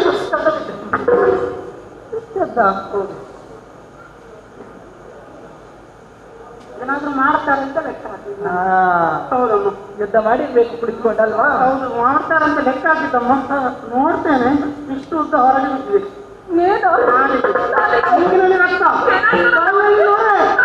ಏನಾಗಲಿಲ್ಲ. ನಿಮ್ಮ ಗಂಡ ಸತ್ಯ.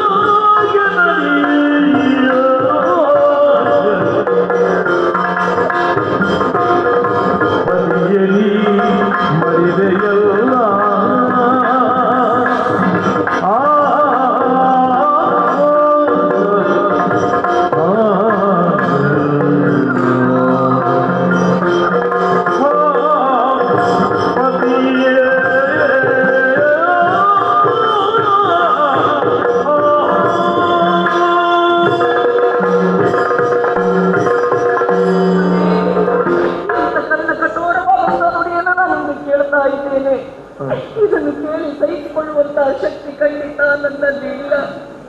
ಮಂಗಳದ ಅಂಗಳದಲ್ಲಿ ಇಂಗಳದ ಮನೆ ಸುರಿದಂತಾಯಿತು ನನ್ನ ಬದುಕು. ಇನ್ನು ಮುತ್ತೈದೆಯಾಗಿ ಸಾಯಬೇಕಂತೆ ಆ ಯೋಗದಿಂದಲೇ ನಾನಿಂದು ವಂಚಿತನಾಗಿದ್ದೇನೆ. ಯಾಕೆ ನನಗೆ ಈ ಬದುಕು? ನೀವಿಲ್ಲದಂತಹ ಈ ಪ್ರಪಂಚವೇ ನನಗೆ ಶೂನ್ಯ ಸ್ವಾಮಿ. ನೀವಿಲ್ಲದಂತಹ ಈ ಅರಮನೆಯೇ ನನಗೆ ಸೆರೆಮನೆ ಸ್ವಾಮಿ. ನೀವೆಂದು ನಾನು ಅದೇ, ನಾನು ಸಾಯ್ತೆ.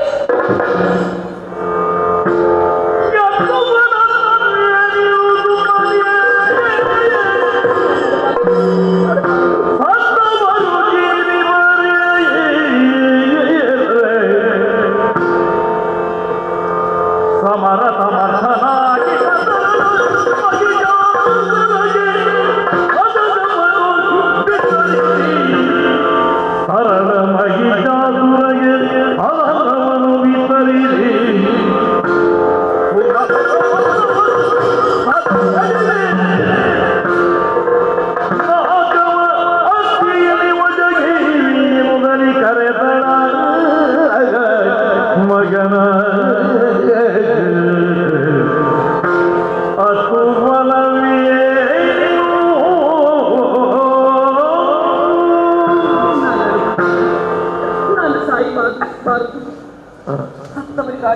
ಅತ್ತವರು ಒಂದಲ್ಲ ಒಂದು ದಿನ ಸಾಯಲೇಬೇಕು.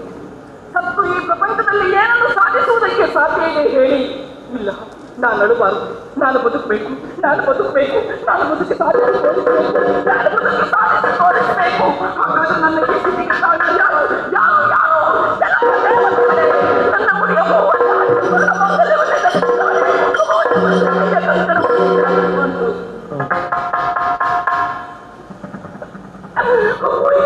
ದೀಕ್ಷೆಯನ್ನು ತಂದಿದ್ದೀರಾ?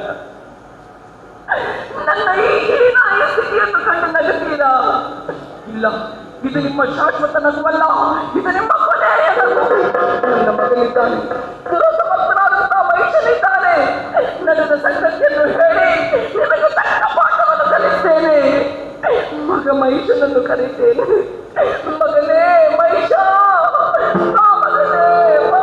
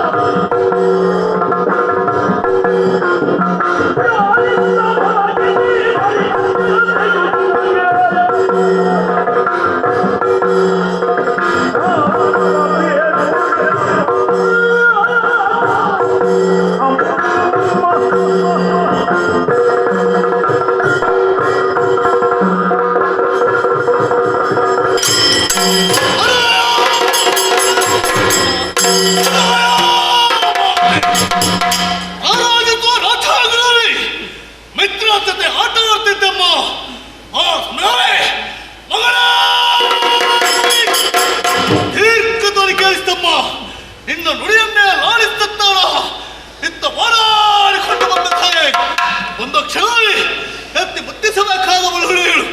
ತಿನ್ನುವುದಕ್ಕೆ ಆಡಬೇಕು ಮಗನೇ, ಇದಕ್ಕೆ ಆಡಬೇಕು ಮಗನೇ, ಕೇಳಬೇಕಾದವಳು ನೀನಲ್ವೇ? ಅದೆಲ್ಲ ಯಾವುದಿಲ್ಲ ತಾಯಿ, ಹೇಳು ಆಶ್ಚರ್ಯ ತಾಯಿ. ಶಾಣಿತಾಪುರದ ಮಹಾರಾಣಿ ಹೇಳು, ಸಂತೋಷದಲ್ಲಿರಬೇಕು, ಕುಣಿದಾಡ್ತಿರಬೇಕು, ಕುಣಿದಾಡ್ತಿರಬೇಕು, ಶೃಂಗಾರದಲ್ಲಿ ಇರಬೇಕಾದವಳು ನೀನು. ಅಮ್ಮ, ಹಳೆಯ ಕುಂಕುಮವನ್ನು ಒರೆಸಿದೆ, ಕಟ್ಟಿದ ಕೇಶವನ್ನು ಬಿಚ್ಚಿದ್ದಿ, ತಲೆಯಲ್ಲಿ ಹೊರಳಾಡ್ತಿದ್ದಿ, ಹೇಳೋರಿಂದ ತಾರणे ಅನ್ನಿನ ಹತ್ಯಾಗಿರಮ್ಮ. ಯಾಕಮ್ಮ, ಏನಾಯ್ತಮ್ಮ?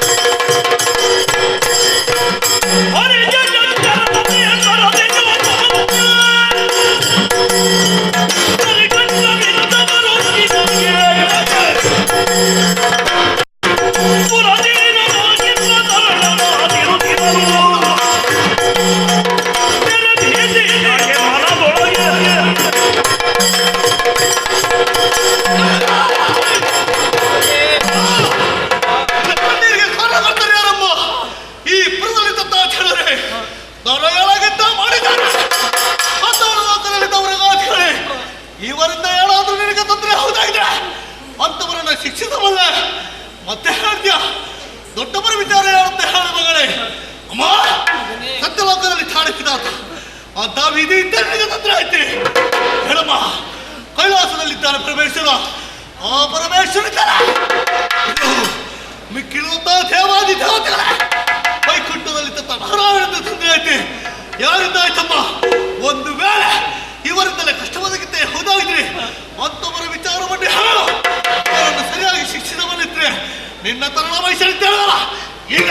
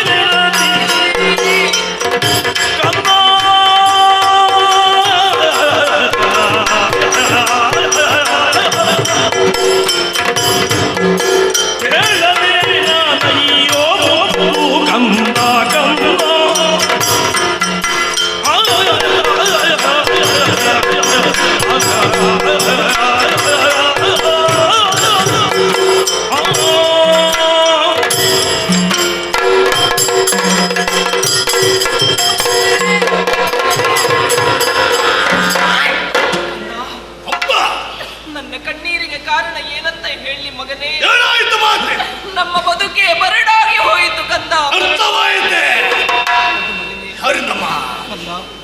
ನಿನಗೆ ತಿಳಿದಿರುವಂತಹ ವಿಚಾರ, ಸಿಗಬೇಕಾದಂತಹ ಸ್ವರ್ಗಲೋಕವನ್ನು ಪಡೆಯುವಲ್ಲಿ ಮೊನ್ನೆ ದಿನ ನಿನ್ನ ತಂದೆ ಸೇನೆಯನ್ನೆಲ್ಲ ಜೊತೆಗೂಡಿಕೊಂಡು ಸ್ವರ್ಗಲೋಕಕ್ಕೆ ಮುತ್ತಿಗೆ ನೆಟ್ಟು ಮಗನೇ. ವರ್ತಮಾನವನ್ನು ತಿಳಿದಂತಹ ದೇವತೆಗಳೆಲ್ಲ ರಣಕ್ಷೇತ್ರಕ್ಕೆ ಬಂದ್ರಂತೆ. ಬಂದಂತಹ ದೇವತೆಗಳನ್ನೆಲ್ಲ ನಿನ್ನ ತಂದೆ ಬಡಿದೋಡಿಸಿದ್ರಂತೆ ಮಗನೇ. ಇಂದ್ರನು ಕೈ ಸೋತನಂತೆ. ಸ್ವರ್ಗಲೋಕದ ಅಧಿಕಾರ ನಿನ್ನ ತಂದೆಯವರ ವಶವಾಯಿತಂತೆ ಕಂದ. ಪೀಠದ ಅಧಿಕಾರವೇ ತಮ್ಮದಾದ ಮೇಲೆ ನಾವೆಲ್ಲ ಸಂತೋಷದಲ್ಲಿರಬೇಕಿತ್ತು. ಅವರವರೆಲ್ಲ ನಡೆದಾಡ್ತಿರಬೇಕು. ತಂದೆಯ ಮರಣಕ್ಕಾಗಿ ಕಾದಿರಬೇಕಾದವನು ನೀನು. ಅದು ಯಾಕಮ್ಮ ಅದಕ್ಕೆ ಸದ್ಯ ಇಲ್ಲ ಮಗನೇ, ಇಲ್ಲ ಕಂದ.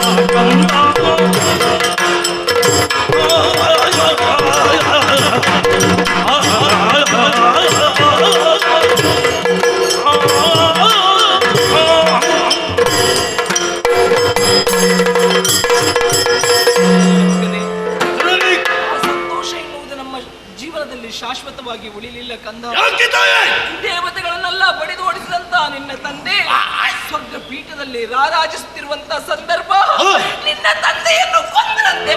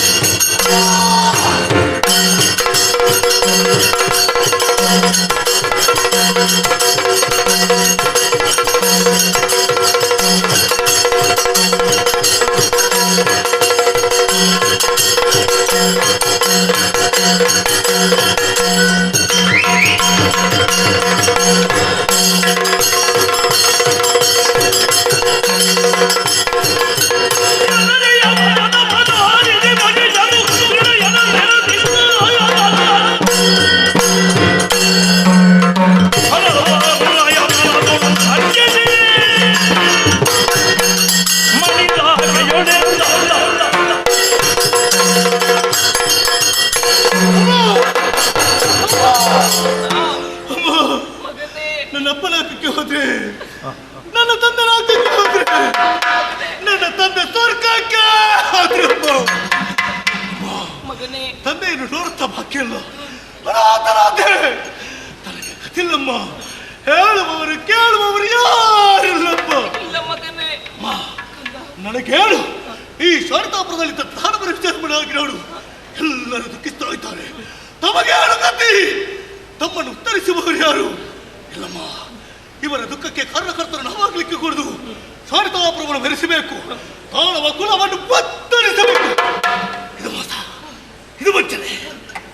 ನನ್ನ ಅಪ್ಪನ ಮರಣಕ್ಕೆ ಕಾರಣ, ನನ್ನ ತಂದೆಯ ಮರಣಕ್ಕೆ ಕಾರಣ ಮಗನೇ, ನಿನ್ನ ತಂದೆಯ ಸಾವಿಗೆ ಕಾರಣ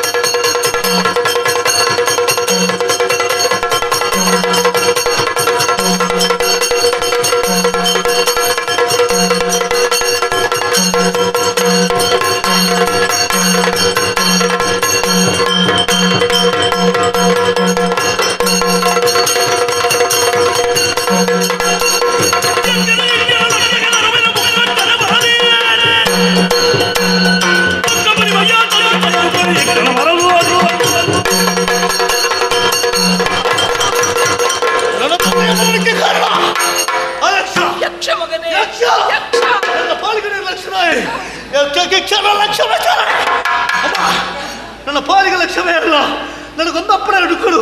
ನೇರವಾಗಿ ಯಕ್ಷಲಕ್ಕ ಮಾಡಿಸ್ತಾ ಇರ್ತೇನೆ. ಯಕ್ಷನ ರಕ್ಷಣೆ ಸಮಯದಲ್ಲಿ ಯಕ್ಷನ ರಕ್ಷಣೆಗಾಗಿ ತ್ರೈಲಕ್ಷಣ ಬರಲಿ. ಆತನ ಮೂರನೇ ಕಣ್ಣಲ್ಲಿ ಬೆವರನ್ನು ಸಿರಿಸಿದ್ರಿ. ನಿನ್ನ ತರಳ ಮೈಸೂರಿದ್ದಾರೆ ಬರ ಈಗಲೇ ಯಕ್ಷನ.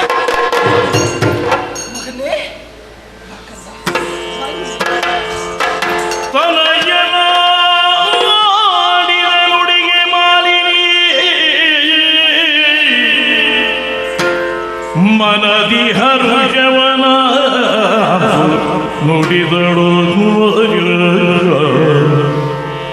ಮನದಿ ಹರುಷವನ ನುಡಿದಳು, ಅನಿಮಿಷರ ಗೆಲುವು ಮನದಿ ನಿನಗೆ ಘನವಲ್ಲ.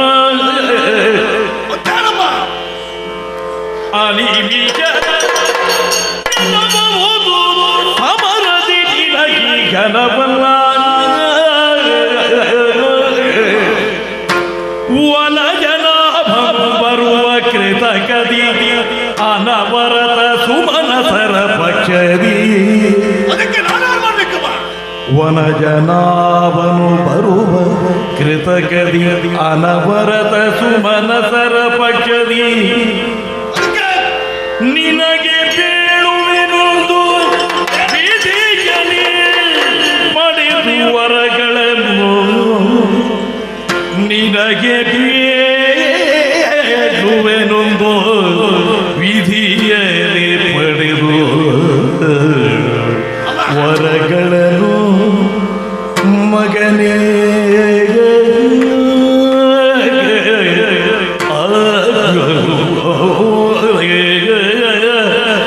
ಕಂದ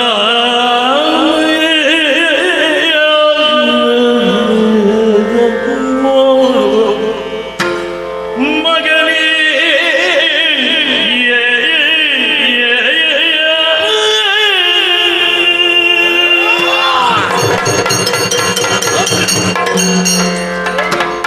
ನೋಡವರೆಲ್ಲ ನಮ್ಮವರು. ಕಂದ, ಹೇಳಮ್ಮ. ನೀನಾಡದ ಮಾತು ಸತ್ಯವೇನು? ಹೋ, ನಿಜವೇನೋ ಇದು? ಸತ್ಯಮ್ಮ. ಮಗನೇ, ಅಮ್ಮ. ನಿನ್ನ ಈ ವೀರೋಕ್ತಿಯನ್ನು ಕೇಳಿದಾಗ ಹೆತ್ತೊಡಲಿಗೆ ಸಂತೋಷವಾಯಿತು ಕಂದ. ಓಹೋ, ಹೋಗಿ ಆ ದೇವತೆಗಳನ್ನು ಬಡಿದೋಡಿಸುವ ಅಂತೇನ ಅವರನ್ನ? ಸ್ವರ್ಗಲೋಕದ ಅಧಿಕಾರಿ ನೀನಾಗುವುದು ಹಾ. ಇದು ನಿನಗೆ ಘನವಲ್ಲ ಮಗನೇ. ಮತ್ತೇನಮ್ಮ?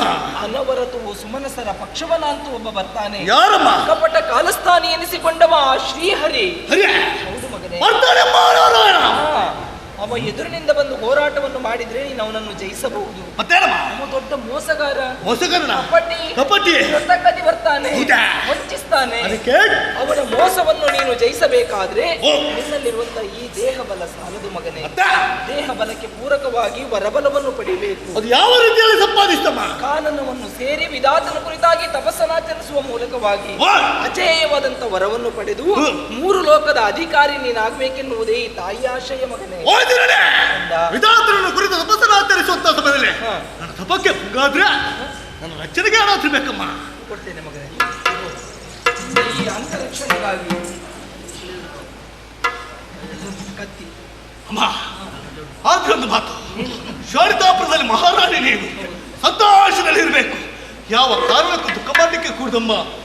ಆದಷ್ಟು ಬೇಗನೆ ತಪಸ್ಸನ್ನು ಆಚರಿಸಿ ಈ ಶಾರದಾಪುರವನ್ನು ಸೇರ್ಕೊಂಡ್ರೆ ಬೇಗ ಬಾ ಆಯ್ತಾ? ಅಮ್ಮ, ಒಂದು ಆಶೀರ್ವಾದ ಮಾಡಮ್ಮ. ನನ್ನ ಸಂಪೂರ್ಣ ಆಶೀರ್ವಾದವನ್ನು ಬೇಗವಾಗಿ ಮಾತೆಗೆ ಮಣಿದು ವಿಜ್ಞಾನಮಯ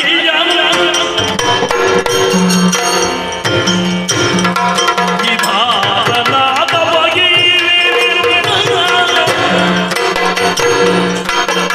ಆತನ ಪೋರಾಟ ತಂದು ಉತ್ತರ ಕೇಂದ್ರವ ಬಳಿದ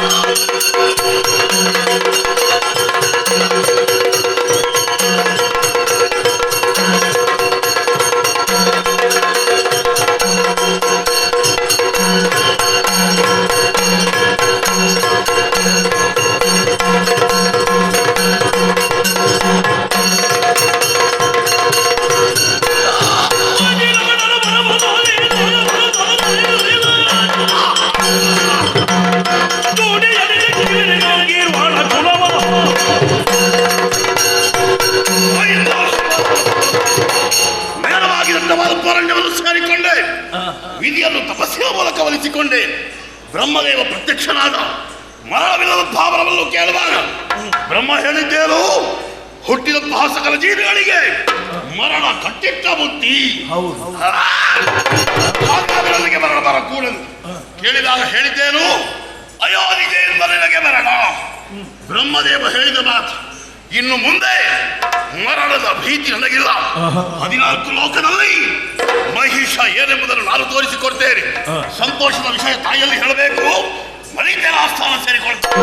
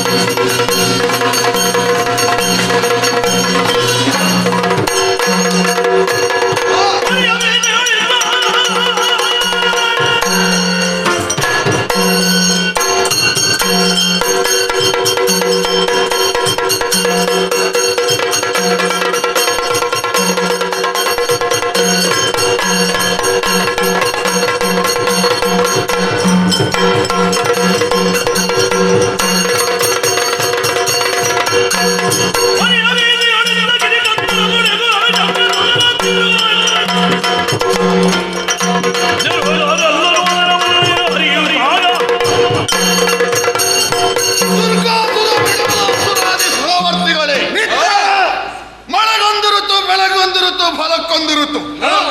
ಪ್ರಕೃತಿಯಲ್ಲಿ ಏರುಪೇರಾದಂತೆ ಜೀವಿಗಳ ಜೀವನದ ಅದೃಷ್ಟದಲ್ಲಿಯೂ ಏರಿಳಿತಗಳು ಉಂಟು ಎನ್ನುವುದಕ್ಕೆ ಶಂಕದುರ್ಗಾದಿಗಳನ್ನು ಆದಂತ ನಮ್ಮ ಜೀವನವೇ ಸಾಕ್ಷಿ. ಇಲ್ಲದೆ ಇದ್ದರೆ ಮೂರು ಲೋಕದ ಕೇಂದ್ರ ಸ್ಥಾನವಾದಂತ ಸ್ವರ್ಗಾಧಿಪತಿಗಳ ಸ್ಥಾನದಲ್ಲಿದ್ದವರು ನಾವು ಹರಿಯ ಭೀತಿಯಲ್ಲಿ ಅವನ ಚಕ್ರದಿಂದ ಅಂಗವೈಕಲ್ಯವನ್ನು ಅನುಭವಿಸಿ ಹೇಳುವವರಿಲ್ಲದೆ ಕೇಳುವವರಿಲ್ಲದೆ ಅಡಗಿಕೊಂಡಿದ್ದೇವೆ. ಈ ಪ್ರಪಂಚದಲ್ಲಿ ಎಳೆಗರು ಇದ್ದದ್ದು ಎತ್ತಾಗುತ್ತದೆ, ಮಿಡಿ ಇದ್ದದ್ದು ಹಣ್ಣಾಗುತ್ತದೆ. ಪರಿವರ್ತನಾಶೀಲವಾದ ಪ್ರಪಂಚದಲ್ಲಿ ಶಂಕದುರ್ಗಾದ್ಯರಿಗೊಂದು ನೆಲಬೆಲೆಯೇ ಇಲ್ಲವೇ? ಪರಿವರ್ತನೆ ಆಗಿ ಹೋಯಿತಲ್ಲ, ಕಂಗಾಲಾಗಿ ಹೋಗಿದ್ದೇವೆ. ನಮಗೆ ಯಾರು ಹೇಳುವ ಕೇಳುವ ನಾಯ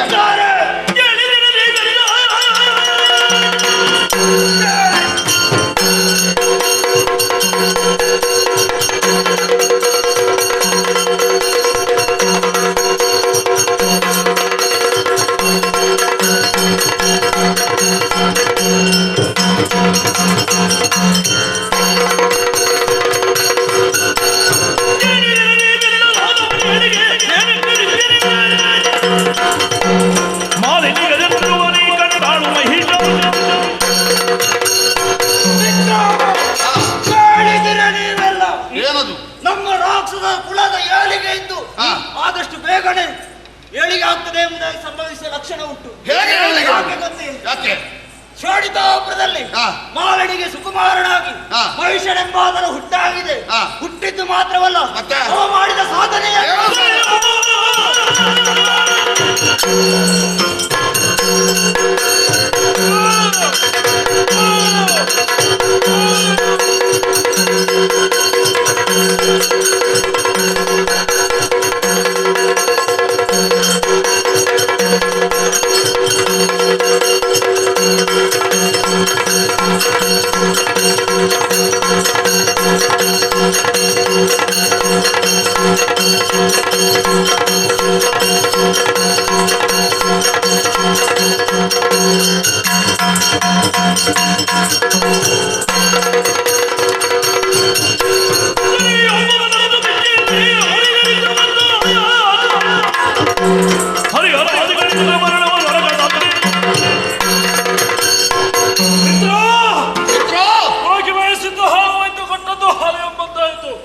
ಅದೆಷ್ಟೋ ದಿವಸಗಳಿಂದಾಗಿ ಸುರಲೋಕದ ಅಧಿಕಾರವನ್ನು ವಶಪಡಿಸಿಕೊಳ್ಳಬೇಕೆಂಬಂತಹ ಹಂಬಲವನ್ನು ಇಟ್ಟುಕೊಂಡವರು ನಾವು.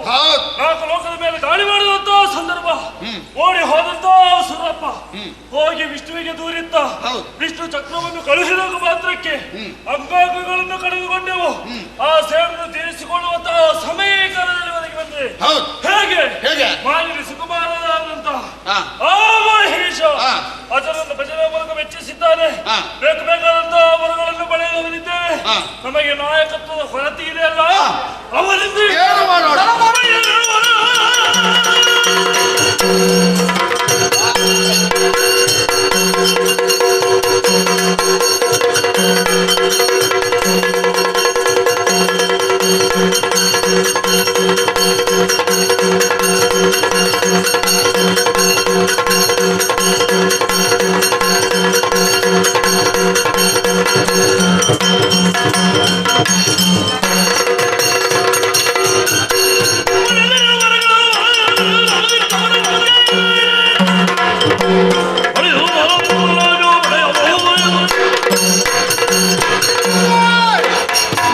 ಸಮರ್ಥನಾದಂತಹ ನಾಯಕ ಸಿಕ್ಕಿದ್ದಾನೆ ಎಂದ ಬಳಿಕ ತಡ ಮಾಡುವುದಲ್ಲ.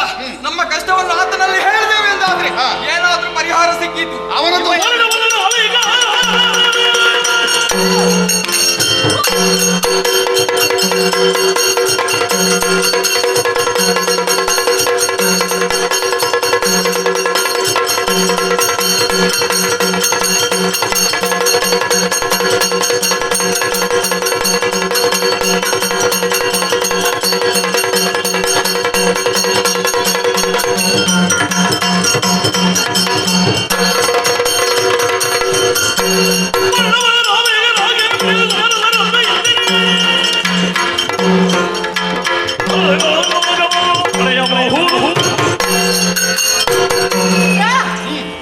ಸರಿಯಲ್ಲ, ಅಂತ ಕಡೆ ನಡೆಯೋಣ.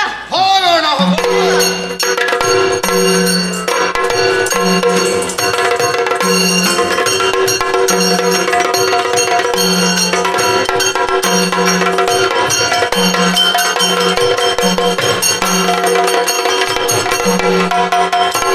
ಹೊಲಬಳದ ವಿಚಾರವನ್ನು ತಾಯಿಯಲ್ಲಿ ಹೇಳಿದೆ. ತಾಯಿ ಸಂತೋಷಗೊಂಡಳು. ಆಮೇಲೆ ಗುರು ಹಿರಿಯರನ್ನೆಲ್ಲ ಬರಮಾಡಿಸಿ ಶೋಣಿತಾಪುರದ ಪಟ್ಟಾಭಿಷೇಕವನ್ನು ನನಗೆ ಮಾಡಿದ್ದಾರೆ. ನಮ್ಮ ಆಳ್ವಿಕೆಯಲ್ಲಿ ಪ್ರಜೆಗಳೆಲ್ಲ ಕ್ಷೇಮ. ಯಾರೋ ಹೊಸಬರು ಬಂದಿದ್ದಾರಂತಲ್ವಾ? ಬನ್ನಿ ನೋಡುವ ಒಳಗೆ.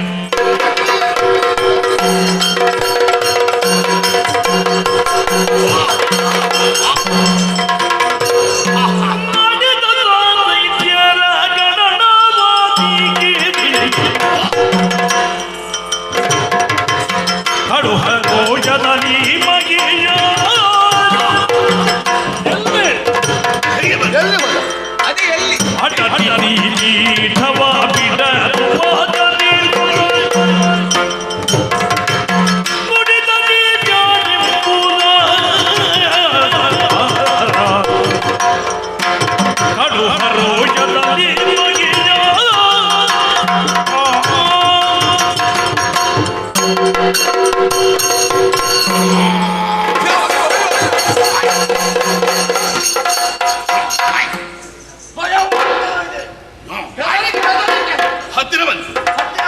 ಹೀಗೆ ಬನ್ನಿ. ಹೆದರಿಕೊಳ್ಳಬೇಕಾದಂತ ಅಗತ್ಯವಿಲ್ಲ. ಎಲ್ಲರೂ ಹತ್ತಿರ ಬನ್ನಿ. ಎಲ್ಲರಿಗೂ ಪ್ರೀತಿಪೂರ್ವಕ ನಮಸ್ಕಾರ. ನಮಸ್ಕಾರಗಳು. ಅಯ್ಯ, ಹೊಸಬರು ನೀವು. ದೈತ್ಯರ ಗಣನವೇ ಶೋಣಿತಾಪುರವನ್ನು ಪ್ರವೇಶ ಮಾಡಿದೆ. ನೀವು ಬಂದಾಕ್ಷಣ ನಮ್ಮವರೆಲ್ಲ ಪ್ರೀತಿಯಿಂದ ಮನಮಾಡಿಸಿಕೊಂಡಿದ್ದಾರೆ. ಬೇಕಾದ ರೀತಿಯಲ್ಲಿ ಉಪಚಾರವನ್ನು ಮಾಡಿದ್ದಾರೆ. ತಿನ್ನುವುದಕ್ಕೆ ಉಣ್ಣುವುದಕ್ಕೆ ಕೊರತೆ ಇಲ್ವಲ್ಲ? ಆಸ್ಥಾನಕ್ಕೆ ಇಷ್ಟು ದೈತ್ಯರು ಒಮ್ಮೆಲೆ ಪ್ರವೇಶ ಮಾಡಿದ್ದು ಇವತ್ತೇ ನೋಡಿದ್ದು ನಾನು. ಕುಳಿತುಕೊಳ್ಳಿ, ಕುಳಿತುಕೊಳ್ಳಿ. ಅಯ್ಯ, ನೀವು ಯಾರು? ನಿಮ್ಮ ಹೆಸರೇನು? ಯಾವ ಕಡೆ ಹೊರಟವರು? ಇಲ್ಲಿಗೆ ಬರುವುದಕ್ಕೆ ಕಾರಣವೇನು? ನನ್ನಿಂದ ನಿಮಗೆ ಏನಾಗಬೇಕು? ಎಲ್ಲ ವಿಷಯವನ್ನು ಸವಿಸ್ತಾರವಾಗಿ ಲಾಲಿಪುದಾದರೆ ಮಾಲಿನಿ ಕುಮಾರ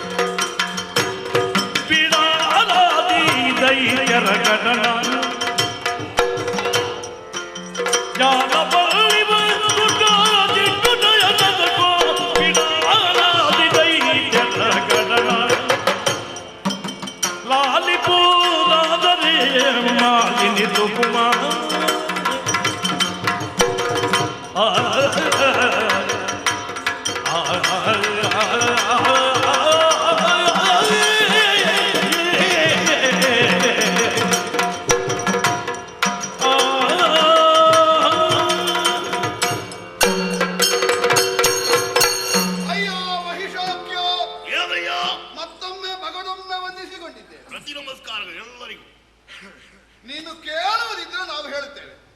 ಕೇಳಬೇಕು ಅಂತಲೇ ನಿಮ್ಮಲ್ಲಿ ಪ್ರಶ್ನೆ ಮಾಡಿ. ಲಾಲಿಪುದಾದರೆ ಮಾಲಿನಿ ಸುಕುಮಾರ ಏನು ಜಾಲವಲ್ಲ ಇದು. ಹೌದಾ? ಹೌದೌದು. ನೀನು ಸುಳ್ಳು ಹೇಳುವುದಿಲ್ಲ ಅಂತ ಮುಖ ನೋಡುವಾಗ ಗೊತ್ತಾಗುತ್ತದೆ. ನಾನು ತುಂಬಾ ಸುಳ್ಳು ಹೇಳ್ತೇನೆ, ಇಲ್ಲಿ ಮಾತ್ರ ಹೇಳುವುದಿಲ್ಲ. ನಿನ್ನಲ್ಲಿ ಹೌದಾ? ಹೌದಾ. ಸುಳ್ಳು ಯಾವುದಕ್ಕೆ ಹೇಳುವುದು ನೀನು? ಬೇರೆ ಕಡೆಯಲ್ಲಿ ಹೇಳ್ತೇನೆ. ಯಾಕೆ ಅಂತ? ಬೇರೆ ಕಡೆಯಲ್ಲಿ ಬದುಕುವುದಕ್ಕೆ ಬೇಕಾಗಿ. ಹೊಟ್ಟೆ ತುಂಬಿಸುವುದಕ್ಕೆ ಸುಳ್ಳು ಹೇಳಬಾರದು. ಸತ್ಯವನ್ನಾಡಿದ್ರೆ ಒಂದು ಮುಷ್ಟಿ ಹೆಚ್ಚು ಸಿಗ್ತದೆ, ಗೊತ್ತಾಯ್ತಲ್ಲ? ನಾವೆಲ್ಲ ನಂಬಿದ್ದು ಹೇಗೆ? ಸತ್ಯ ಹೇಳಿದವ ಸತ್ತೇ ಹೋದ, ಸುಳ್ಳು ಹೇಳಿದವ ಸುಖವಾಗಿ ಬದುಕಿ. ಅದು ಗಾದೆಯ ಮಾತು. ಹೌದು, ಎಲ್ಲಾ ಗಾದೆ ಹಾಗೆ ನಡೆಯುವುದಿಲ್ಲ. ನಮಗೆ ಇಲ್ಲಿವರೆಗೆ ಅನ್ವಯ ಆಗಿದೆ. ನಾವು ಸ್ವಲ್ಪ ಪ್ರಯತ್ನ ನಮ್ಮ ಜಾತಿ ಮಕ್ಕಳಲ್ಲಿ ನಾವು ಸುಳ್ಳು ಹೇಳುವುದಿಲ್ಲ. ಹೌದಾ? ಹೌದೌದು. ನಾವು ಯಾವ ಎನ್ನುವುದು ನಿನಗೆ ಗೊತ್ತಾಗ್ಲಿಲ್ಲ ಅಲ್ಲ? ಹೇಳುವುದೆಂತದ್ದು ಈ ಶೋಣಿತಪುರ ನಮ್ಮದೇ. ನಮ್ಮದೇ ಅಂದ್ರೆ ಈಗಲ್ಲ, ಮತ್ತೆ ಮೊದಲು.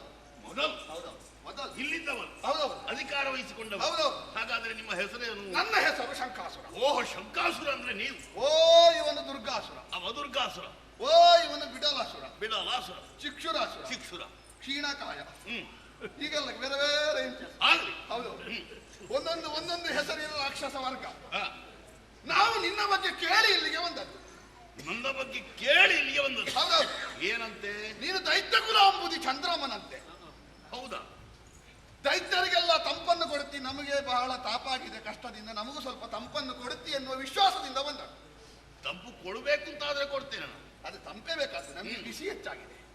ಅರ್ಹರಾದ್ರೆ ಖಂಡಿತ ಕೊಡ್ತೇನೆ. ನಿನ್ನ ಕೀರ್ತಿ ಎನ್ನುವಂತಹ ವೃಕ್ಷ ದೊಡ್ಡದಾಗಿ ಆ ಖ್ಯಾತಿಯ ಶಾಖೆಗಳು ಲೋಕದಲ್ಲಿ ಹರಡಿ ಎಲ್ಲರಿಗೂ ನೆರಳು ಕೊಡುತ್ತಾ ಉಂಟಂತೆ. ಹೌದಾ?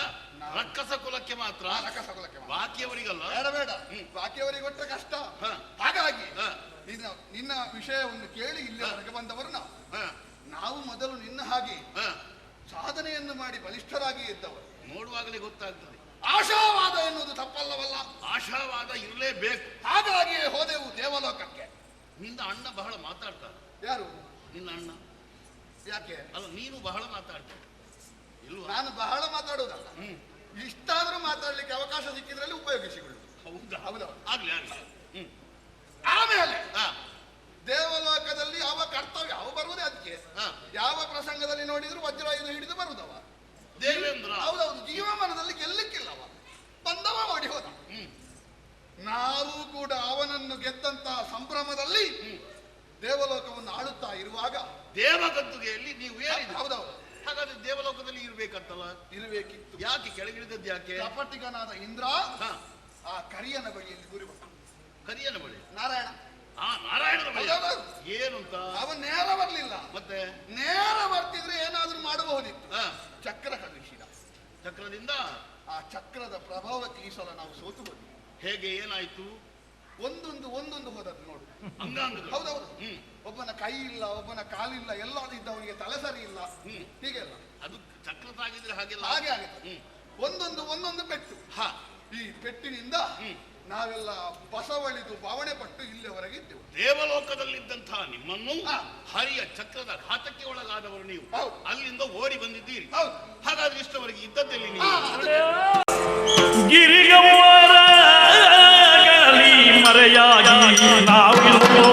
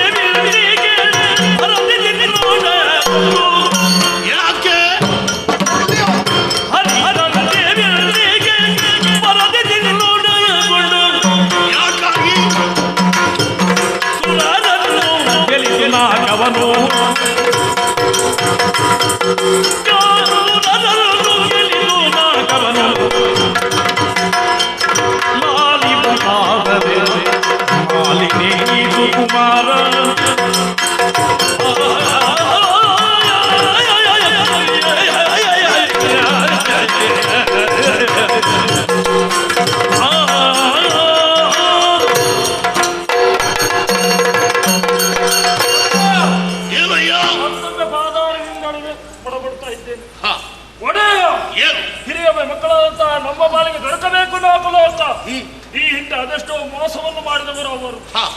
ಅಮೃತವನ್ನು ಹಂಚುವಲ್ಲಿ ಮತನ ಕಾಲದಲ್ಲೂ ಹಾಗೆ ಅಲ್ಲಿಂದಲೇ ಪ್ರಾರಂಭ. ನಮ್ಮ ಪಾಲಿಗೆ ಮೋಸವೇ ಕಡೆಗೂ ನಿಲ್ಲಲಿಲ್ಲ ನಮ್ಮ ಮೋಸ. ಹಿರಿಯದವರ ನಮ್ಮ ಪಾಲಿಗೆ ತರಿಸಬೇಕಲ್ವ? ಆ ಕಾರಣದಾಗಿ 4 ಲೋಕದ ಮೇಲೆ ದಾಳಿ ಮಾಡಿದವಂತಾದ್ರೆ ಅದು ಹೋಗಿ ಆ ವಿಷ್ಣುವಿಗೆ ದೂರಿತ್ತ. ಚಕ್ರವನ್ನು ಕಳೆಯಿದ ಪರಿಣಾಮ ಅಂಗಾಂಗಗಳನ್ನು ಕಳೆದುಕೊಂಡೆವು. ಅಷ್ಟು ಮಾತ್ರವಲ್ಲ, ಉಳಿದರೆ ನಮ್ಮ ಜೀವಕ್ಕೂ ತೊಂದರೆ ಕಟ್ಟಿಟ್ಟ ಬುತ್ತಿ ಎಂಬಂತಹ ಕಾರಣಕ್ಕಾಗಿ ಅಲ್ಲಿಂದ ತಪ್ಪಿಸಿಕೊಂಡು ಓಡಿದವರು ನಾವು. ಓಡಿ ಹೋದವರು ಎಲ್ಲಿಗೆ ಹೋದ್ರಿ? ತಪ್ಪಿಸಿಕೊಂಡು ಗಿರಿ ಕಾನನದಲ್ಲಿ ಅಲೆದಾಡಿದವರು ನಾವು. ಗಿರಿಗೌಹರಗಳಲ್ಲಿದ್ದವರು ಏನು ಹೊರಗೆ ಬಂದದ್ದೇನು? ಏನು? ಎಲ್ಲವನ್ನೂ ಅರ್ಥೈಸಿಕೊಂಡವರು ನಾವು. ಅಂದ್ರೆ ಸೇಡನ್ನು ತೀರಿಸಬೇಕಾದ್ರೆ ಈ ಸಮಯದಲ್ಲಿ ಸಮರ್ಥ ಯಾರು ಎಂಬುದಾಗಿ ಯೋಚಿಸ್ತಾ ಇದ್ದವರು ನಾವು. ವಾರ್ತೆಯನ್ನು ಕೇಳಿದ್ದೇವೆ. ಏನು? ನೀನಲ್ಲದೆ ಬೇರೆ ಯಾರು ಇಲ್ಲ. ನನ್ನ ಬಗ್ಗೆ ವಾರ್ತೆಯನ್ನು ಕೇಳಿದ್ರಿ? ಹೌದಪ್ಪ. ಏನಂತೆ ಸಮಾಚಾರ? ನೀನೇ ಸಮರ್ಥ, ಬ್ರಹ್ಮನಿಂದ ವರಬಲವನ್ನು ಪಡೆದವ ನೀನಲ್ವೇ. ಆದ್ದರಿಂದಾಗಿ ನಿನ್ನ ಬಳಿಗೆ ಬಂದವರಿದ್ದೇವೆ. ನನ್ನ ಆಶ್ರಯವನ್ನು ಪಡೆಯುವುದಕ್ಕಾಗಿ ಬಂದಿದ್ದೀವಿ. ನಮಗೆ ಮಾತ್ರ ಅನ್ಯಾಯ ಆದದ್ದಲ್ಲ, ಮತ್ತೆ ನಿನ್ನ ತಂದೆಯನ್ನು ವಾಸ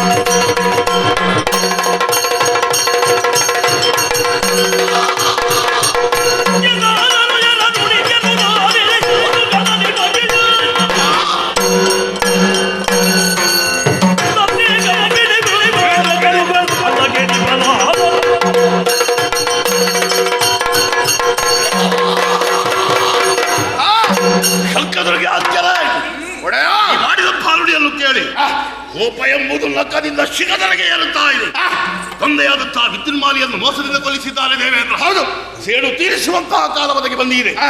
ನೀವೆಲ್ಲರೂ ನನ್ನ ಜೊತೆಯಾಗಿದ್ದೀರಿ, ಅಂಗಾಂಗ ಕಳಕೊಂಡಿದ್ದೀರಿ.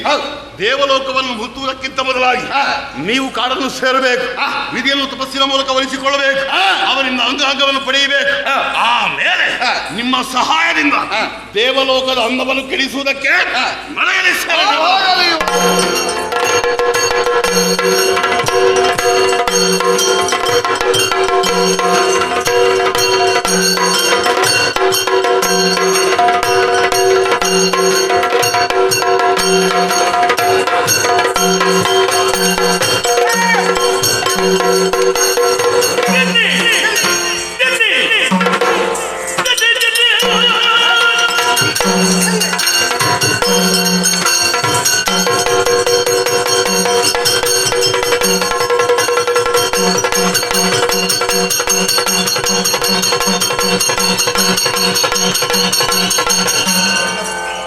ಆಯ್ತು, ಮುಗೀತಾ?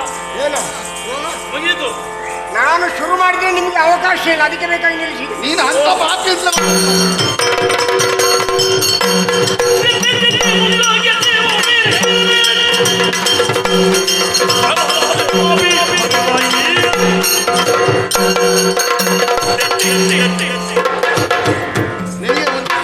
ಏನು ಹೇಳು ಹೇಳು. ಅಲ್ಲ ಮಾತಾಡು. ಅಲ್ಲ ನೀನು ಎಂಥದ್ದು ಅದು ಮಾಡಿದೆ ಎಂಥದ್ದು ಅಂದ್ರೆ ಹೊಡಿತೇನೆ ಅಂತೇಳಿ ಹಾಗೆ ಸೂಚನೆ ಎಲ್ಲ ಗೊತ್ತಾಗುದಿಲ್ವಾ? ಮಾತಾಡ್ಲಿಕ್ಕೆ ಬರದಿದ್ರೆ ಸೂಚನೆ ಕೊಡ್ಬೇಕು. ಮೊದಲು ನಮ್ದು ಸೂಚನೆ, ಆಮೇಲೆ ಮಾತಾಡು. ಸರಿ ಸರಿ. ಒಂದು ಹೆಜ್ಜೆನಾದ್ರೂ ಮುಂದಿಡುವ ಪ್ರಯತ್ನ ಪಟ್ರೆ ನಿಮ್ಮ ತಲೆ ಹೋದಿತ್ತು ಜಾಗ್ರತೆ. ಧರ್ಮವನ್ನು ಮೀರಿ ಅಧರ್ಮದ ಗದ್ದೆಗೆ ನಡರಿ ಕ್ಷಣಿಕವಾದಂತಹ ನಿಮ್ಮ ಆಡಂಬರದ ವಿಡಂಬನೆಯಿಂದ ಮಾಡುವ ವಿಕಟ ಹಟ್ಟಹಾಸವು ಪ್ರಪಂಚದ ಮೂಲೆ ಮೂಲೆಗಳಲ್ಲಿ ಪ್ರತಿಧ್ವನಿಗೈದು ವಿಶ್ವವೇ ಧರ್ಮ ರಕ್ಷಣೆಯ ದಕ್ಷತೆಗೆ ಜಾಗೃತವಾಗಿದೆ. ಇಂದು ಈ ಕ್ಷೇತ್ರದಲ್ಲಿ ನಿಮ್ಮ ಉಸಿರನ್ನು ಹಿಡ್ಕೊಂಡು ಹೋಗ್ತಿರುವ ಹುಂಬಭಾವನೆಗೆ ತಿಲಾಂಜಲಿಯನ್ನು ಕೊಡು. ನಿನ್ನನ್ನು ಪ್ರೇರೇಪಿಸಿ ಪ್ರೋತ್ಸಾಹಿಸಿ ಪ್ರಚೋದಿಸಿ ಕಳಿಸಿದ ಯಾವನೇ ಇದ್ದರೂ ನನಗೆ ಲೆಕ್ಕವಿಲ್ಲ. ದೇಶ ಕಾಲ ಕ್ಷೇತ್ರ ಪಾತ್ರ ಇವುಗಳ ಅರಿವಿಲ್ಲದೆ ರಕ್ತ ಬಿಸಿಯನ್ನು ತೋರುವುದಕ್ಕೆ ಬಂದರೆ ಇವತ್ತು ನಿಮ್ಮ ಪಾಲಿಗೆ ನಾನೇ ಯಮನಾದೀನು. ಒಂದು ಗಳಿಗೆಗೆ ನಿನಗೆ ಭೂಲೋಕಕ್ಕೆ ಬರ್ತಿದ್ರೆ ಒಳ್ಳೆ ಒಂದು ಸಂಪಾದನೆ ಆಗುತ್ತಿತ್ತು. ಧಾರ್ಮಿಕ ಉಪನ್ಯಾಸ ಮಾಡು. ಈಗ ಮಾತುಗಾರರಿಗೆಲ್ಲ ಭೂಲೋಕದಲ್ಲಿ ಒಳ್ಳೆ ಅವಕಾಶವ. ನಿನ್ನ ಹಾಗೆ ಅದು ಎಂಥದೊಂದು ಅರ್ಥ ಆಗದಾಗೆ ಉದ್ದ ಮಾತಾಡಿದೆ. ಹಾಗಾದ್ರೆ ನೀನು ಅದನ್ನು ಮಾತಾಡ್ಲಿಕ್ಕೆ ಅಭ್ಯಾಸ ಮಾಡ್ಕೋ, ಏನಾದ್ರೂ ಸಂಪಾದನೆ ಆಗ್ಬಹುದು. ಸಾಕು, ನನಗೆ ಸಂಪಾದನೆ ಆದದ್ದು ಸಾಕು. ಕುಂಟನಿಗೆ 8 ಬುದ್ಧಿ. ಇದೊಂದು ಶಬ್ದ ನನಗೆ ಅರ್ಥ ಆಗಲಿಲ್ಲ, ಹೇಳು. ಕುಂಟ ಅಂದ್ರೆ ಏನು? ಯಾವುದನ್ನು ಹೇಳಿದೆ ನೀನು? ಈ ರೀತಿಯಾಗಿ ಕುಂಟ ನೀನು. ಕುಂಟ ಅಂದ್ರೆ ಏನು? ಗಿಡ್ಡದಾಗಿ ಬೆಳೆದವ. ಗಿಡ್ಡ ಇದ್ದವರಿಗೆ ಗಿಡ್ಡ ಅಂತ ಹೇಳ್ಬೇಕು, ಕುಳ್ಳ ಅಂತ ಹೇಳ್ಬೇಕು. ಕುಂಟ ಅಂತ ಹೇಳಿದ್ರೆ ಕೈ ಕಾಲು ಸರಿ ಇಲ್ಲ ಅವರು. ನೆನಪಿಟ್ಕೋ. ಅರ್ಥ ಸಂಬಂಧ ಇಲ್ಲದ್ರೆ ಮಾತಾಡಿದ್ರೆ ನಾಲಿಗೆ ಸಿಗಿದಾಕಿ. ಏನು ಕ್ಷೇತ್ರ ಯಾವುದು ಅಂತ ನೋಡು. ಸಿಗಿದಾಕು. ಈ ಕ್ಷೇತ್ರದಲ್ಲಿ ಮಾತಾಡುವಾಗ ಜಾಗ್ರತೆಯಾಗಿ ಮಾತಾಡು. ಏನು ಹೇಳು ಹೇಳು. ಇದು ಯುದ್ಧ ಕ್ಷೇತ್ರವಾದಂತಹ ಹರಿವರ್ಷ ಖಂಡದ ದ್ವಾರದಲ್ಲಿ ನಾನಿದ್ದೇನೆ. ಇಲ್ಲಿ ಬಂದದ್ದು ಯಾಕೆ ಹೇಳು? ಹೇಳು. ಓಡು ಓಡು ಓಡು. ಹೇಳು ಓಡು ಓಡು. ಓಡುವ ಜಾಯಮಾನದವರಲ್ಲ ನಾವು. ಹಾಗಾದ್ರೆ ನಿಂತ್ಕೊಂಡು ಮಾತಾಡು. ಯಾಕೆ?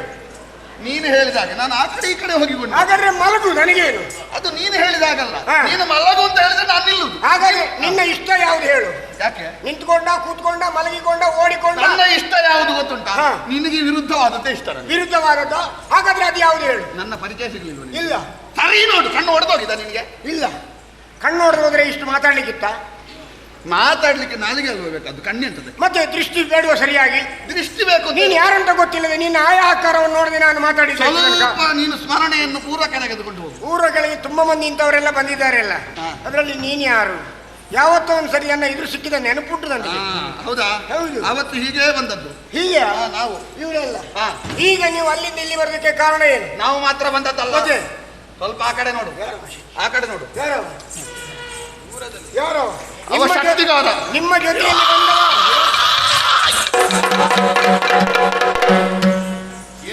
ಅವ ಹೇಳಿದ ಕೇವಲ ನಾವೊಬ್ಬರೇ ಬಂದದಲ್ಲ, ನಮ್ಮ ಜೊತೆಯಲ್ಲಿ ಒಬ್ಬ ಶೆಟ್ಟಿಗಾರ ಬಂದಿದ್ದಾನಂತೇಳಿ.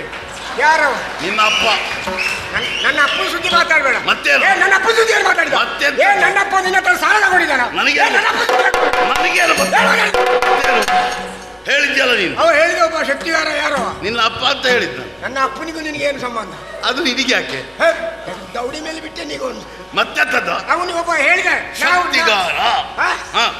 ಶಕ್ತಿಗಾರ. ಶಕ್ತಿಗಾರ ಅದೇ ನೀನು ಹೇಳಿದ್ದೆ. ಅವ ಶಕ್ತಿಗಾರ. ಏನು ಮತ್ತೆ ನಮಗೊಬ್ಬ ನೇಕಾರ ಇದ್ದಾನಂತ ಹೇಳಿದವ. ನೇಕಾರ ನಿನ್ನ ಅಜ್ಜ ಅಲ್ಲಿ ನೇತಾರ. ನೇಕಾರ ಯಾವನವ? ಯಾವಂತ ನಿನಗೆ ಹಾಕದಿಲ್ಲ. ಏಯ್ ಏನೋ ಕಂಠದಿಂದ ಕೆಳಗೆ ಕಂಠದಿಂದ ಮೇಲೆ ನೋಡು. ಅದೇ ನೋಡ್ತಾ ಇದ್ದೇನೆ. ಮೇಲೆ ನೋಡುವಾಗ ಮಹಿಷಾಕೃತಿ, ಕೆಳಗೆ ನೋಡುವಾಗ ಅಸುರಾಕೃತಿ. ದೇವಲೋಕದಲ್ಲಿ ಮಾತಾಡುವ ಕೋಣ ಹೀಗೂ ಉಂಟೆ. ಬೀಭತ್ಸಕ, ಭಯಂಕರ, ಅದ್ಭುತ, ಭಯಾನಕ, ರೋಮಾಂಚನ, ತರ್ಕಕ್ಕೆ ನಿಲುಕದ್ದು, ಆದರೂ ಸತ್ಯ ಹೀಗೂ ಉಂಟೆ. ನಿನಗೆ ಬೇರೆ ಕೆಲಸ ಇಲ್ವೋ? ಅದನ್ನೇ ನೋಡ್ತಾ ಇರುವುದಾ? ನೀನು ಹೇಳಿದ್ದು ಏನೋ ಬಂದ ವಿಷಯ ಇವರು ಹೇಳಿದ್ರೆ ಅಧಿಕ ಪ್ರಸಂಗ ಮಾತಾಡ್ತೀಯಾ? ನಾನು ಪ್ರಸಂಗದ ಒಳಗೆ ಇದ್ದೇನೆ. ಹೊಟ್ಟೆಯಲ್ಲಿ ಹಾಕಿದ ಕೋಡು ಬೆನ್ನಿಂದ ಬರ್ಬೇಕೇನು? ಎತ್ತಿ ಬಿಸಾಡ್ತೇನೆ. ಎಲ್ಲಿಗೆ ಹೋಗಿ ಬೀಳ್ತಿ ಗೊತ್ತಾ? ಇಲ್ಲಿ ಬಾ, ಇಲ್ಲಿ ಬಾ.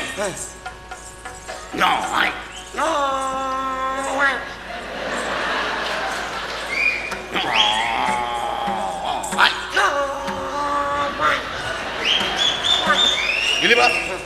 ದೇವಲೋಕದಲ್ಲಿ ಅದು ಮಧ್ಯದ್ವಾರ.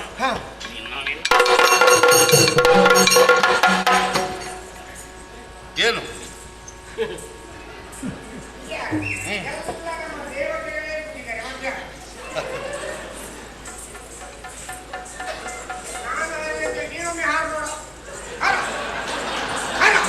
ಸಂದರ್ಭ ಬಂದಾಗ ನೋಡಿ. ಈಗ ಹಾರಿ ತೋರ್ಸ.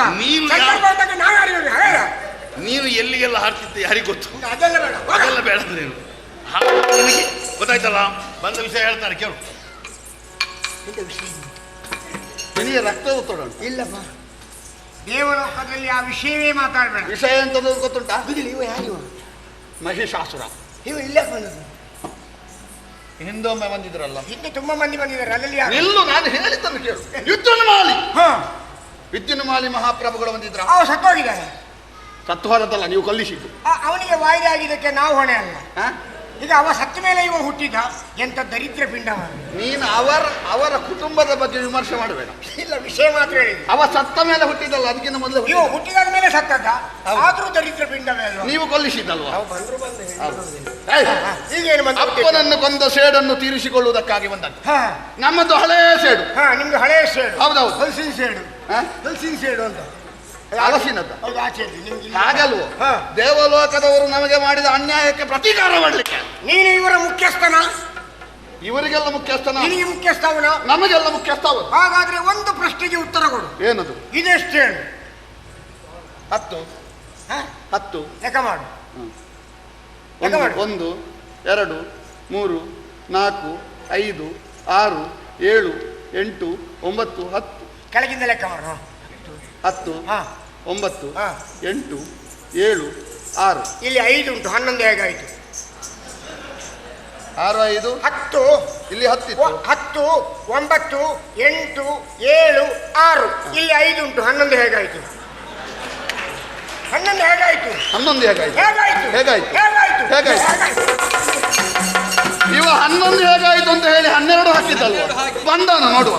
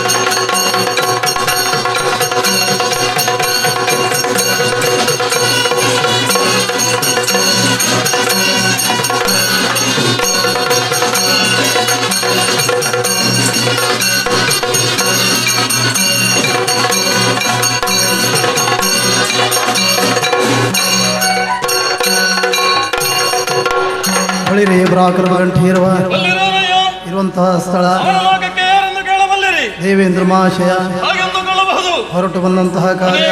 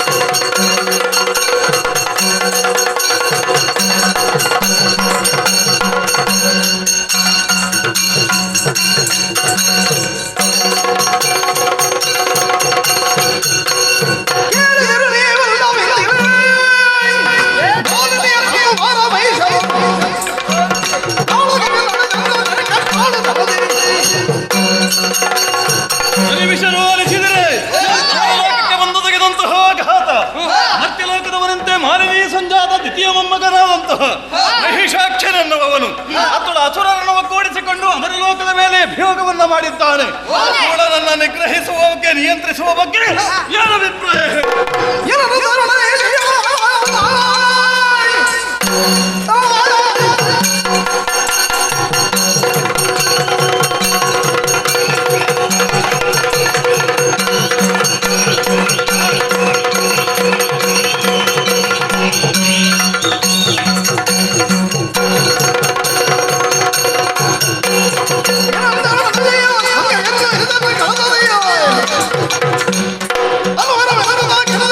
ಅನುಮಾನ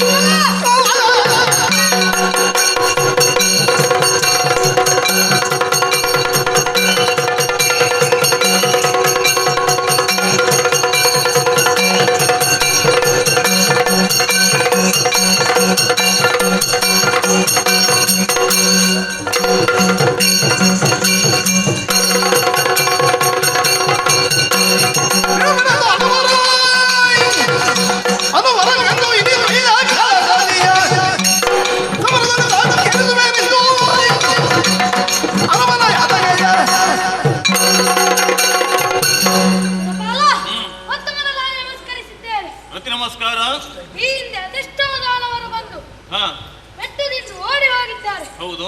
ಆದರೆ ಇನ್ನು ಮುಂದೆ ಬಂದಂತಹ ದಾನವರನ್ನು ಒಲಿಸಿಕೊಡುತ್ತೇನೆ.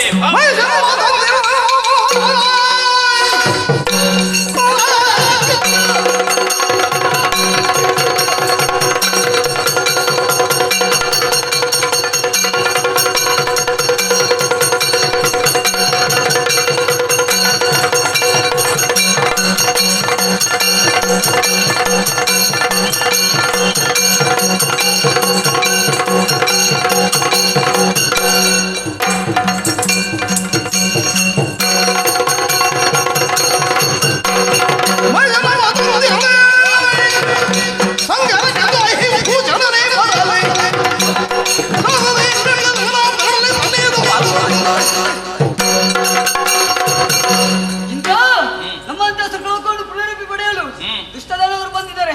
ಬಿಡಿ ಬಿಡಿ ಚಿಂತೆ, ಅಪ್ಪಣೆ ಕೊಡು. ಬಂದಂತಹ ಕಲರಿಗೆ ತಕ್ಕಂತಹ ಶಿಕ್ಷೆಯನ್ನು ನಾನು ಕೊಡ್ತೇನೆ. ಬಿಡಿ ಚಿಂತೆ.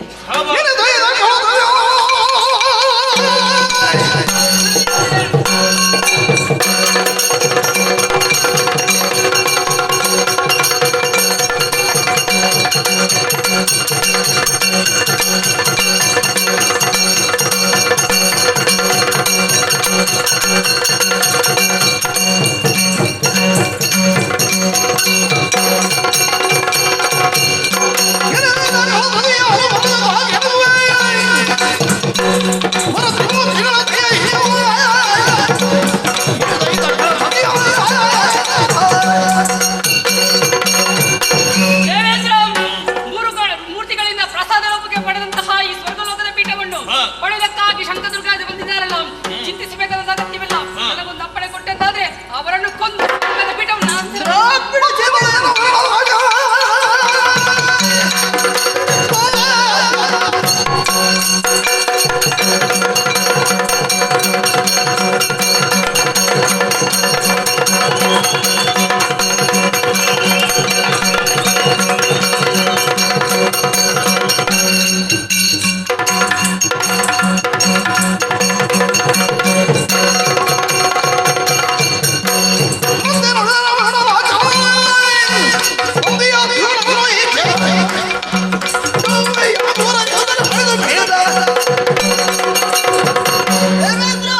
ಮೊದಲಾಗಿ ವಂದಿಸಿಕೊಂಡಿದ್ದೇನೆ.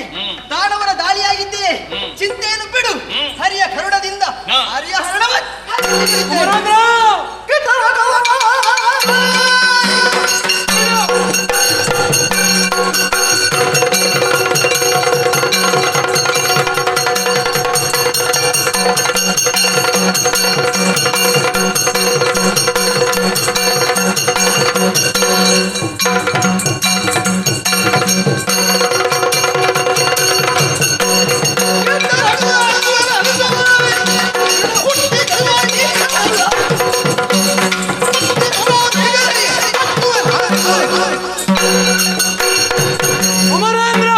ಸ್ವರ್ಗವನ್ನು ಪಡೆಯುವಂತ ಉದ್ದೇಶದಿಂದ ದಾನವರ ಸ್ವರ್ಗಕ್ಕೆ ಅಭಿಯೋಗವನ್ನು ಮಾಡಿದರೆ ಚಿಂತೆಯನ್ನು ಬಿಡು, ನಾನಿದ್ದೇನೆ, ಸ್ವರ್ಗವನ್ನು ಮರಳಿ ಬಿಡು. ಲೇಸಾದಂತಹ ನುಡಿಯನ್ನೇ ಆಡಿದ್ದೀರಿ.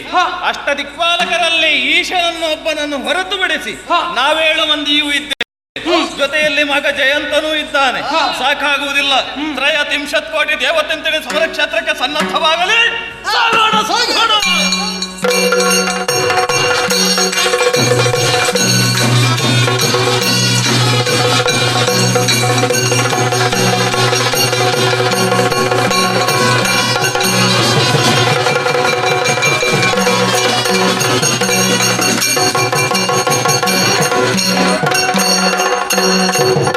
What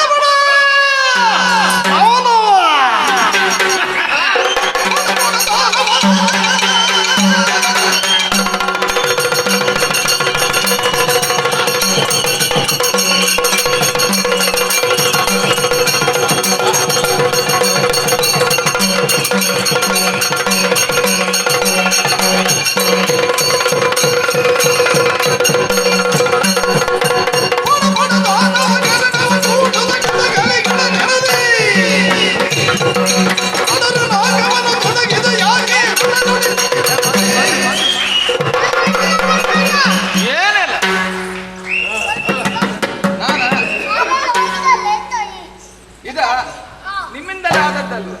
ಕಾಲಲ್ಲಿ ಹೋಗಿದ ಬಂದದ್ದೇಗೆ? ಯಾರು ನಾನ? ಅದು ಹೇಗಾದ್ರೂ ಬಂದೇನು, ಅದು ನಿನಗೆ ಬೇಡ.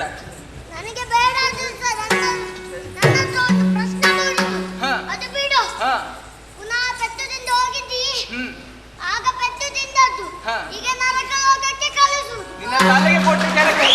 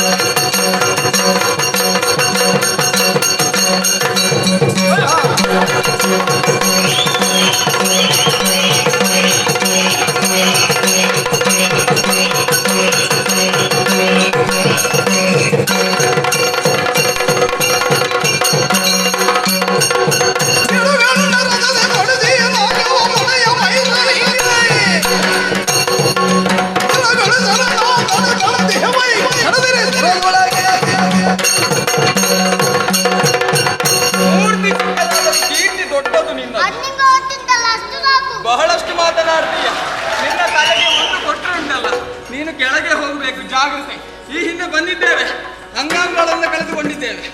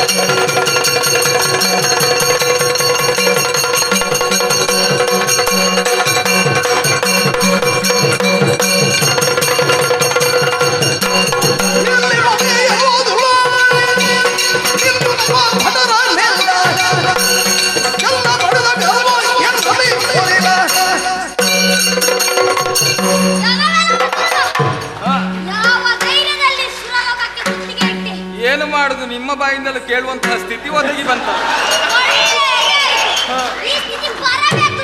ಹೌದಾ? ನೋಡು, ಒಂದು ವಿಷಯವನ್ನು ಹೇಳುತ್ತೇನೆ, ಸರಿಯಾಗಿ ಕೇಳು. ಸರಿ ಸರಿ. ಸುತ್ತ ನೋಡು. ನೋಡಿದೆಯಾ? ನೋಡಿದೆ. ಇದು ಸ್ವರ್ಗ. ಹೌದು. ಇಲ್ಲಿ ಸೇರಿದ್ದು ಸುಧರ್ಮ ಸಭೆ. ಇನ್ನು ಮುಂದೆ ದಾಳಿಟ್ಟರೆ ಇನ್ನು ಯಮಲೋಕ ಕಲಿಸ. ಇನ್ನು ನಿಮ್ಮದಲ್ಲ ಸ್ವರ್ಗ, ಇದು ನಮ್ಮದು.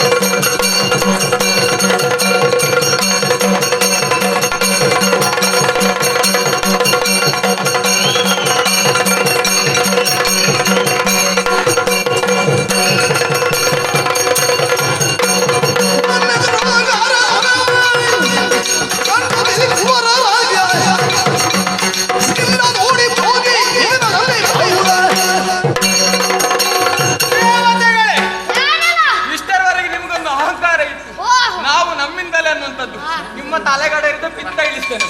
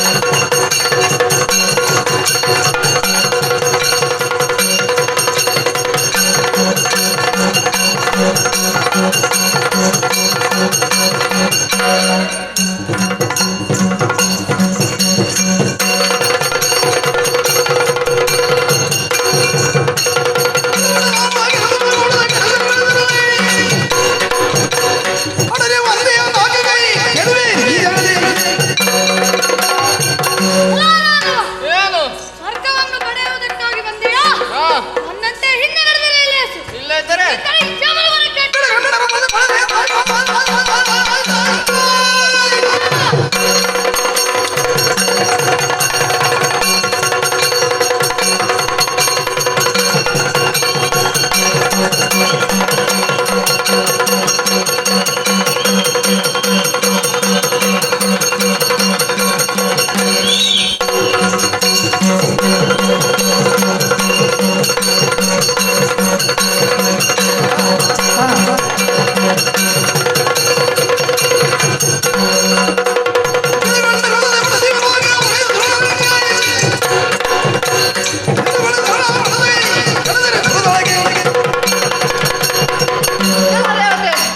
ಒಳ್ಳೆ ಮಾತಿನ ಹೇಳುತ್ತಾ ಇದ್ದೇನೆ.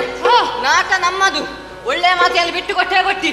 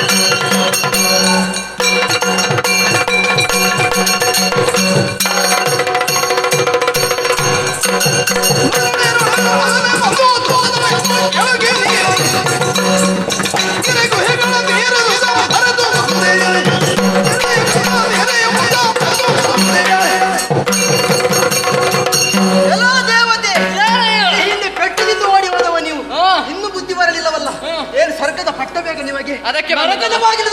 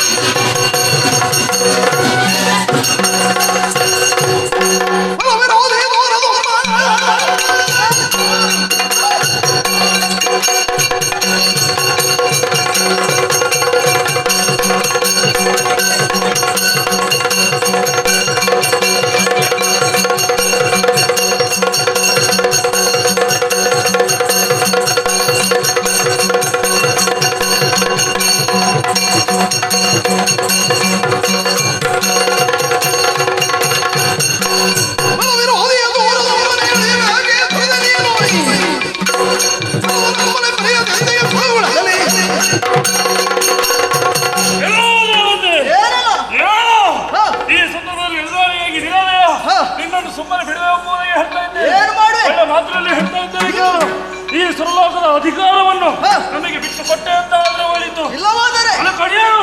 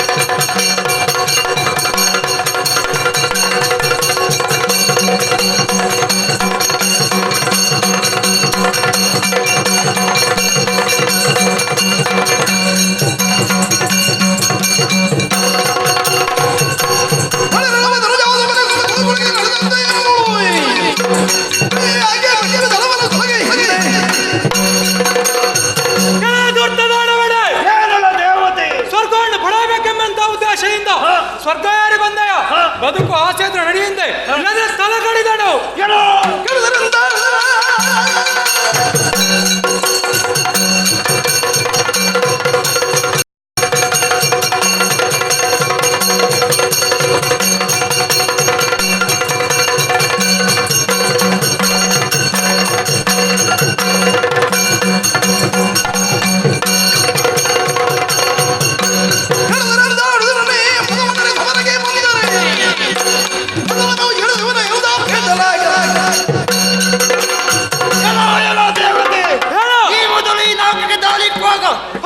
ಸಮರ್ಥ ನೇತಾರಣಿರಲಿಲ್ಲ. ಆದರೆ ಈ ಸಂದರ್ಭ ಮಹಿಷರನ್ನು ಕೂಡಿಕೊಂಡು ಬಂದಿದ್ದೇವೆ. ಒಳ್ಳೆಯ ಮಾತಿನಿಂದ ಪೀಠವನ್ನು ಬಿಟ್ಟು ಕೊಟ್ಟರೆ ಲೇಸು. ಬಡಿದು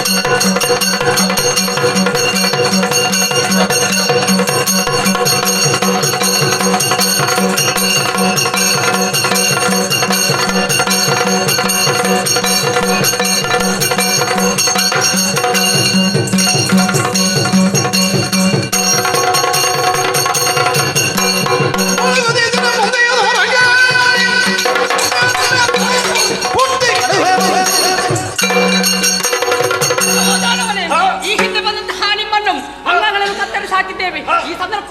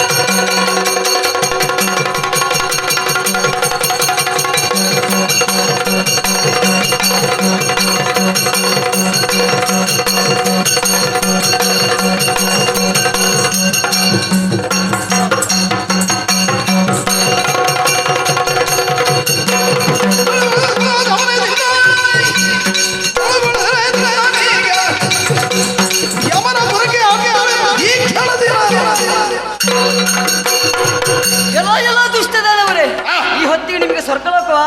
ಸ್ವರ್ಗಲೋಕಲ್ಲ, ಯಮಲೋಕದಲ್ಲಿ ಜಾಗ ಇದೆ, ಕಳಿಸ್ತಾರೆ ನಿಮ್ಮ.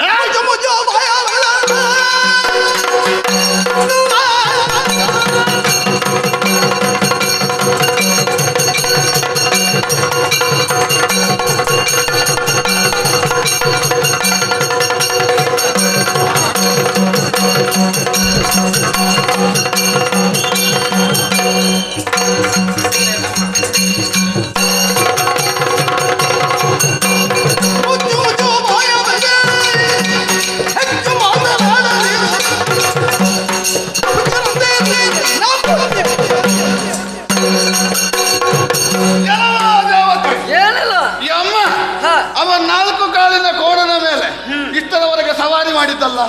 ಈ ಸಲ ಮಹಿಷಾಸುರ ಎನ್ನುವಂತ ಕೋಣ ಬಂದಿದ್ದಾನೆ.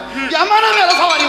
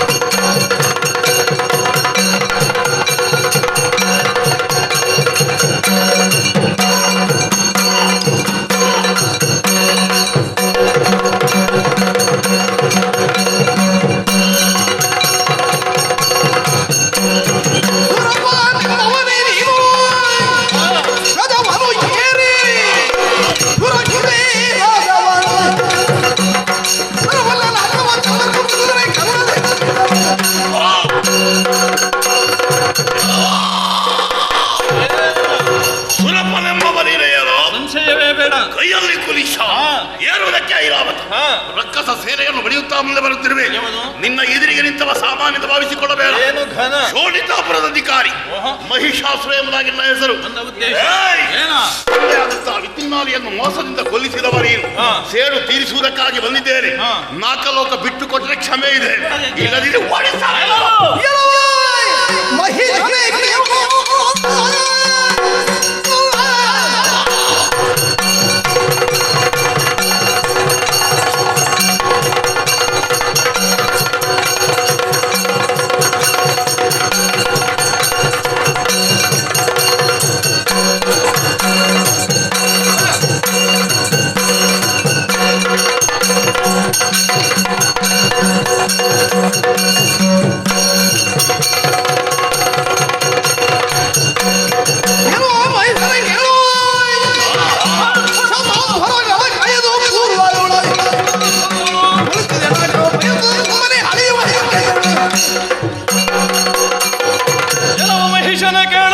ಶತಾಂತರವನ್ನು ಗೈದು ಪೂರ್ವದಳು ಪಡೆದಂತಹ ಅಮರಲೋಕದ ಅಮರ ಸಿಂಹಾಸನ ಪ್ರಶ್ನಿಸುವುದಕ್ಕೆ ಬರ್ತೀಯೇನು?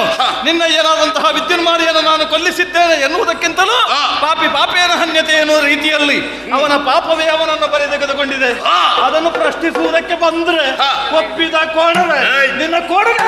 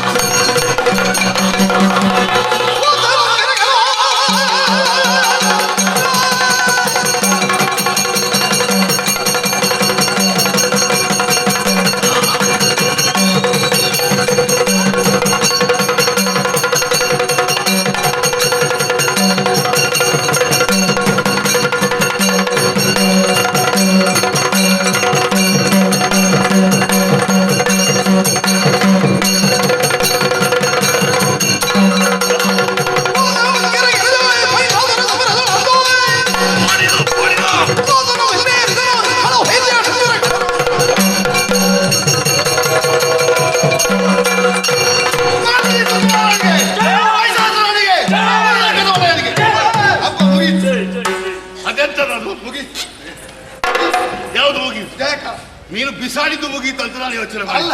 ಜಯಘೋಷ. ಹೌದಾ? ಜಯಘೋಷ. ನಿಮಗೆಲ್ಲರಿಗೂ ಸಂತೋಷವಾಗಿದೆ. ನಾಲ್ಕಲೋಕ ನಮ್ಮ ಸ್ವಾಧೀನವಾಗಿದೆ. ಇನ್ನು ಮುಂದೆ ನಮ್ಮ ಆಡಳಿತ, ಪೂಜೆ ಪುರಸ್ಕಾರ ನಮಗೆ, ಅರ್ಪಣ ತರ್ಪಣ ಮಹಿಷಾರ್ಪಣ ಭವಿಷ್ಯೆಲ್ಲ ನಿಮಗೆ. ಮೂಸಿ ಬದುಕಬೇಕು ನೀವು. ಆಮೇಲೆ ಸೂರ್ಯಚಂದ್ರರು ನಮ್ಮ ಅಪ್ಪಣೆಯನ್ನು ಪಾಲಿಸಬೇಕು. ಎಲ್ಲಾ ವಿಷಯದಲ್ಲಿಯೂ ನಾವು ಹೇಳಿದಂತೆ ನಡೀಬೇಕು. ಇನ್ನು ಮುಂದಿನ ಬಗ್ಗೆ ಬೇರೆ ಯೋಚನೆ. ಈಗ ಸ್ವಲ್ಪ ರಂಬೆ ವ್ಯವಸ್ಥೆ ಮಾಡಿ. ನಿನಗೆ ಅದು ಬಿಟ್ಟರೆ ಬೇರೆ ಏನು ಬೇಡವಾ? ನಿನಗೆ ಅದೊಂದು ಬಿಟ್ಟರೆ ನಿನ್ನ ಸೊಡ್ಡ ಬರೀತೇನೆ. ನಿನ್ನ ಅಣ್ಣನಿಗೆ ಹೇಳಿ ಆದಷ್ಟು ಬೇಗ ಒಂದು ಮದುವೆ ಮಾಡಿಸುವುದು. ನನ್ನ ಅಪ್ಪನಿಗೆ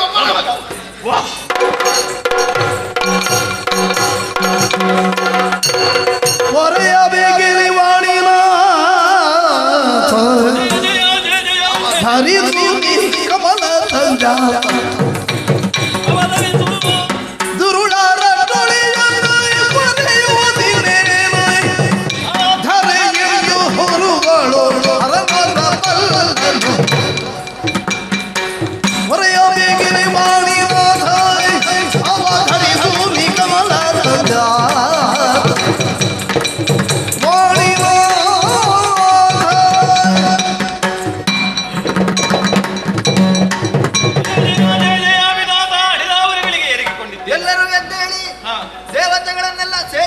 ನೇರವಾಗಿ ಸತ್ಯಲೋಕವನ್ನು ಪ್ರವೇಶ ಮಾಡುವರೆ ಕಾರಣ ಏನು ದೇವೇಂದ್ರ?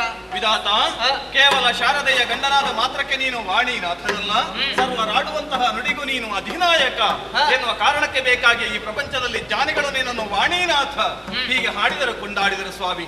ನಮಗೆ ಬಂದ ಬವಣೆಯ ಎಂತು ಬರೆಯಲಿ ಹೇಳು. ನಿನ್ನಿಂದಲೇ ಹೊರಪಡೆದಂತೆ ಮಹಿಷನೆನ್ನುವ ದಾನವ ಭೂಲೋಕ ಪಾತಾಳವನ್ನ ಸ್ವಾಧೀನಪಡಿಸಿಕೊಂಡು ಅಮರಲೋಕದ ಮೇಲೆ ಅಭಿಯೋಗವನ್ನ ಮಾಡಿದ್ದಾನೆ. ಸಂಗ್ರಾಮ ಕ್ಷೇತ್ರದಲ್ಲಿ ಕೈ ಸೋತವರು ನಾವುಗಳಾಗಿದ್ದೇವೆ. ಈ ಹೊತ್ತಿನಲ್ಲಿ ತುರುಳ ಮಹಿಷನ ಬಾಧೆಯಿಂದ ಲೋಕವೇ ತಲ್ಲಣಿಸ್ತಾ ಇದೆ. ನೀನೇ ರಕ್ಷಣೆ ಮಾಡಬೇಕು. ಮಾಧವನಲ್ಲಿಗೆ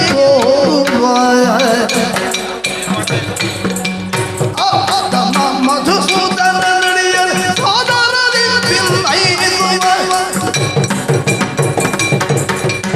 ದೇವೇಂದ್ರ, ನಿಮಗದಂತಹ ಕಷ್ಟವನ್ನು ಚೆನ್ನಾಗಿ ನಾನು ಅರ್ಥ ಮಾಡಿಕೊಂಡೆ. ಮಹಿಷಾಸುರ ತಪಸ್ಸಿನ ಮೂಲಕ ನನ್ನನ್ನು ಒಲಿಸಿದ ಕಾರಣ ಆತನಿಗೆ ಒಲಿದು ವರವನ್ನು ಕೊಟ್ಟವನಿದ್ದೇನೆ. ಕಷ್ಟ ಬಂದಿದೆ ಎಂದಾದ್ರೆ ಆತನ ವಧೆಯಾಗಬೇಕು. ನನ್ನಿಂದ ಅಸಾಧ್ಯ. ನೇರವಾಗಿ ವೈಕುಂಠವನ್ನು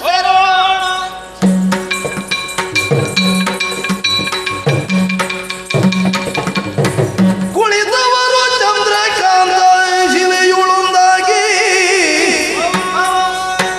ಕುಳಿತವರು ಚಂದ್ರಕಾಂತ ಶಿಲೆಯು ಒಂದಾಗಿ, ಖಳನ ವಧಿಸುವ ಯತ್ನವನು ಯೋಚಿಸುತ್ತ, ಖಳನ ವಧಿಸುವ ಯತ್ನವನು ಯೋಚಿಸುತ್ತ ಹರಿಹರರು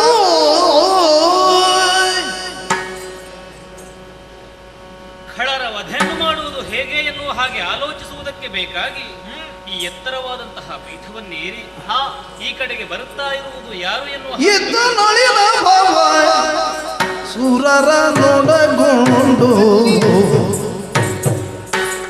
ನಡೆದಂದು ವೈಕುಂಠನಂಗಾಣದಿರಲು, ವೈಕುಂಠಕ್ಕೆ ಹೋದ್ರೆ ನಾರಾಯಣನಿಲ್ಲ, ಬಳಿಕ ಕೈಲಾಸ ಕೈತರಲು, ಕೈಲಾಸದಲ್ಲಿ ಪರಮೇಶ್ವರ ಪುರಹರನು ಶಂಕರನು ನಿಲಯದೊಳಗಿಲ್ಲ, ಪಾಪಿ ಹೋದಲ್ಲಿ ಮೊಣಕಾಲವನ್ನು ಬಳಿಕ ತಿಳಿದರು ಚಂದ್ರಕಾಂತ ಶಿಲೆಯೊಳು ಹರಿಯುವರು, ಐದೊಂದು ಅಡಿಗೆರಗಿ ವಿನಯಿಸಿದರು, ಹರಿಹರನ ಪದ ಕೆರಗಿ ಸಕಲ ಮಹಿಷಾಸುರನ ಉಪಟಳದಿ ತರಹರಲ್ಲ ಎಂಬ ನೀವೇ ಬರುವುದು. ಹರಿಹರನ ಪಾದಗಳಿಗೆ ನಮೋ.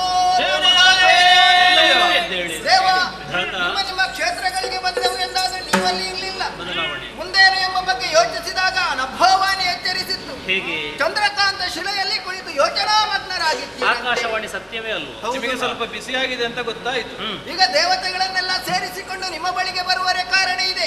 ಖಳ ಮಹಿಷನ ಉಪಟಳ ಅಧಿಕವಾಗಿದೆ. ದಾರಿ ತೋರಿ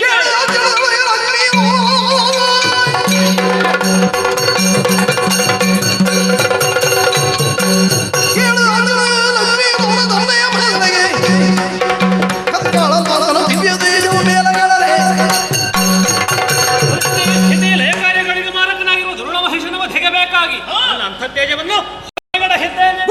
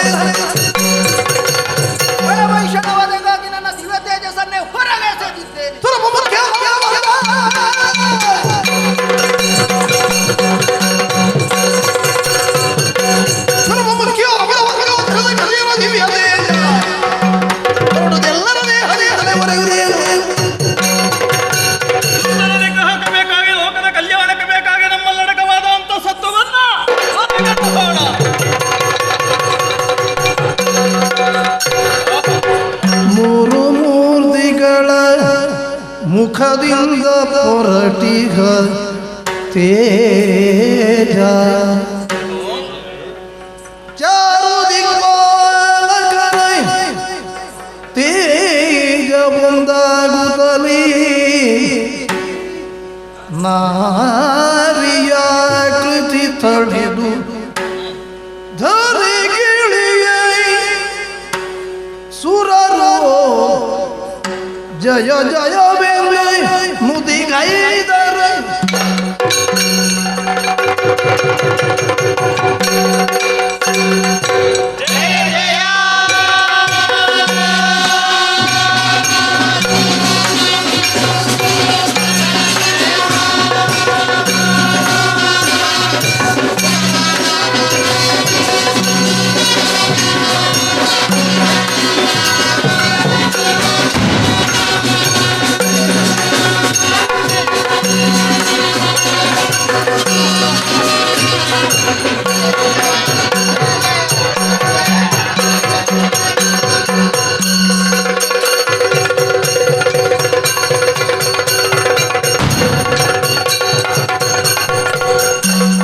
देवी हे पवन चरिते नीने गावुदु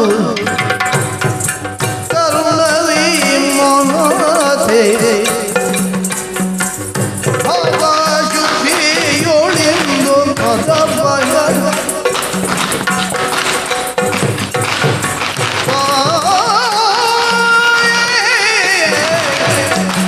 ನಾವು ಮರಿಕೊಳ್ಳೇವೆ ಅಭಯವ ಕರುಣಿದು ಅಭಯವ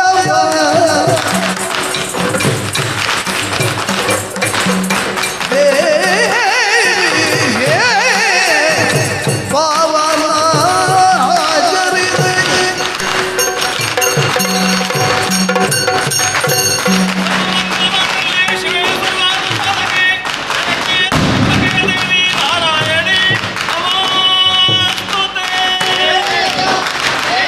ಹೇಳಿರೆ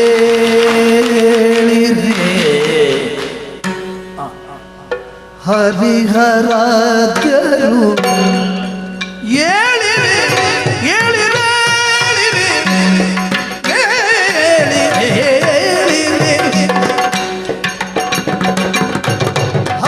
ಹರಿಹರಾದ್ಯರು ತಾಳಿಯ ಧೈರ್ಯವ ಸುರಪ ಮುಖ್ಯರು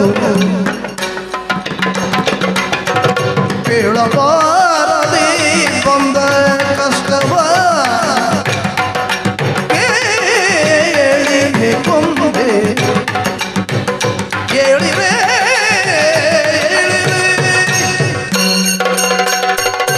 ಹರಿಹರ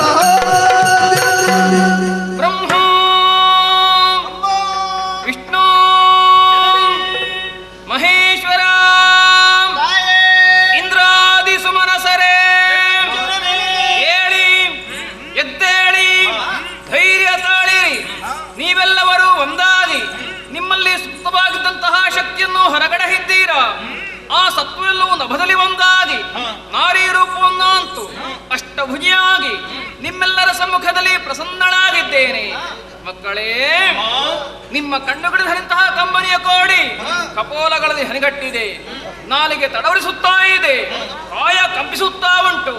ಯಾರಿಂದ ಏನು ಕಷ್ಟ ಬದಗಿತು ನನ್ನಲ್ಲಿ ಹೇಳಬಾರದೆ?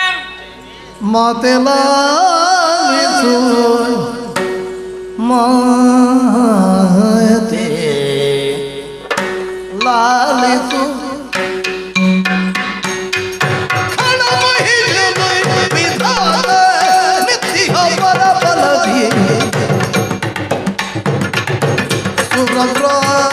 ಸುರವ್ರಾತವೆಲ್ಲ ಮಧ್ಯದ ಗಿಳಿಸಿ ನಿರ್ಭೀತಿಗಿಂದ ಮಾತೆ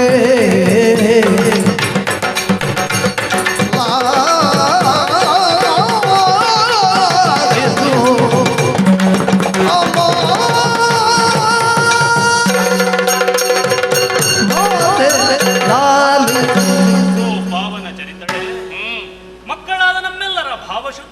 ಮೊರೆಯನ್ನಾಲಿಸಿ ಧರೆಗಿಳಿದೆಯ ತಾಯಿ. ನಿನ್ನ ದಿವ್ಯ ಮಂಗಳ ಮನೋಹರ ಸ್ವರೂಪವನ್ನು ಕಂಡಾಕ್ಷಣವೇ ನಾವೆಲ್ಲರೂ ಹರ್ಷಚಿತ್ತರಾಗಿದ್ದೇವೆ. ಆದರೆ ಇದೇ ಸಂತೋಷದಿಂದ ಮುಂದುವರಿಯುವಂತಹ ಭಾಗ್ಯದಿಂದ ವಂಚಿತರಾಗುತ್ತೇವೆಯೋ ಎನ್ನುವಂತಹ ಭೀತಿಯು ಆವರಿಸಿದೆ ತಾಯಿ.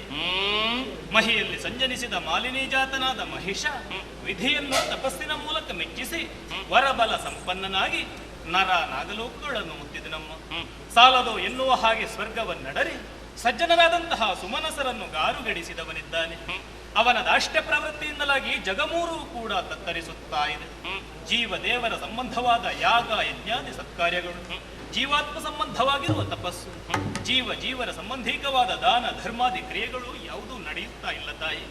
ಕರ್ಮಸಾಕ್ಷರಾದಂತಹ ಸೂರ್ಯ ಚಂದ್ರರ ಸಂಚಾರಕ್ಕೂ ತಡೆಯೊಡ್ಡುತ್ತಾ ಇದ್ದಾನೆ ತಾಯಿ.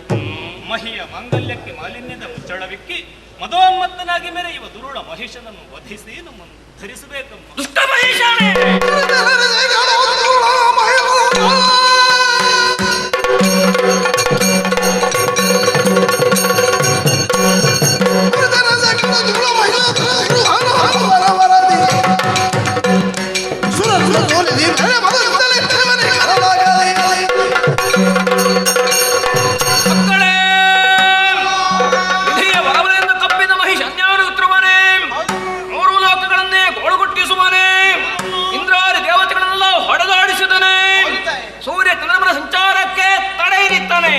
ನೀವ್ಯಾರೂ ಭಯಪಡಬೇಡಿ. ಲೋಕಕಟ್ಟಗರಾದಂತಹ ಕೂಡ ಮನುಷ್ಯನನ್ನು ವಧಿಸಿ ನಿಮ್ಮನ್ನೆಲ್ಲ ಸಲಹುತ್ತೇನೆ, ಧೈರ್ಯ ತಾಳಿರಿ. ಶಂಖದುರ್ಗಾ ತಿರುತ್ತಾರೆ.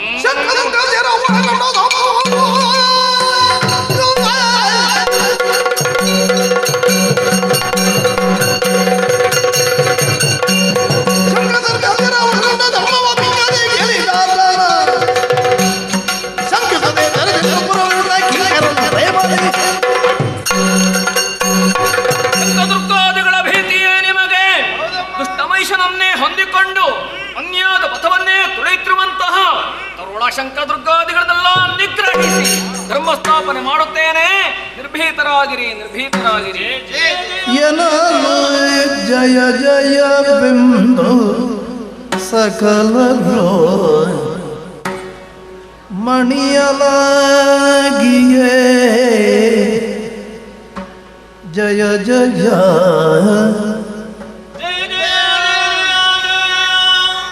ಜಯ ಜಯ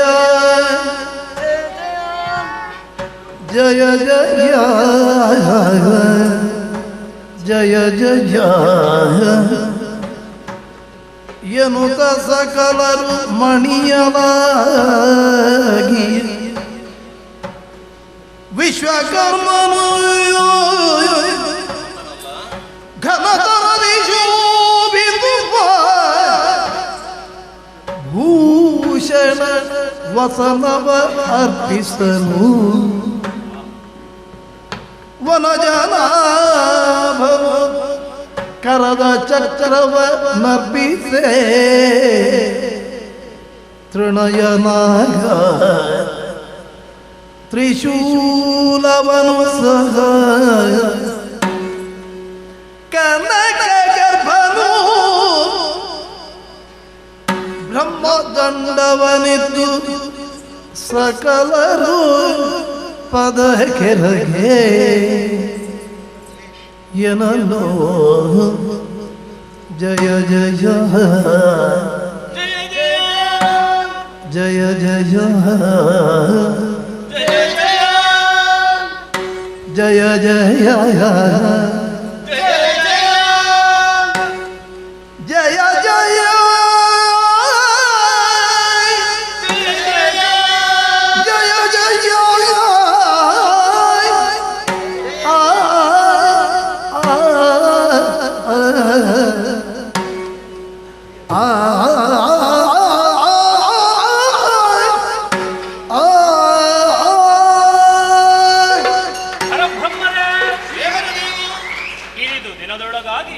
ಮಹಿಷನೇ ಇತ್ಯಾದಿಯಾದ ಖಳಸಂದೋಹದ ಉಪಹತಿಯಿಂದ ನಮ್ಮೆಲ್ಲರನ್ನು ಮುಕ್ತಗೊಳಿಸುತ್ತೇನೆ ಎನ್ನುವ ಹಾಗೆ ಮಾತಾಡಿದಂತಹ ಭಯವಾಣಿಯಿಂದ ನಾವು ತೃಪ್ತಿ ಹೊಂದಿದವರಿದ್ದೇವೆ.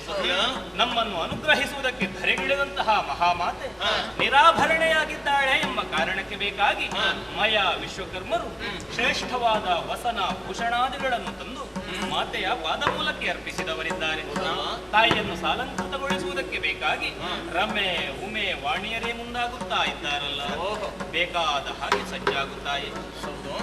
ಅವರೆಲ್ಲವರಷ್ಟು ಸೇವೆ ಮಾಡುವಾಗ ನಾವು ಸೇವೆ ಮಾಡುವುದು ಬೇಡವೇ? ಸೇವೆ ಬೇಕೇ ಬೇಕು. ಮಹಿಷನ ವಧೆಗೆ ಬೇಕಾಗಿ ನನ್ನ ಕೈಯಲ್ಲಿರುವಂತಹ ಶ್ರೀ ಚಕ್ರವನ್ನು ಮಹಾಮಾತೆಗೆ ಅರ್ಪಿಸುತ್ತಾ ಇದ್ದೇನೆ. ಸ್ವೀಕರಿಸಬೇಕಮ್ಮ, ಸ್ವೀಕರಿಸಬೇಕು.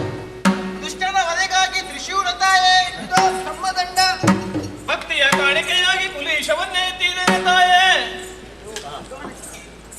ಇಂದ್ರ, ದೇವರ ದೇವ, ರುದ್ರ ಸ್ವರೂಪಿಣಿಯಾಗಿ ಕದನ ಕಣಕ್ಕೆ ಹೊರಟಿರುವಂತಹ ಮಹಾಮಾತೆಯನ್ನು ಕರೆದೊಯ್ಯುವುದಕ್ಕೆ ಬೇಕಾಗಿ ಪರ್ವತರಾಜನೇ ಕೇಸರಿಯಾಗಿ ಬರುತ್ತೇನೆನ್ನುವ ಹಾಗೆ ಆಡಿದ್ದಾನಲ್ಲ, ಯಾಕೆ ಬರಲಿಲ್ಲ?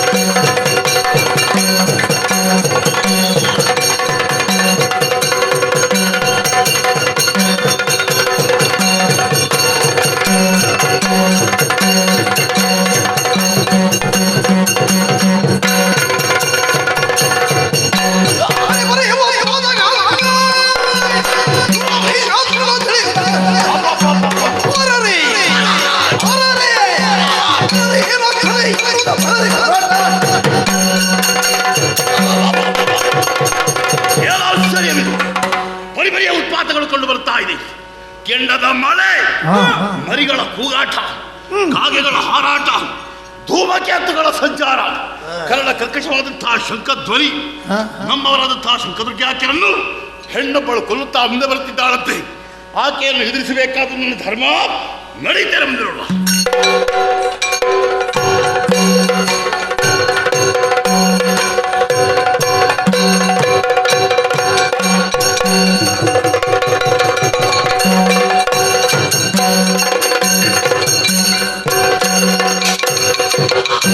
Oh,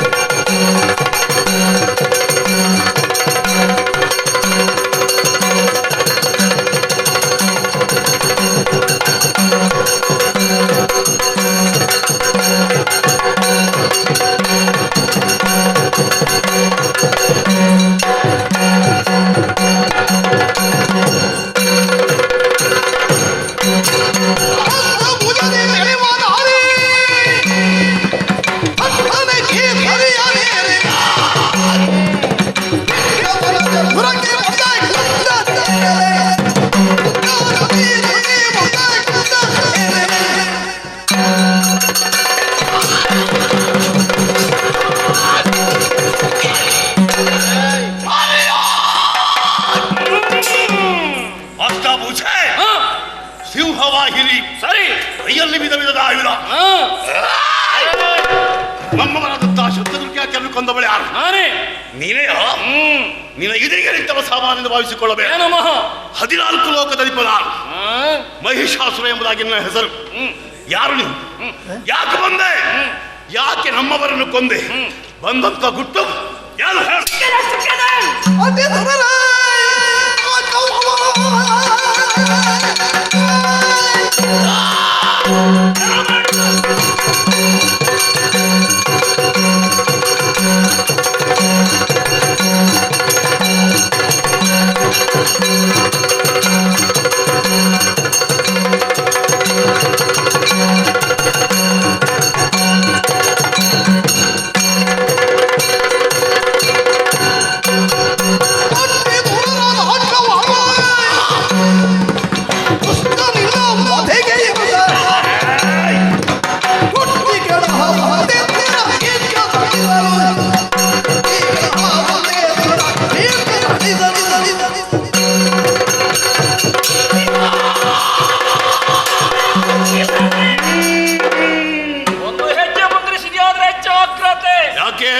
ನೆತ್ತಿಯಲ್ಲಿ ಕೋಡಗಳನ್ನು ಹೊತ್ತ ಮಾತ್ರಕ್ಕೆ 3 ಲೋಕಗಳಲ್ಲಿ ನಾದಿರುವುದಾಗಿ ತಿಳಿದುಕೊಂಡಿಯೇನು?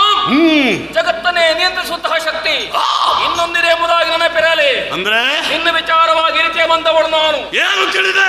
ಹೊರಬಡಂತಹ ನೀನು ದೇವತೆಗಳನ್ನು ಕೆಣಕಿದೆಯೋ? ಭ್ರಷ್ಟಾಚಾರಕ್ಕೆ ತಡೆ ನಿತ್ಯ ನೋಡು. ದೇವತೆಗಳ ಮೊರೆ ಮಾಲಿಸಿ ಬಂದವಳು ನಾನು. ಸಾರಿ ಹೇಳುತ್ತೇನೆ.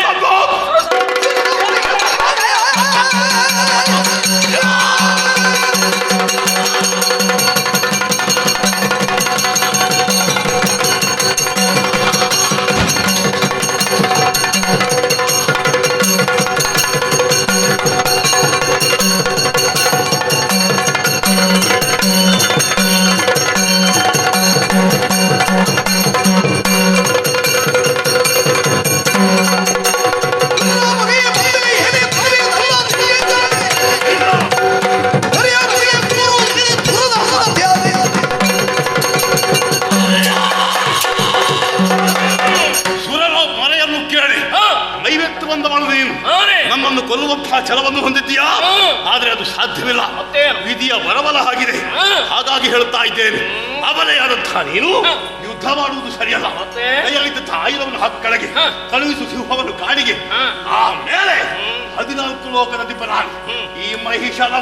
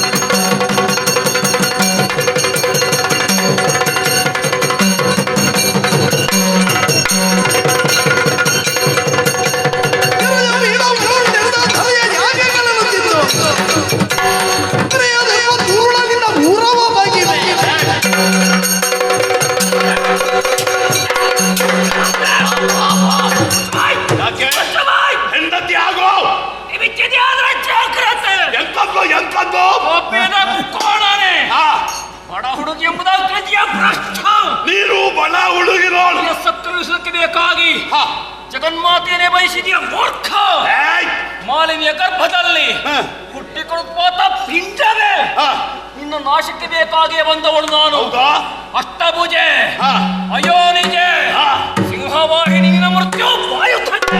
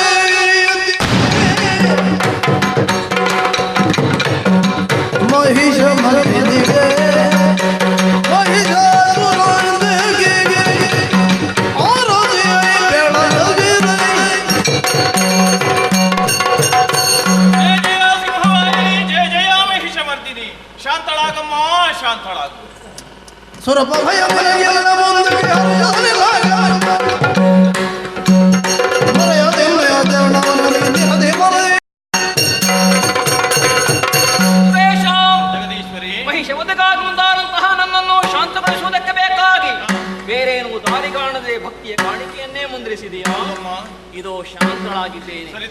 ಇಂದ್ರ, ಗುರುನಾದಂತಹ ಮಹೇಶ್ವರನೇ 9 ದಿವಸಗಳ ಪರ್ಯಂತರ ಒಂದೊಂದು ರೂಪದಲ್ಲಿ ಹೋರಾಡಿದವಳು ನಾನು. ಆದ ಕಾರಣ ಇನ್ನು ಮುಂದೆ ಧರೆಯಲ್ಲಿ ಈ 9 ದಿವಸಗಳನ್ನು ನವರಾತ್ರಿ ಎಂಬುದಾಗಿ ಆಚರಿಸಲಿ. 10ನೇ ದಿನದಂದು ಕೂಳಮಹಿಷನನ್ನು ಕೊಂದು ಅವನೊಂದಿಗೆ ವಿಜಯವನ್ನು ಸಾಧಿಸಿದ್ದೇನೆ. ಈ ದಿನವನ್ನು ವಿಜಯದಶಮಿ ಎಂಬುದಾಗಿಯೂ ಆಚರಿಸಲಿ. ನವರಾತ್ರಿ ಹಾಗೂ ವಿಜಯದಶಮಿಯನ್ನು ಯಾರು ಶ್ರದ್ಧಾ ಭಕ್ತರು ಆಚರಿಸಿಕೊಂಡು ಬರ್ತಾರೋ ಅಂತವರಿಗೆಲ್ಲ ಆಯುಷ್ಯ ಭಾಗ್ಯಾದಿಗಳನ್ನು ಕೊಟ್ಟು ಕಾಪಾಡುತ್ತೇನೆ. ಇಂದ್ರ, ಇನ್ನು ಮುಂದೆ ಕಳರ ಭೀತಿ ನಿನಗಿಲ್ಲ. ಮುಂದೆಲ್ಲಾದರೂ ಕಳರ ಭೀತಿ ನಾಕಲೋಕಕ್ಕಾಯಿತು ಅಂತಾದರೆ ಏನು ಮಾಡಬೇಕು ತಾಯೇ? ಕಷ್ಟ ಬಂತು ಎಂದಾದರೆ ನೇರವಾಗಿ ಹಿಣಗಿರಿಯನ್ನೇ ಸೇರು. ಭಕ್ತಿಯಿಂದ ನನ್ನನ್ನೇ ಧ್ಯಾನಿಸಿಕೊಂಡೆ ಎಂದಾದಲ್ಲಿ ನಿನ್ನ ಪಾಲುಗಳು ಪ್ರತ್ಯಕ್ಷಳಾಗಿ ನಿನ್ನ ಕಷ್ಟವನ್ನು ಪರಿಹರಿಸಿಕೊಟ್ಟೇನೆ. ಧೈರ್ಯಸ್ಥನಾಗಯ್ಯ.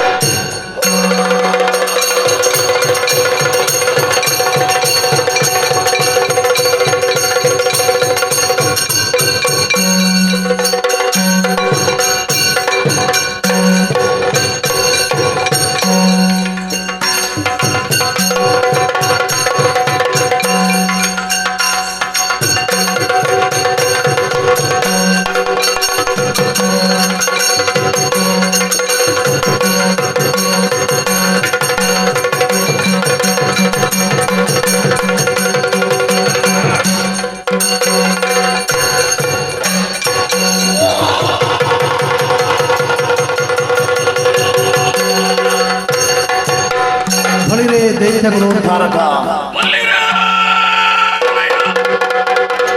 ಇರುವಂತಹ ಸ್ಥಳನಾಮಾಂಕಿತ ಶೋಣಿತಾಪುರಕ್ಕೆ ಯಾರೆಂಬುದಾಗಿ ಕೇಳಿದ್ದೀರಿ? ಶುಂಭಾಸುರದಾನವೆಂದು ಹೇಳಬಹುದು. ನಾನೇ ಸರಿ ಹೊರಟು ಬಂದಂತಹ ಕಾರ್ಯ ಅಲಿಸಬೇಕು.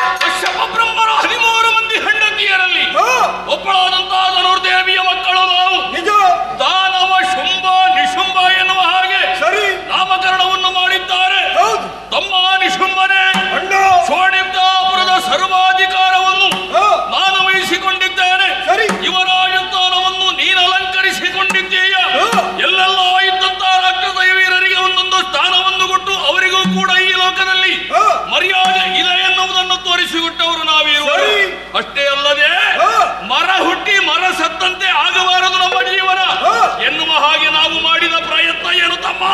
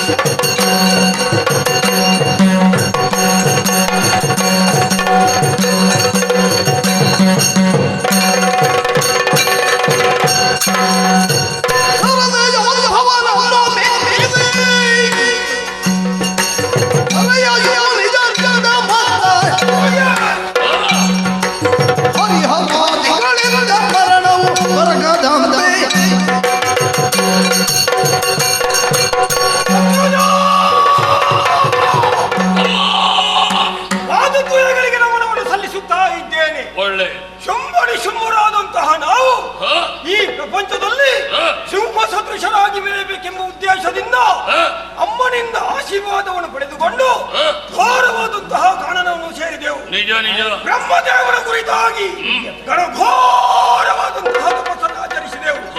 ನಮ್ಮ ತಪಸ್ಸಿಗೆ ಒಲಿದಂತಹ ವಿಧಾತ ನಮಗೆ ವರಗಳನ್ನೇ ಅನುಗ್ರಹಿಸಿದ್ದಾರೆ.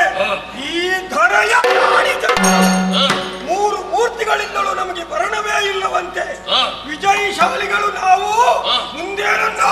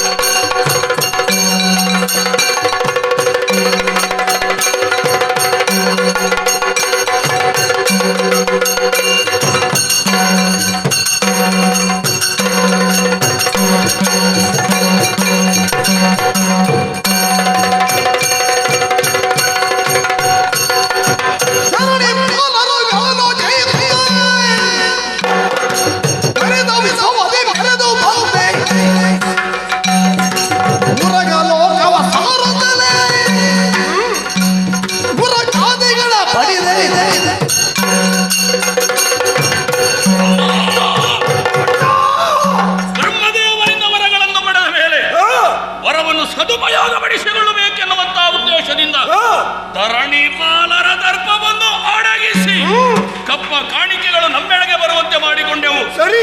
ಪಾತಾಳ ಲೋಕವನ್ನು ಸೇರಿ ಉರಗಾದಿಗಳ ಹೆಡೆಯನ್ನು ಮೆಟ್ಟಿ ಅವರಿಂದಲೂ ಬೇಕಾದಂತಹ ಭಂಡಾರ ನಿಧಿಗಳನ್ನು ನಮ್ಮಲ್ಲಿಗೆ ನಾವು ತರಿಸ್ತಾ ಇದ್ದೇವೆ. ಎಲ್ಲವರು ನಮ್ಮ ವೀರತ್ವವನ್ನು ಒಪ್ಪಿಕೊಂಡಿದ್ದಾರೆ ಎಂಬಷ್ಟಕ್ಕೆ ಮುಗಿಯಿತೆ.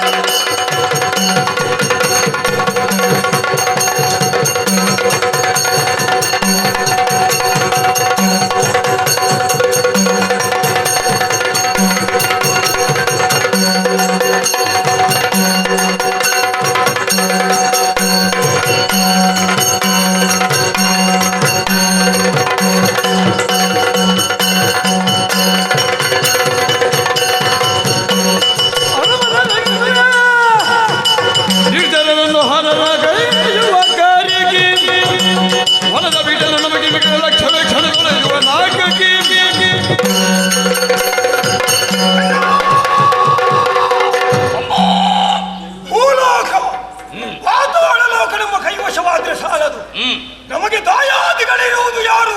ಆಗೆಲ್ಲ ವೈರಿಗಳಾದಂತಹ ದೇವತೆಗಳು. ಅವರು ಮೇಲ್ಲೋಕದಲ್ಲಿ ನೆಲೆಸಿದ್ದಾರೆ. ನಿಜ. ನಾವು ಕೆಳಗಿದ್ದೇವೆ. ಆದ್ರೆ ನಮ್ಮನ್ನು ಲೆಕ್ಕಕ್ಕೆ ತರುವುದಿಲ್ಲ. ಅಂತಹ ದೇವತೆಗಳನ್ನು ಬಗ್ಗುಪಡಿಸಬೇಕೆಂಬ ಮನಸ್ಸಾಗಿದೆ. ಏನನ್ನ ನಿನ್ನ ಅಭಿಪ್ರಾಯ? ನಡೆಯೋಣ ಸ್ವರ್ಗಕ್ಕೆ.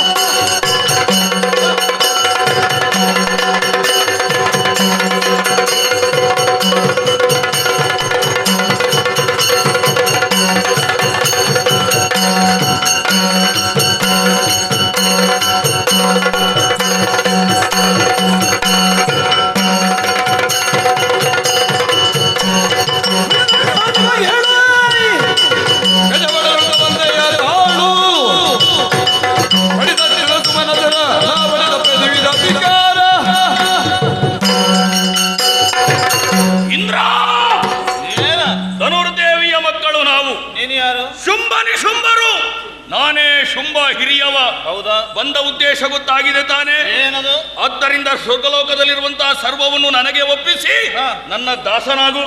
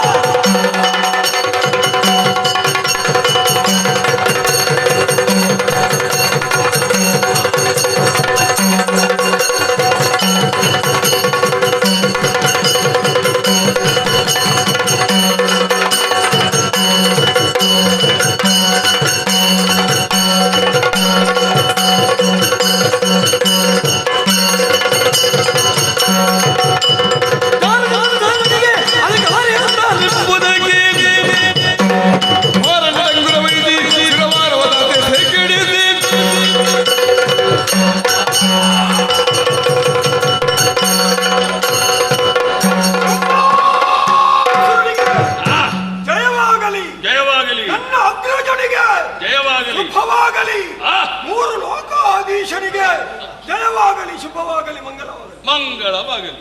ತಮ್ಮ, ಅದೆಷ್ಟೋ ದಿವಸಗಳಿದ್ದಂತಹ ಕನಸು ಇಂದಿಗೆ ನನಸಾಯಿತು. ಸ್ವರ್ಗಲೋಕವು ನಮ್ಮದ್ದಾಗಿದೆ ಎನ್ನುವಲ್ಲಿಗೆ 3 ಲೋಕವೂ ಕೂಡ ನಮ್ಮ ಸ್ವಾಧೀನವಾಗಿದೆ. ಇನ್ನು ಮುಂದಕ್ಕೆ ನಾನೇ ದೇವರು.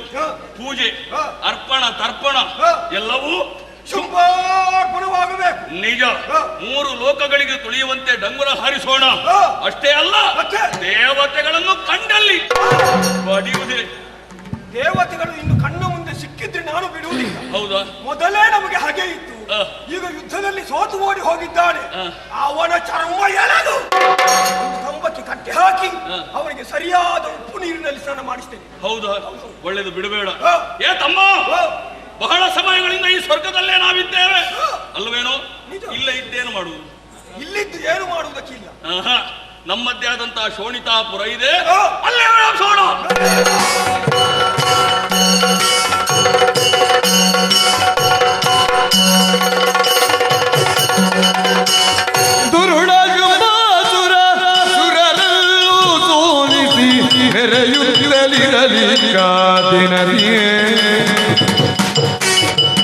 ಮರುಗುರುತ ಸುಮನದ ನೆರವಿಯ ನುಡಗೊಳ್ಳು ಹುರುಗೂತ ತೊಳಲಿದವರದಿ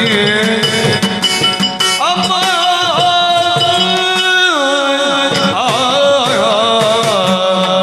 ದುರುಳ ಸಿಂಹಾಸನದ ಬಾಧೆಯಾಗಿದೆ. ಸಮಸ್ಯೆಯನ್ನು ಬಗೆಹರಿಸಿಕೊಳ್ಳುವುದಕ್ಕೆ ಬೇಕಾಗಿ ತಿರುನಾದ್ರಿಯ ತಪ್ಪಲ ಪ್ರದೇಶಕ್ಕೆ ಬಂದಿದ್ದೇನೆ. ಏಕೋದ್ಯಾನದಿಂದ ಆಕೆಯನ್ನೇ ಸ್ತುತಿಸ್ತೇನಂತೆ. ಜಯ ಜಯ ಜಯ ಜಯ ಜಯ.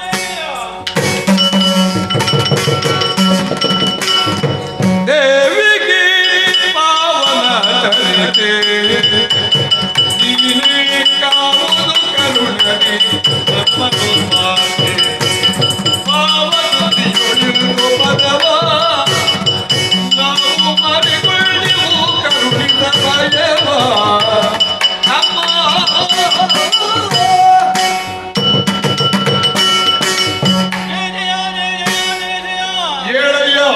ಸುರಪಾಲ ಗೋಡು ಮುಟ್ಟುವುದಿದೆ ಮಗಿಗಳಿಬ್ಬರು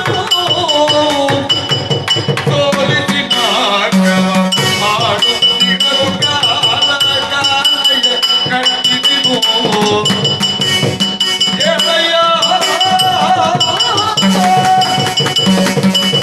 ಸುರಪಾಲ ಏಳು ಎದ್ದೇಳು, ಧೈರ್ಯಸ್ಥನಾಗು. ಕಾಲೇ ವರ್ಷಕ್ಕೆ ಪರ್ಜನ್ಯ ಪೃಥ್ವೀ ಸಸ್ಯಶಾಲಿನಿ ದೇಶೋಯಂ ಕ್ಷೋಭರಹಿತಂ ಸಜ್ಜನಾಹ ಸಂತು ನಿರ್ಭಯ. ಕಾಲ ಕಾಲಕ್ಕೆ ಸರಿಯಾಗಿ ಮಳೆ ಸುರಿದು ಬೆಳೆ ಬೆಳೆದು ಪ್ರಕೃತಿ ಮಾತೆ ನಿತ್ಯ ನೂತನೆಯಾಗಿ ಸಸ್ಯಶ್ಯಾಮಲೆಯಾಗಿ ಕಂಗೊಳಿಸಿದಾಗ ಪ್ರಪಂಚದಲ್ಲಿರುವಂತಹ ಪ್ರತಿಯೊಂದು ಜೀವರಾಶಿಯೂ ಕೂಡ ಸೌಖ್ಯದಿಂದ ಬದುಕುತ್ತದೆಯಂತೆ. ಅಂತಹ ಕಾಲನಿಗೆ ಅಧಿಪತಿಯಾದಂತಹ ನೀನು ಕಣ್ಣ ನೀರ ಧಾರೆಯ ಮೂಲಕವಾಗಿ ನನ್ನನ್ನೇ ಪ್ರತ್ಯಕ್ಷೀಕರಿಸಿದ್ದೀಯ. ಯಾರಿಂದ ಕಷ್ಟ ಒದಗಿ ಬಂತು ಬಿತ್ತರಿಸು. ಜನನಿ ಬಂದಂತಹ ಬವಣೆಯ ಎಂತು ಒರೆಯಲಿ ತಾಯಿ. ತನ್ನ ಕಣ್ಣ ಕೊನೆಯ ಮೊನೆಯ ಅಂಚಿನ ನೋಟದಿಂದಲೇ ಪ್ರಪಂಚದಲ್ಲಿರುವ ಸಕಲ ಜೀವರಾಶಿಗಳ ಚಲನ ವಲನಗಳನ್ನು ತಿಳಿಯುವುದಕ್ಕೆ ಶಕ್ತಳಾದಂತಹ ಭಗವಂತೆ ನೀನು. ನಿನ್ನ ಮಕ್ಕಳಾದ ನಮಗೆ ಬಂದ ಬವಣೆಯನ್ನು ಅರಿಯುವುದಕ್ಕೆ ಅಸಾಧ್ಯಳಾದೆಯ ತಾಯೇ. ಅರ್ಥೈಸಿಕೊಂಡೆವು. ಒಂದು ಕಾಲದಲ್ಲಿ ಈ ಲೋಕದಲ್ಲೇ ಗಡಗುಟ್ಟಿ ನಡುಗಿಸಿದಂತಹ ದುಷ್ಟ ಕಳ ಮಹಿಷ ಅವನೇ ಘನಪರಾಕ್ರಮಿ ಎಂಬುದಾಗಿ ಭಾವಿಸಿಕೊಂಡದ್ದಮ್ಮ. ಆದರೆ ಈ ಕಾಲದಲ್ಲಿ ಅವನಿಗಿಂತಲೂ ಮಿಗಿಲಾದಂತಹ ಘನಪರಾಕ್ರಮಿ ಓರ್ವ ಧರೆಯಲ್ಲಿ ಸಂಚರಿಸಿ ಹೋಗಿದ್ದಾನೆ. ಧನದೇವಿಯ ಸುಕುಮಾರನಂತೆ ಶುಂಭನೆನ್ನುವಂತಹ ದಾನವ ತನ್ನ ಅನುಜನಾದ ನಿಶುಂಭನನ್ನು ಒಡಗೂಡಿಕೊಂಡು ಘೋರವಾದ ಕಾಂತಾರವನ್ನು ಪ್ರವೇಶ ಮಾಡಿದ. ವಿಧಿಯ ಕುರಿತಾಗಿ ಘನತರವಾದ ತಪಶ್ಚರ್ಯೆಯಲ್ಲಿ ತನ್ನನ್ನು ತಾನು ತೊಡಗಿಸಿಕೊಂಡನ ತಾಯೇ. ಬೇಕಾದಂತಹ ವರಗಳನ್ನು ಪಡೆದುಕೊಂಡು ಸದುಪಯೋಗಪಡಿಸಿಕೊಳ್ಳಿಲ್ಲ, ಬದಲಾಗಿ ದುರುಪಯೋಗಪಡಿಸಿಕೊಂಡ. ಭೂಲೋಕದಲ್ಲಿದ್ದ ಭೂಭುಜರ ಕೈಕಟ್ಟಿದ, ಪಾತಾಳದಲ್ಲಿದ್ದ ನಾಗಾದಿಗಳ ಹೆಡೆಬಿಟ್ಟಿದ, ಸುಮನಸರಾದಂತಹ ನಮ್ಮನ್ನು ಅನುವರದಲ್ಲಿ ಹಿಂದಕ್ಕಟ್ಟಿದ ತಾಯಿ.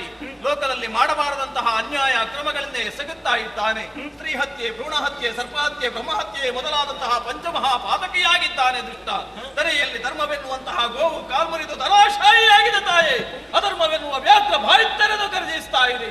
ದುರುಳರಾದಂತಹ ಶುಂಭನ ವಧೆಯತ್ತ ತಾವೊಂದು ಮನ ಮಾಡಬೇಕು ಅಂತ ಪ್ರಾರ್ಥನೆ. ಕರುಣಿಸುವುದರ ಭಯವನ್ನು ನುಡಿದಳು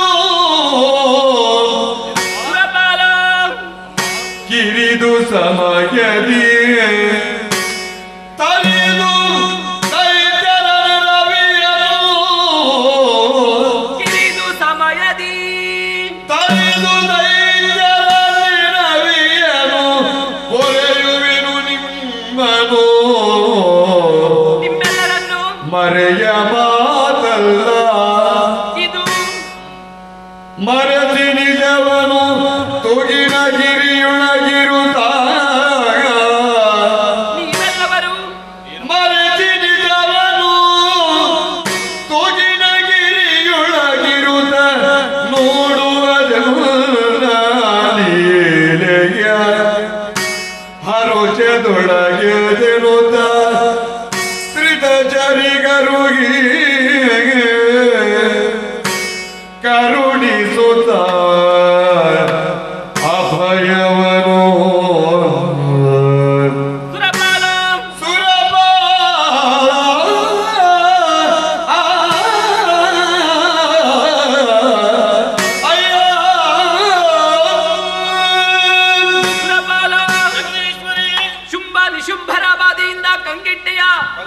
ಬೆದರದಿರು ಬೆದರದಿರು.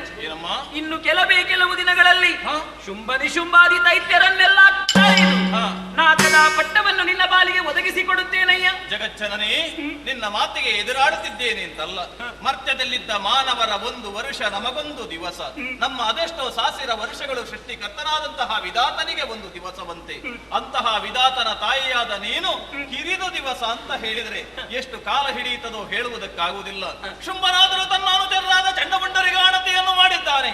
ದೇವಾದಿ ದೇವತೆಗಳನ್ನು ಕಂಡಲ್ಲಿ ಹಿಂಸಿಸಿ ಎಂಬುದಾಗಿ ಭೀತಿಗೊಳಗಾದವರು ನಾವುಗಳು ಎಲ್ಲಿರ್ಬೇಕಮ್ಮ? ಭಯಪಡಬೇಕಾದಂತಹ ಅವಶ್ಯಕತೆ ಇಲ್ಲ. ಅಂದ್ರೆ ನೀವೆಲ್ಲವರು ನಿಮ್ಮ ನಿಜ ರೂಪವನ್ನು ಮರೆಸಿ ತುಹಿನಗಿರಿಯಲ್ಲಿ ಇರಿ. ದುಷ್ಟರನ್ನೆಲ್ಲ ಕೊಲ್ಲುವಂತಹ ಚಂದವನ್ನು ನೀವೇ ಕಾಣುವಿರಂತೆ. ಹೊಂದಿಕೊಳ್ಳಿ ಹೊಂದಿಕೊಳ್ಳಿ. ಧೈರ್ಯವ ತಿಳುಗಿ ಬಳಿಕ ಶಕ್ತಿ ರೂಪಿಣಿ ಅಳುವ ಸುಮನ ಸರಿಂಗೆ ಧೈರ್ಯವ ತಿಳುಗಿ ಬಳಿಕ ಶಕ್ತಿ ರೂಪಿಣಿ ಖಳರ ಬಳಿಗೈದುತ್ತ ಗೆಲುವನ ಸಾಧ್ಯವಿಲ್ಲೆನುತ್ತ ಇದು ಸಾಧ್ಯವೇ? ತಿಳಿಗಳ ಕ್ಷಣದೊಳಗೆ ಮೋಗದ ಬಲೆಗೆ ಸಿಲುಕಿಸಿ ಧನುಜರ ಕೊಲ್ಲುವ ಕಾರ್ಯವು ಸುಲಭಾಗಿರುತ್ತಲಿ ತನ್ನ ಮನದೊಳಗೆ ಎಂದು ಯೋಚಿಸಿ ಮಗಮಾಗಿ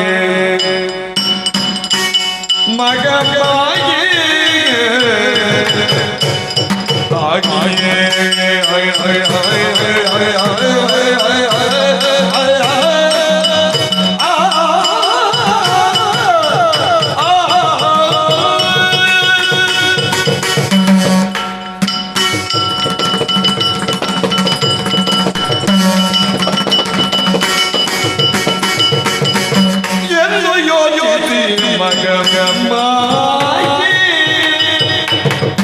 ದೈತ್ಯ ವೃಂದವ ಮುಗಿಸಿ ತರಿಯೇ ದೈತ್ಯ ವೃಂದವ ಮುಗಿಸಿ ತರಿಯೇ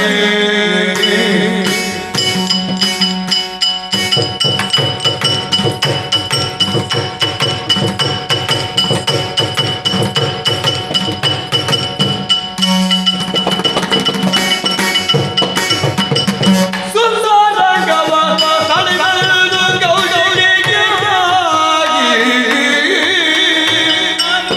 ಸುಂದರಂಗವ ತಡೆದು ಗೌರಿಗೆಯಾಗಿ ನಿಂತಳು ಮೆರೆವ ಕದಂಬವನದೊಳಡು ಸುಂದರಂಗವ ತಡೆದು ಗೌರಿಗೆಯಾಗಿ ನಿಂತಳು ಮೆರೆವ ಕದಂಬವನದೊಳಡು ನಿಂತಳು ಮೆರೆವ ಕದಂಬವನದೊಳಡು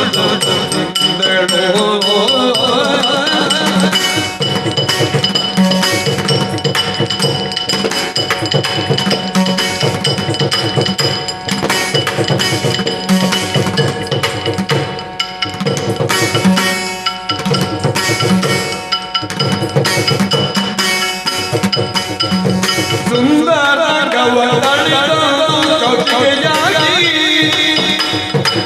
ನಿಂತಳು ಭಾವನದೊಳಡು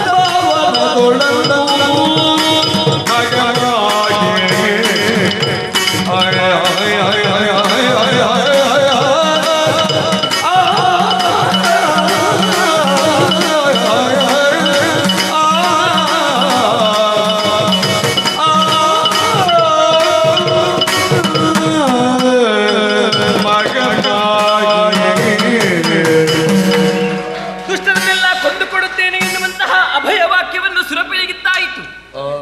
ಸುರಪ ದೂರಿದ್ದ ಕ್ಷಣವೇ ಇಚ್ಛಾಶಕ್ತಿ ಸಂಯುಕ್ತಳಾದಂತಹ ನಾನು ನನ್ನ ಹಣೆಗಣ್ಣನ್ನೊಮ್ಮೆ ತೆರೆದು ದುಷ್ಟರನ್ನೆಲ್ಲ ಕೊಂದು ಬಿಡಬಹುದಿತ್ತು. ಆದ್ರೆ ಹಾಗೆ ಮಾಡುವುದು ಸರಿಯಲ್ಲ. ನಾನಾಗಿ ಅವರ ಬಳಿಗೆ ಹೋಗುವುದೇ ಖಂಡಿತವಾಗಿಯೂ ಇಲ್ಲ. ದುಷ್ಟರನ್ನೆಲ್ಲ ನನ್ನ ಕಡೆಗೆ ಬರೆಸಿಕೊಳ್ಳಬೇಕು. ಯಾಕೆಂದ್ರೆ ನನ್ನದಾದಂತಹ ಈ ದಿವ್ಯ ತೇಜ ಭವ್ಯ ತೇಜವನ್ನು ಕಂಡುಕೊಳ್ಳುವುದಕ್ಕೆ ಅಸಮರ್ಥರವರು. ಹಾಗಾದ್ರೆ ಅವರನ್ನು ಹೇಗೆ ವಧಿಸೋಣ? 3 ಲೋಕದ ವಿಭು ಎನಿಸಿಕೊಂಡಂತಹ ಶುಂಭಾಸುರನಿಗಿರುವಂತಹ ವರವಾದರೂ ಹೇಗೆ? ಆಕೆ ಶಂಭುವಿನ ಸತಿಯಾಗಿರಬೇಕು. ಕೋಶ ಸಂಭವೇ ಆಗಿರಬೇಕು, ಮಾತ್ರವಲ್ಲ ಅಯೋನಿಜೆಯಾಗಿರಬೇಕು. ಶಂಭುವಿನ ಸತಿಯಾದಂತಹ ಗೌರಿಯ ದೇಹವನ್ನು ಒಡೆದು ಬಂದಿದ್ದೇನೆ ಅಂದರೆ ನಾನು ಕೋಶ ಸಂಭವಿಯೂ ಹೌದು. ಆದುದರಿಂದಲೇ ಕೌಶಿಕಿ ಎನ್ನುವಂತಹ ಹೆಸರನ್ನು ಇರಿಸಿಕೊಂಡ ಹಾಗಾಯಿತು. ಅಷ್ಟು ಮಾತ್ರವಲ್ಲ, ಅಯೋನಿಜೆ ನಾನಹುದು ಈಗ. ಮಾತ್ರವಲ್ಲ, ಶಂಭುವಿನ ಸತಿಯೂ ಹೌದು, ಅಯೋನಿಜೆಯೂ ಹೌದು. ಹಾಗಾದರೆ ಆತನನ್ನು ಕೊಲ್ಲುವುದಕ್ಕೆ ಸುಲಭ ಸಾಧ್ಯವಾಯಿತೆಂದಾಯಿತಲ್ಲ. ದುಷ್ಟರ ವಧಾ ಪ್ರಕರಣದಲ್ಲಿ ಸಾಧು ಸಜ್ಜನರಿಗೆ ಯಾವ ರೀತಿಯ ಕೊರತೆ ಉಂಟಾಗಬಾರದೆನ್ನುವಂತಹ ಉದ್ದೇಶದಿಂದ ತುಹಿನಗಿರಿಯ ತಪ್ಪಲನ್ನು ಇಳಿದು ಬಂದವಳಿದ್ದೇನೆ. ಹಾಗಾದ್ರೆ ನನ್ನ ಇರವನ್ನು ಆ ಕಳರು ಅರಿತವರಲ್ಲ. ನಾನು ಕೃತಿಯ ಮುಖೇನವಾಗಿ ಅವರಿಗೆ ತೋರ್ಪಡಿಸಬೇಕು. ಹೇಗೆ, ಯಾವ ರೀತಿ? ಆಹಾ,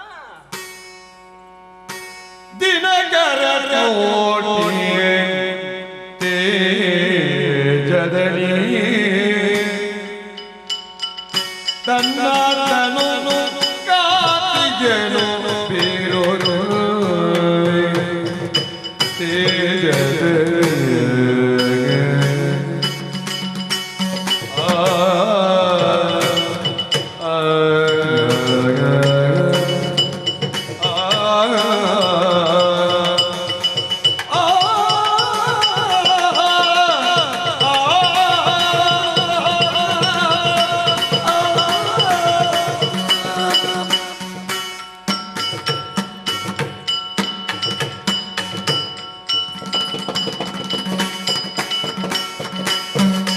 ದಿನಕರ ಕೋಟಿ ತೇಜದನಿ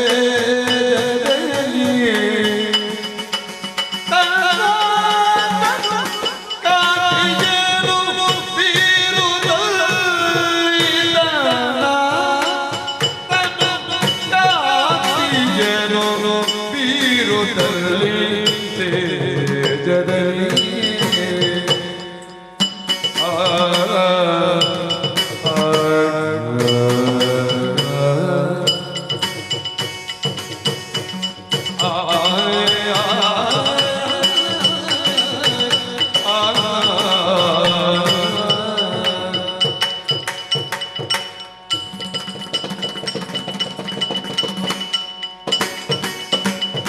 ಮನವ ಮುಗಿಸುವ ಗಾಯನವ ಮಾಡುತ್ತೇನೆ,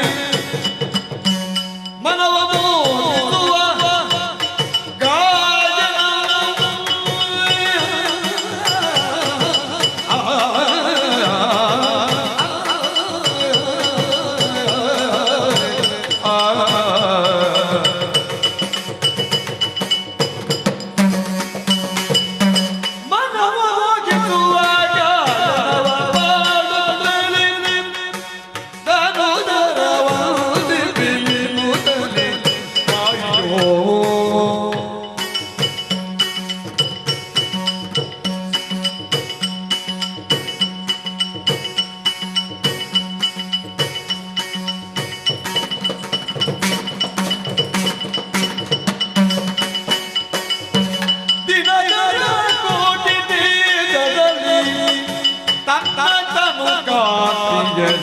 ಬೀರುತ್ತ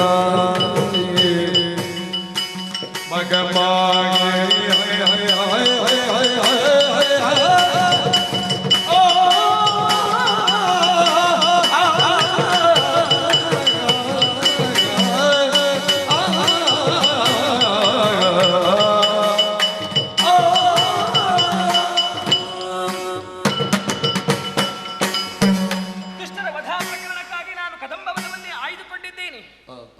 ಈ ವನವನ್ನು ಆಗಮಿಸುತ್ತಿದ್ದಂತೆ ಕತ್ತಲಾಗಿದ್ದಂತಹ ವನ ದೇದೀಪ್ಯಮಾನವಾಗಿ ಬೆಳಗುವುದಕ್ಕೆ ಆರಂಭಿತವಾಯಿತು.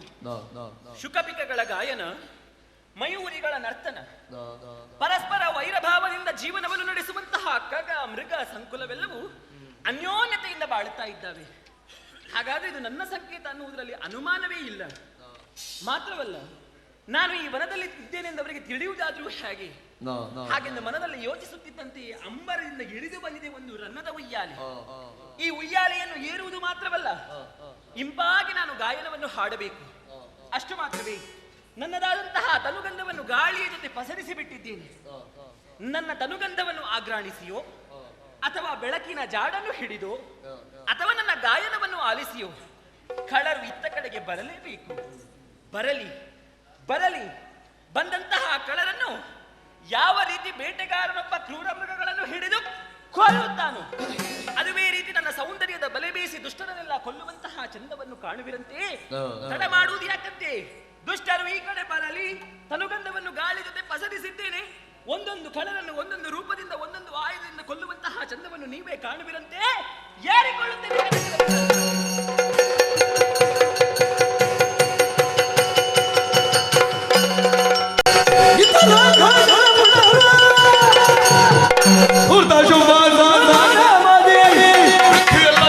ಶೋಧಿಸುವ ಎಂದೇನುತ್ತ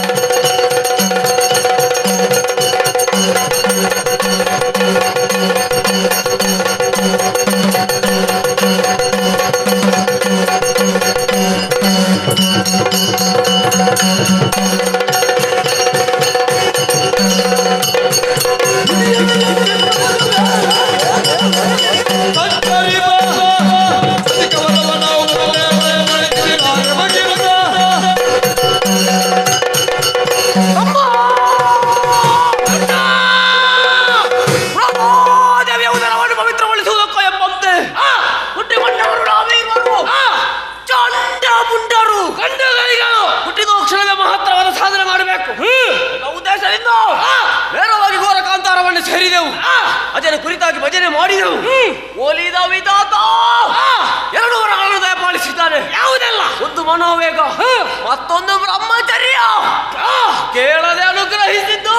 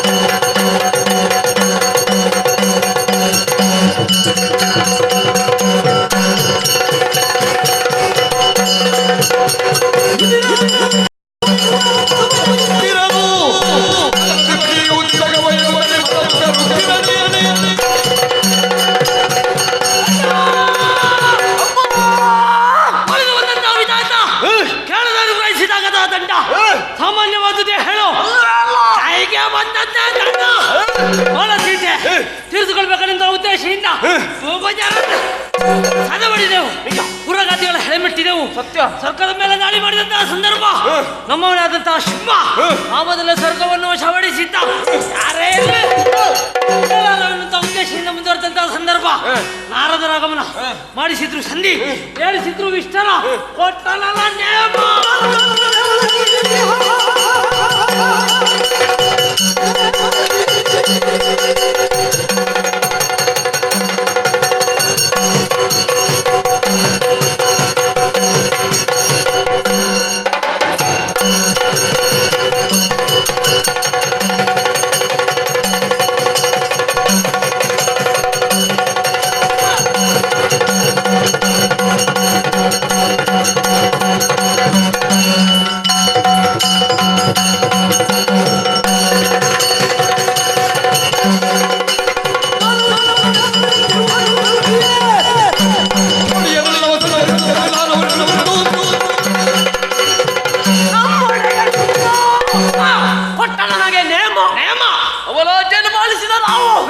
ತಿರುಗಾಟವನ್ನು ಕೈಗೊಂಡೆವು, ಹೊಗಳಿದವರ ಜೊತೆ ಸೇರಿಸಿದೆವು,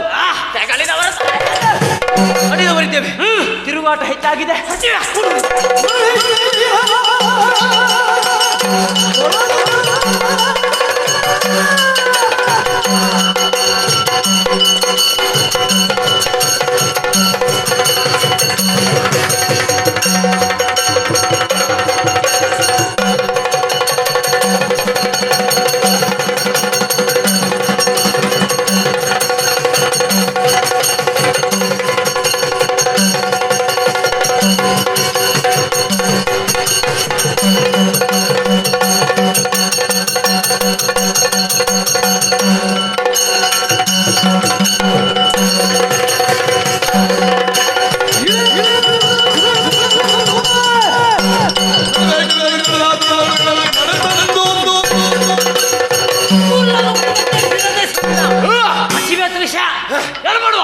ಹೋಗುವ ಕಾಡಿಗೆ ಆಡುವ ಬೇಟೆ, ವಿಧ ವಿಧವಾದ ಪ್ರಾಣಿಗಳ ಮಾಂಸ ತಿಂಬ.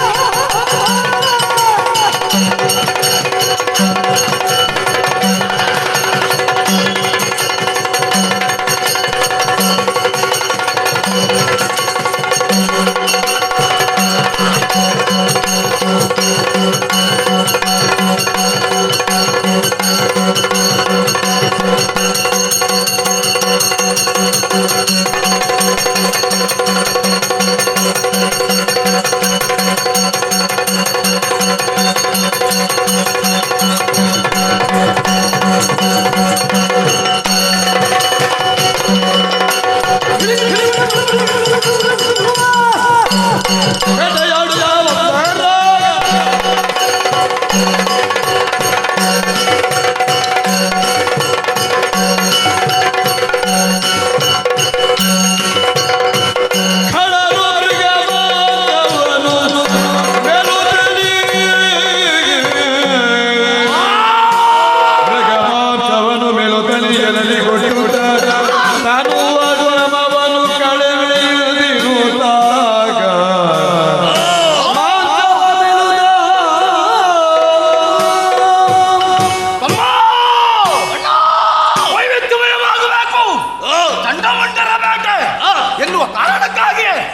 ಪಾಠ ಎರಡಲ್ಲೂ ಹಿಡಿದು ಬೇಟೆಯಾಡುತ್ತಾ ಕದಂಬಾವನವನ್ನು ಸಾಗಿದವರು ನಾವು.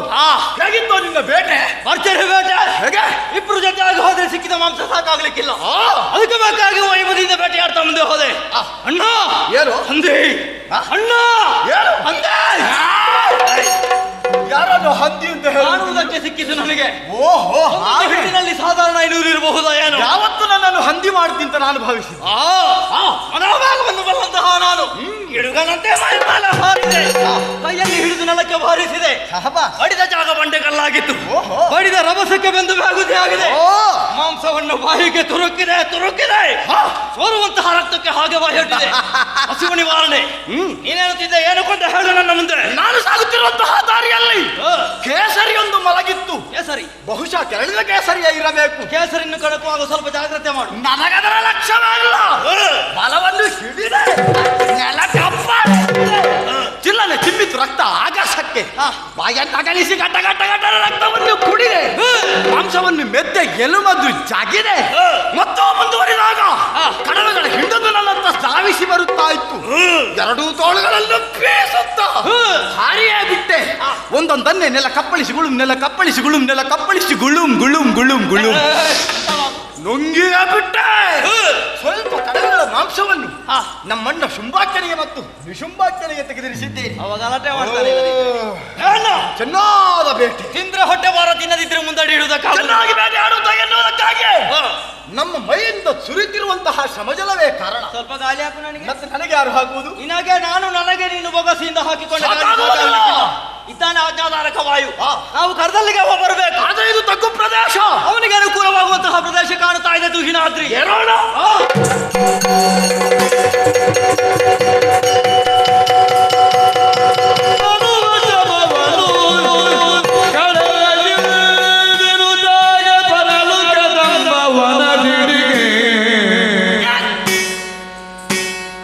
ತಳುವದ ಸಮಯದಲ್ಲಿ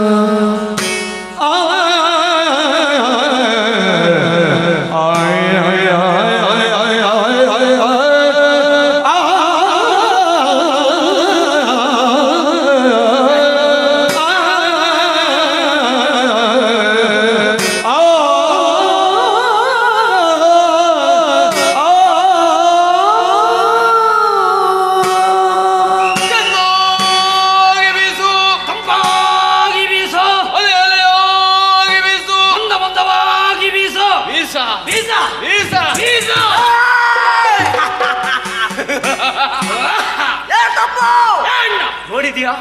ಸೇವಾಕರ್ತರು ಅಂದ್ರೆ ಈ ರೀತಿಯ ಸೇವಾಕರ್ತರು. ಸೇವೆಯಲ್ಲಿ ನಿಷ್ಠೆ ಬೇಕು, ಭಕ್ತಿ ಬೇಕು, ಪ್ರಾಮಾಣಿಕತೆ ಬೇಕು. ನಮ್ಮ ಅಜ್ಜನು ಪಾಲಿಸಿದಂತ ವಾಯು ಗಂಟನೆ ನಡುಗಿ ಬೀಸುತ್ತಾ ಇದ್ದಾನೆ. ಅವನ ಬೀಸುವಿಕೆಗೆ ಹೋಗೆಂಬೆ ತನುವನ್ನು ಕೊಟ್ಟದ್ದು. ಆಯಾಸ ಎಲ್ಲಿ ಹೋಗಿದೆ ಅಂತ ಗೊತ್ತಾಗ್ಲಿಲ್ಲ. ಸಮಾಜದ ಮಾಯ ಮತ್ತೊಮ್ಮೆ ಕೆಳಗಿಳಿದು ಬೇಟೆಯಾಡುವಂತಾಗುತ್ತಾ ಇದೆ. ಏ ರೀತಿಯ ಕಷ್ಟದಲ್ಲಿ ಪುಣ್ಯಾತ್ಮ ಇಳಿಯುವ ಅಗತ್ಯವೇ ಇಲ್ಲ. ಕಿವಿ ಕೊಡ, ಕಿವಿ ಕೊಡ. ಯಾರಿಗೆ ಕೊಡ್ಬೇಕಾ? ಗಾಳಿ ಬೀಸುವ ಕಡೆ ಒಮ್ಮೆ ಕಿವಿ ಕೊಡು. ಆಲಿಸ್ಬೇಕಾ? ಆಲಿಸು ತಮ್ಮ. ಆಲಿಸ್ತಾ ಇದ್ದೇನೆ.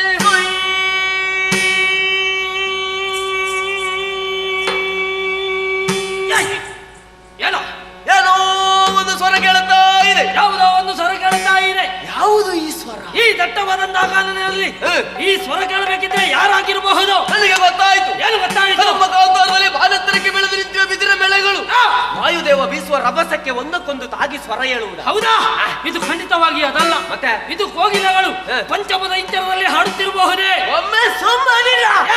ಕೋಗಿಲೆ ಸ್ವರ ನಮಗೆ ಗೊತ್ತಿಲ್ವೇ? ಏನು ಅದು ಇಷ್ಟು ಎತ್ತರಕ್ಕೆ ಹೋಗುತ್ತದ? ಇದು ಖಂಡಿತವಾಗಿಯೂ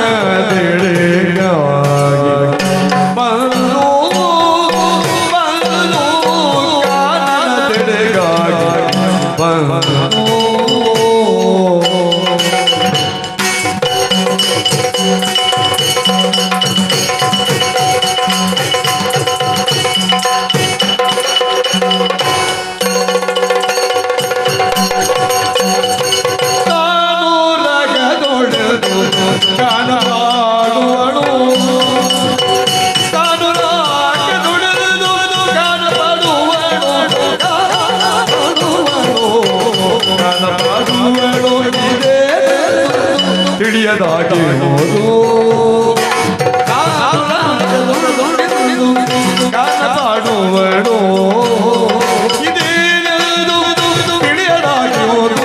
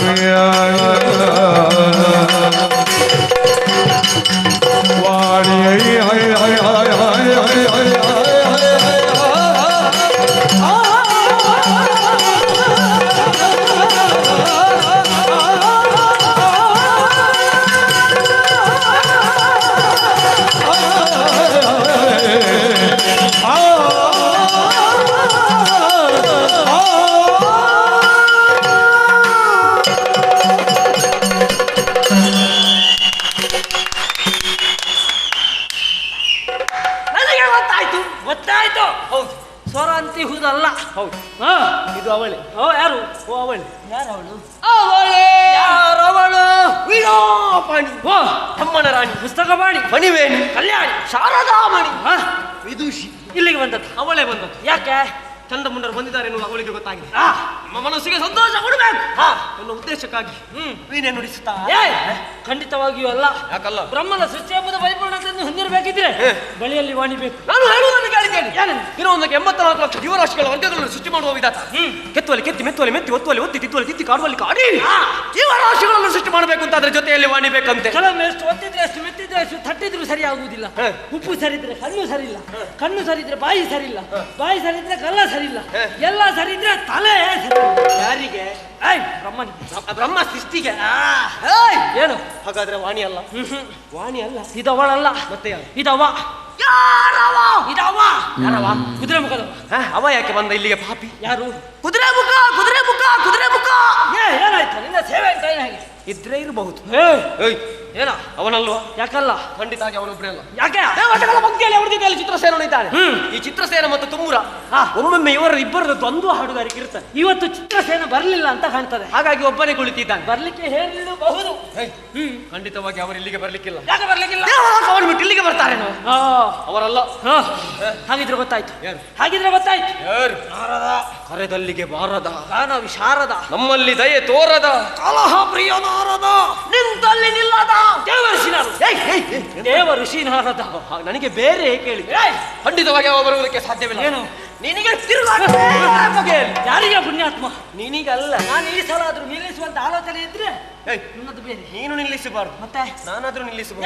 ಯಾಕೋ ಏನು ದಕ್ಷ ಬ್ರಹ್ಮ ನಾರದರಿಗೆ ಕೊಟ್ಟಂತಹ ಶಾಪ ಏನೆಂದ? ಹಾಗಾಗಿ ನಿಂತಲ್ಲಿ ನಿಲ್ಲುವುದಿಲ್ಲ. 3:45 ಗಳಿಗೆಯಲ್ಲಿ 3 ಲಕ್ಕವನ್ನು ಸಂಚರಿಸುತ್ತಾನೆ. ಸರಿಯಾಗಿ ಕಿವಿ ಕೊಡುವಂತೆ. ಇದು ಒಂದೇ ಕಡೆಯಲ್ಲಿ ಕೇಳಿ ಬರ್ತಾ ಇದೆ. ಆ ಕಡೆಯಿಂದಲೇ ಕೇಳಿ ಬರ್ತಾ ಉಂಟು. ನಾರದಾದ್ರೆ ಹೇಗೆ ಹೇಗೆ ಹೇಗೆ ಒಮ್ಮೆ ಅಲ್ಲಿ ಮತ್ತೊಮ್ಮೆ ಅಲ್ಲಿ ಮತ್ತೊಮ್ಮೆ ಅಲ್ಲಿ ಮಗದೊಮ್ಮೆ ಇಲ್ಲಿ ನಾಳೆ ನಾಳೆ ಎಲ್ಲಿಯೋ ನಾಳೆ ಇಲ್ಲ ಎಂದು ಮತ್ತೊಂದು ಕಡೆಗೆ ಹೋಗುತ್ತಾನೆ. ಅವ ಹೋಗುತ್ತಾನೆ. ಹಾಗಾಗಿ ಖಂಡಿತವಾಗಿ ನಾರದ ಅಲ್ಲ. ಹಾಗಾದ್ರೆ ಸ್ವರ ಬರ್ತಾ ಇದೆ. ವೀಣೆ ಬಿಡಿದಿರ್ಬವಾಣಿ ಅಲ್ಲ, ತುಮ್ಮುರ ಅಲ್ಲ, ನಾರದ ಅಲ್ಲ. ಯಾವುದು ಅಲ್ಲ, ಯಾವುದು ಅಲ್ಲ, ಅಲ್ಲ ಅಲ್ಲ ಅಲ್ಲ ಅಲ್ಲ ಅಲ್ಲ ಯಾವುದು ಅಲ್ಲ. ಇವತ್ತು ಭಾರಿ ಅಪಾಯ. ಹಾಗಾದ್ರೆ ನಮಗೆ ಗೊತ್ತಾಗಬೇಕು ಅಂತಾದ್ರೆ ಗೊತ್ತಾಗಬೇಕಿದ್ರೆ ಹಿಡಿಬೇಕು. ಕೇಳ್ತಾ ಇದೆ ಅಲ್ಲ ಸ್ವರ ಹಿಡಿಯುವ ಸ್ವರ ಪಿಡಿದು ನಡೆಸರನೋ ಸ್ವರ ಪಿಡಿದು ಸ್ವರ ಪಿಡಿದು ನಡೆದರನೋ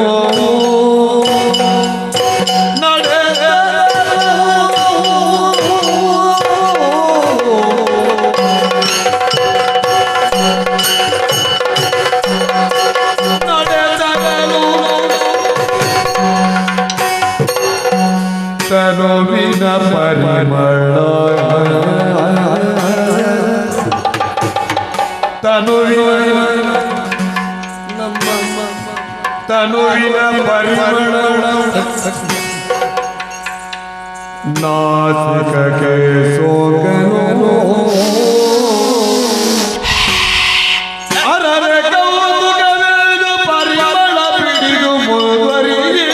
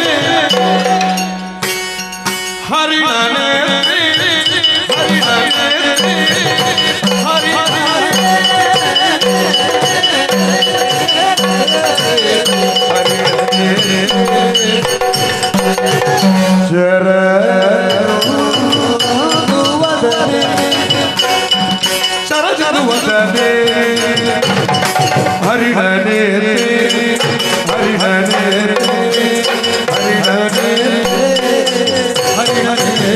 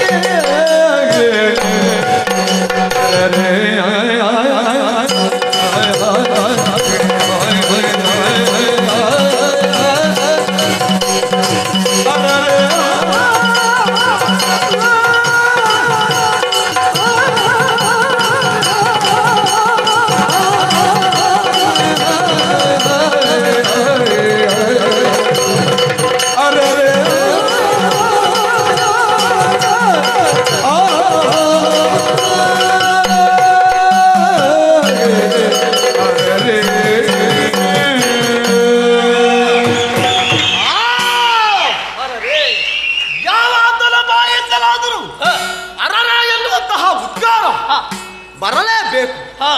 ನಡೆಯುತ್ತಾ ಸಾಗಿದಂತಹ ನಮ್ಮನ್ನೇ ತಡೆದು ನಿಲ್ಲಿಸಿದಂತಹ ನಿಲುವು, ದೃಢಚಿತ್ತರು ನಾವು, ಆದರೂ ಮೈರೋಮಾಂಚನವಾಗಿದೆ ಅಂತಹ ವಿಶಿಷ್ಟವಾದಂತಹ ಚೆಲುವು. ತಮ್ಮ ನೋಡಿದೆಯ ಕೋಟಿ ಸೂರ್ಯರ ಪ್ರಭೆ ಈ ವನಾಂತರದಲ್ಲಿದೆ ಎನ್ನುವ ಹಾಗ ಎಲ್ಲಿಂದ ಬಂತು, ಹೇಗೆ ಬಂತು, ಯಾರಿಂದ ಬಂತು ಎನ್ನುವುದನ್ನು ನೋಡುವುದಕ್ಕಾಗಿ ಆ ಕಡೆಯೊಮ್ಮೆ ದಿಟ್ಟಿ ಹಾಯಿಸಿದ್ರೆ ಕಣ್ಣು ಕೋರೈಸುವಂತಹ ಬೆಳಕು, ನೇರ ದೃಷ್ಟಿ ನೋಡುವುದಕ್ಕೆ ನಮ್ಮಿಂದ ಅಸಾಧ್ಯ ಅಲ್ವಾ ತಮ್ಮ. ಸೂರ್ಯನ ಪ್ರಕಾಶ ಒಂದಿಷ್ಟು ಕಾಡಿಗೆ ಬೀಳದಿದ್ರೂ ಕೂಡ ಕೋಟಿ ಸೂರ್ಯ ಪ್ರಭೆ ಒಂದಾಗಿ ಕಾಣಿಸ್ತಾ ಇದೆ.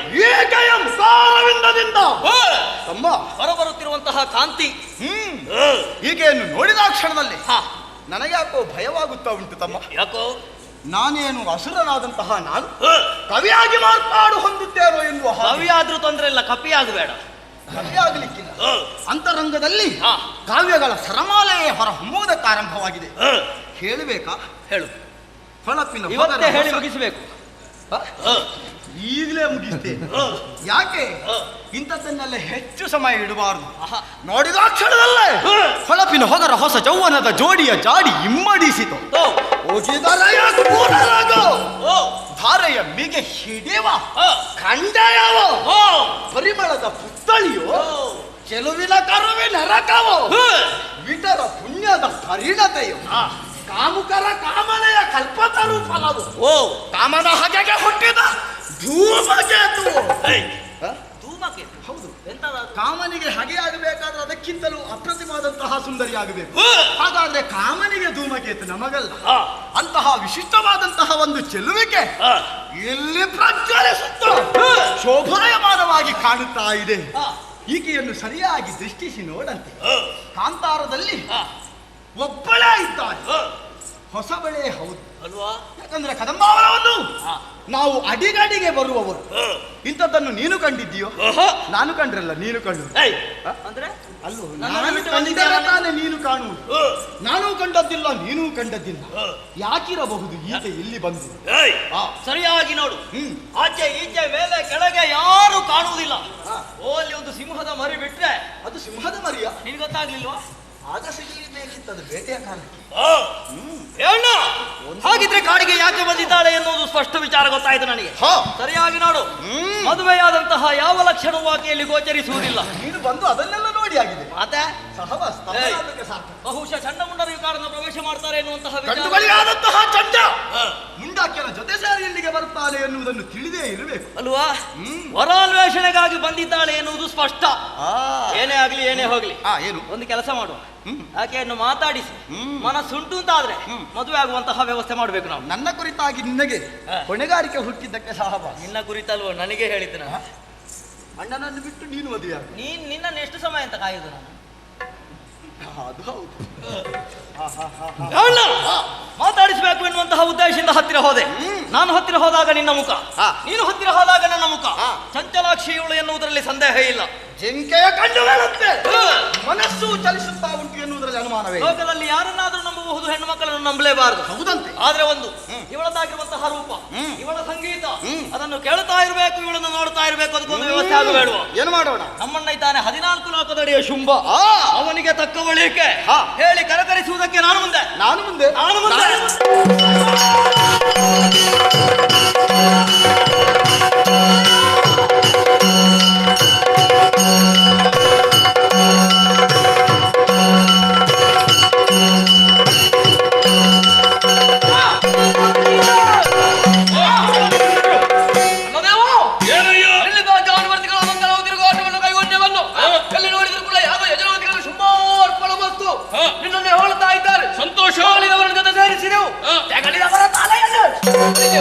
ಮನಸ್ಸಿಗೆ ಉಂಟಾದ ಬೇಸರವನ್ನು ಕಳೆಯುವುದಕ್ಕೆ ಸಂದರ್ಭದಲ್ಲಿ ನಮ್ಮ ತುದಿಯನ್ನು ಏರಿದವನು ಒಂದು ಸ್ವರ ಕೇಳಿಸಿದನ್ನ ಯಾವುದು ಎಲ್ಲದನ್ನು ನೋಡಬೇಕೆನ್ನುವ ಹಾಗೆ ಮುಂದುವರಿದೆ. ಒಬ್ಬಳಕ್ಕೆ ಸೌಂದರ್ಯವತಿ ಚಿನ್ನದ ಉಯ್ಯಾಲೆಯಲ್ಲಿ ಗಾನವನ್ನು ಮಾಡ್ತಾ ಇದ್ದಾಳೆ. ಅಣ್ಣ, ನಿನ್ನ ಸಮ್ಮುಖದಲ್ಲಿ ಇಂದಿನ ಮತಗಜವಿದೆ, ನೀನೇರುವುದಕ್ಕೆ ಉಚ್ಚೈಶ್ರ ಬಸು ಇದೆ. ನೀನಿನ್ನು ತ್ರಿಜಗದಲ್ಲನಾಗಿ ಪರಿಪೂರ್ಣನಾಗಿರ್ಬೇಕಿದ್ರೆ ಆ 3 ಲೋಕದ ಕಾಮಿನಿಯನ್ನು ನೀನು ಮದುವೆ ಆಗ್ಬೇಕಣ್ಣ. ಹೌದು, ನಿಜವಾ? ಬಹಳಷ್ಟು ರೂಪವತಿಯ. ನಾನು ಯೋಚಿಸ್ತೇನೆ, ಸ್ವಲ್ಪ ವಿಶ್ರಾಂತಿಯನ್ನು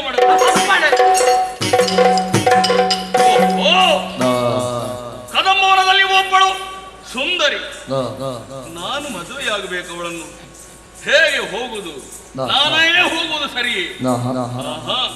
ಸರಿಯಾಗುವುದಿಲ್ಲ, ಸಮರ್ಥರಾಗಬೇಕು ಇದಕ್ಕೆ. ಇದ್ದಾರೆ ನಮ್ಮಲ್ಲಿ ವಯೋವೃದ್ಧರು, ಜ್ಞಾನವೃದ್ಧರು. ಯಾರು? ಸುಗ್ರೀವ.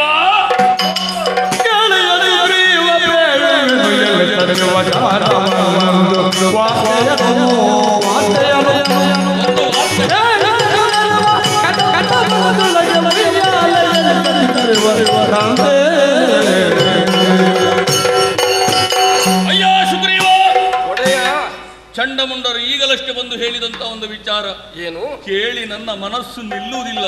ಅಲ್ಲಿಗೆ ಹೋಗಬೇಕು ಅಂತ ಕಾಣ್ತಾ ಉಂಟು. ಎಲ್ಲಿಗೆ? ಕದಂಬವನದಲ್ಲಿ ಒಬ್ಬಳಾಕೆ ಸುಂದರಿ ಇದ್ದಾಳಂತೆ.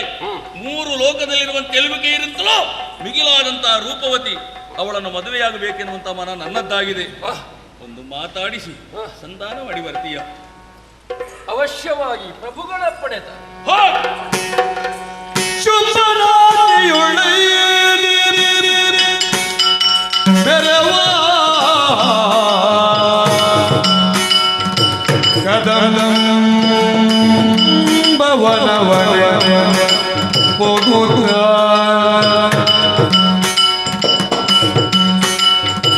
ಕದಂಬವನವನೆ ಮುಕುಂದ ತ್ರಯ ಜಗದೀಯ ಲಾವಣ್ಯವನು ನಿರ್ಗಂಡು ಸುಗ್ರೀವ ಹಂಬಲಿಸಿದನು ಶಿವಜಿಯು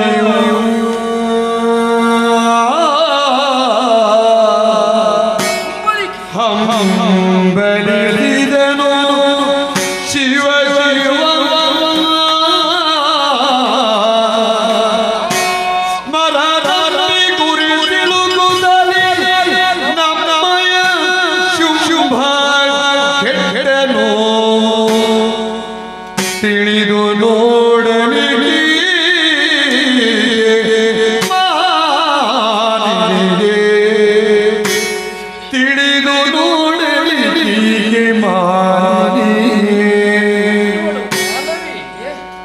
ಸಿಕ್ಕುವಳೆ ದಾನವಗೆ ಸಿಕ್ಕನು ತಕ್ಕುವಳೆ ತ್ರಿಜಗವನು ತನ್ನಯ ಕುಚಿಜೊಳಗಿರಿಸುತ್ತ ನಿತ್ಯದಿ ಸಲಗುದಿಗ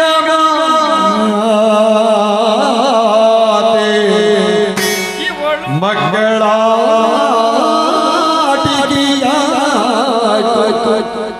ನಮ್ಮದು ಮಕ್ಕಳ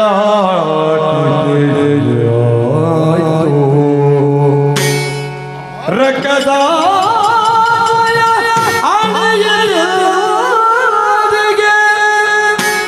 ರಕ್ಕದ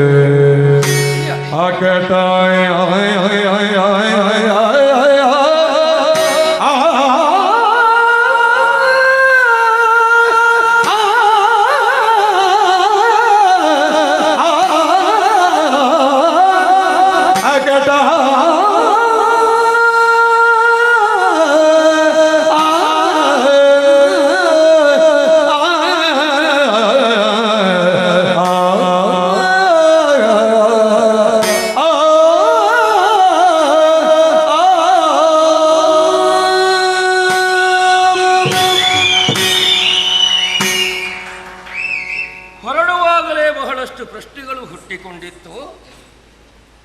ಕದಂಬಾವನವನ್ನು ಹೊಕ್ಕು ಬಹಳಷ್ಟು ಹುಡುಕಬೇಕಾದಂತಹ ಪರಿಸ್ಥಿತಿ ನನಗೆ ಒದಗಿ ಬರಲೇ ಇಲ್ಲ.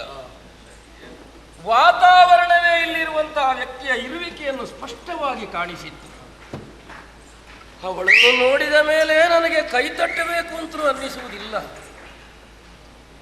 ಶಿವನೇ ಶಿವನೇ, ಯಾವಳನ್ನು ನಾನು ನೋಡುತ್ತಿದ್ದೇನೆ? ಗೊಂಡಾರಣ್ಯದ ಮಧ್ಯದಲ್ಲಿ ಇರುವಂತಹ ಹೆಣ್ಮಗಳು ಒಂದೋ ಎರಡೋ ಮಕ್ಕಳನ್ನು ಹೆತ್ತಂತಹ ಒಬ್ಬ ಸಾಮಾನ್ಯ ಹೆಣ್ಮಗಳೇ, ತ್ರಿಜಗವನ್ನೇ ಹೆತ್ತವಳಿದ್ದಾಳೆ ಎನ್ನುವುದು ಸ್ಪಷ್ಟ. ಏಕೆ ತ್ರೈಜಗ ದಂಬಿಕೆಯನ್ನು ನಾನು ಕಂಡದ್ದು. ಅವಳ ಸುತ್ತರ ನೆರೆದಿರುವಂತಹ ಸಕಲ ಜೀವಜಾಲಗಳಲ್ಲಿ ಇರುವಂತಹ ಒಂದಾದಂತಹ ಮನೋಭಾವವೇ ಸ್ಪಷ್ಟಪಡಿಸುತ್ತದೆ.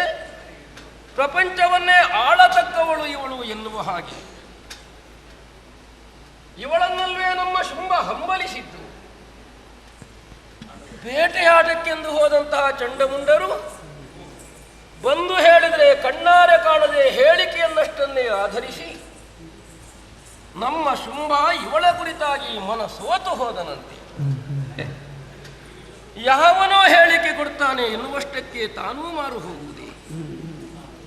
ಸರಿಯಾಗಿ ತಿಳಿದು ನೋಡಿ ಆಮೇಲಲ್ವೇ ನಿರ್ಧಾರಕ್ಕೆ ಬರುವುದು.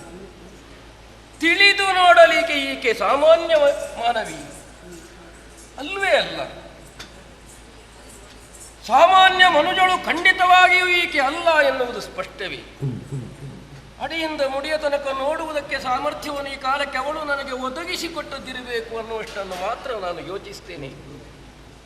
ಪುಟ್ಟ ವಸನವ ಮೈಮೇಲೆ ಹಾಕಿಕೊಂಡಿರುವಂತಹ ಆಭರಣವ ಎಲ್ಲವನ್ನು ಕಂಡಾಗ ಅಲ್ಲ, ಈ ಭೂಮಿಯಲ್ಲಿ ಸ್ವತಂತ್ರವಾಗಿ ಸ್ವಚ್ಛಂದವಾಗಿ ಅವಳು ಇರುವುದರಿಂದ ಅರ್ಥವಾಗ್ತದೆ ತ್ರಿಜಗವನ್ನೇ ತನ್ನ ಮನೆಯನ್ನಾಗಿಸಿ ಅಥವಾ ಉಯ್ಯಲೆಯನ್ನಾಗಿಸಿ ಆಡಬಲ್ಲಂತಹ ಸಾಮರ್ಥ್ಯಗಳಿಗುಂಟು ಎಂಬ ಹಾಗೆ. ಇವಳನ್ನಲ್ಲೇ ನಮ್ಮ ಒಡೆಯ ಶುಂಭ ಬಯಸಿದ್ದು. ಸ್ಮರಣ ಶರದ ಹತಿಗೆ ಒಳಗಾಗಿದ್ದೇನೆ ತಾನು ಎಂಬಂತಹ ಭಾವವನ್ನು ಬಿಂಬಿಸಿದ್ದಾನಾತ. ಈ ಹರೆಯದಲ್ಲಿ ಇವನಿಗೆ ಏನು ಹುಚ್ಚು ಭಾವನೆಗಳು ಹುಟ್ಟಿಕೊಂಡುವು.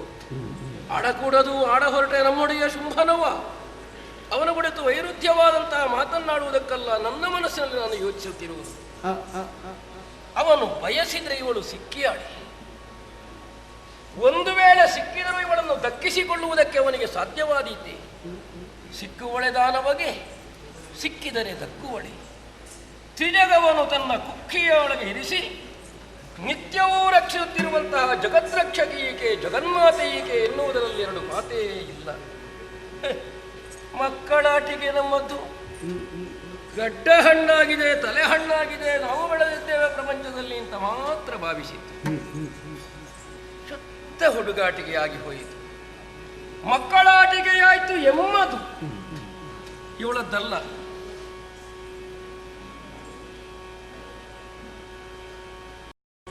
ಆದ್ದರಿಂದಲೇ ಈ ತೆರನಾದಂತಹ ನಡೆ ನಿಮ್ಮಿಂದ ನಡೆಸಲ್ಪಟ್ಟದು. ಇದನ್ನೇ ಮುಂದುವರಿಸಿದರೆ ಏನಾದೀತು? ಎಮ್ಮಯ ರಕ್ಕಸಾನ್ವಯ ಅಳಿದು ಹೋಗ್ತದೆ ಎನ್ನುವುದು ನಿಚ್ಚಟವೇ, ಬೇರೇನಾಗದು.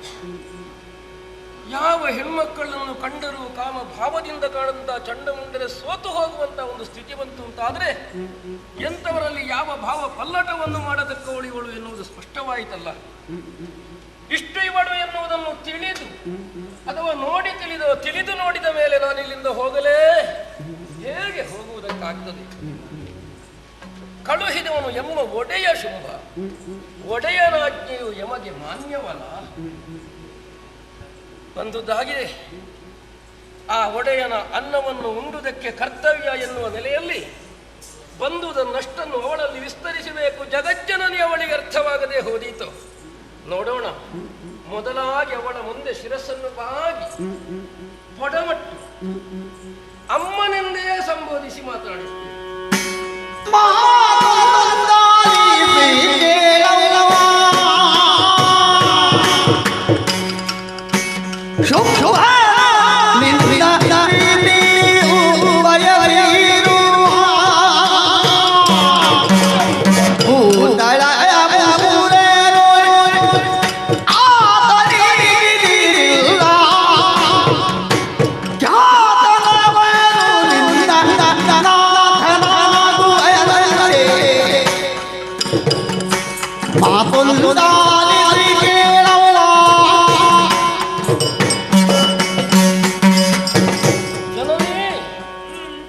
ಅಡಿದವರಿಗೆ ಮುಡಿದಲೆಯನ್ನು ನಾನು ಬಾಗಿದ್ದೇನೆ, ಪೊಡಮಟ್ಟಿದ್ದೇನೆ. ಎದ್ದೇಳು ಎದ್ದೇಳು.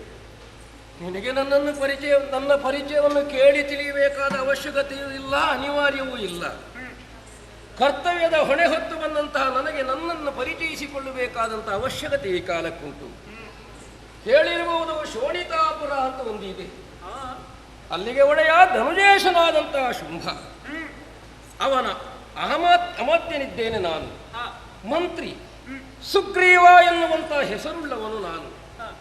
ರಾಜನ ದೌತ್ಯದ ನಿರ್ವಹಣೆಗಾಗಿ ಇಲ್ಲಿಯ ತನಕ ಬಂದವನಮ್ಮ. ಹೌದಿ, ನಮ್ಮ ಒಡೆಯ ಶುಂಭ ಸಾಮಾನ್ಯನಲ್ಲ. ತ್ರಿಜಗವನ್ನು ಗೆಲ್ದಾಳುವಂತಹ ವೀರನಿದ್ದಾನೆ.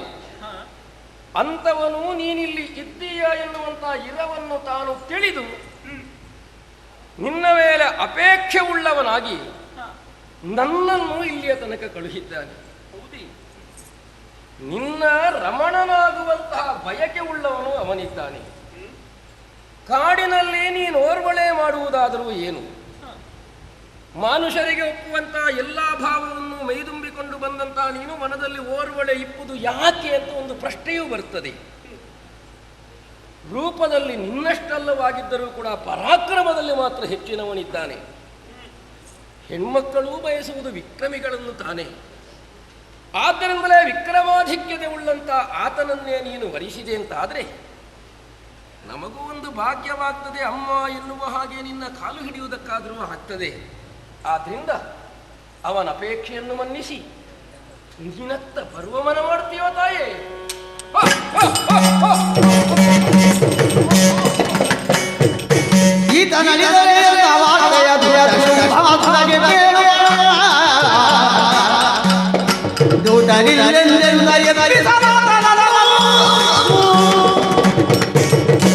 ಆಶ್ಚರ್ಯವೇ ಸರಿ. ಸುಗ್ರೀವನ ಮಾತುಗಳನ್ನು ಕೇಳಿ ಯಾಕೋ ನಗೆ ಬಂದು ಹೋಯಿತು. ತಪ್ಪನೆ ದೊರಗಿ ಉರುಳಿ ಬಿಟ್ಟನಲ್ಲ ಈತ. ಅಳಿದರೆಂದಾದರೆ ನನ್ನ ವಿಚಾರವಾಗಿ ಶುಂಭನಿಗೆ ಅರುಹಲು ಪ್ರತ್ಯೇಕ ದೂತರಿಲ್ಲವೆಂದಾದೀತು. ಏನೇ ಆಗಲಿ ಇವನ ಮೇಲೆ ಕರುಣಾರಸವನ್ನು ಬೀರುತ್ತೇನೆ. ಸುಗ್ರೀವ ಹೇಳಪ್ಪ.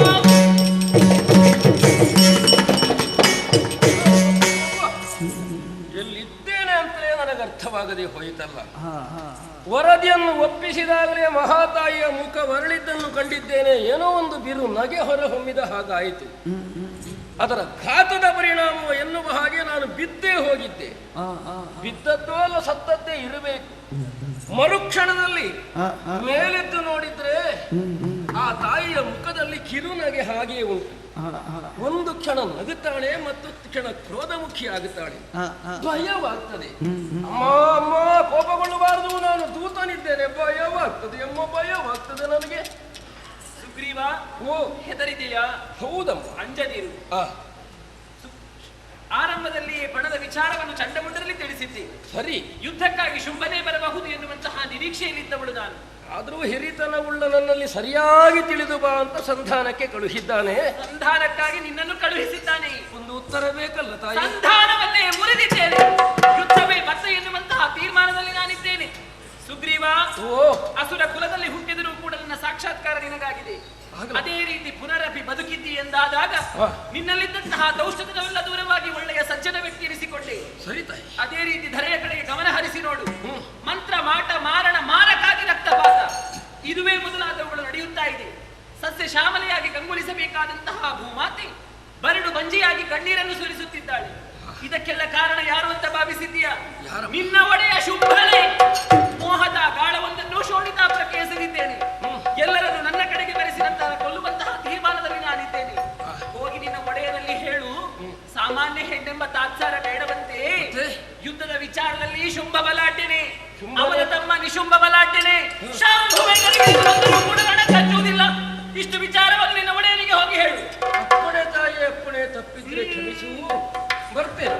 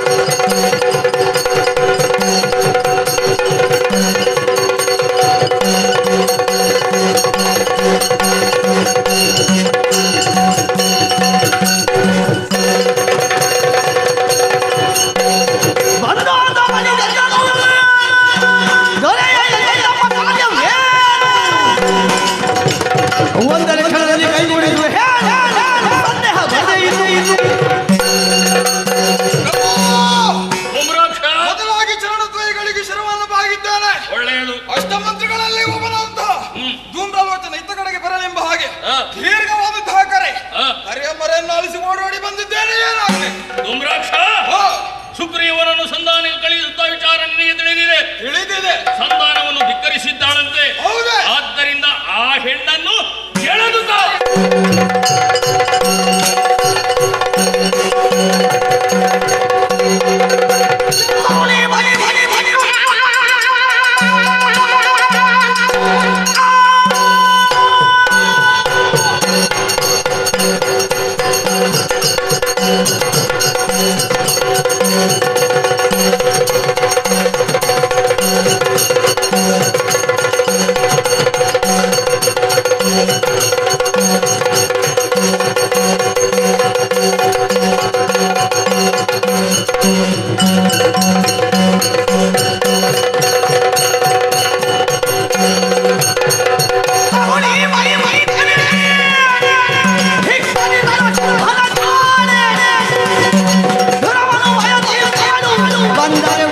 ಹರುಷ ನೋಡ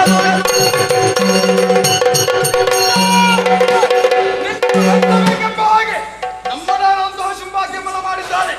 ಹಾಗಾಗಿ ಉತ್ತಮವಾದಂತಹ ರಥವನ್ನು ತಂದಿರಿಸಿದ್ದೇನೆ. ನಿನ್ನನ್ನು ಕರೆದುಕೊಂಡು ಹೋಗುವುದಕ್ಕಾಗಿ ಬಂದುವ ಸಾಮಾನ್ಯದವನೇನು ಅಲ್ಲ, ಧೂಮ್ರಲೋಚನೇ ಹೌದು. ಏರು ರಥವನ್ನು ಏರು.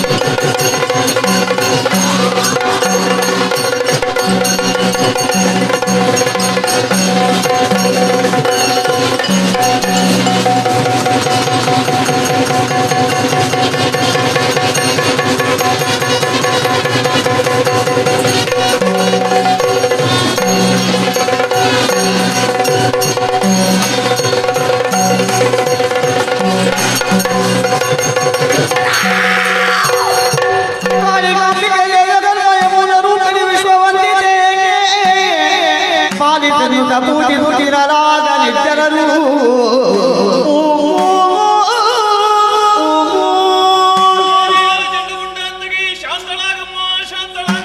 ಅಮ್ಮ ಭೀಕರ ಸ್ವರೂಪೇ ಭೂಲೋಕದಲ್ಲಿ ಮಹಾಕಾಳಿ ಎಂದು ಪ್ರಸಿದ್ಧಿಯಾಗಮ್ಮ.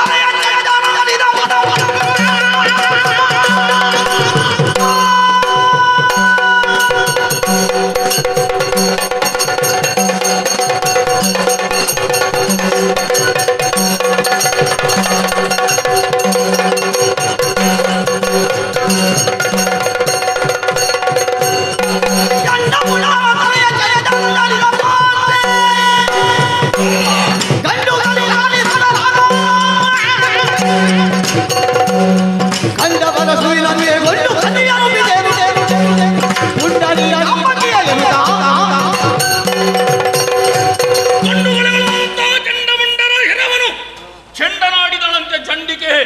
ಹಾಗಿದ್ರೆ ಕಾಲ ಹರಣ ಮಾಡುವುದರಲ್ಲಿ ಅರ್ಥವಿಲ್ಲ. ನಾನೇ ರಥಾರೂಢನಾಗಿ ನಡೆಯುತ್ತೇನೆ.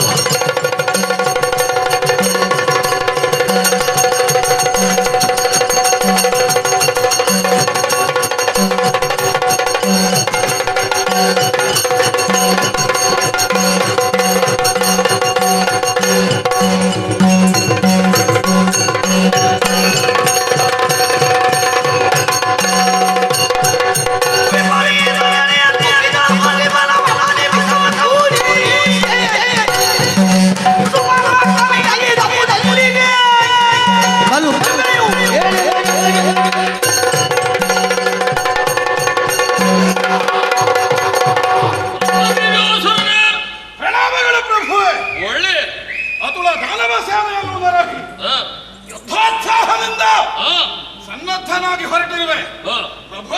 ಏನು ಸಮಾಚಾರ? ಏನು ಸಮಾಚಾರ?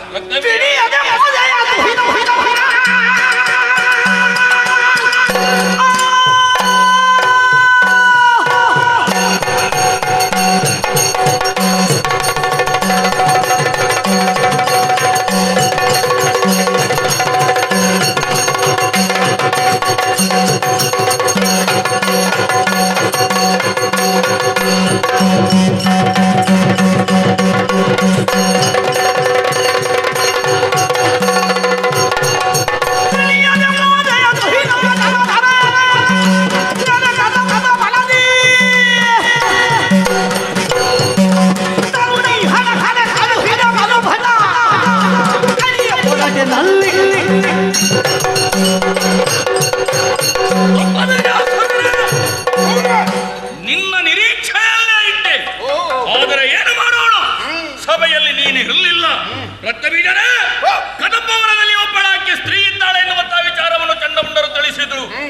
ಅವರನ್ನು ಮದುವೆಯಾಗಬೇಕೆನ್ನುವ ಒಂದು ಆಶೆಯಿಂದ ನಾನು ಕಳುಹಿಸಿದವರೆಲ್ಲವರು ಕೂಡ ಸರ್ವನಾಶ ಹೊಂದಿದ್ರು.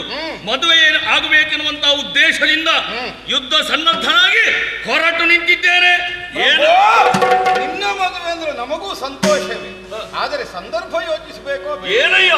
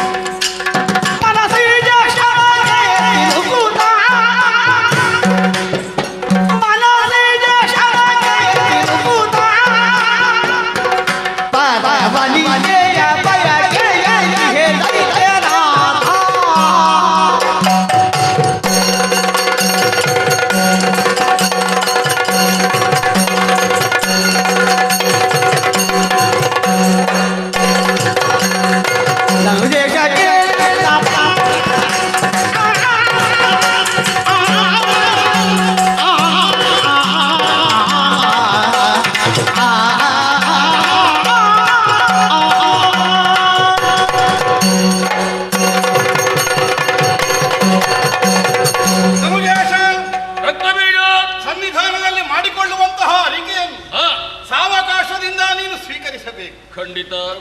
ಏನಯ್ಯ ನಿನ್ನ ಕಾರ್ಯಾವಸರವನ್ನು ನಾನು ಬಲ್ಲೆ. ಕೈಗೊಂಡ ನಿರ್ಣಯದಲ್ಲಿ ಇಟ್ಟ ಹೆಜ್ಜೆಯಲ್ಲಿ ತಿಲ ಮಾತ್ರವಾದರೂ ವಿಚಲನೆಯನ್ನು ನೀನು ಸಹಿಸುವವನಲ್ಲ ನನಗೆ ಸರಿಯಾಗಿಯೇ ಗೊತ್ತಿದೆ. ಆದರೆ ಪ್ರಭು, ಏನು ಕಾರ್ಯಗಳ ವಿವೇಚನೆಯನ್ನು ಮಾಡಿ ಗುರು ಲಘುಗಳನ್ನು ಅರ್ಥವಿಸಿ ಬುದ್ಧಿವಂತನಾದವನು ಕಾರ್ಯಪ್ರವೃತ್ತನಾಗಬೇಕಾಗುತ್ತದೆ. ನೀನೇ ನಮಗೆ ಹೇಳಿದ ಎಳವೆಯ ಪಾಠ ಇದು.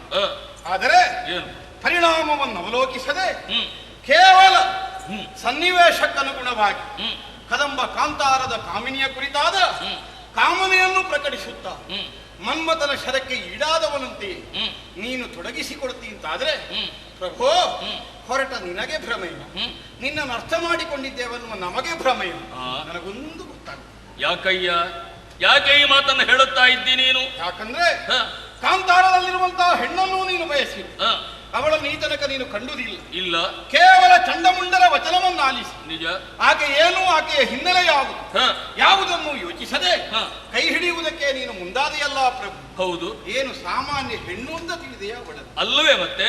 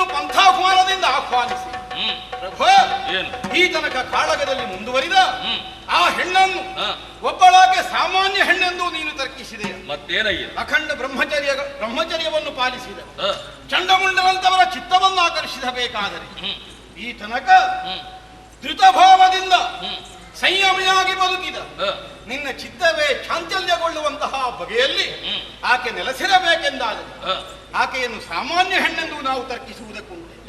ತಂದೆ ತಾಯಿಗಳ ಬಸಿರಿಂದ ಒಗೆದ ಹೆಣ್ಣು ಮಕ್ಕಳು ಪ್ರಪಂಚದಲ್ಲಿ ಇಲ್ಲದೇ ಇದ್ದುದರಿಂದಲೂ ನೀನು ಇಷ್ಟರ ತನಕ ದೃಢವಾಗಿ ಉಳಿದದ್ದು. ಎಷ್ಟೋ ಮಂದಿಗಳಿದ್ದರು, ಆ ಕುರಿತು ನಿನ್ನ ಚಿತ್ತ ಅಪಹರಿಸಲ್ಪಡಲಿಲ್ಲ ಅಥವಾ ಆಕರ್ಷಿತವಾಗಲಿಲ್ಲ. ಈ ಹೆಣ್ಣಿನ ವಿಚಾರವನ್ನು ಕೇಳಿದಾಕ್ಷಣವೇ ಬದಲಾಗ್ತದೆ ಅಂತ ಆದ್ರೆ ಆಕೆ ಸಾಮಾನ್ಯ ಹೆಣ್ಣಲ್ಲ. ಪೃಥ್ವಿಮೂಲನ ಕರ್ತಾರನಾದ ಶುಂಭಾಕ್ಯನ ಚಿತ್ತವನ್ನು ತನ್ನತ್ತ ಸೆಳೆಯಬೇಕೆಂದಾದರೆ ಯಾವಳೋ ಒಂದು ಮಾಯಾ ಸ್ವರೂಪವೇ ಇರಬೇಕು. ಹಾಗೆ ಯೋಚಿಸಿದಾಗ ನನಗೆ ಪಕ್ಕನೆ ನೆನಪಾಗುವುದು ಜಗದಾದಿ ಸ್ವರೂಪ ಹೊಂದಿದೆ ಅಂತ.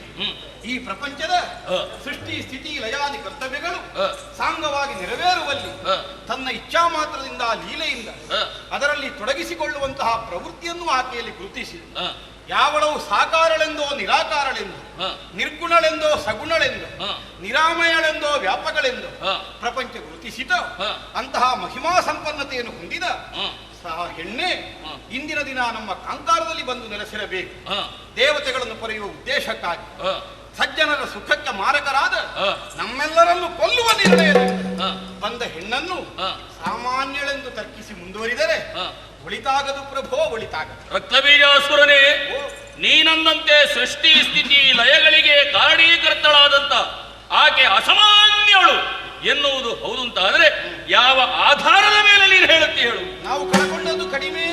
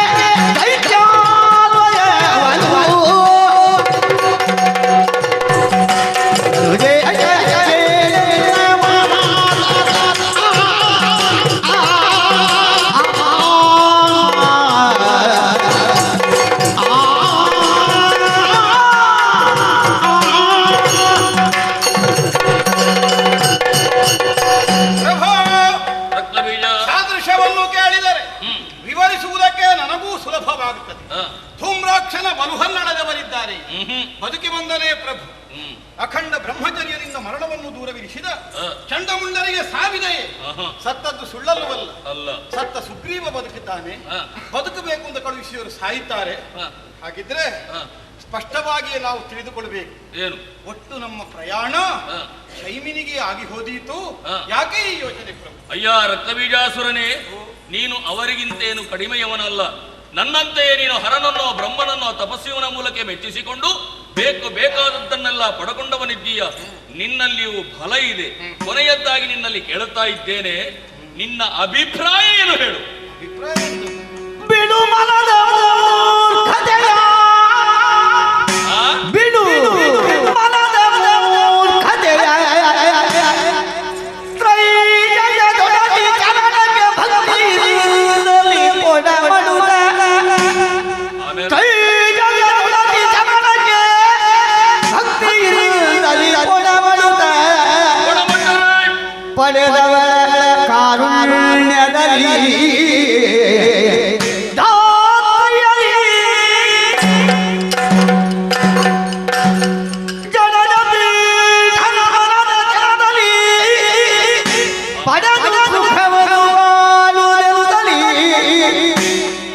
ನುಡಿಯ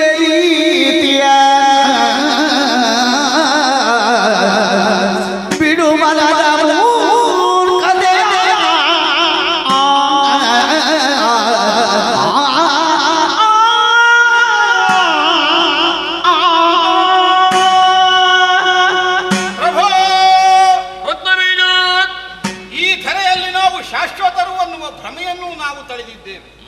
ಯಥಾರ್ಥಕ್ಕಾದರೆ ನಮಗೆ ದೀರ್ಘಾಯುಷ್ಯವನ್ನು ಕರುಣಿಸಿದವ ಆ ವಿಧಾತ. ಅವನಿಗೆ ಜಡಜ ಪೀಠ ಅಂತ ಹೆಸರು. ನೀರಿನಲ್ಲಿ ಹುಟ್ಟಿದ ತಾವರೆಯ ಮೇಲೆ ಕುಳಿತಮ ಅಂತ ಅದಕ್ಕಿರುವ ಧ್ವನಿ. ಏನು ನೀರಿನಲ್ಲಿ ತೇಲುವ ಕಮಲಕ್ಕೆ ಸ್ಥಿರತೆ ಇಲ್ಲ, ಅತ್ಲಾಗಿತ್ಲಾಗಿ ಹೋಗ್ತದೆ. ಅವನ ಪೀಠವೇ ಗಟ್ಟಿ ಇಲ್ಲ, ಮತ್ತೆ ನಮ್ಮ ಆಯುಷ್ಯ ಎಷ್ಟು ಗಟ್ಟಿ ಇದ್ದೀವಿ. ನಾನು ಒಂದೇ ಹೇಳ, ಬಂದವಳು ಜಗಜ್ಜನನಿ, ಅವಳ ಕಾಲು ಹಿಡಿದ್ರೆ ಆಯುಷ್ಯ ಉಳಿ.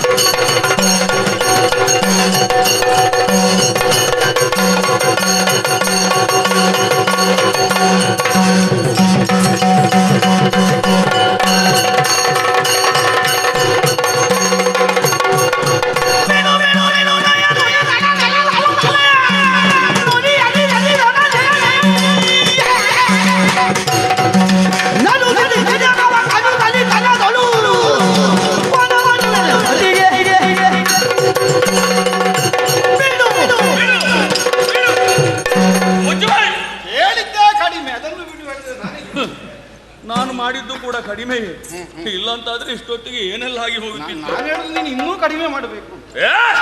ರಕ್ತಬೀಜನೇ, ಈ ಮಾತನ್ನು ನೀನು ಮೊದಲು ಹೇಳುತ್ತಿದ್ರೆ ಯೋಚನೆ ಮಾಡಬಹುದಿತ್ತು. ಆದರೆ ಈಗ ಯೋಚನೆ ಮಾಡುವಷ್ಟು ಕಾಲವೂ ಇಲ್ಲ, ನನಗೆ ತಾಳ್ಮೆಯೂ ಇಲ್ಲ. ಹೌದು, ಹೋಗುವವರೆಲ್ಲ ಹೋಗಿ ಆಗಿದೆ, ನೀನು ಮಾತಾಡಿ ಏನು ಪ್ರಯೋಜನ? ಹೌದು, ಎಲ್ಲ ಹೋದ ಮೇಲೆ ಹೇಳಿ ಪ್ರಯೋಜನ ಏನು ಹೇಳು? ಅವಳ ಕಾಲಿಗೆ ಬಿದ್ರೆ ನಮಗೆ ಬದುಕಬಹುದಾ? ನಾವು ಬದುಕುದ ಕಡ್ಡಿ ಇಲ್ಲ. ಅಂತಹ ಬದುಕು ನಮಗೆ ಬೇಕೇನೋ? ಅದು ನೀನು ನಿರ್ಣಯಿಸಬೇಕು. ರಕ್ತಬೀಜಾಸುರನೇ, ಒಂದು ಹೇಳುತ್ತೇನೆ, ಬದುಕುವುದಕ್ಕಾಗಿ ಏನೆಲ್ಲ ಮಾಡಿ ನಾವು ಬದುಕುವುದಕ್ಕಿಂತ ಸಾಯುವುದು ಒಳ್ಳೆಯದು. ಅಲ್ಲ, ಒಂದು ಕಾಲದಲ್ಲಿ ಮಾಡಿದ್ದೇವೆ ನಾವು, ಈಗ ಮಾಡುವುದಷ್ಟು ಒಳ್ಳೆಯದಾಗ್ತದೆ. ಆಗೋದಿಲ್ಲ ರಕ್ತಬೀಜ. ನಿನ್ನಲ್ಲಿ ಸಾಧ್ಯ ಉಂಟುಂತಾದ್ರೆ ನಾನು ಹೇಳಿದ ಕೆಲಸವನ್ನು ಮಾಡು, ಅಥವಾ ಬದುಕಬೇಕು ಅಂತ ಆಶೆ ಇದ್ರೆ ಹೇಡಿಯಂತೆ ಹೆಣ್ಣು ಮಕ್ಕಳಂತೆ ಸೀರೆಯನ್ನುಟ್ಟು ಕೈಗೆ ಬಳೆಯನ್ನು ತೊಟ್ಟು ಮೂಲೆಯಲ್ಲಿ ಬಿದ್ದುಕೋ ರಣ ಹೇಳಿ.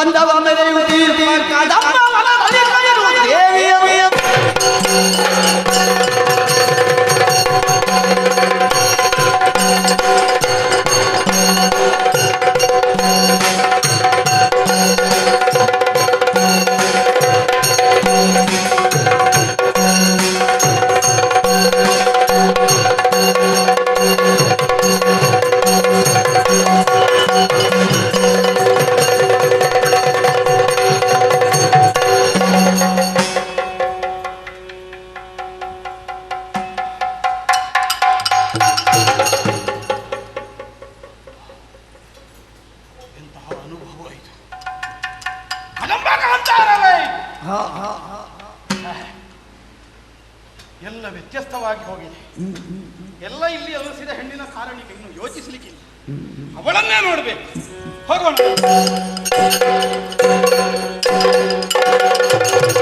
No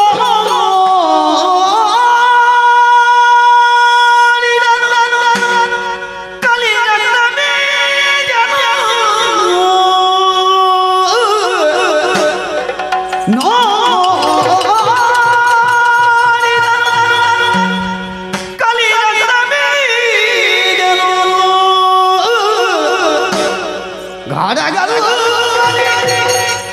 ಕುಳಿತ ಶಿವೆಯನು ಗಾಢಗಳು ಕುಳಿತ ಶಿವೆಯನು ಪಾಡಿದನು ತನ್ನೊಳಗೆ ಇವಳನು ತಿಳಿಯಲಿತ ಆಡಿದನು ತನ್ನೊಳಗೆ ಇವಳನು ತಿಳಿಯಲಿತ ಮಾಡಲಿನ ಶುಂಭನ ಕೂಡೆ ಭಾಷೆಯನು ಬಂದಿಹೇ ಮಾಡಲಿನ ಶುಂಭನ ಕೂಡೆ ಭಾಷೆಯ ಬಂದಿಹೇ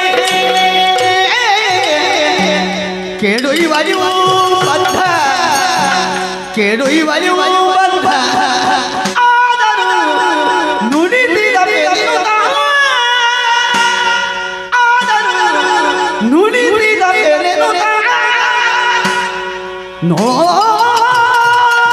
ನೋಡಿದನು ಕಲಿಯುವ ಬೀಜನು ಪಾಡಿದನು ತನ್ನೊಳಗೆ ಜಯ ಜಯ ಜಯ ಜಯ ಜಯ ಜಯ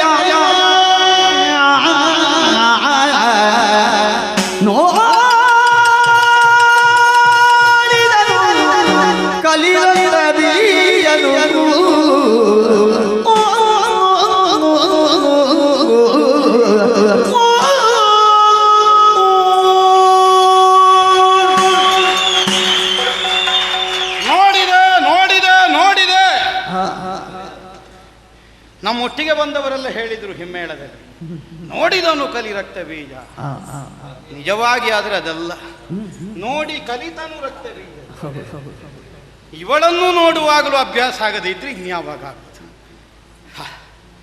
ಸುಸ್ಪಷ್ಟವಾಗಿ ಅಂಗೈಯ ಆಮಲಕದ ಹಾಗೆ ತಾನೇನು ಅನ್ನುವಂತೆ ತನ್ನ ಇರವನ್ನು ಕಾಣಿಸುತ್ತಾ ಸ್ಥಿರವಾಗಿ ಕುಳಿತ ಹೇಳು. ಕಾಂಚನದ ಉಯ್ಯಾಲೆಯನ್ನೇರಿ ಸತ್ಯ ಸ್ವರೂಪಳು ತಾನಿದ್ದೇನೆ ಅನ್ನುವುದನ್ನು ಧ್ವನಿಸುವಂತೆಯೇ ನಮ್ಮ ಕಣ್ಣಿಗೆ ಗೋಚರಿಸುತ್ತಿದ್ದಾಳೆ. ಅಹುದಲ್ಲ, ಹಿರಣ್ಮಯೇ ಪರೇ ಕೋಶೇ ವಿರಜಂ ಬ್ರಹ್ಮ ನಿಷ್ಕಲ.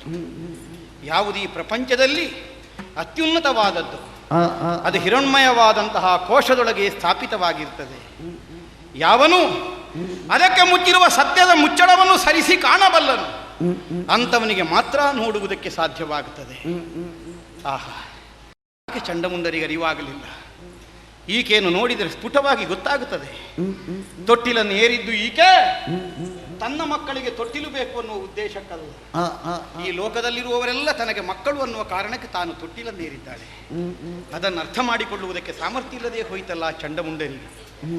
ಲೋಕದ ಯಾವ ನಾರಿಯನ್ನೇ ಕಾಣಲಿ ಹೆತ್ತಪ್ಪಯಾದ ಕ್ರೋಧಗಿಂತ ಭಿನ್ನವಾಗಿ ಕಾಣದೇ ಇದ್ದ ಕಣ್ಣುಗಳು ಚಂಡಮುಂಡರದ್ದು. ಏನು ಊರಲ್ಲಿ ಹೆಣ್ಣು ಮಕ್ಕಳಿಲ್ಲ ಅಂತಿಷ್ಟರವರೆಗೆ ಬ್ರಹ್ಮಚರ್ಯ ಉಳಿದದ್ದು ಅವರದ್ದು. ಹೆಣ್ಣು ಮಕ್ಕಳನ್ನು ಹೆಣ್ಣಾಗಿ ಕಾಣುವ ಗುಣ ಇಲ್ಲದೇ ಇದ್ದದ್ದರಿಂದ ಅವರ ಬ್ರಹ್ಮಚರ್ಯ ಉಳಿದಿದೆ.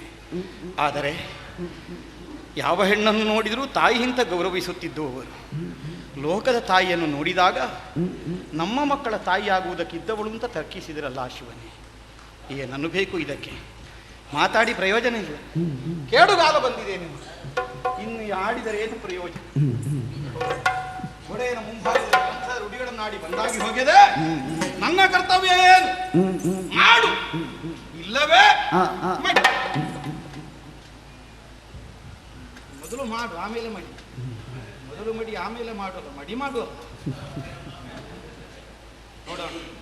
ಪ್ರಯತ್ನ ಬರುವ ನಮಗೆ ಏನು ಅದರಲ್ಲಿ ಸಂಕೋಚ ಇಲ್ಲ. ಕೈ ಮುಗಿದು ಪ್ರಾರ್ಥನೆ ಮಾಡಿ. ಜಯ ಜಯ ಜಯ ಜಯ.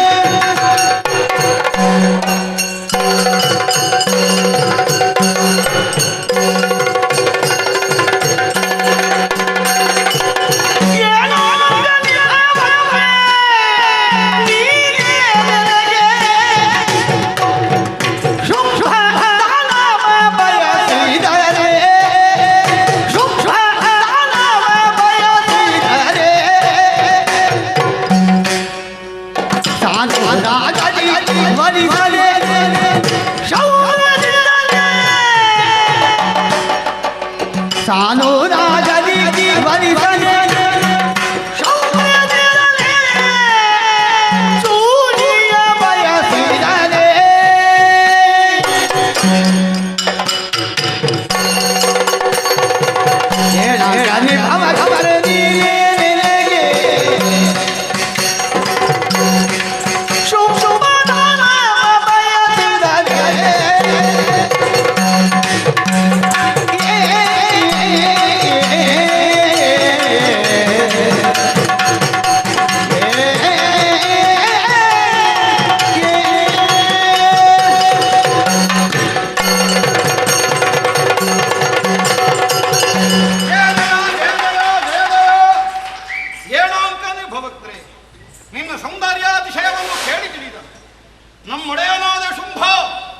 ನಿನ್ನನ್ನು ಮದುವೆಯಾಗುವುದಕ್ಕೆ ಬಯಸಿದರೆ ಏನಮ್ಮ ಇದು ಎಂಥದ್ದೋ ಬಾಲ್ಯದ ಪಡ ಹೇಳಿದೆ ಅಂತ ಆಲೋಚಿಸದೆ ಆಡಿದೆ ಹೇಳಿದೆ ಅಂತ ಅಲ್ಲ ನಿನಗೆ ಹೇಳಲಿಕ್ಕೆ ಆಲೋಚನೆ ಮಾಡಬೇಕು ಅನ್ನುವುದು ಒಂದು ಪ್ರಶ್ನೆ ಹೋಗಿ ಆಲೋಚನೆ ಮಾಡದೆ ಹೇಳಿಕೆ ಎನ್ನುವ ವಿಷಾದ ನಿನಗುಂಟಾದರೆ ಆಲೋಚನೆ ಮಾಡಿ ಒಂದು ನಿರ್ಣಯಕ್ಕೆ ಬರಬಹುದಲ್ಲ ಪೃಥ್ವಿಮೂರರಲ್ಲಿ ಅತ್ಯುನ್ನತ ವಿಕ್ರಮವನ್ನು ಸ್ಥಾಪಿಸಿದ ಓರ್ವಾತನೇ ತನ್ನ ಪತಿಯಾಗಬೇಕು ಇದೇ ಎಣಿಕೆ ನಿನ್ನದ್ದು ನಿಜವಾದರೆ ಶುಂಭನನ್ನು ಕೈ ಹಿಡಿಯುವುದೇ ಸಾಧು ಶುಂಭ ಸಾಧುವಲ್ಲ ಅವನನ್ನು ಕೈ ಹಿಡಿಯುವುದು ಸಾಧು ಪೃಥ್ವಿಮೂರನ್ನು ತನ್ನ ಪರಾಕ್ರಮದಿಂದ ಕೈವಶ ಮಾಡಿಕೊಂಡನು ಚತುರ್ದಶ ಭುವನ ದಲ್ಲಣ ಈಗ ನಮ್ಮವರು ಯಾರು ಅವನನ್ನು ಶುಂಭ ಅನ್ನುವುದಿಲ್ಲ ಅದು ಶಂಭುವಿನ ಕೊಂಬಿತ್ಲಾಗಿ ಬಂದದ್ದು ಅಂತ ತಿಳಿಯುತ್ತಾರೆ ಶಂಭು ಸಮಾನನಿದ್ದಾನೆ ಆದ್ದರಿಂದ ಹಠಬೇಡ ಕುಂದಣದ ಅಂದಣವನ್ನು ಒಂದಿಗೆ ತಂದಿದ್ದೇನೆ ಬಂದ ನಾನೇ ಹೆಗಲು ಕೊಡುವೆ ಊರಿಗೊಯ್ಯುವ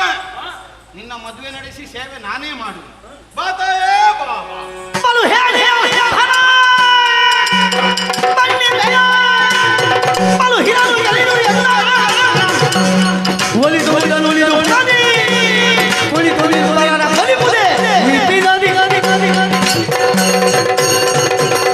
ಭಕ್ತಿಯ ಮಹಾಪೂರ್ವೇ ಹರಿಯುತ್ತಾ ಇದೆ ಹಿಂದೆ ಬಂದವರಿಗಿಂತ ಬಹಳ ಭಿನ್ನವಾಗಿ ತೋರುತ್ತಾ ಇದೆಯಲ್ಲ ಆರಂಭದಲ್ಲಿ ನನ್ನ ನಿರ್ಧಾರವನ್ನು ಹೇಳಿದ್ದೇನೆ ಕತ್ತಿಕಾಳಗದ ಮೂಲಕ ಯಾರು ನನ್ನನ್ನು ಸೋಲಿಸುತ್ತಾರೋ ಅಂಥವರನ್ನೇ ವರಿಸುವೆನೆಂಬುದಾಗಿ ಇಷ್ಟರವರೆಗೆ ಬಂದವರನ್ನೆಲ್ಲ ಸೋತಿದ್ದಾರೆ ಯವನಾಲಯಕ್ಕೆ ಅಟ್ಟಿದ್ದೇನೆ ನೀನು ಮಾತ್ರ ಹಾಗಲ್ಲ ಏನು ಹೇಳಿದೆ ನೀನು ಶುಂಭನಲ್ಲಿ ಕರೆ ತರುತ್ತೇನೆ ಇಲ್ಲವಾದ್ರೆ ಎಳೆ ತರುತ್ತೇನೆ ಎನ್ನುವ ಹಾಗೆ ಇಲ್ಲಿ ಬರುವಾಗ ನಿನಗೆ ಪರಾಕ್ರಮ ಕುಂದಿ ಹೋಯಿತೆ ರಣ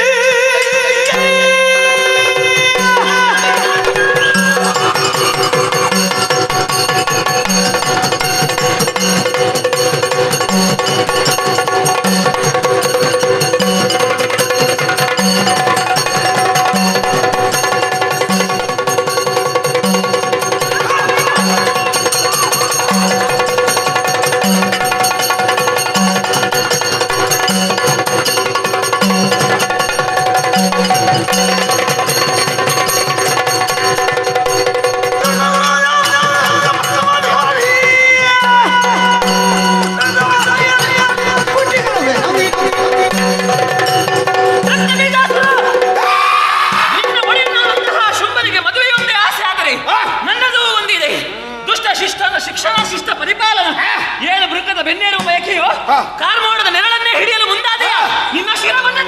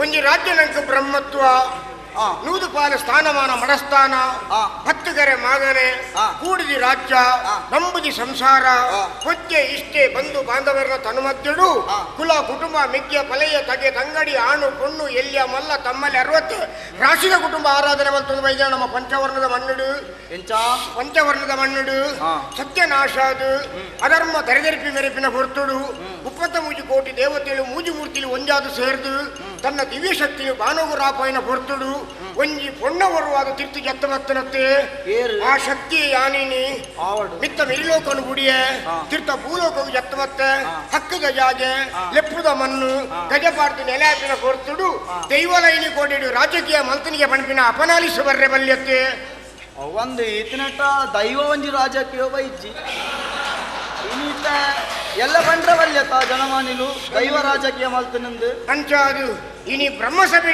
ಏರು ಮಾತ ಮತ್ತು ಸೇರುಂದೇರು ಬ್ರಹ್ಮಸಭೆ ಪ್ರಸಾದ ಬಲಿಪೇರುಳ್ಳೇರು ಬಲಿಪರ ವಿಚಾರ ಕುಲ್ವೇರು ಬಲಿಪೇರು ಆಂಡಲ ಕುಲ್ದಿನಾಪನೆ ಬತ್ತಿನಗಳಿಗೆ ಪ್ರಸಾದ ಗೋರಿಯರು ಪುದರ್ನ ಒರಿಪಾದೇರು ಅಮ್ಮೆರ್ನ ಸೊರಡು ಮಿಕ್ಕಿನ ಸೊರಟು ಪದ ಬಂಡೇರು ಆವ ಪಾವು ಅವು ಹಿರೇಗತ್ತಿಯನ್ನ ಪಾತಿರೋಗು ಎಂಕತ್ತ ಈರಿನ ಪಾತಿರೋಗು ಏರು ಗೊರ್ಪೇರು ಭಾಗವತರ ಇಂಚನೆ ಸೇವೆ ಮಲ್ತೊಂದು ಮೇಲೆ ದೊಂಡೆ ಬಚ್ಚಿನಟ್ಟ ಪದವನ್ಲೆ ದೊಂಡೆ ಬಚ್ಚಿನಗ ಏನ ನೆನವರಿಕೆ ಮಲ್ತೊಲ್ಲೆ ಈರ್ನ ದೊಂಡೆದೆಲ್ಲ ಯಾನು ಕುಲ್ದು ಸೊರಲಕ್ಕಾದ ಗೊರ್ಪೆ ಅಮ್ಮೇರ್ನ ಅಜ್ಜರ್ನ ಪದರ್ನ ಕುಟುಂಬ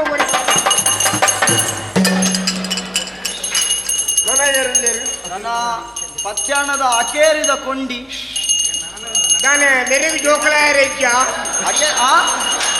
ದೈವ ಎಂಚ ನೆರೆಗೆ ಜೋಕಲಾಯ ರಜ್ಜ ಅಂಚತ್ತು ಇತ್ತಿನ ಅಕೇರಿದ ಕೊಂಡಿ ಚೈತನ್ಯ ಕೃಷ್ಣ ಪದ್ಯಾಣಿರಂದು ಎಲ್ಲಿಯ ಪ್ರಾಯದ ಜವನೆ ಮಲ್ಲ ಉರ್ಲಿಕ್ಕೆ ಕೋಲುಲ ಎಲ್ಲಿಯನೆ ಕೊಟ್ಟುನತೆ ಅಂದೆ ಮಲ್ಲಜಿ ಕೈಕಾರು ಬಚ್ಚಿನಟ್ಟ ಬೊಟೊಂದು ಮೇಲೆ ಕೋಲು ತುಂಡಾಂಡಲ ಮಲ್ಲಜಿ ಕೈಕಾರು ಬಚ್ಚರವಲ್ಲಿ ಅವೇ ಬಚ್ಚಿನಟ್ಟ ಬೊಟೊಂದು ಮೇಲೆ ಬಚ್ಚಂದಿಲಕ ತೂಡಿ ಕೋಲು ತುಂಡಾಯಿನಟ್ಟ ಬೊಟ್ಟುಲೆ ತುಂಡಾನಗೆ ಏನ ನೆನವರಿಕೆ ಮಲ್ಪಲ್ಲಿ ಕೋಲು ತುಂಡಾವದಿಲ್ಲ ಕೈಟು ಕುಲ್ದು ಏಲ್ ಕಾಲದ್ದು ಮೇಲ್ ಕಾಲ ಮುಟ್ಟಲ ಪದ್ಯಾನದ ಮನೆತನದ ಪುದರ್ನ ಒರಿಪಾದ ಕೊರ್ಪೆ ಆಯ್ನತ್ತು ಬೇಗ ಮದ್ಮೆ ಆಪಿಲಕ ಯಾನುಲ್ಲೇ ಕೊಡು ಕೊಣ್ಣುತಿಯಾರೆ ಬೋಲೆ ಕಿರೌಡು ಯಾನುಲ್ಲೇ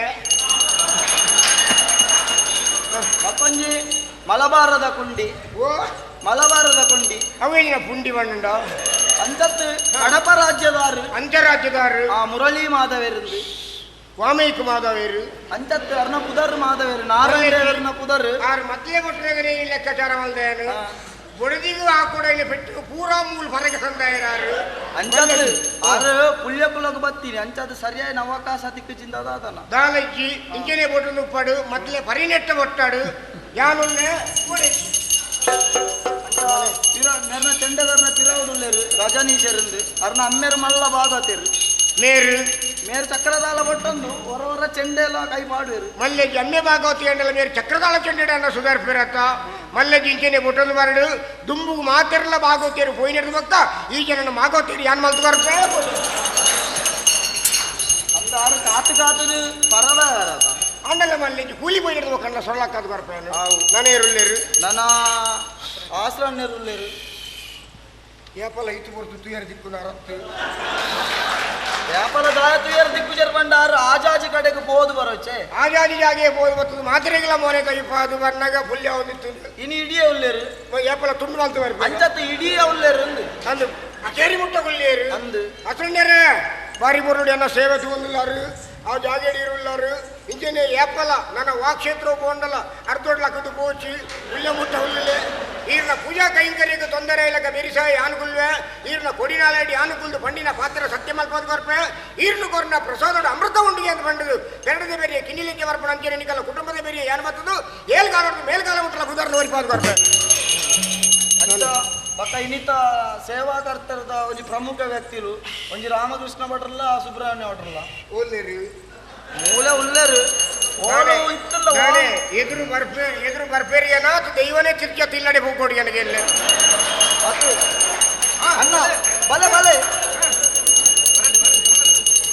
ಬಲೆ ಎದುರು ಬಲೆ ಯಾಂದಾಲ ಮಲ್ಪುಜಿ ಬಲೆ ಅದತ್ತು ದೈವದಾಲ ಬಂಡ ಯಾನು ಹೊಣೆಗಾರಿಕೆ ತೀರ್ ಬಲೆ ಮಿತ್ತು ಬಲೆ ಕೊರ್ಪಿನತ್ತನ ಪಕ್ಕ ಕೊರ್ಲೆ ತುಂಬಲೆ ಮನೆ ತಿರುಗಿ ಜಪಡವರ ಸುಬ್ರಹ್ಮಣ್ಯ ಭಟ್ರಲ್ಲ ಬರೋಡು. ರಾಮಕೃಷ್ಣ ಭಟ್ರು ತಾನೇ ಬುಲ್ದು ಉಂಟು ಮಂಡಿಗೆ ಹೊಡುವರು ಈರಿನ ಮಂಡಿ ತೂಯಿಚ್ಚಿ ಬಂಡದು ಆರ್ನ ಮಂಡ್ಯದಾಗ ತೂಯಿ ಮಾಡುವ ಭಾರಿ ಬರೋಡು ಸೇವೆ ಮಾಡ್ತಾರೆ. ಎಂಚಿನ ಸ್ಥಿತಿ ಇತ್ತಂದಲ್ಲ ಆ ಸ್ಥಿತಿನ ಎದುರು ಮಾಡುವುದು ಈ ಜನಗಳನ್ನು ಒಟ್ಟು ಮಾಡ್ತಾರೆ. ಮಲ್ಲಜ್ಜಿ ಕಾಂಡ ಇನಿ ಕಾಂಡೆ ಅಕಂಡ ಪಾತ್ರೆ ಪೋನಾಗ ಎನ್ನನ್ನೇವರಿಕೆ ಮಲ್ತೊಂಡರು ಅಕ್ಕಳು ಒಪ್ಪಿಗೆ ಕೊಟ್ಟಿಲಕ್ಕೆ ಶಕ್ತಿನ ಕೊರಿಯೇನು ಅಕ್ಕಳು ಅಪ್ಪಗನೆ ಒಪ್ಪಿಗೆ ಕೊರಿಯಿಡ್ಬೇಕ ಮಾತೇನು ಮಧ್ಯಾಹ್ನಡ್ಬೇಕ ಮಾತ್ರೆಗಳ ಪ್ರಚಾರ ಮಾಡ್ತದ್ದು ಬಲೆಯಿಂದ ಹೊಂಡರು ಎಂಚ ಓ ನಾನು ಗುತ್ತಿನಾರೆ ಜರಿ ಬಿಡಾದ್ರ ಅಂಚತ್ತು ಯಾರನ್ನ ಉಲ್ಲಂದು ಗೊತ್ತು ಮಲ್ಕೊಡಕ ಮಲ್ಲಜ್ಜಿ ಇಂಚನೆ ಮಲ್ಪಲೆ ಇನಿಕೆ ಉಂತಾವಡೆ ಎಂದು ದುಂಬಾಗಲ ಮಲ್ಪಾಲೆ ಖರ್ಚಿಗೂ ಕಮ್ಮಿ ಆಂಡ ಒಂಜಿ ಪುಂಡಿ ಪಂಡು ಪಣ ಒಂದೆತ್ತದು ಕೊಪ್ಪರಿಗೆ ಬಾಡ್ಲೆ ನಿಲ್ಕೆ ಮಲ್ತು ತೋಜಿಪಾದ ಕೊರ್ಪೆ ಏರು ಪೂರ ಬರ್ಪೆ ಬಂಡದು ಬಂದಿನ ಹುಲ್ಲೇರೋ ಅಕ್ಲಿನ ಬರ್ಪೆ ವರ್ಷ ಏನು ಬರ್ಪವೆ ಇಂಕಲೆ ಕೈ ನಿಲ್ಕೆ ಸಂಪಾದನೆ ಮಾಡ್ಕೊಂಡು ಮಾನಿ ಪಗತ್ತುಂಡಲ್ಲ ಮಧ್ಯಸ್ಥಿಕೆಗೆ ನನ್ನ ಲೆಪ್ಪುಲೆ ಅಂತ ಬಕ್ಕ ಮಕ್ಕಳ ಬಿರಾಡು ಮಸ್ತು ಜನ ಸಹಕಾರ ಮಾಡಿದ್ದಾರೆ ಊರ್ದ ಭತ್ತ ಅಕ್ಲೆಗಳೊಂದು ಎಡ್ಡೆ ಮದಿಪುನು ಗೊತ್ತಿನಾರೆ ವೇಳೆ ಮೂರಿಂದ ಬತ್ತನಕ್ಕೆ ಆಂಡಲ ಪನ್ನೋಡು ಪನ್ಪಿನ ಪನ್ನೋಡು ಹೋಯ್ನ ಕುಲ್ ಇಲ್ಲಾಡ ತಲೆ ಹೋದ ಕಂಕನಿ ಎತ್ತುಂಡಲ್ಲ ಮಲ್ಲ ಜಿತ್ತಿನಕ್ಕೂ ಬಾರಿ ಬೊರ್ಲುಡ್ತೀಯರು ಬಂಗಾರದ ಅಂಗಡಿಗೆ ಬೇರೆ ಬತ್ತಿಲ್ಲ ಕಮಕುಲು ಇತ್ತು ಜನ ಕುರುಳುಡ್ತೀಯರು ಬಂಗಾರದ ಬೆಲೆ ಹೆಚ್ಚ ಬರ್ಪಿನ ಜನ ಕಮ್ಮಿ ಅಂಟಲ್ಲ ಮಲ್ಲೆಜಿ ಇತ್ತಿನ ಜನಕ್ಕಳು ಬಂಗಾರದ ಅಂಗಡಿ ಇತ್ತಿಲ್ಲ ಗೊತ್ತಿರು ಮಕ್ಕಳು ಬತ್ತಿನಕ್ಕಳು ಬಾರಿ ಕುರುಳು ನಿಷ್ಠಿರ್ತೀಯರು ಅಕ್ಕಳು ಇಲ್ಲಡೆ ಹೋದಿ ಮುಟ್ಟಿನಟ ದೈವದ ಬೆರಿಸಾಯ ಉಂಡಿಗೆ ಅದಲ್ಲ ತೊಂದರೆ ಯಾವನಿಲಕ ದೈವ ಅಕ್ಕಲ್ಲ ಬಿರೌಡುಂಡಿಗೆ ನಮ್ಮ ಪೂತ್ತ ಬಿತ್ತಿಲಿ ಅಂಚನೆ ಕಾಪುವನ ಅಂಚನೆ ಏರು ಮಾತ ಉಲ್ಲೇರ ಹಾಕಲ್ಲ ಸಂಸಾರನೆಯನ್ನು ಪೂತ್ತ ಬಿತ್ತಿಲಿ ಕಾತಿಲಕ ಕಾತುದು ಉತ್ತರೋತ್ತರ ಅಭಿವೃದ್ಧಿ ಅಂತ ಕವಲ್ಪೆ ಏನು ಮಾತ್ರೆಗಳ ತಿರ್ಚಾಪಿ ಮಾಡ್ತೀವಲ್ಲ ಬಕ್ಕ ಪೋಣದ ಅಂಚನೆ ಬಕ್ಕ ನಮ್ಮ ದೈವ ಶಾಂತರಾಮ ಬೇರುಳ್ಳೇರು ಒಲ್ಲೇರು ಅರಿ ಆ ಕಡೆ ಇತ್ತೇರು ಉಳ್ಳೇರು ಕೈಯ ಸಾತು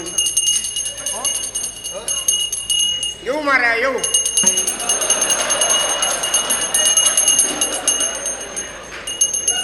ಮನೆ ಕೃಷಿ ವಿಚಾರ ಕಾಯಿನಮಂತ ಕುಡುವರೆ ಈ ಬತ್ತಿನ ಪೂರ ಚಿತ್ರೀಕರಣ ಮಾಡಿದಾರು ಇಡ್ಡೆ ಪುದರಡವಿನ ಮಾದರಿಗಳ ಕಡಪಡೆದು ಕೊರಲಿ ನನ್ನ ದಾದನ್ನ ತಪ್ಪು ಮೀನು ಬರೆಯರಡ ಬೇರೆ ಸಾಯಪ್ಪ ಒಂದು ದೈವದ ಬೆರಿಯ ಬತ್ತದು ಇರಲಿ ದಾದವಾದ ಹೆಚ್ಚು ಅಂತ ತೊಂದರೆಗೆ ಇಂಜನೆ ಮೇಲೆ ಏಳ್ಗಾಲ ಮೇಲ್ಗಾಲ ಒಟ್ಟಲ್ಲಿ ಕುಟುಂಬ ಹೊಡಿಕೊಂಡು ಬರ್ಪೆ ಮನೆ ಮಂಚ ನಿಂದಿಲ್ಲ ಬಕ್ಕ ಒಂದು ಸೀತಾರಾಮರೇ ದೈವರೇ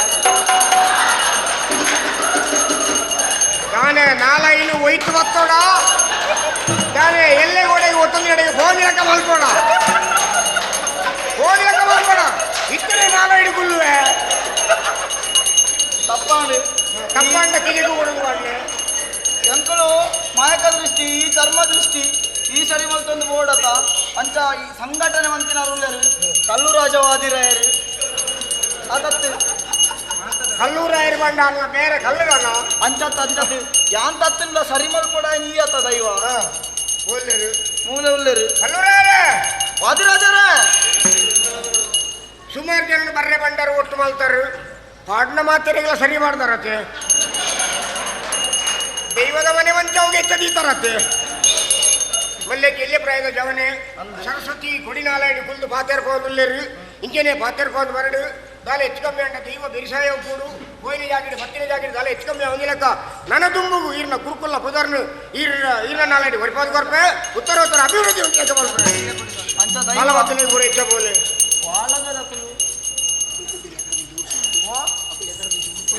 ಅಲ್ಲಿ ಅಕುಲು ಎಕಡೆ ದಿಂಚಿ ಉರ್ತೊಂದೆ ಕುಲ್ದೇರು ಒಂಜೆ ಶಬ್ದ ತಂದೆ ಬೇತ ಶಬ್ದ ಬೈಜಾಯ್ತು ಪೊಕ್ಕಡೆ ಉರಿಪೇರೆ ಮರಳು ಬತ್ತೋಡು ಗುತ್ತಿನಾರ ಆಂಡೆ ಕೊನಪೇರು ಸಂದೋಡಾಯಿನ ನಲ್ಲ ಸಂದುದು ಈ ಸಂದುದಿಂದ ಎಕಡೆ ಲಕ್ಕದು ಹೋತೀರು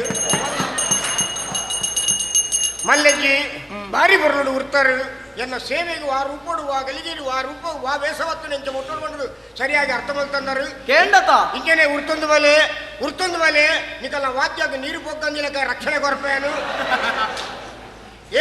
ಮೇಲ್ಕಾಲ ಮುಟ್ಟಲ್ಲ ಬೆರಿಸಾಯ ಉಂಡು ಇನ್ನಿರ್ದು ಪಕ್ಕ ನಿಕಲ್ಲ ಬೇಲೆಗೆ ಪುರುಸೊತ್ತಿಚ್ಚಿಗೆ ರಾತ್ರಿ ಬಗೆಲ್ ನಿಕಲ್ ಇಲ್ಲಡೆ ಹೋಗಂದಿಲಕ ನಿಕಲ್ಲ ಬೇಲೆನ ಒತ್ತಡೋಡು ಅದು ಪಗೆಲ್ಡಲ್ಲಿ ಇಲ್ಲಡೆ ಮಾಡಿ ಅವು ಅಕಲ್ ಬೋಪೇರಿ ಹಿರಿಯದೇ ಮಂಡೆ ವಿಚ್ಚ ಬೇಲೆದ ಒತ್ತಡ ಉಂಡಿಗೆ ನಿಕಲಿಗೆ ಬಂಪಿನ ರಾತ್ರಿ ಬಗೆಲ್ ಬೇಲೆದಪ್ಪ 2 ವರ್ಷ ಈ ಪ್ರಸಾದ ಕೊಡಲಿ ಕುಚಿನಾರೆ ನಂಗೆ ವೇಳೆ ಮೀರೊಂದು ಬತ್ತರು ನರಮಾನಿ ಸಂಚಾರ ಎಂತಲ ಕೊಡ್ತಾನೆ ಬೇತಂಜಿ ವಯಸ್ಸೊಂದೆ ಈ ಜೀವಮಾನ ಇಡೀ ಐತೆ ಉಪ್ಪಾರು ವಿಷಗಳಿಗೆ ಕಮ್ಮಿಯಾದುಂಡು ಅಮೃತಗಳಿಗೆ ಕಮ್ಮಿಯಾದ ವಿಷಗಳಿಗೆ ಏರುದುಂಡು ಅಂಚಾದ ನಮ್ಮ ಕಾಯಿಲೆ ಮುಂದೆ ಮಾಯರನ್ನು ಸೇರಿನಕ್ಕೆ ನಂಗೆ ಓಂಡು ತೋಟಡಿಚ್ಚ ತೀರೆ ಗೊತ್ತುಂಡತೆ ನುಸಿ ರೋಗತೆ ಇತ್ತೆ ದಾನೆ ಈರ್ನ ಇಲ್ಲದ ಕುಬಲ್ಗೂ ತೂಬೋತ್ತಾವಡ ಅಂಚ ಮನಚ್ಚಿ ಎರಡು ರಂಗು ಉಂಡು ಒಂದು ದೈವ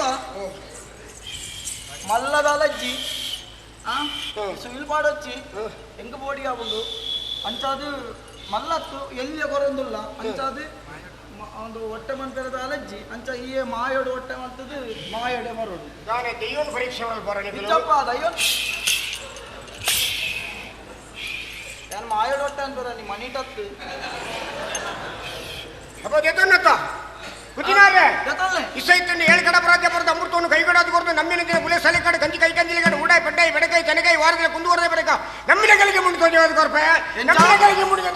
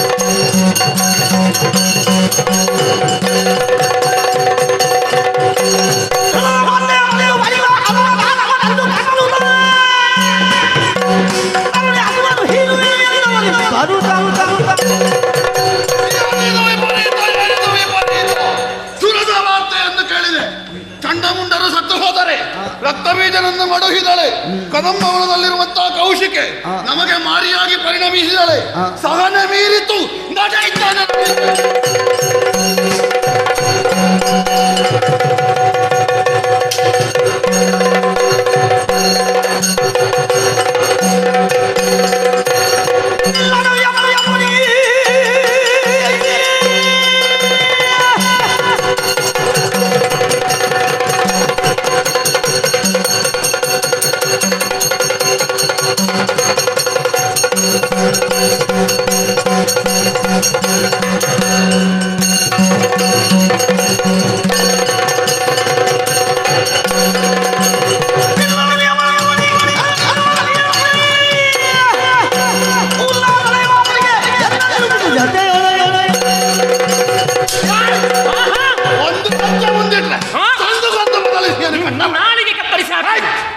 ಏನು ತವಾಯಿಸಿದ್ಯಾ ರಕ್ಕಸರ ಸಂತಾನ ಅಂತ ಹೇಳಿದ್ರೆ ಬಾಳಗಿನ ತವಾಯಿಸಿದ್ಯಾ ಕಡಿದು ಹಾಕಲಿಕ್ಕೆ ಮರಗಿಂತ ದೊಡ್ಡ ಮೆಟ್ಟುಗಲ್ಲು ಗುಂಡರಿ ಶಾಖೆಯನ್ನು ಕಟ್ಟಬಳ ನಿನ್ನ ತಲೆ ಹೆಗಲ ಮೇಲೆ ನಿಲ್ಲಿಕ್ಕಿಲ್ಲ ಮಾಡಿದೇನು ಅರುಣಾಸುರ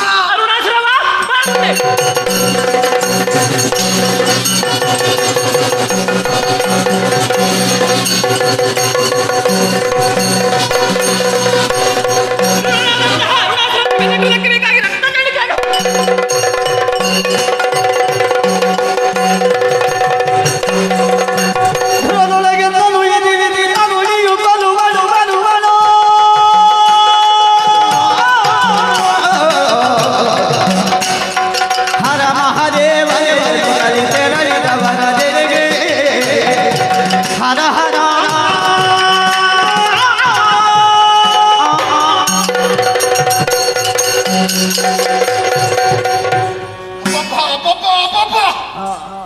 ತರುಣಿಯ ಮದವನ್ನು ಇಳಿಸ್ತೇನೆ ಎನ್ನುವುದಾಗಿ ಮುಂದುವರಿದರೆ ಕಂಡದ್ದು ತರುಣಿಯಲ್ಲ, ಭೀಕರ ರೂಪ, ಕೆಂಡ ಉಂಡೆಯಂತಹ ಕಣ್ಣುಗಳು, ಹೊರಗೆ ಚಾಚಿದಂತ ಉದ್ದವಾದ ನಾಲಿಗೆ, ಕೆದರಿದ ಕೂದಲು, ಎದೆಯಲ್ಲಿ ಭಯದ ವಾತಾವರಣ, ಒಮ್ಮೆಲೆ ಜೀವ ಭಯ ಆವರಿಸಿತು. ಯುದ್ಧರಂಗದಿಂದ ಪಲಾಯನವಾದಿಯಾಗಿದ್ದೇನೆ. ಶುಂಭನ ಮಂತ್ರಿಯಾಗಿ ಅವನ ಅನ್ನದ ಋಣವನ್ನು ತೀರಿಸುವುದಕ್ಕೆ ಆಗಲಿಲ್ಲವಲ್ಲ. ಕೂಡದು ವಿರೋಧಿ ಪ್ರಬಲನಾಗಿರುವಾಗ ಅವನನ್ನು ಎದುರಿಸುವುದು ರಾಜನೀತಿಯಲ್ಲ. ನಾವು ಪ್ರಬಲರಾಗಿ ಬಂದು ಅವಳ ದೌರ್ಬಲ್ಯವನ್ನು ಕಂಡುಕೊಂಡು ಆಮೇಲೆ ಎದುರಿಸಬೇಕು. ಆ ಮೂಲಕ ಶುಂಭನ ಅನ್ನದ ಋಣವನ್ನು ತೀರಿಸಬೇಕು. ತಿಳಿಯಿತು. ಪಾತಾಳದಲ್ಲಿ ನಮ್ಮ ಗುರುಗಳಾದ ಶುಕ್ರಾಚಾರ್ಯರಿದ್ದಾರೆ. ಅವರಿಂದ ಯೋಗ ಸಿದ್ಧಿಯನ್ನು ಪಡೆದು ಆಯುಷ್ಯವನ್ನು ವೃದ್ಧಿಸಿಕೊಳ್ತೇನೆ. ನನಗೆ ಗೊತ್ತಾಗಿದೆ ನಮಗೆ ಈ ಪ್ರಸಂಗದಲ್ಲಿ ಕೆಲಸ ಇಲ್ಲ. ನಾವು ಬೇರೆ ಒಂದು ಪ್ರಸಂಗ ಸೃಷ್ಟಿ ಮಾಡ್ತೇವೆ. ನಮ್ಮ ಪ್ರಸಂಗದಲ್ಲೇ ನಾವು ಮೆರೆಯುವುದು. ನನ್ನದು ಅರುಣಾಸುರನದ್ದೇ ಒಂದು ಪ್ರಸಂಗ ಆಗಬೇಕು. ಅಲ್ಲಿಯವರೆಗೆ ಕಾಯ್ತಾ ಇದ್ದೇನೆ.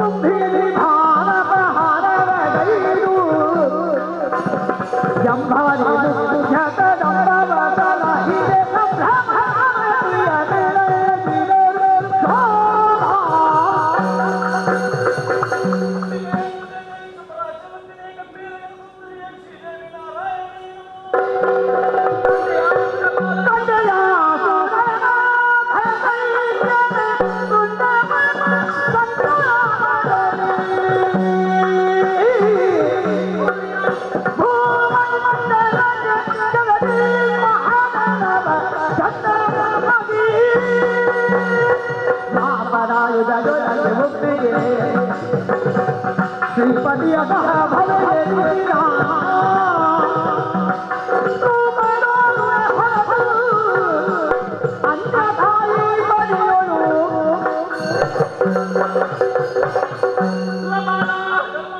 ಕಂಡೆಯ ಈ ಕ್ಷೇತ್ರವನ್ನು ದುಷ್ಟರನ್ನು ತೊರೆಯಲು ಮುಂದಾದಂತಹ ನನ್ನನ್ನು ಶಾಂತಗೊಳಿಸುವುದಕ್ಕೆ ಬೇಕಾಗಿ ಭಕ್ತಿಯ ಕಾಣಿಕೆಯನ್ನೇ ಮುಂದಿರಿಸಿದೆಯಾ?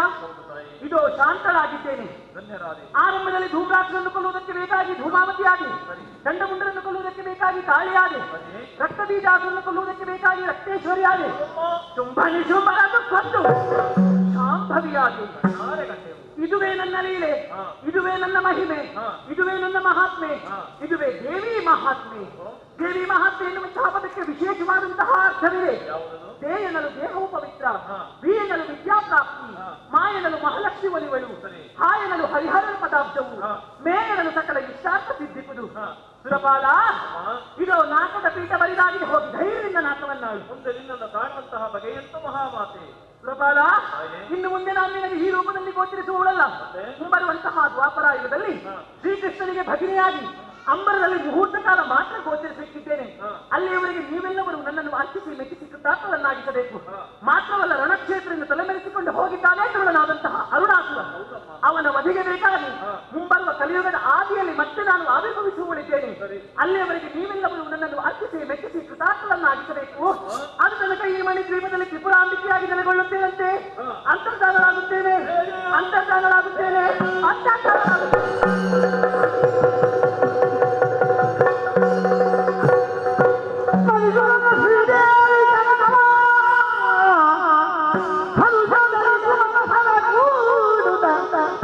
मेरे धना पुरुषना कदी कदी राजा के दली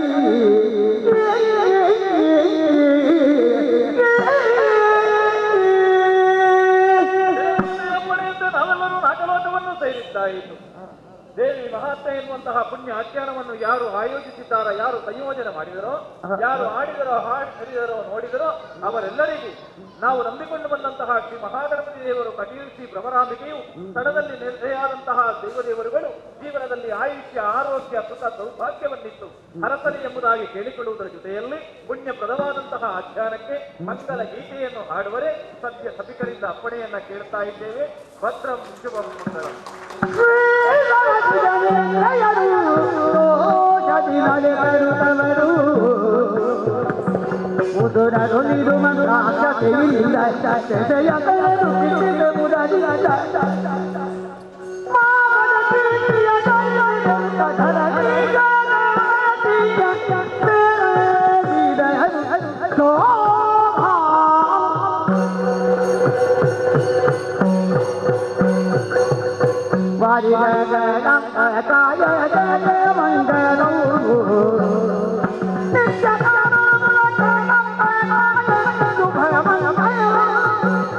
ಮಂದರ ಪೀಠಾಯ ಕಾಯ